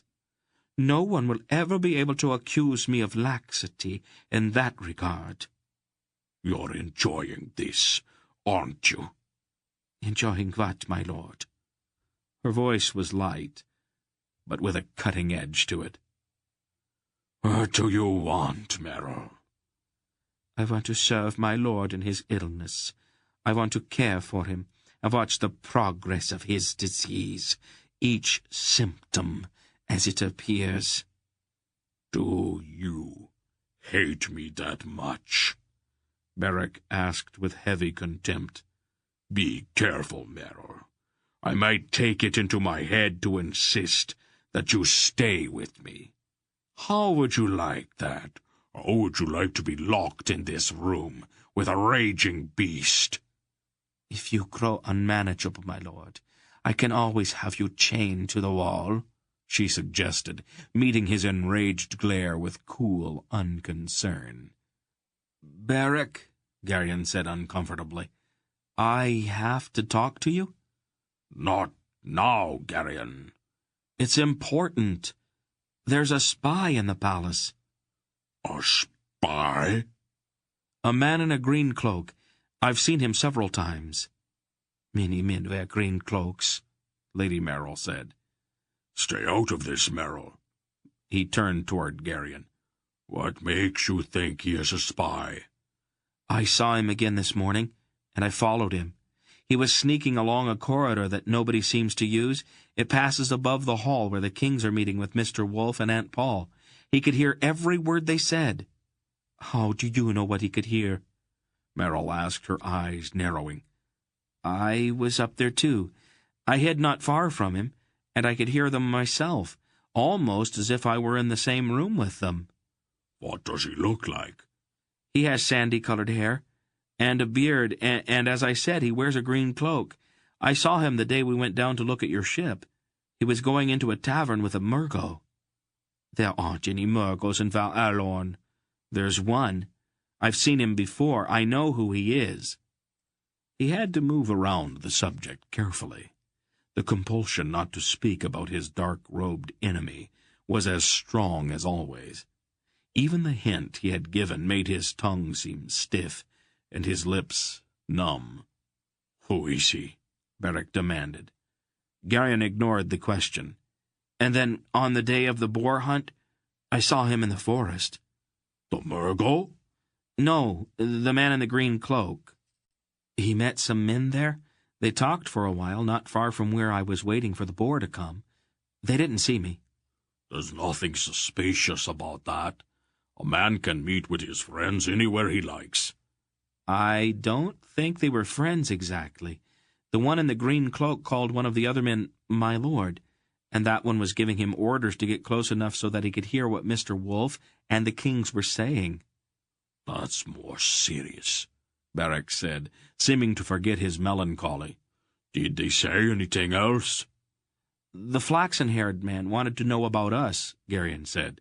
You, me, Dernick, Silk, all of us. Flaxen-colored hair? Merrill asked quickly.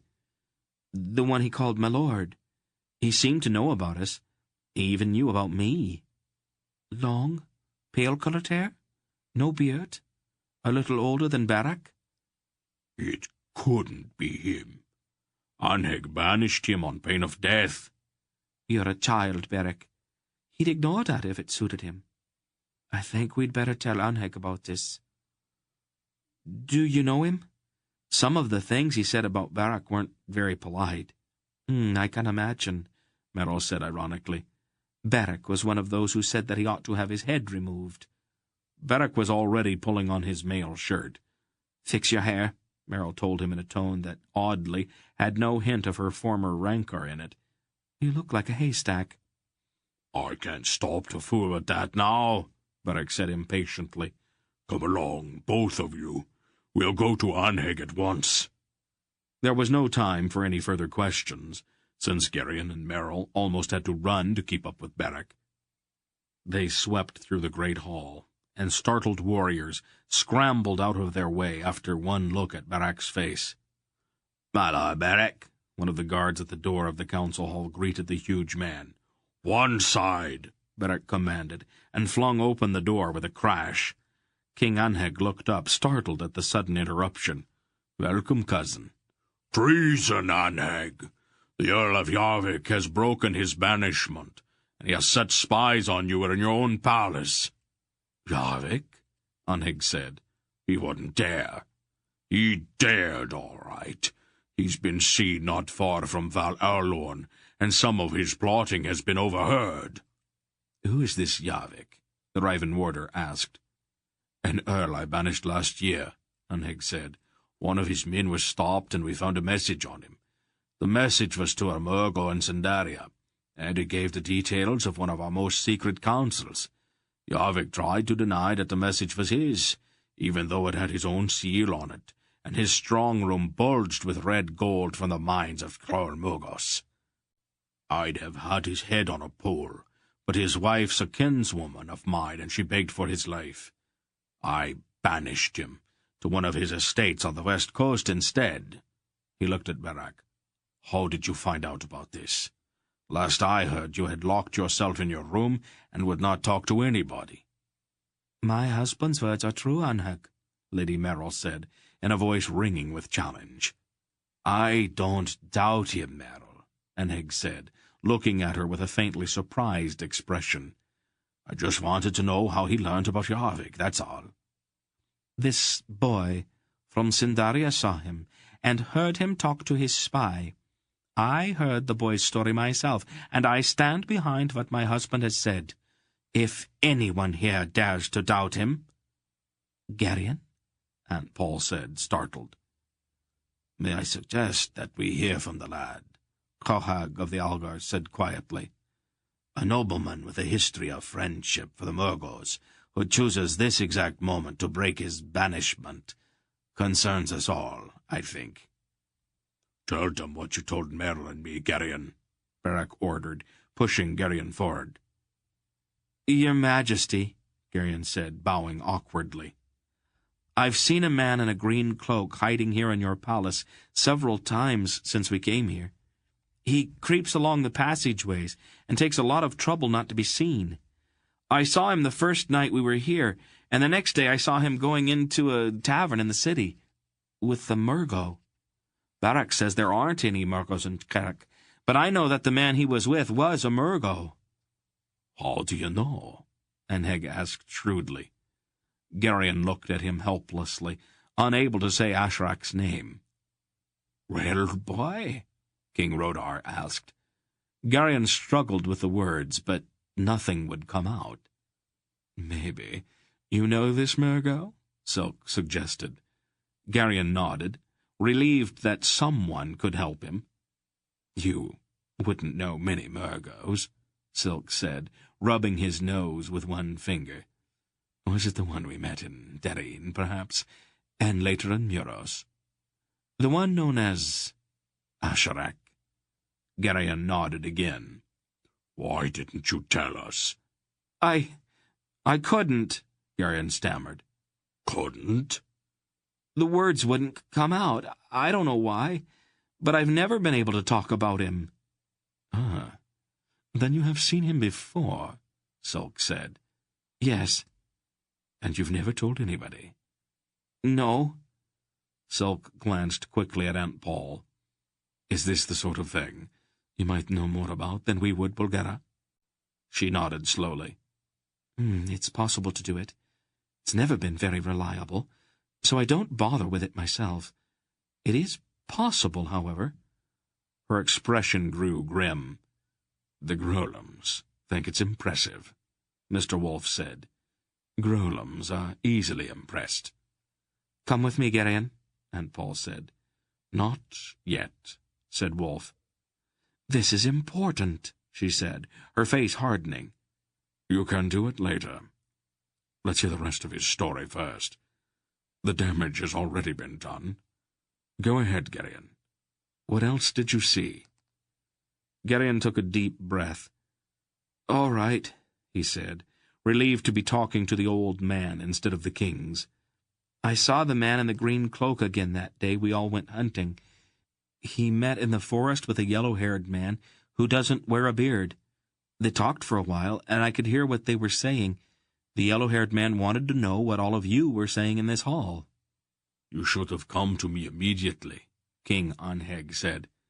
Well, anyway, I had that fight with the wild boar. I hit my head against a tree and was stunned. I didn't remember what I'd seen until this morning, after King Fulrak called Dernick here. I went exploring. I was in a part of the palace where the roof is all fallen in, and I found some footprints. I followed them, and then after a while I saw the man in the green cloak again. That was when I remembered all of this. I followed him, and he went along a corridor that passes somewhere over the top of this hall. He hid up there and listened to what you were saying. How much do you think he could hear, Garion? King Kohag asked. You were talking about somebody called the apostate, and you were wondering if he could use some power of some kind to awaken an enemy who's been asleep for a long time. Some of you thought you ought to warn the Erins and the Tolnedrins, but Mr. Wolf didn't think so, and Dernick talked about how the men of Cinderia would fight if the Angaraks came. They appeared startled. I was hiding not far from the man in the green cloak. I'm sure he could hear everything that I could. Then some soldiers came, and the man ran away. That's when I decided that I ought to tell Barak about all of this. Up there, Silk said, standing near one of the walls and pointing at a corner of the ceiling of the hall. The mortar's crumbled away. The sound of our voices carries right up through the cracks between the stones into the upper corridor. This is a valuable boy you've brought with you, Lady Bulgara, King Rodar said gravely. If he's looking for a profession, I think I might find a place for him. Gathering information is a rewarding occupation, and he seems to have certain natural gifts along those lines. He has some other gifts as well, said Aunt Pol. He seems to be very good at turning up in places where he's not supposed to be. Don't be too hard on the boy, Bulgara, King Anheg said. He has done us a service that we may never be able to repay. Garion bowed again and retreated from Aunt Pol's steady gaze. Cousin, Anheg said then to Beric, it seems that we have an unwelcome visitor somewhere in the palace. I think I'd like to have a little talk with this lurker in the green cloak. I'll take a few men, Beric said grimly. We'll turn your palace upside down, and we will shake it and see what falls out. I'd like to have him more or less intact, Anheg cautioned. Of course. Not too intact, however. As long as he's still able to talk, he will serve our purposes. Beric grinned. I'll make sure that he's talkative when I bring him to you, cousin. A bleak, answering grin touched Anheg's face, and Beric started toward the door. Then Anheg turned to Beric's wife. I'd like to thank you also, Lady Merrill. I'm sure you had a significant part in bringing this to us. I don't need your thanks, Majesty. It was my duty. Anheg sighed. Must it always be duty, Merrill? What else is there? A very great deal, actually. But you are going to have to find that out for yourself. Garion, Aunt Pol said, come here. Yes, ma'am, Garion said, and went to her a little nervously. Don't be silly, dear. I'm not going to hurt you. She put her fingertips lightly to his forehead. Well, Mr. Wolf asked. It's there. It's very light, or I would have noticed it before. I'm sorry, Father. Let's see, Wolf said. He came over and also touched Garion's head with his hand. It's not serious. It could have been, and it was my responsibility to see that something like this did not happen. Don't flog yourself about it, Paul. It's very unbecoming. Just get rid of it. What's the matter? Garion asked, alarmed. It's nothing to worry about, dear, Aunt Pol said. She took his right hand and touched it for a moment to the white lock of her brow. Garion felt a surge, a welter of confused impressions, and then a tingling wrench behind his ears. A sudden dizziness swept over him, and he would have fallen if Aunt Pol had not caught him. Who is the Murgo? She asked, looking into his eyes. His name is Asherak, Garion said promptly. How long have you known him? All my life. He used to come to Faldor's farm and watch me when I was little. That's enough for now, Paul. Let him rest a little first. I'll fix him something to keep it from happening again. Is the boy ill? King Cohag asked. It's not exactly an illness, Cohag, Mr. Wolf replied. It's a little hard to explain. It's cleared up now, though. I want you to go to your room, Garion, Aunt Pol said, still holding him by the shoulders. Are you steady enough on your feet to get there by yourself? I'm all right, he said, still feeling a little light-headed. No side trips, no more exploring. No, ma'am. When you get there, lie down. I want you to think back and remember every single time you have seen this Murgo, what he did, what he said. He's never spoken to me. He just watched. I'll be along in a little while, and I'll want you to tell me everything you know about him.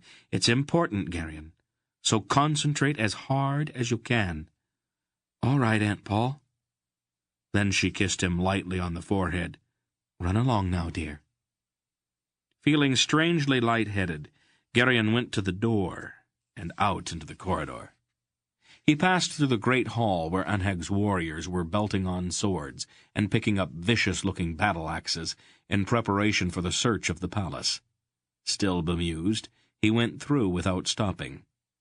Part of his mind seemed half asleep, but that secret inner part was wide awake. The dry voice observed that something significant had just happened. The powerful compulsion not to speak about Asherak was obviously gone. Aunt Pol had somehow pulled it out of his mind entirely. His feeling about that was oddly ambiguous. That strange relationship between himself and the dark-robed, silent Asherak had always been intensely private, and now it was gone. He felt vaguely empty and somehow violated. He sighed and went up the broad stairway toward his room. There were a half-dozen warriors in the hallway outside his room, probably part of Barak's search for the man in the green cloak. Garion stopped. Something was wrong, and he shook off his half-daze. This part of the palace was much too populated to make it very likely that the spy would be hiding here. His heart began racing, and step by step he began to back away toward the top of the stairs he had just climbed. The warriors looked like any other Charaks in the palace, bearded, dressed in helmets, mail shirts, and furs. But something didn't seem exactly right. A bulky man in a dark hooded cloak stepped through the doorway of Garion's room into the corridor. It was Asherak. The Murgo was about to say something, but then his eyes fell on Garion. he said softly. His dark eyes gleamed in his scarred face. I have been looking for you, Garion, he said in that same soft voice. Come here, boy. Garion felt a tentative tug at his mind that seemed to slip away, as if it somehow could not get a sure grip. He shook his head mutely and continued to back away. Come along now, Asherak said. We have known each other far too long for this. Do as I say. You know that you must. The tug became a powerful grasp that again slipped away. Come here, Garion, Asherak commanded harshly. Garion kept backing away step by step. No! Asherak's eyes blazed, and he drew himself up angrily. This time it was not a tug or a grasp, but a blow. Garion could feel the force of it, even as it somehow seemed to miss or be deflected. Asherak's eyes widened slightly, then narrowed. Who did this? He demanded. Belgarath? It won't do any good, Garion. I had you once. I can take you again any time I want to. You're not strong enough to refuse me. Garion looked at his enemy and answered out of some need for defiance. Maybe I'm not, but I think you'll have to catch me first. Asherak turned quickly to his warriors. That's the boy I want. Take him. Smoothly, almost as if it were done without thought, one of the warriors raised his bow and leveled an arrow directly at Garion. Asherak swung his arm quickly and knocked the bow aside, just as the steel-pointed shaft was loosed. The arrow sang in the air and clattered against the stones of the wall a few feet to Garion's left. Alive, idiot! Asherak snarled, and struck the bowman a crushing blow to the side of the head. The bowman fell, twitching to the stone floor. Garion spun, dashed back to the stairs, and plunged down, 3 steps at a time. He did not bother to look back. The sound of heavy feet told him that Asherak and his men were after him. At the bottom of the stairs he turned sharply to the left and fled down a long, dark passageway that led back into the maze of Anheg's palace. Chapter 18. There were warriors everywhere, and the sounds of fighting. In the first instant of his flight, Garion's plan had been simple. All he had to do was to find some of Barak's warriors, and he would be safe. But there were other warriors in the palace as well. The Earl of Yarvik had led a small army into the palace by way of the ruined wings to the south, and fighting raged in the corridors. Garion quickly realized that there was no way he could distinguish friend from enemy. To him, one Carrick warrior looked the same as another. Unless he could find Barak or someone else he recognized, he did not dare reveal himself to any of them. The frustrating knowledge that he was running from his friends as well as his enemies added to his fright. It was altogether possible, even quite likely, that he would run from Barak's men directly into the arms of Jarvix. The most logical thing to do would be to go directly back to the council hall. But in his haste to escape from Asherak, he had run down so many dim passageways and turned so many corners that he had no idea where he was or how to get back to the familiar parts of the palace. His headlong flight was dangerous. Asherak or his men could wait around any corner to seize him, and he knew that the Murgo could quickly re-establish that strange bond between them that Aunt Pol had shattered with her touch. It was that which had to be avoided at any cost. Once Asherak had him again, he would never let go.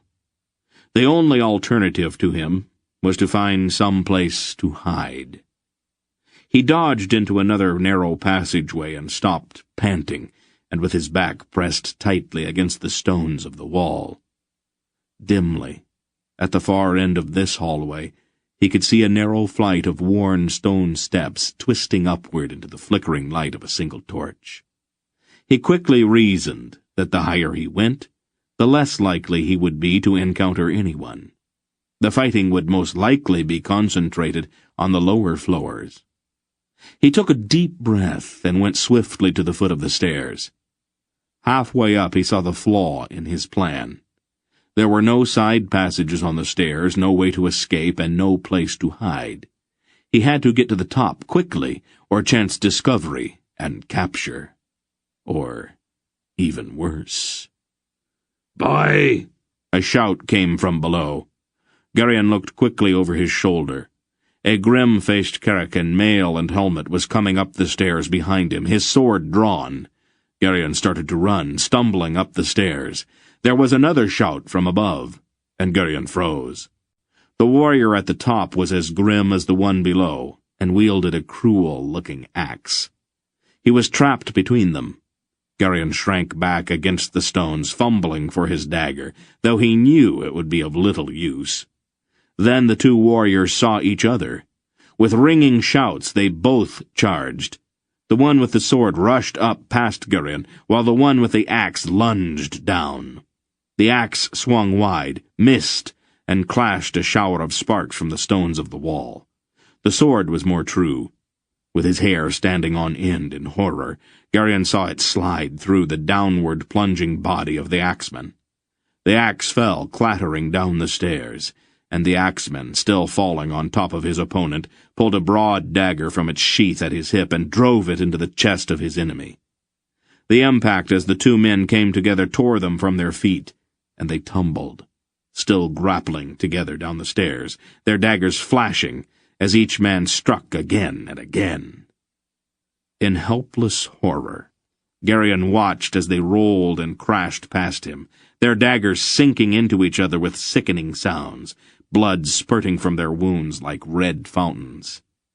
Garion retched once, clenched his teeth tightly, and ran up the stairs, trying to close his ears to the awful sounds coming from below, as the two dying men continued their horrid work on each other. He no longer even considered stealth.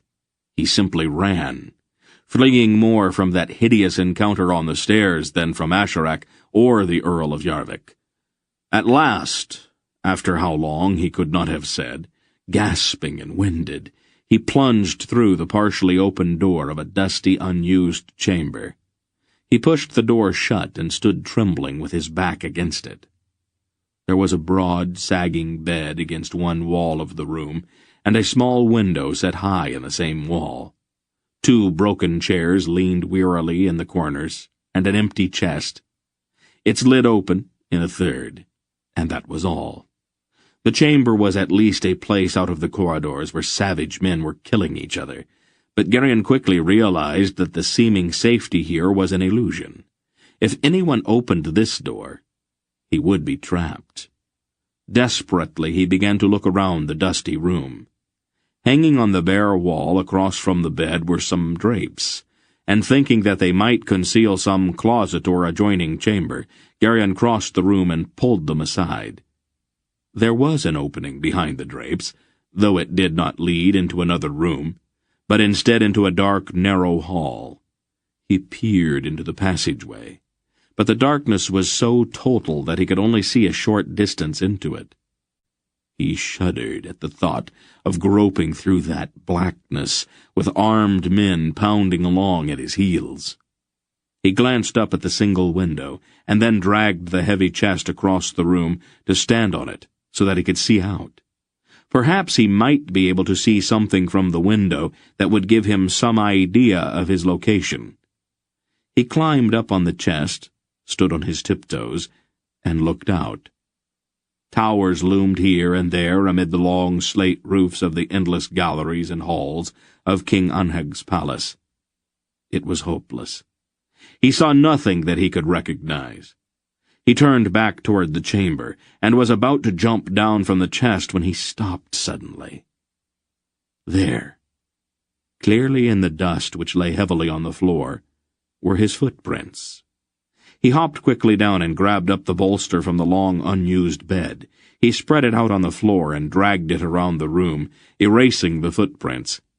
He knew that he could not completely conceal the fact that someone had been in the room, but he could obliterate the footprints which, because of their size, would immediately make it obvious to Asherak or any of his men that whoever had been hiding here was not yet full grown.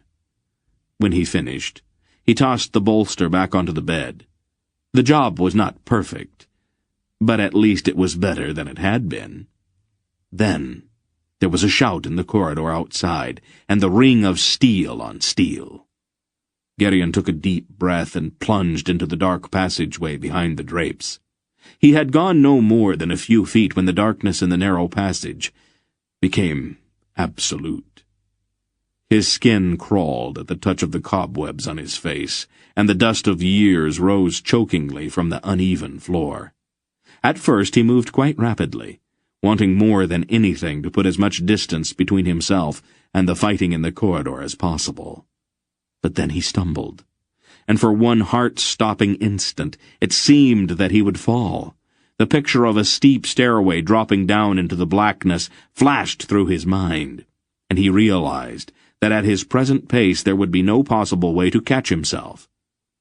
He began to move more cautiously, one hand on the stones of the wall, and the other in front of his face to ward off the cobwebs which hung thickly from the low ceiling. There was no sense of time in the dark, and it seemed to Garion that he had been groping for hours in this dark hallway that appeared to go on forever. Then, despite his care, he ran full into a rough stone wall. He felt a moment of panic. Did the passageway just end here? Was it a trap? Then, flickering at one corner of his vision, he saw dim light. The passageway did not end, but rather made a sharp turn to the right.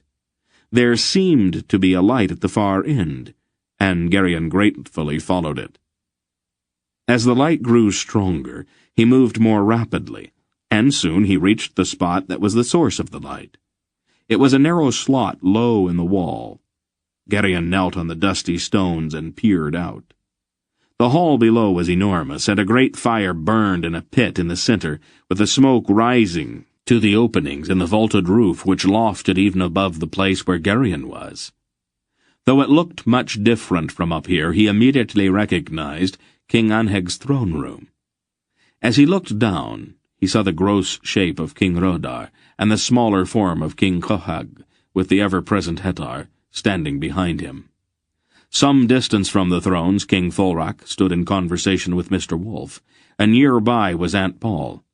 Barak's wife was talking with Queen Ailina, and the Queen Porin and Queen Silar stood not far from them. Silk paced the floor nervously, glancing now and then at the heavily guarded doors. Garion felt a surge of relief. He was safe. He was about to call down to them when the great door banged open, and King Anheg, mail-shirted and with his sword in his hand, strode into the hall, closely followed by Barak and the Raven Warder, holding between them the struggling form of the flaxen-haired man Garion had seen in the forest on the day of the boar hunt. "This treason will cost you dearly, Yarvik," Anheg said, grimly, over his shoulder as he strode toward the throne. "Is it over, then?" "Soon, Belgara. My men are chasing the last of Yarvik's brigands in the furthest reaches of the palace. If we had not been warned, it might have gone quite differently, though." Garion, his shout still hovering just behind his lips, decided at the last instant to stay silent for a few more moments.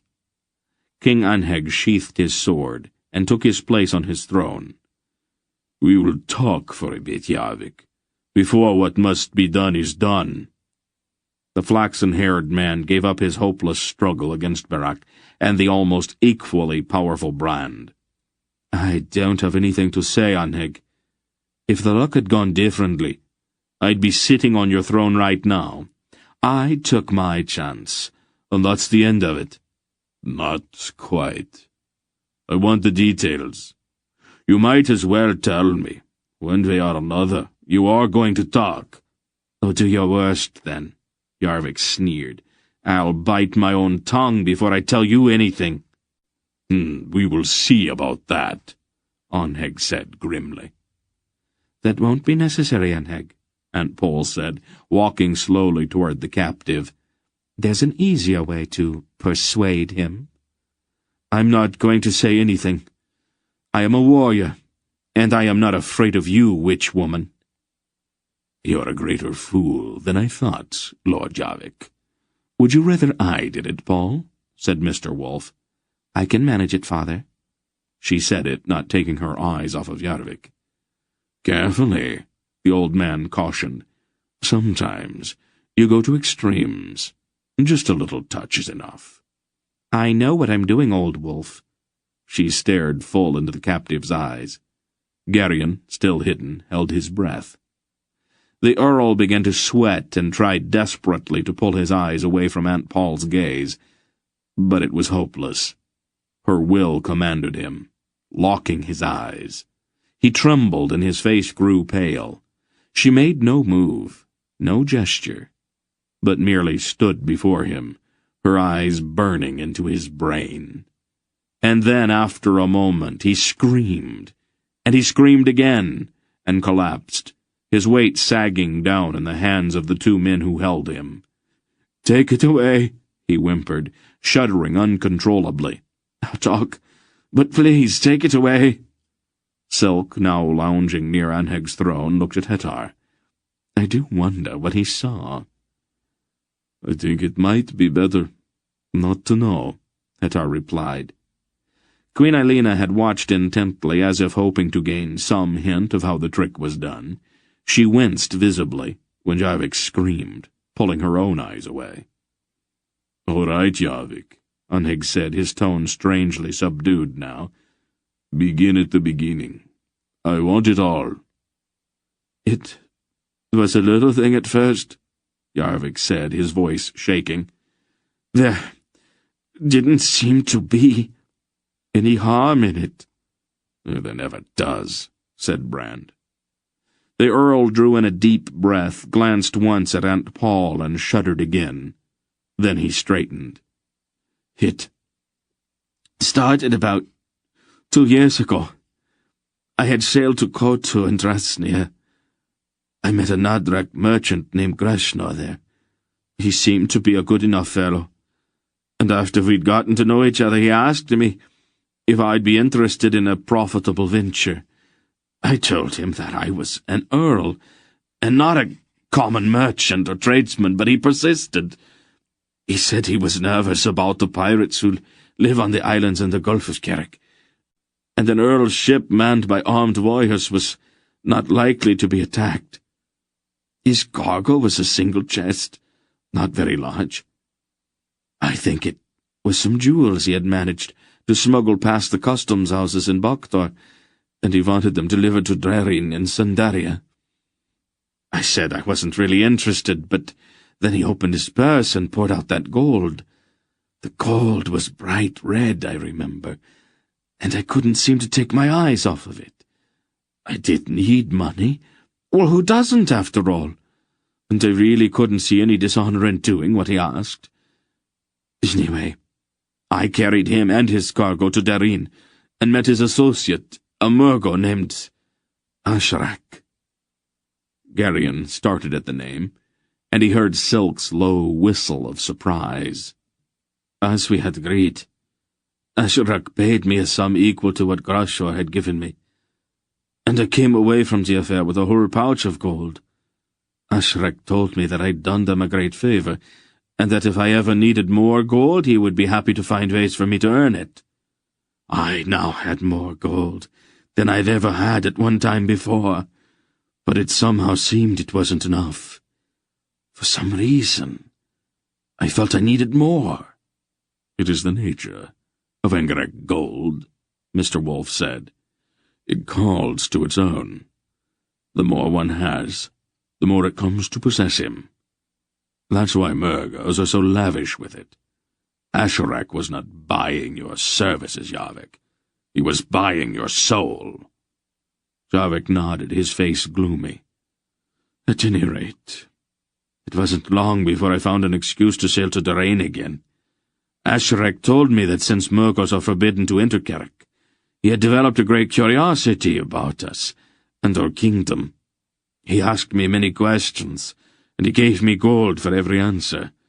It seemed to me to be a foolish way to spend money. But I gave him the answers and took his gold. Then I came back to Jarek. I had another pouch full. I went to Jarviksholm and put the new gold with what I already had. I saw that I was a rich man, and I still had not done anything dishonorable. But now it seemed that there wasn't enough hours in the day. I spent all of the time locked in my strong room, counting my gold, over and over, polishing it until it gleamed red as blood, and filling my ears with the sound of its tinkling. But after a while, it seemed I didn't really have very much. And so I went back to Asherek. He said he was still curious about Jarek, and that he'd like to know Anheg's mind. He told me that he would give me as much gold as I already had if I sent him word of what he has said in the high councils here in the palace for a year. At first I said no, because I knew it would be dishonorable. But then he showed me the gold, and I could not say no any more. From where he watched, Garion could see the expressions of those in the hall below. Their faces had a curious mingling of pity and contempt, as Jarvik's story continued.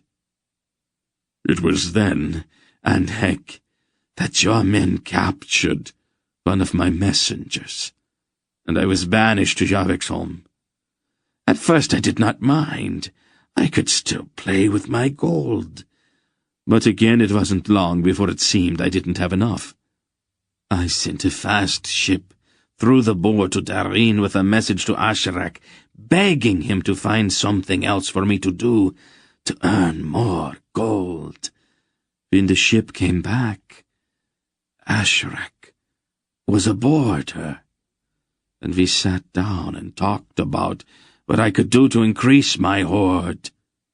"You are doubly a traitor than Jarvik," Anheg said in a voice that was almost sad. "You have betrayed me, and you have broken the oldest law in Kerich. No Engarak has set foot on this soil since the days of Bare Shoulders himself." Jarvik shrugged. "I didn't really care by then. Ashrek had a plan, and it seemed like a good one to me. If we could get through the city a few at a time, we could hide an army in the ruined southern wings of the palace. With surprise and a bit of luck, we could kill Anheg and the other Alorn kings, and I could take the throne of Jarek, and maybe of all Aloria as well." "And what was Asherek's price?" the wolf demanded, his eyes narrowing. "What did he want in return for making you king?" "A thing so small that I laughed when he told me what he wanted. But he said that he'd not only give me the crown, but a room full of gold if I would get it for him." "What was it?" "He said that there was a boy, about 14, in the party of King Fulrak of Sindaria. He told me that as soon as that boy was delivered to him, he would give me more gold than I could count, and the throne of Jarek as well." King Fulrak looked startled. "The boy Garion? Why would Asherek want him?" Aunt Pol's single frightened gasp carried even up to where Garion was concealed. "Jarnek!"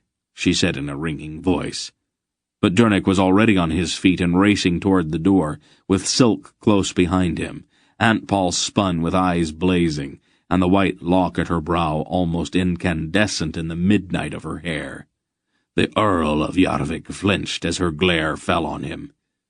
"If anything has happened to the boy, Jarvik, men will tremble at the memory of your fate for 1,000 years." It had gone far enough. Garion was ashamed and a little frightened by the fury of Aunt Pol's reaction. "I'm all right, Aunt Pol," he called down to her through the narrow slot in the wall. "I'm up here." "Garion?" She looked up, trying to see him. "Where are you?"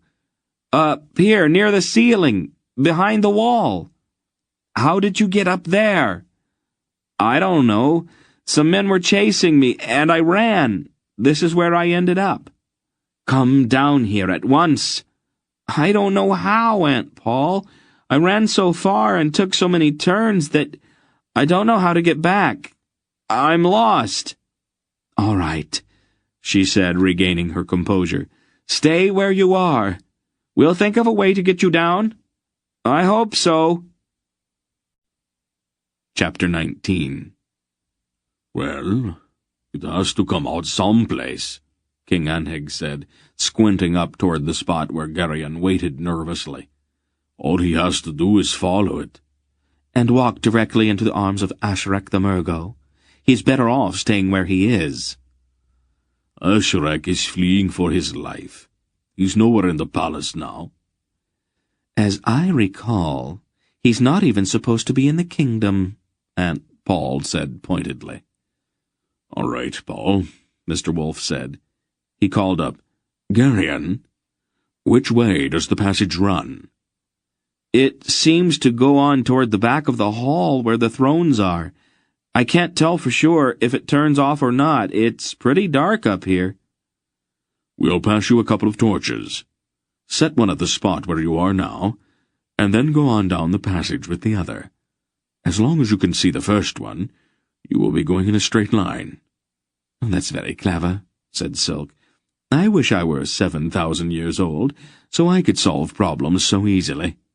Wolf let that pass. "I still think the safest way would be to get some ladders and break a hole in the wall," Beric said. King Anheg looked pained. "Couldn't we try Belgarad's suggestion first?" Beric shrugged. "You're the king." "Thank you," Anheg said dryly. A warrior fetched a long pole, and 2 torches were passed up to Garion. "If the line of the passageway holds straight, he should come out somewhere in the royal apartments," said Anheg. "Interesting," King Rodar said with one raised eyebrow. "It would be most enlightening to know if the passage led to the royal chambers, or from them." "It is entirely possible that the passageway is just some long-forgotten escape route," Anheg said in an injured tone. "Our history, after all, has not been all that peaceful.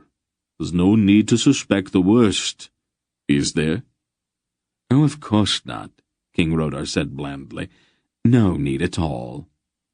Garion set one of the torches beside the slot in the wall and followed the dusty passageway, looking back often to be sure that the torch was still in plain sight. Eventually he came to a narrow door which opened into the back of an empty closet. The closet was attached to a splendid-looking bedchamber, and outside there was a broad, well-lighted corridor. Several warriors were coming down the corridor, and Garion recognized Torvik, the huntsman, among them. "Here I am," he said, stepping out with a surge of relief. "You've been busy, haven't you?" Torvik said with a grin. "Well, it wasn't my idea." "Well, let's get you back to King Anheg. The lady, your aunt, seems concerned about you." "Well, she's angry with me, I suppose," Garion said, falling into step beside the broad-shouldered man. "More than likely. Women are almost always angry with us for one reason or another. It's one of the things you'll have to get used to as you get older." Aunt Pol was waiting at the door to the throne room. There were no reproaches, not as yet, at any rate. For one brief moment she clasped him fiercely to her, and then looked at him gravely. "We've been waiting for you, dear," she said almost calmly. Then she led him to where the others waited. "In my grandmother's quarters, you say?" Anheg was talking to Torvik. "What an astonishing thing. I remember her as a crotchety old lady who walked with a cane." "Oh, no one's born old, Anheg," King Rodar said with a sly look. "I'm sure there are many explanations, Anheg," Queen Porin said. "My husband is just teasing you." "One of the men looked into the passage, Your Majesty," Torvik said tactfully. "The dust is very thick. It's possible it hasn't been used for centuries." "What an astonishing thing," Anheg said again. The matter was then delicately allowed to drop, though King Rodar's sly expression spoke volumes. The Earl of Selene coughed politely. "I think young Garion may have a story for us." "I expect he has," said Aunt Pol, turning toward Garion. "I seem to remember telling you to stay in your room. Ashrek was in my room, and he had warriors with him. He tried to make me come to him. When I wouldn't, he said that he'd had me once and could get me again. I didn't understand exactly what he meant, but I told him that he'd have to catch me first. Then I ran." Brand, the Raven warder, chuckled. "I don't see how you can find much fault with that, Polgara. I think that if I found a Grollum priest in my room, I would probably run away too." "You sure it was Asherak?" Silk asked. Garion nodded. "I've known him for a long time. All my life, I guess. And he knew me. He called me by name." "I think I'd like to have a long talk with this Asherak," Anheg said. "I want to ask him some questions about all of the mischief he has been stirring up in my kingdom." "I doubt if you'll find him, Anheg." Wolf spoke. "He seems to be more than just a Grollum priest. I touched his mind once, in Muros. It is not an ordinary mind." "I'll amuse myself with a search for him," Anheg said with a bleak expression. "Not even a Grollum can walk on water, so I believe I'll just seal off all of the ports in Kerek, and then put my warriors to work searching the mountains and forest for him. They get fat and troublesome in the winter time anyway. It will give them something to do." "Driving fat, troublesome warriors into the snow in the dead of winter isn't going to make you a popular king, Anheg," Rodar observed. "Offer a reward," Silk suggested. "That way you get the job done, and you stay popular as well." "That's an idea. What kind of reward would you suggest, Prince Keldar?" "Promise to equal the weight of Asherak's head in gold. That should lure the fattest warrior away from the dice cup and the ale keg." Anheg winced. "He's a Grollum," Silk said. "They probably won't find him, but they will take the kingdom apart looking. Your gold is safe. Your warriors get a bit of exercise. You get a reputation for generosity, and with every man in Kerek looking for him with an axe, Asherak's going to be much too busy hiding to stir up any more mischief. A man whose head is more valuable to others than it is to himself has little time for foolishness." "Prince Keldar, you are a devious man." "Oh, I try, King Anheg," Silk said with an ironic bow. "I don't suppose you'd care to come work for me," the king of Kerek offered. "Anheg," Rodar protested. Silk sighed. "Blood, King Anheg. I am committed to my uncle by our bonds of kinship. I would be interested to hear your offer, though. It might help in future negotiations about compensation for my services." Queen Poran's laughter was like a small silver bell, and King Rodar's face became tragic. "You see, I am absolutely surrounded by traitors. What is a poor fat old man to do?" A grim-looking warrior entered the hall and marched up to Anheg. "It is done, King. Do you want to look at his head?" "No," Anheg said shortly. "Should we put it on a pole near the harbor?" "No. Javik was a brave man once, and my kinsman by marriage. Have him delivered to his wife for a proper burial." The warrior bowed and left the hall. "This problem of the Grollum, Asherak, interests me," Queen Eilena said to Aunt Pol. "Might we not between us, Lady Polgara, devise a way to locate him?" Her expression had a certain quality of self-importance to it. Mr. Wolf spoke quickly before Aunt Pol could answer. "Bravely spoken, Eilina. But we would not allow the Queen of Skerek to take such a risk. I am sure your skills are formidable, but such a search opens the mind completely. If Asherek felt you looking for him, he would retaliate instantly. Bulgara would not be in any danger, but I am afraid your mind could be blown out like a candle. It would be a great shame to have the Queen of Skerek live out the rest of her life as a raving lunatic." Eilina turned suddenly very pale, and did not see the sly wink Mr. Wolf directed at Anheg. Anheg said firmly, "I could not permit it. My queen is far too precious for me to allow her to take such a terrible risk." This ends Disc 9. Please change to Disc 10. My queen is far too precious for me to allow her to take such a terrible risk.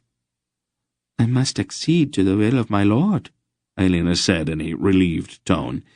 "By his command, I withdraw my suggestion." "The courage of my queen honors me," Anheg said, with an absolutely straight face. Eilina bowed, and backed away rather quickly. Aunt Pol looked at Mr. Wolf with one raised eyebrow, but let it pass. Wolf's expression became more serious as he rose from the chair in which he had been sitting. "I think that the time has come to make some decisions. Things are beginning to move too fast for any more delay." He looked at Anheg. "Is there some place where we can speak without risk of being overheard?" "There's a chamber in one of the towers. I thought about it before our first meeting, but—" He paused and looked at Chohag. "You shouldn't have let it concern you," Chohag said. "I can manage the stairs if I have to. And it would have been better for me to have been a little inconvenienced than to have had Yarvik's spy overhearing us." "I'll stare at Garion," Dunnick said to Aunt Pol. Aunt Pol shook her head firmly. "No. As long as Asherek is on the loose in Skerek, I don't want him out of my sight." "Shall we go, then?" Mr. Wolf said. "It is getting late, and I want to leave first thing in the morning. The trail I was following is getting colder." Queen Eilina, still looking shaken, stood to one side with Porin and Sila, and made no effort to follow as King Anheg led the way from the throne-room. "I'll let you know what happens," King Hrodar signaled to his queen. "Of course." Porin gestured back. Her face was placid, but the snap of her fingers as they spoke betrayed her irritability. "Calmly, child," Hrodar's fingers told her. "We are guests here and have to obey local customs." "Whatever my lord commands," she replied, with a tilt of her hands that spoke whole volumes of sarcasm. With Hetar's help, King Chohag managed the stairs, although his progress was painfully slow. "I apologize for this," he puffed, stopping halfway up to catch his breath. "It's as tiresome for me as it is for you." King Anheg posted guards at the foot of the stairs, then came up and closed the heavy door behind him. "Light the fire, cousin," he said to Beric. "We might as well be comfortable." Beric nodded and put a torch to the wood in the fireplace. The chamber was round and not too spacious, but there was adequate room for them all, and chairs and benches to sit on. Mr. Wolf stood at one of the windows, looking down at the twinkling lights of Val Alorn below. "I have always been fond of towers," he said, almost to himself. "My master lived in one like this, and I enjoyed the time I spent there. I'd have given my life to have known Aldor," Chohag said, softly. "Was he really surrounded by light, as some say?" "He seemed quite ordinary to me," Mr. Wolf said. "I lived with him for 5 years, before I even knew who he was."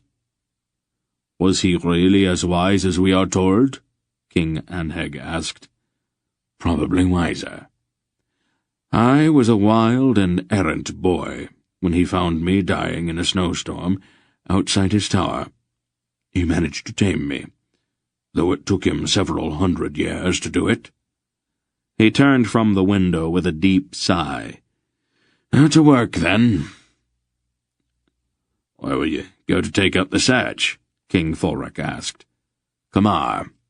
I found the trail there. I think it led down into Arindia. We'll send warriors with you, Anheg said. After what's happened here, it looks like the Grolams may try to stop you. No, Wolf said firmly. Warriors are useless in dealing with the Grolams. I cannot move with an army underfoot, and I won't have time to explain to the king of Arindia why I'm invading his kingdom with a horde of troops at my back. It takes even longer to explain things to Errands than it does to Elrons, impossible as that sounds. Don't be uncivil, father. It is their world too, and they are concerned. You wouldn't necessarily need an army, Belgarath, King Rodar said. But would it not be prudent to take along a few good men? There is very little that Polgara and I cannot deal with by ourselves, and Silk, Barak, and Janek are along to deal with the more mundane problems. The smaller our group, the less attention it will attract. He turned to Chahag. As long as we are on the subject, I would like to have your son Hetar with us. We're likely to need his rather specialized talents. Impossible, Hetar said flatly. I have to remain with my father. No, Hetar. I do not intend for you to live out your life as a cripple's legs. I've never felt any restriction in serving you, father. There are plenty of others with the same talents I have. Let the ancient one choose another. How many Shadarim are there among the Algars? Mr. Wolf asked gravely. Hetar looked at him sharply, as if trying to tell him something with his eyes. King Shohag drew in his breath sharply. Hetar, is this true? Hetar shrugged.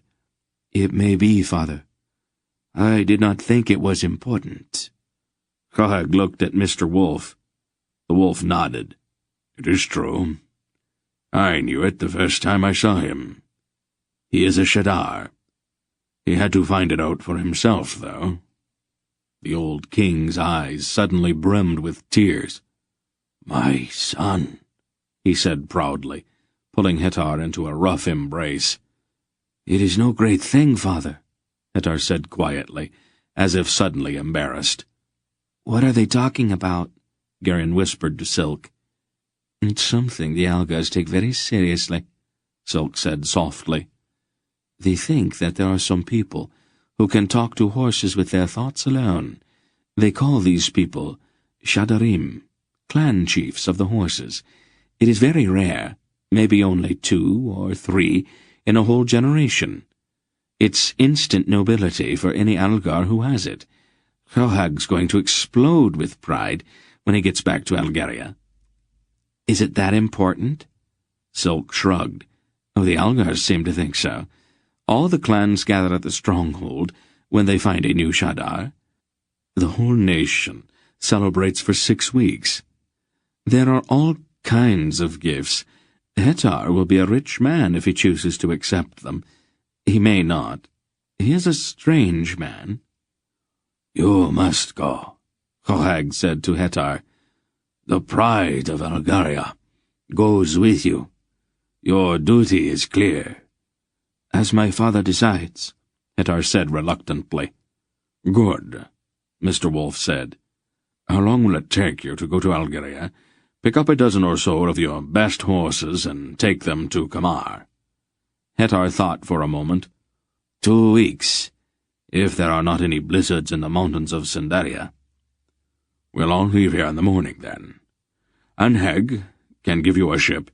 Take the horses along the Great North Road to the place a few leagues east of Kamar, where another road strikes off to the south. It fords the Greater Kamar River, and runs down to join the Great West Road at the ruins of Vauxhall in northern Arindia. We'll meet you there in 2 weeks." Hettar nodded.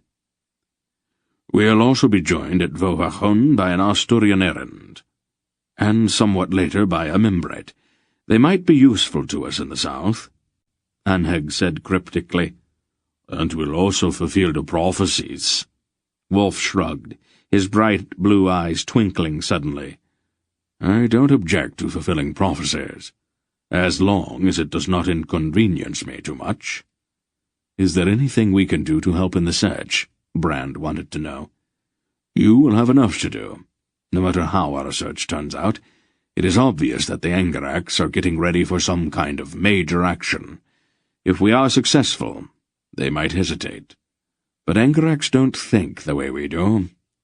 Even after what happened at Vomimbre, they may decide to risk an all-out attack on the west. It could be that they're responding to prophecies of their own that we don't know anything about. In any event, I think you should be ready for something fairly major from them. You will need to make preparations." Anheg grinned wolfishly. "We have been preparing for them for 5,000 years. This time we will purge the whole world of this Angarac infection. When Torak One-Eye awakes, he will find himself as alone as Mara, and just as powerless." Maybe. But don't plan the victory celebration until the war's over. Make your preparations quietly, and don't stir up the people in your kingdoms any more than you have to. The West is crawling with Grolems, and they are watching everything we do. The trail I'll be following could lead me into Thralmurgos, and I'd rather not have to deal with an army of Murgos massed on the border." "I can play the watching game too," King Rodar said, with a grim look on his plump face. "Probably even better than the Grolems. It's time to send a few more caravans to the east. The Angaracs won't move without help from the east, and the Malorians will have to cross over into Garagnadrak before they deploy south. A bribe or two here and there, a few barrels of strong ale in the right mining camps. Who knows what a bit of diligent corruption might turn up? A chance word or two could give us several months' warning."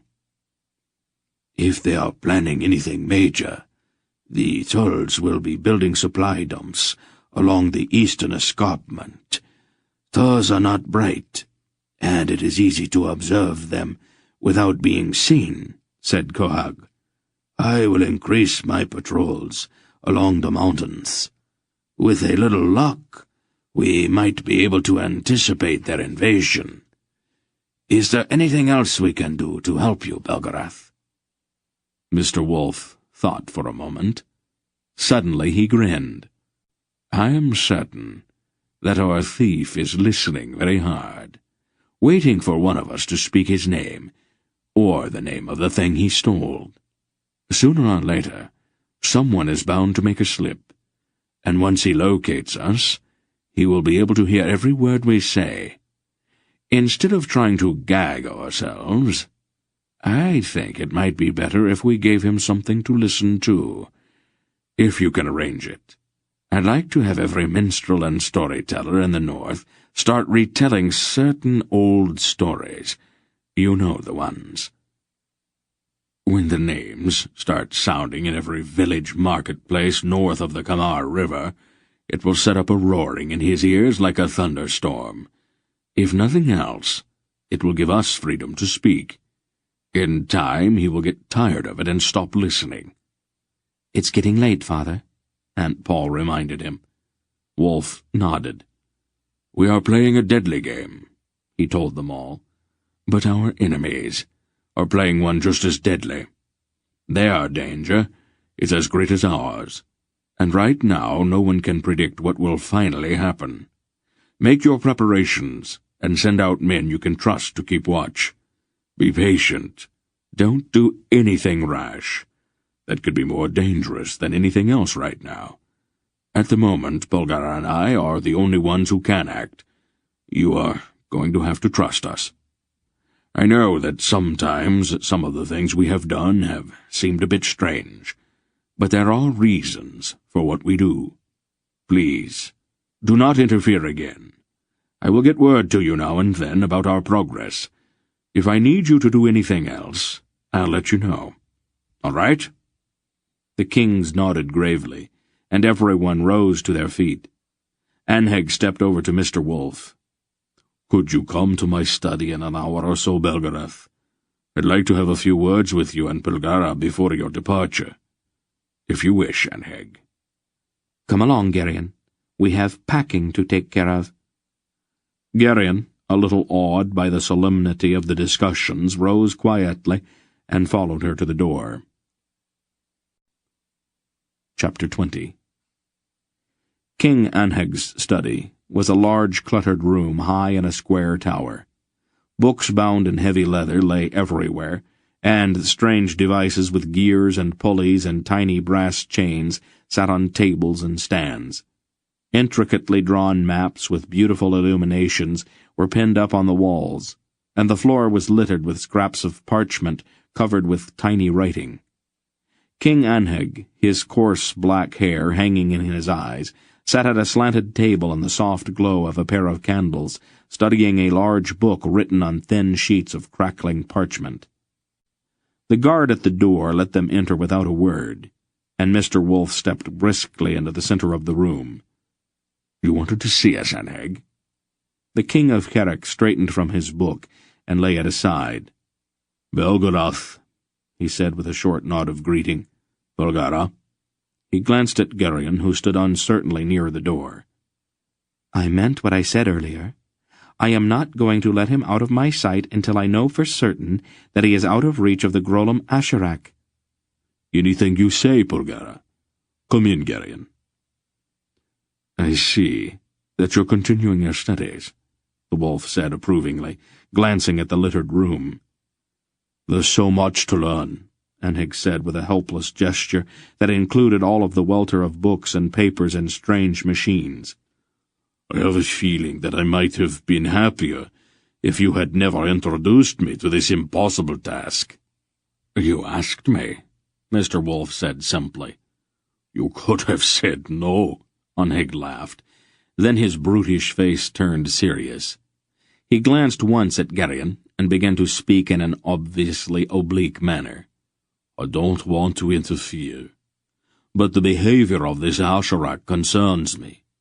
Garion moved away from Aunt Pol and began to study one of the strange little machines sitting on a nearby table, being careful not to touch it. "We'll take care of Asherak," Aunt Pol said, but Anheg persisted.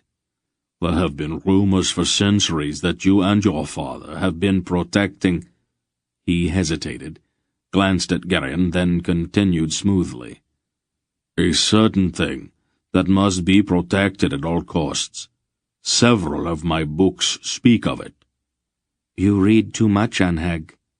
Anheg laughed again. "It passes the time, Belgara. The alternative is drinking with my earls, and my stomach's getting a little delicate for that. And my ears as well. Have you any idea of how much noise a hall full of drunk carracks can make? My books don't shout or boast, and they don't fall down or slide under the tables and snore. They are much better company, really." "Foolishness." "We are all foolish at one time or another," Anheg said philosophically. "But let's go back to this other matter. If those rumors I mentioned are true, aren't you taking some serious risks?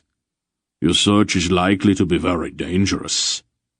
"No place is really safe," Mr. Wolf said. "Why take chances you don't have to? Asherak isn't the only Grolem in the world, you know that." "I can see why they call you Anheg the Sly," Wolf said with a smile. "Wouldn't it be safer to leave this certain thing in my care until you return?" "We have already found that not even Val Alorn is safe from the Grolems, Anheg. The mines of Thalmurgos and Garagnadrak are endless, and the Grolems have more gold at their disposal than you could even imagine. How many others like Arvik have they bought? The old wolf and I are very experienced at protecting this certain thing you mentioned. It will be safe with us. Thank you for your concern, however, Mr. Wolf added. This matter concerns us all. Garion, despite his youth and occasional recklessness, was not stupid. It was obvious that what they were talking about involved him in some way, and quite possibly had to do with the mystery of his parentage as well. To conceal the fact that he was listening as hard as he could, he picked up a small book bound in a strangely textured black leather. He opened it, but there were neither pictures nor illuminations, merely a spidery-looking script that seemed strangely repulsive. Aunt Pol, who always seemed to know what he was doing, looked over at him. "What are you doing with that?" she said sharply. "Just looking. I can't read it." "Put it down immediately," she told him. King Anheg smiled. "You wouldn't be able to read it anyway, Garion. It's written in Old Angarak." "What are you doing with that filthy thing anyway? You, of all people, should know that it's forbidden," Aunt Pol asked Anheg. "It's only a book, Paul," Mr. Wolf said. "It does not have any power, unless it is permitted to." "Besides," Anheg said, rubbing thoughtfully at the side of his face, "the book gives us clues to the mind of our enemy. That is always a good thing to know." "You can't know Torek's mind, and it's dangerous to open yourself to him. He can poison you without your even knowing what's happening." "I don't think there's any danger of that, Paul. Anheg's mind is well trained enough to avoid the traps in Torek's book," Wolf said. "They are pretty obvious, after all." Anheg looked across the room at Garion and beckoned to him. Garion crossed and stood in front of the king of Skerek. "You're an observant young man, Garion," Anheg said gravely. "You have done me a service today, and you can call on me at any time for service in return. Know that Anheg of Skerek is your friend." He extended his right hand, and Garion took it in his own without thinking. King Anheg's eyes grew wide suddenly, and his face paled slightly. He turned Garion's hand over and looked down at the silvery mark on the boy's palm. Then Aunt Pol's hands were also there, firmly closing Garion's fingers, and removing him from Anheg's grip. "It is true, then," Anheg said softly. "Enough. Don't confuse the boy," Aunt Pol said. Her hands were still firmly holding Garion's. "Come along, dear. It's time to finish packing." And she turned and led him from the room. Garion's mind was racing. What was there about the mark on his hand that had so startled Anheg? The birthmark, he knew, was hereditary. Aunt Pol had once told him that his father's hand had had the same mark, but why would that be of interest to Anheg? It had gone too far. His need to know became almost unbearable. He had to know about his parents, about Aunt Pol, about all of it. If the answers hurt, then they would just have to hurt. At least, he would know. The next morning was clear, and they left the palace for the harbor quite early. They all gathered in the courtyard where the sleighs waited. "There's no need for you to come out in the cold like this, Merrill," Barak told his fur-robed wife as she mounted the sleigh beside him. "I have a duty to see my lord safely to his ship," she replied, with an arrogant lift of her chin. Barak sighed. "Whatever you wish." With King Anheg and Queen Ailina in the lead, the sleighs whirled out of the courtyard and into the snowy streets. The sun was very bright, and the air was crisp. Garion rode silently with Silk and Hetar. "Why so quiet, Garion?" "A lot of things have happened here that I don't understand." "No one can understand everything," Hetar said rather sententiously. "Jareks are a violent and moody people," Silk said. "They don't even understand themselves." "It's not just them," Garion said, struggling with the words. "It's Aunt Pol and Mr. Wolf Asherak, all of it. Things are happening too fast. I can't get it all sorted out. Events are like horses, Hettar told him. Sometimes they run away.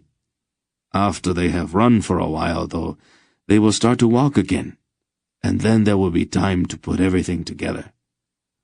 I hope so, Garion said dubiously, and fell silent again. The sleighs came around a corner into the broad square before the temple of Belar.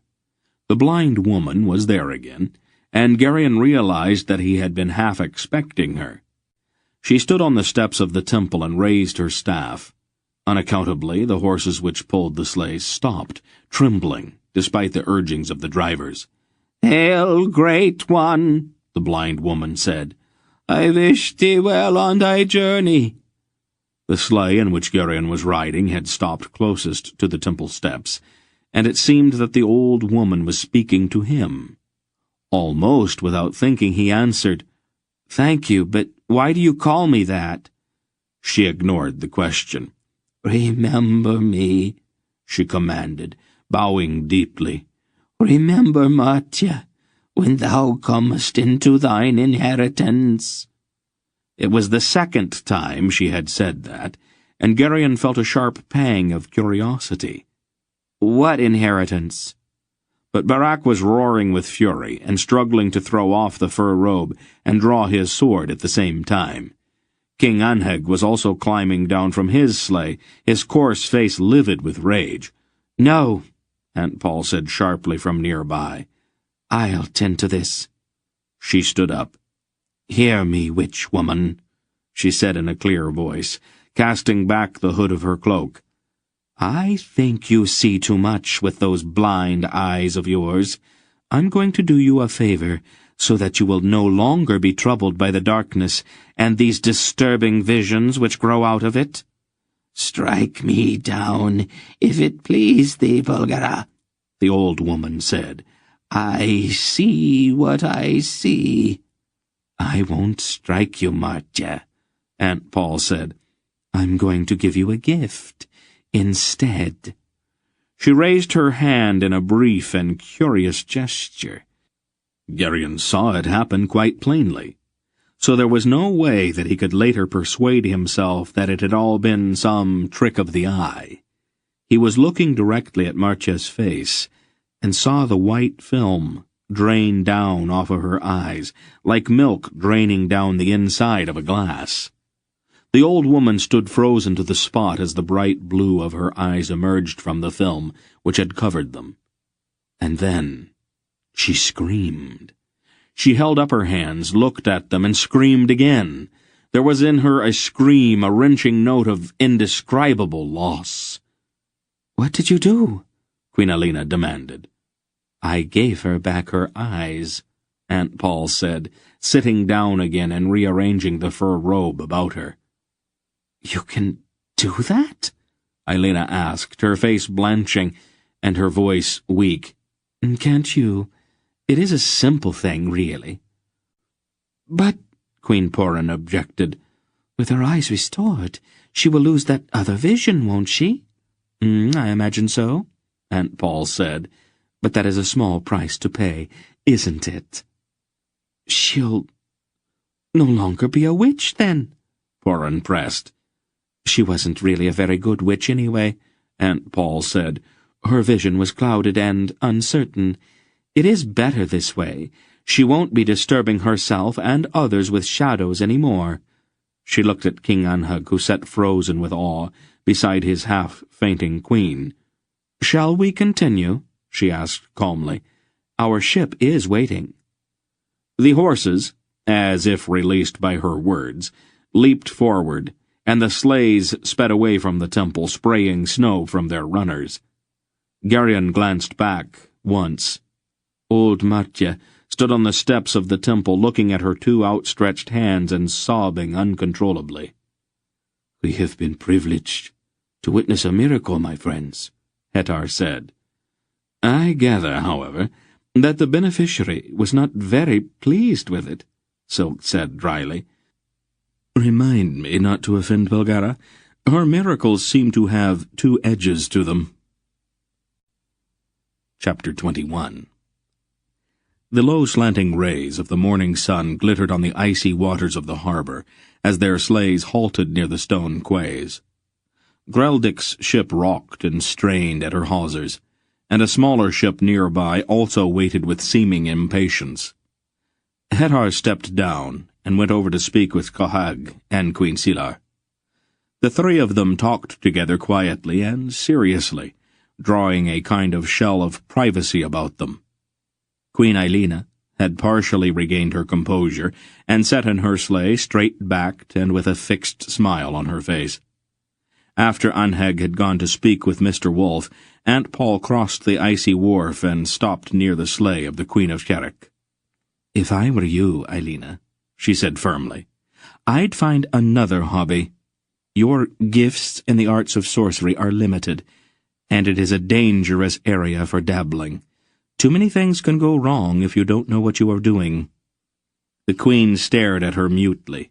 "Oh, and one other thing," Aunt Pol said. "It would be best, I think, if you broke off your connections with the bear cult. It is hardly proper for a queen to have dealings with her husband's political enemies." Eilina's eyes widened. "Does Anheg know?" she asked in a stricken voice. "I would not be surprised," Aunt Pol said. "He is much more clever than he looks, you know. You are walking very close to the edge of treason. You ought to have a few babies. They would give you something useful to do with your time, and keep you out of trouble. That's only a suggestion, of course, but you might think it over. I've enjoyed our visit, dear. Thank you for your hospitality." And with that she turned and walked away. Silk whistled softly. "That explains a few things." "Explains what?" Garion asked. "The High Priest of Balar's been dabbling in Carrick politics lately. He has obviously gone a bit further than I'd thought in penetrating the palace." "The Queen?" Garion asked, startled. "Eileen is obsessed with the idea of magic. The bear cultists dabble in certain kinds of rituals that might look sort of mystical to someone as gullible as she is." He looked quickly toward where King Rodar was speaking with other kings and Mr. Wolf. Then he drew in a deep breath. "Let's go talk to Porin," he said, and led the way across the wharf to where the tiny blonde queen of Drasnia stood looking out at the icy sea. "Highness," Silk said deferentially. "Dear Keldar," she said, smiling at him. "Could you give some information to my uncle for me?" "Of course." "It seems that the Queen Eilina's been a bit, indiscreet," Silk said.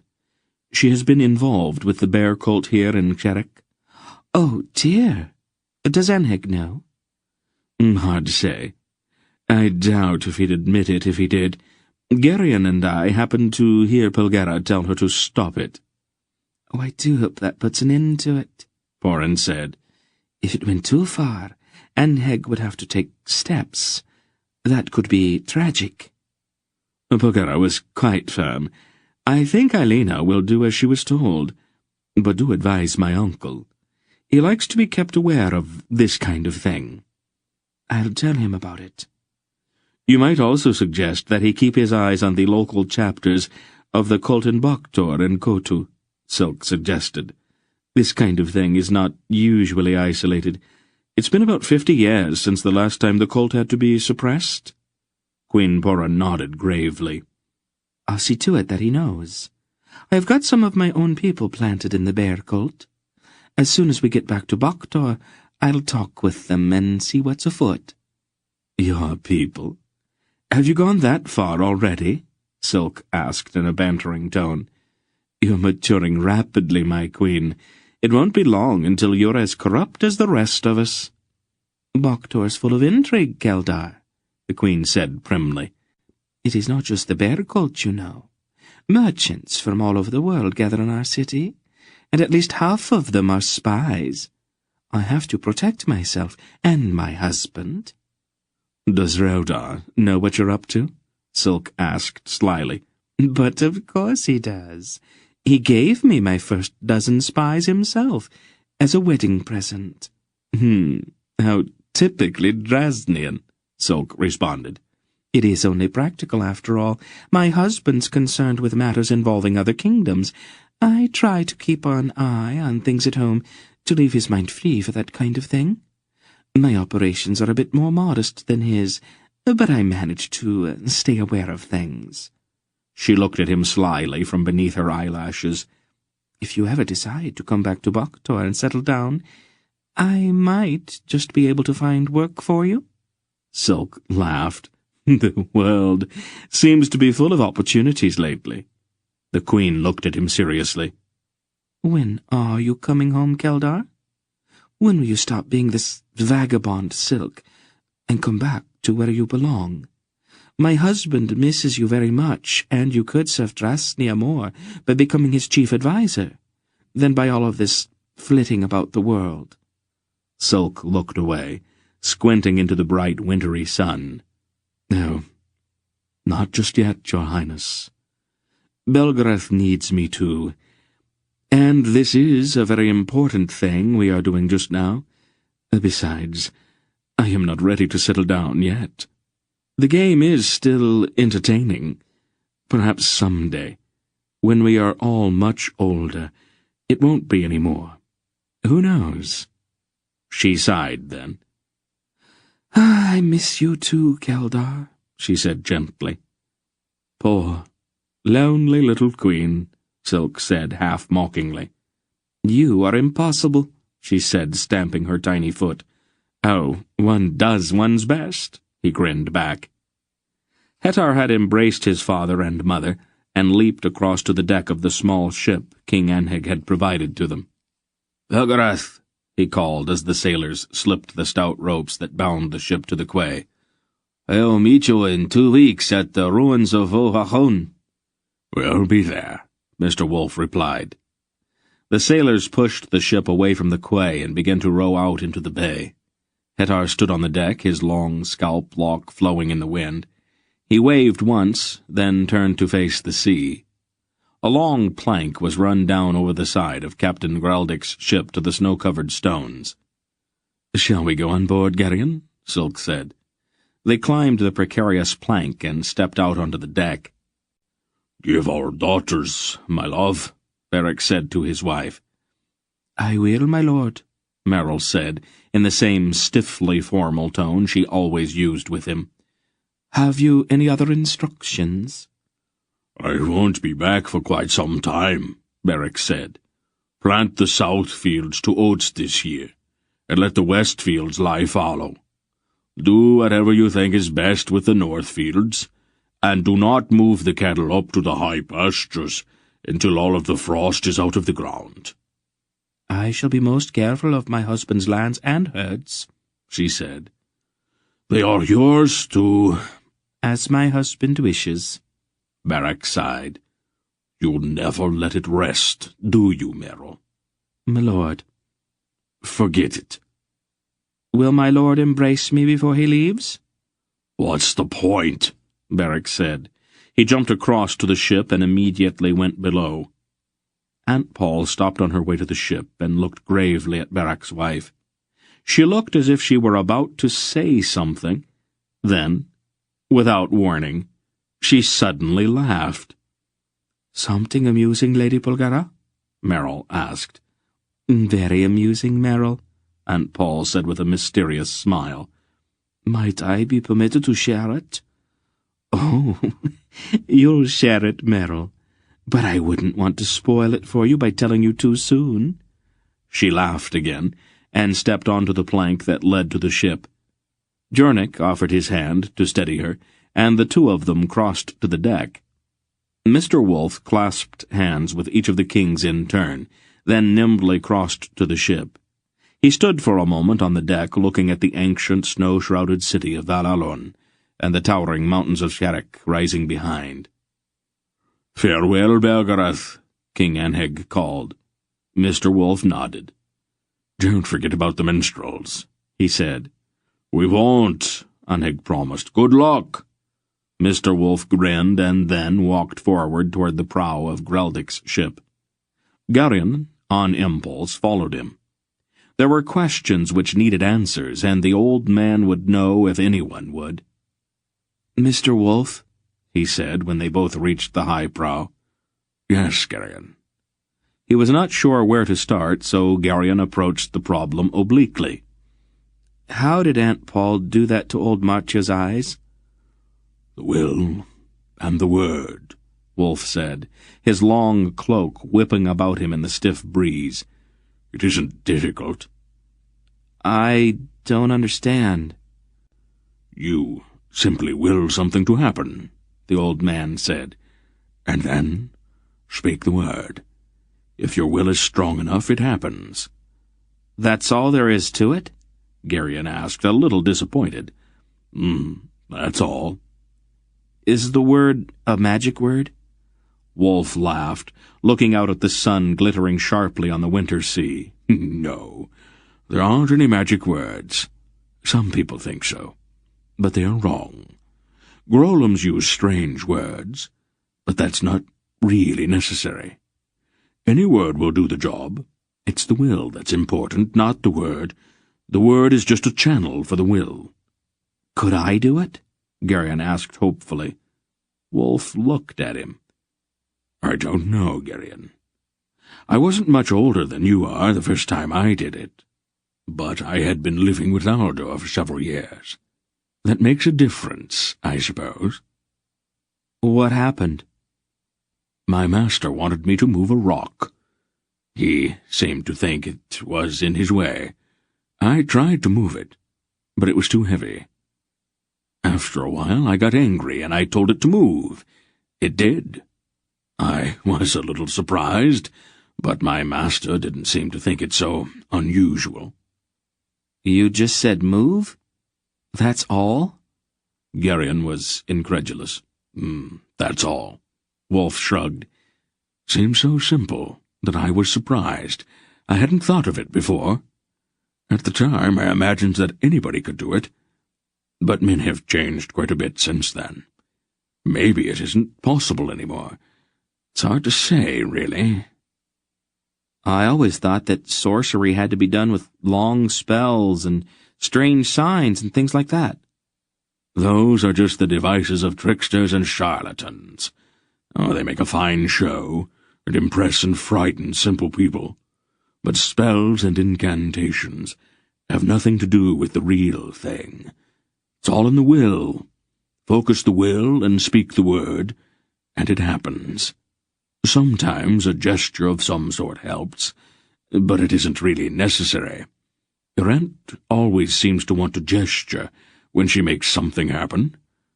I've been trying to break her of that habit for hundreds of years now." Garion blinked. "Hundreds of years? Well, how old is she?" "Older than she looks. 'Tisn't polite to ask questions about a lady's age, however."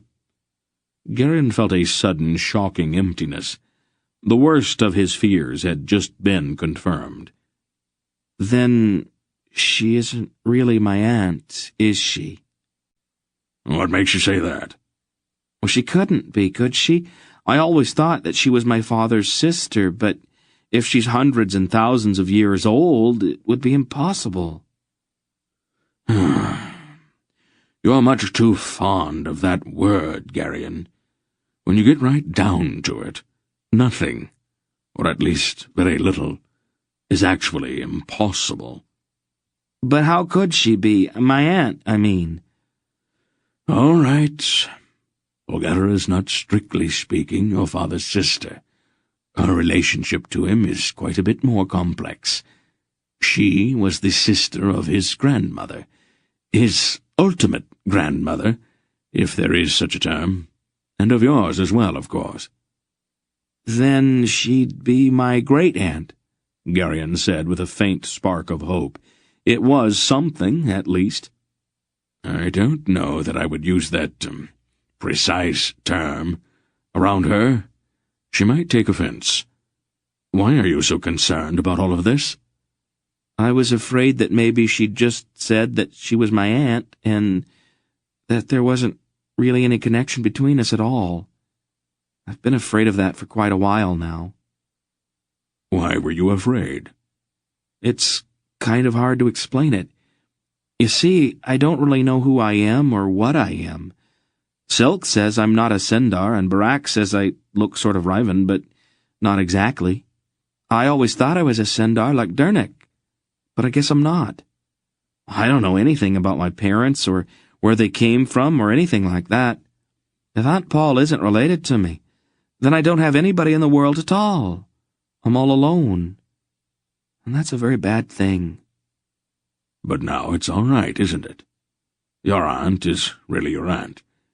At least your blood and hers are the same. I'm glad you told me. I have been worried about it. Greldick's sailors untied the hawsers and began to push the ship away from the quay. Mr. Wolf? Garion said as a strange thought occurred to him. Yes, Garion. Aunt Pol really is my aunt. Or my great-aunt? Yes. And she's your daughter? I have to admit that she is, Wolf said wryly. I try to forget that sometimes, but I can't really deny it. Garion took a deep breath and plunged directly into it. If she's my aunt, and you're her father, wouldn't that sort of make you my grandfather? Wolf looked at him with a startled expression. Why, yes. He laughed suddenly. I suppose that in a way it does. I had never thought of it exactly like that before. Garion's eyes suddenly filled with tears, and he impulsively embraced the old man. Grandfather, he said, trying the word out. Well, well, Wolf said, his own voice strangely thick. What a remarkable discovery. Awkwardly he patted Garion's shoulder. They were both a little embarrassed by Garion's sudden display of affection, and they stood silently watching as Greldick's sailors rowed the ship out into the harbor. Grandfather, Garion said after a while. Yes? What really happened to my mother and father? I mean, how did they die? Wolf's face became very bleak. There was a fire, he said shortly. A fire? Garion said weakly, his imagination lurching back from that awful thought of the unspeakable pain. How did it happen? It's not very pleasant, Wolf said grimly. Are you really sure you want to know? I have to, Grandfather. I have to know everything I can about them. I don't know why, but it's very important. Mr. Wolf sighed. Yes, Garion. I guess it would be at that. All right, then. If you are old enough to ask the questions, you are old enough to hear the answers.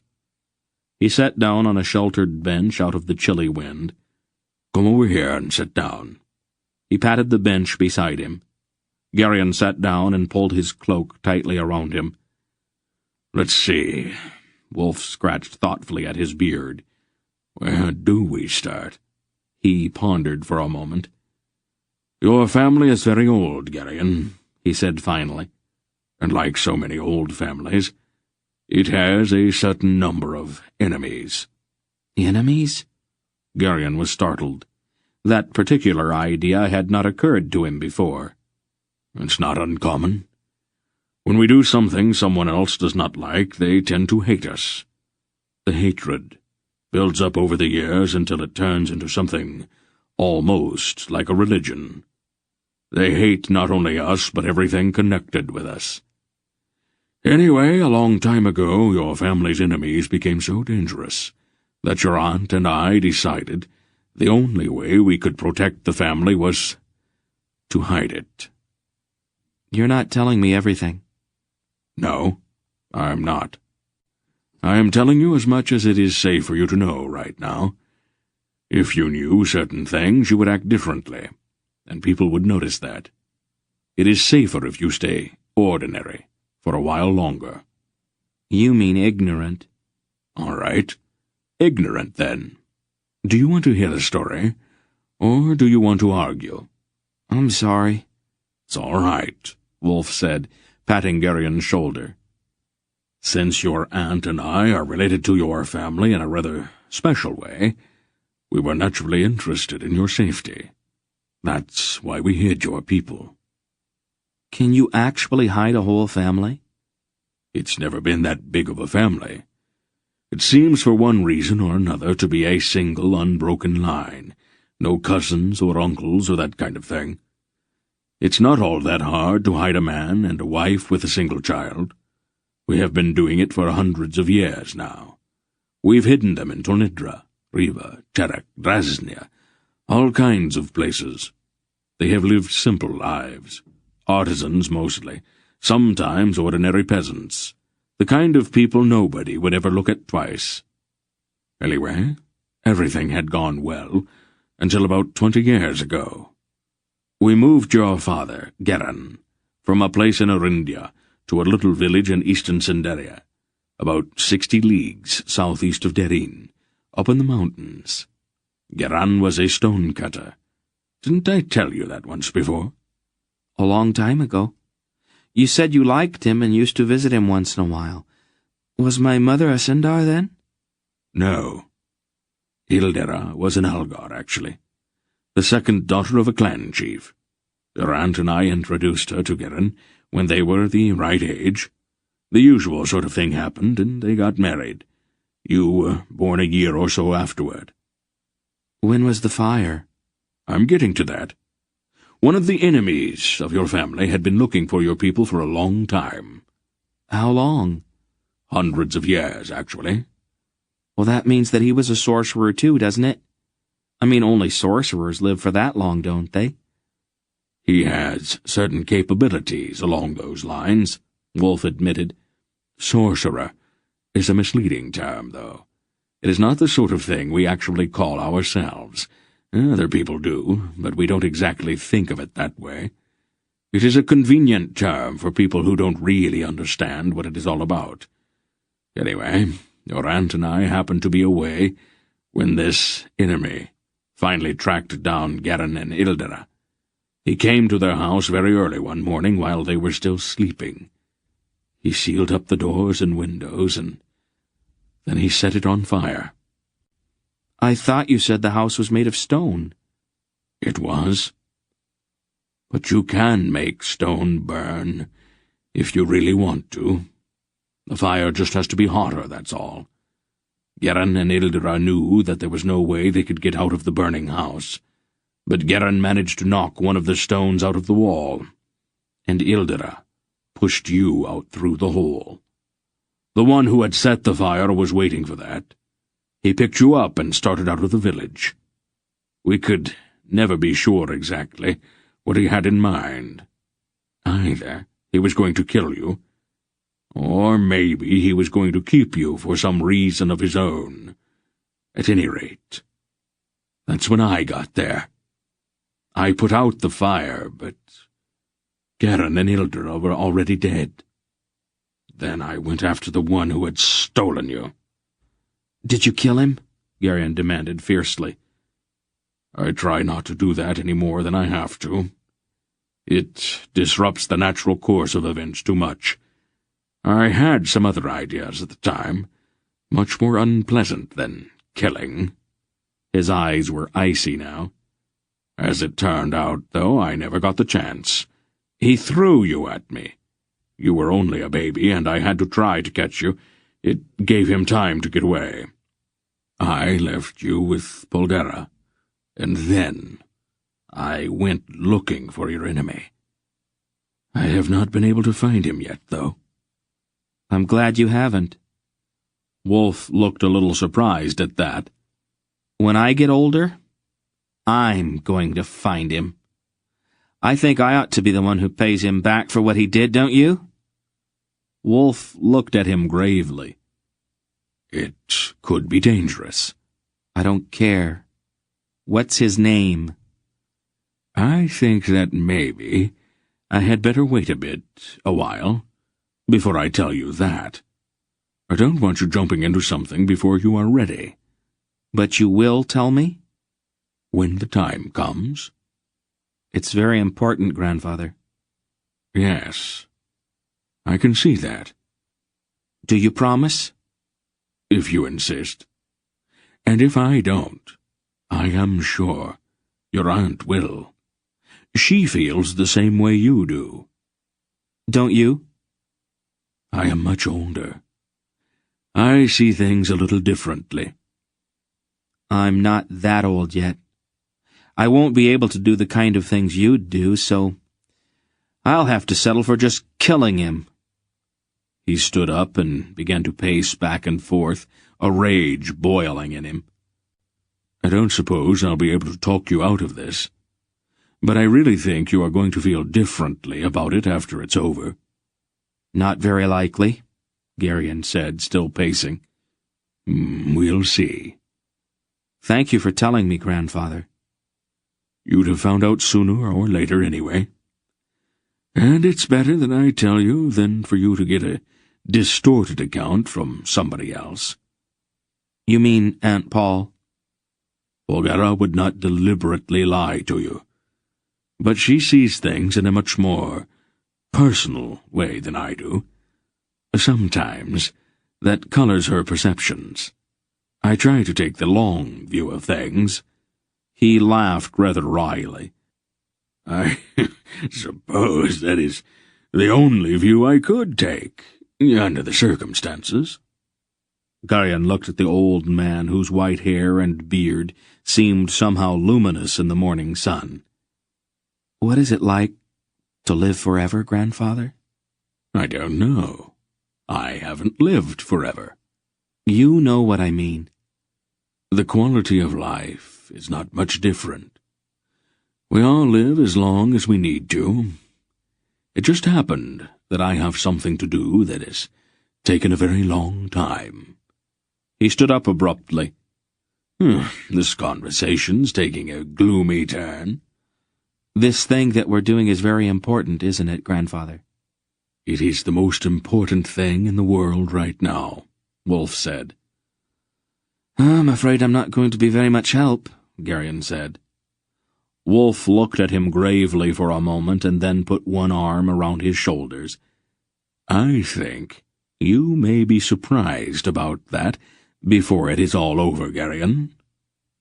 And then they turned and looked out over the prow of the ship at the snowy coast of Skarek, sliding by on their right as the sailors rowed the ship towards Skamar, and whatever lay beyond. Here ends Book 1 of the Belgariad. Book 2, Queen of Sorcery, will reveal Garion's own dangerous powers of sorcery, and more on his heritage, which underlies their quest. Pawn of Prophecy, Book 1 of the Belgariad, is written by David Eddings. It is a work of fiction. Names, characters, places, and incidents are either the product of the author's imagination, or are used fictitiously. Any resemblance to actual events, locales, or persons, living or dead, is entirely coincidental. From Books in Motion in Spokane, Washington, this is Cameron Byerly. Thank you for listening.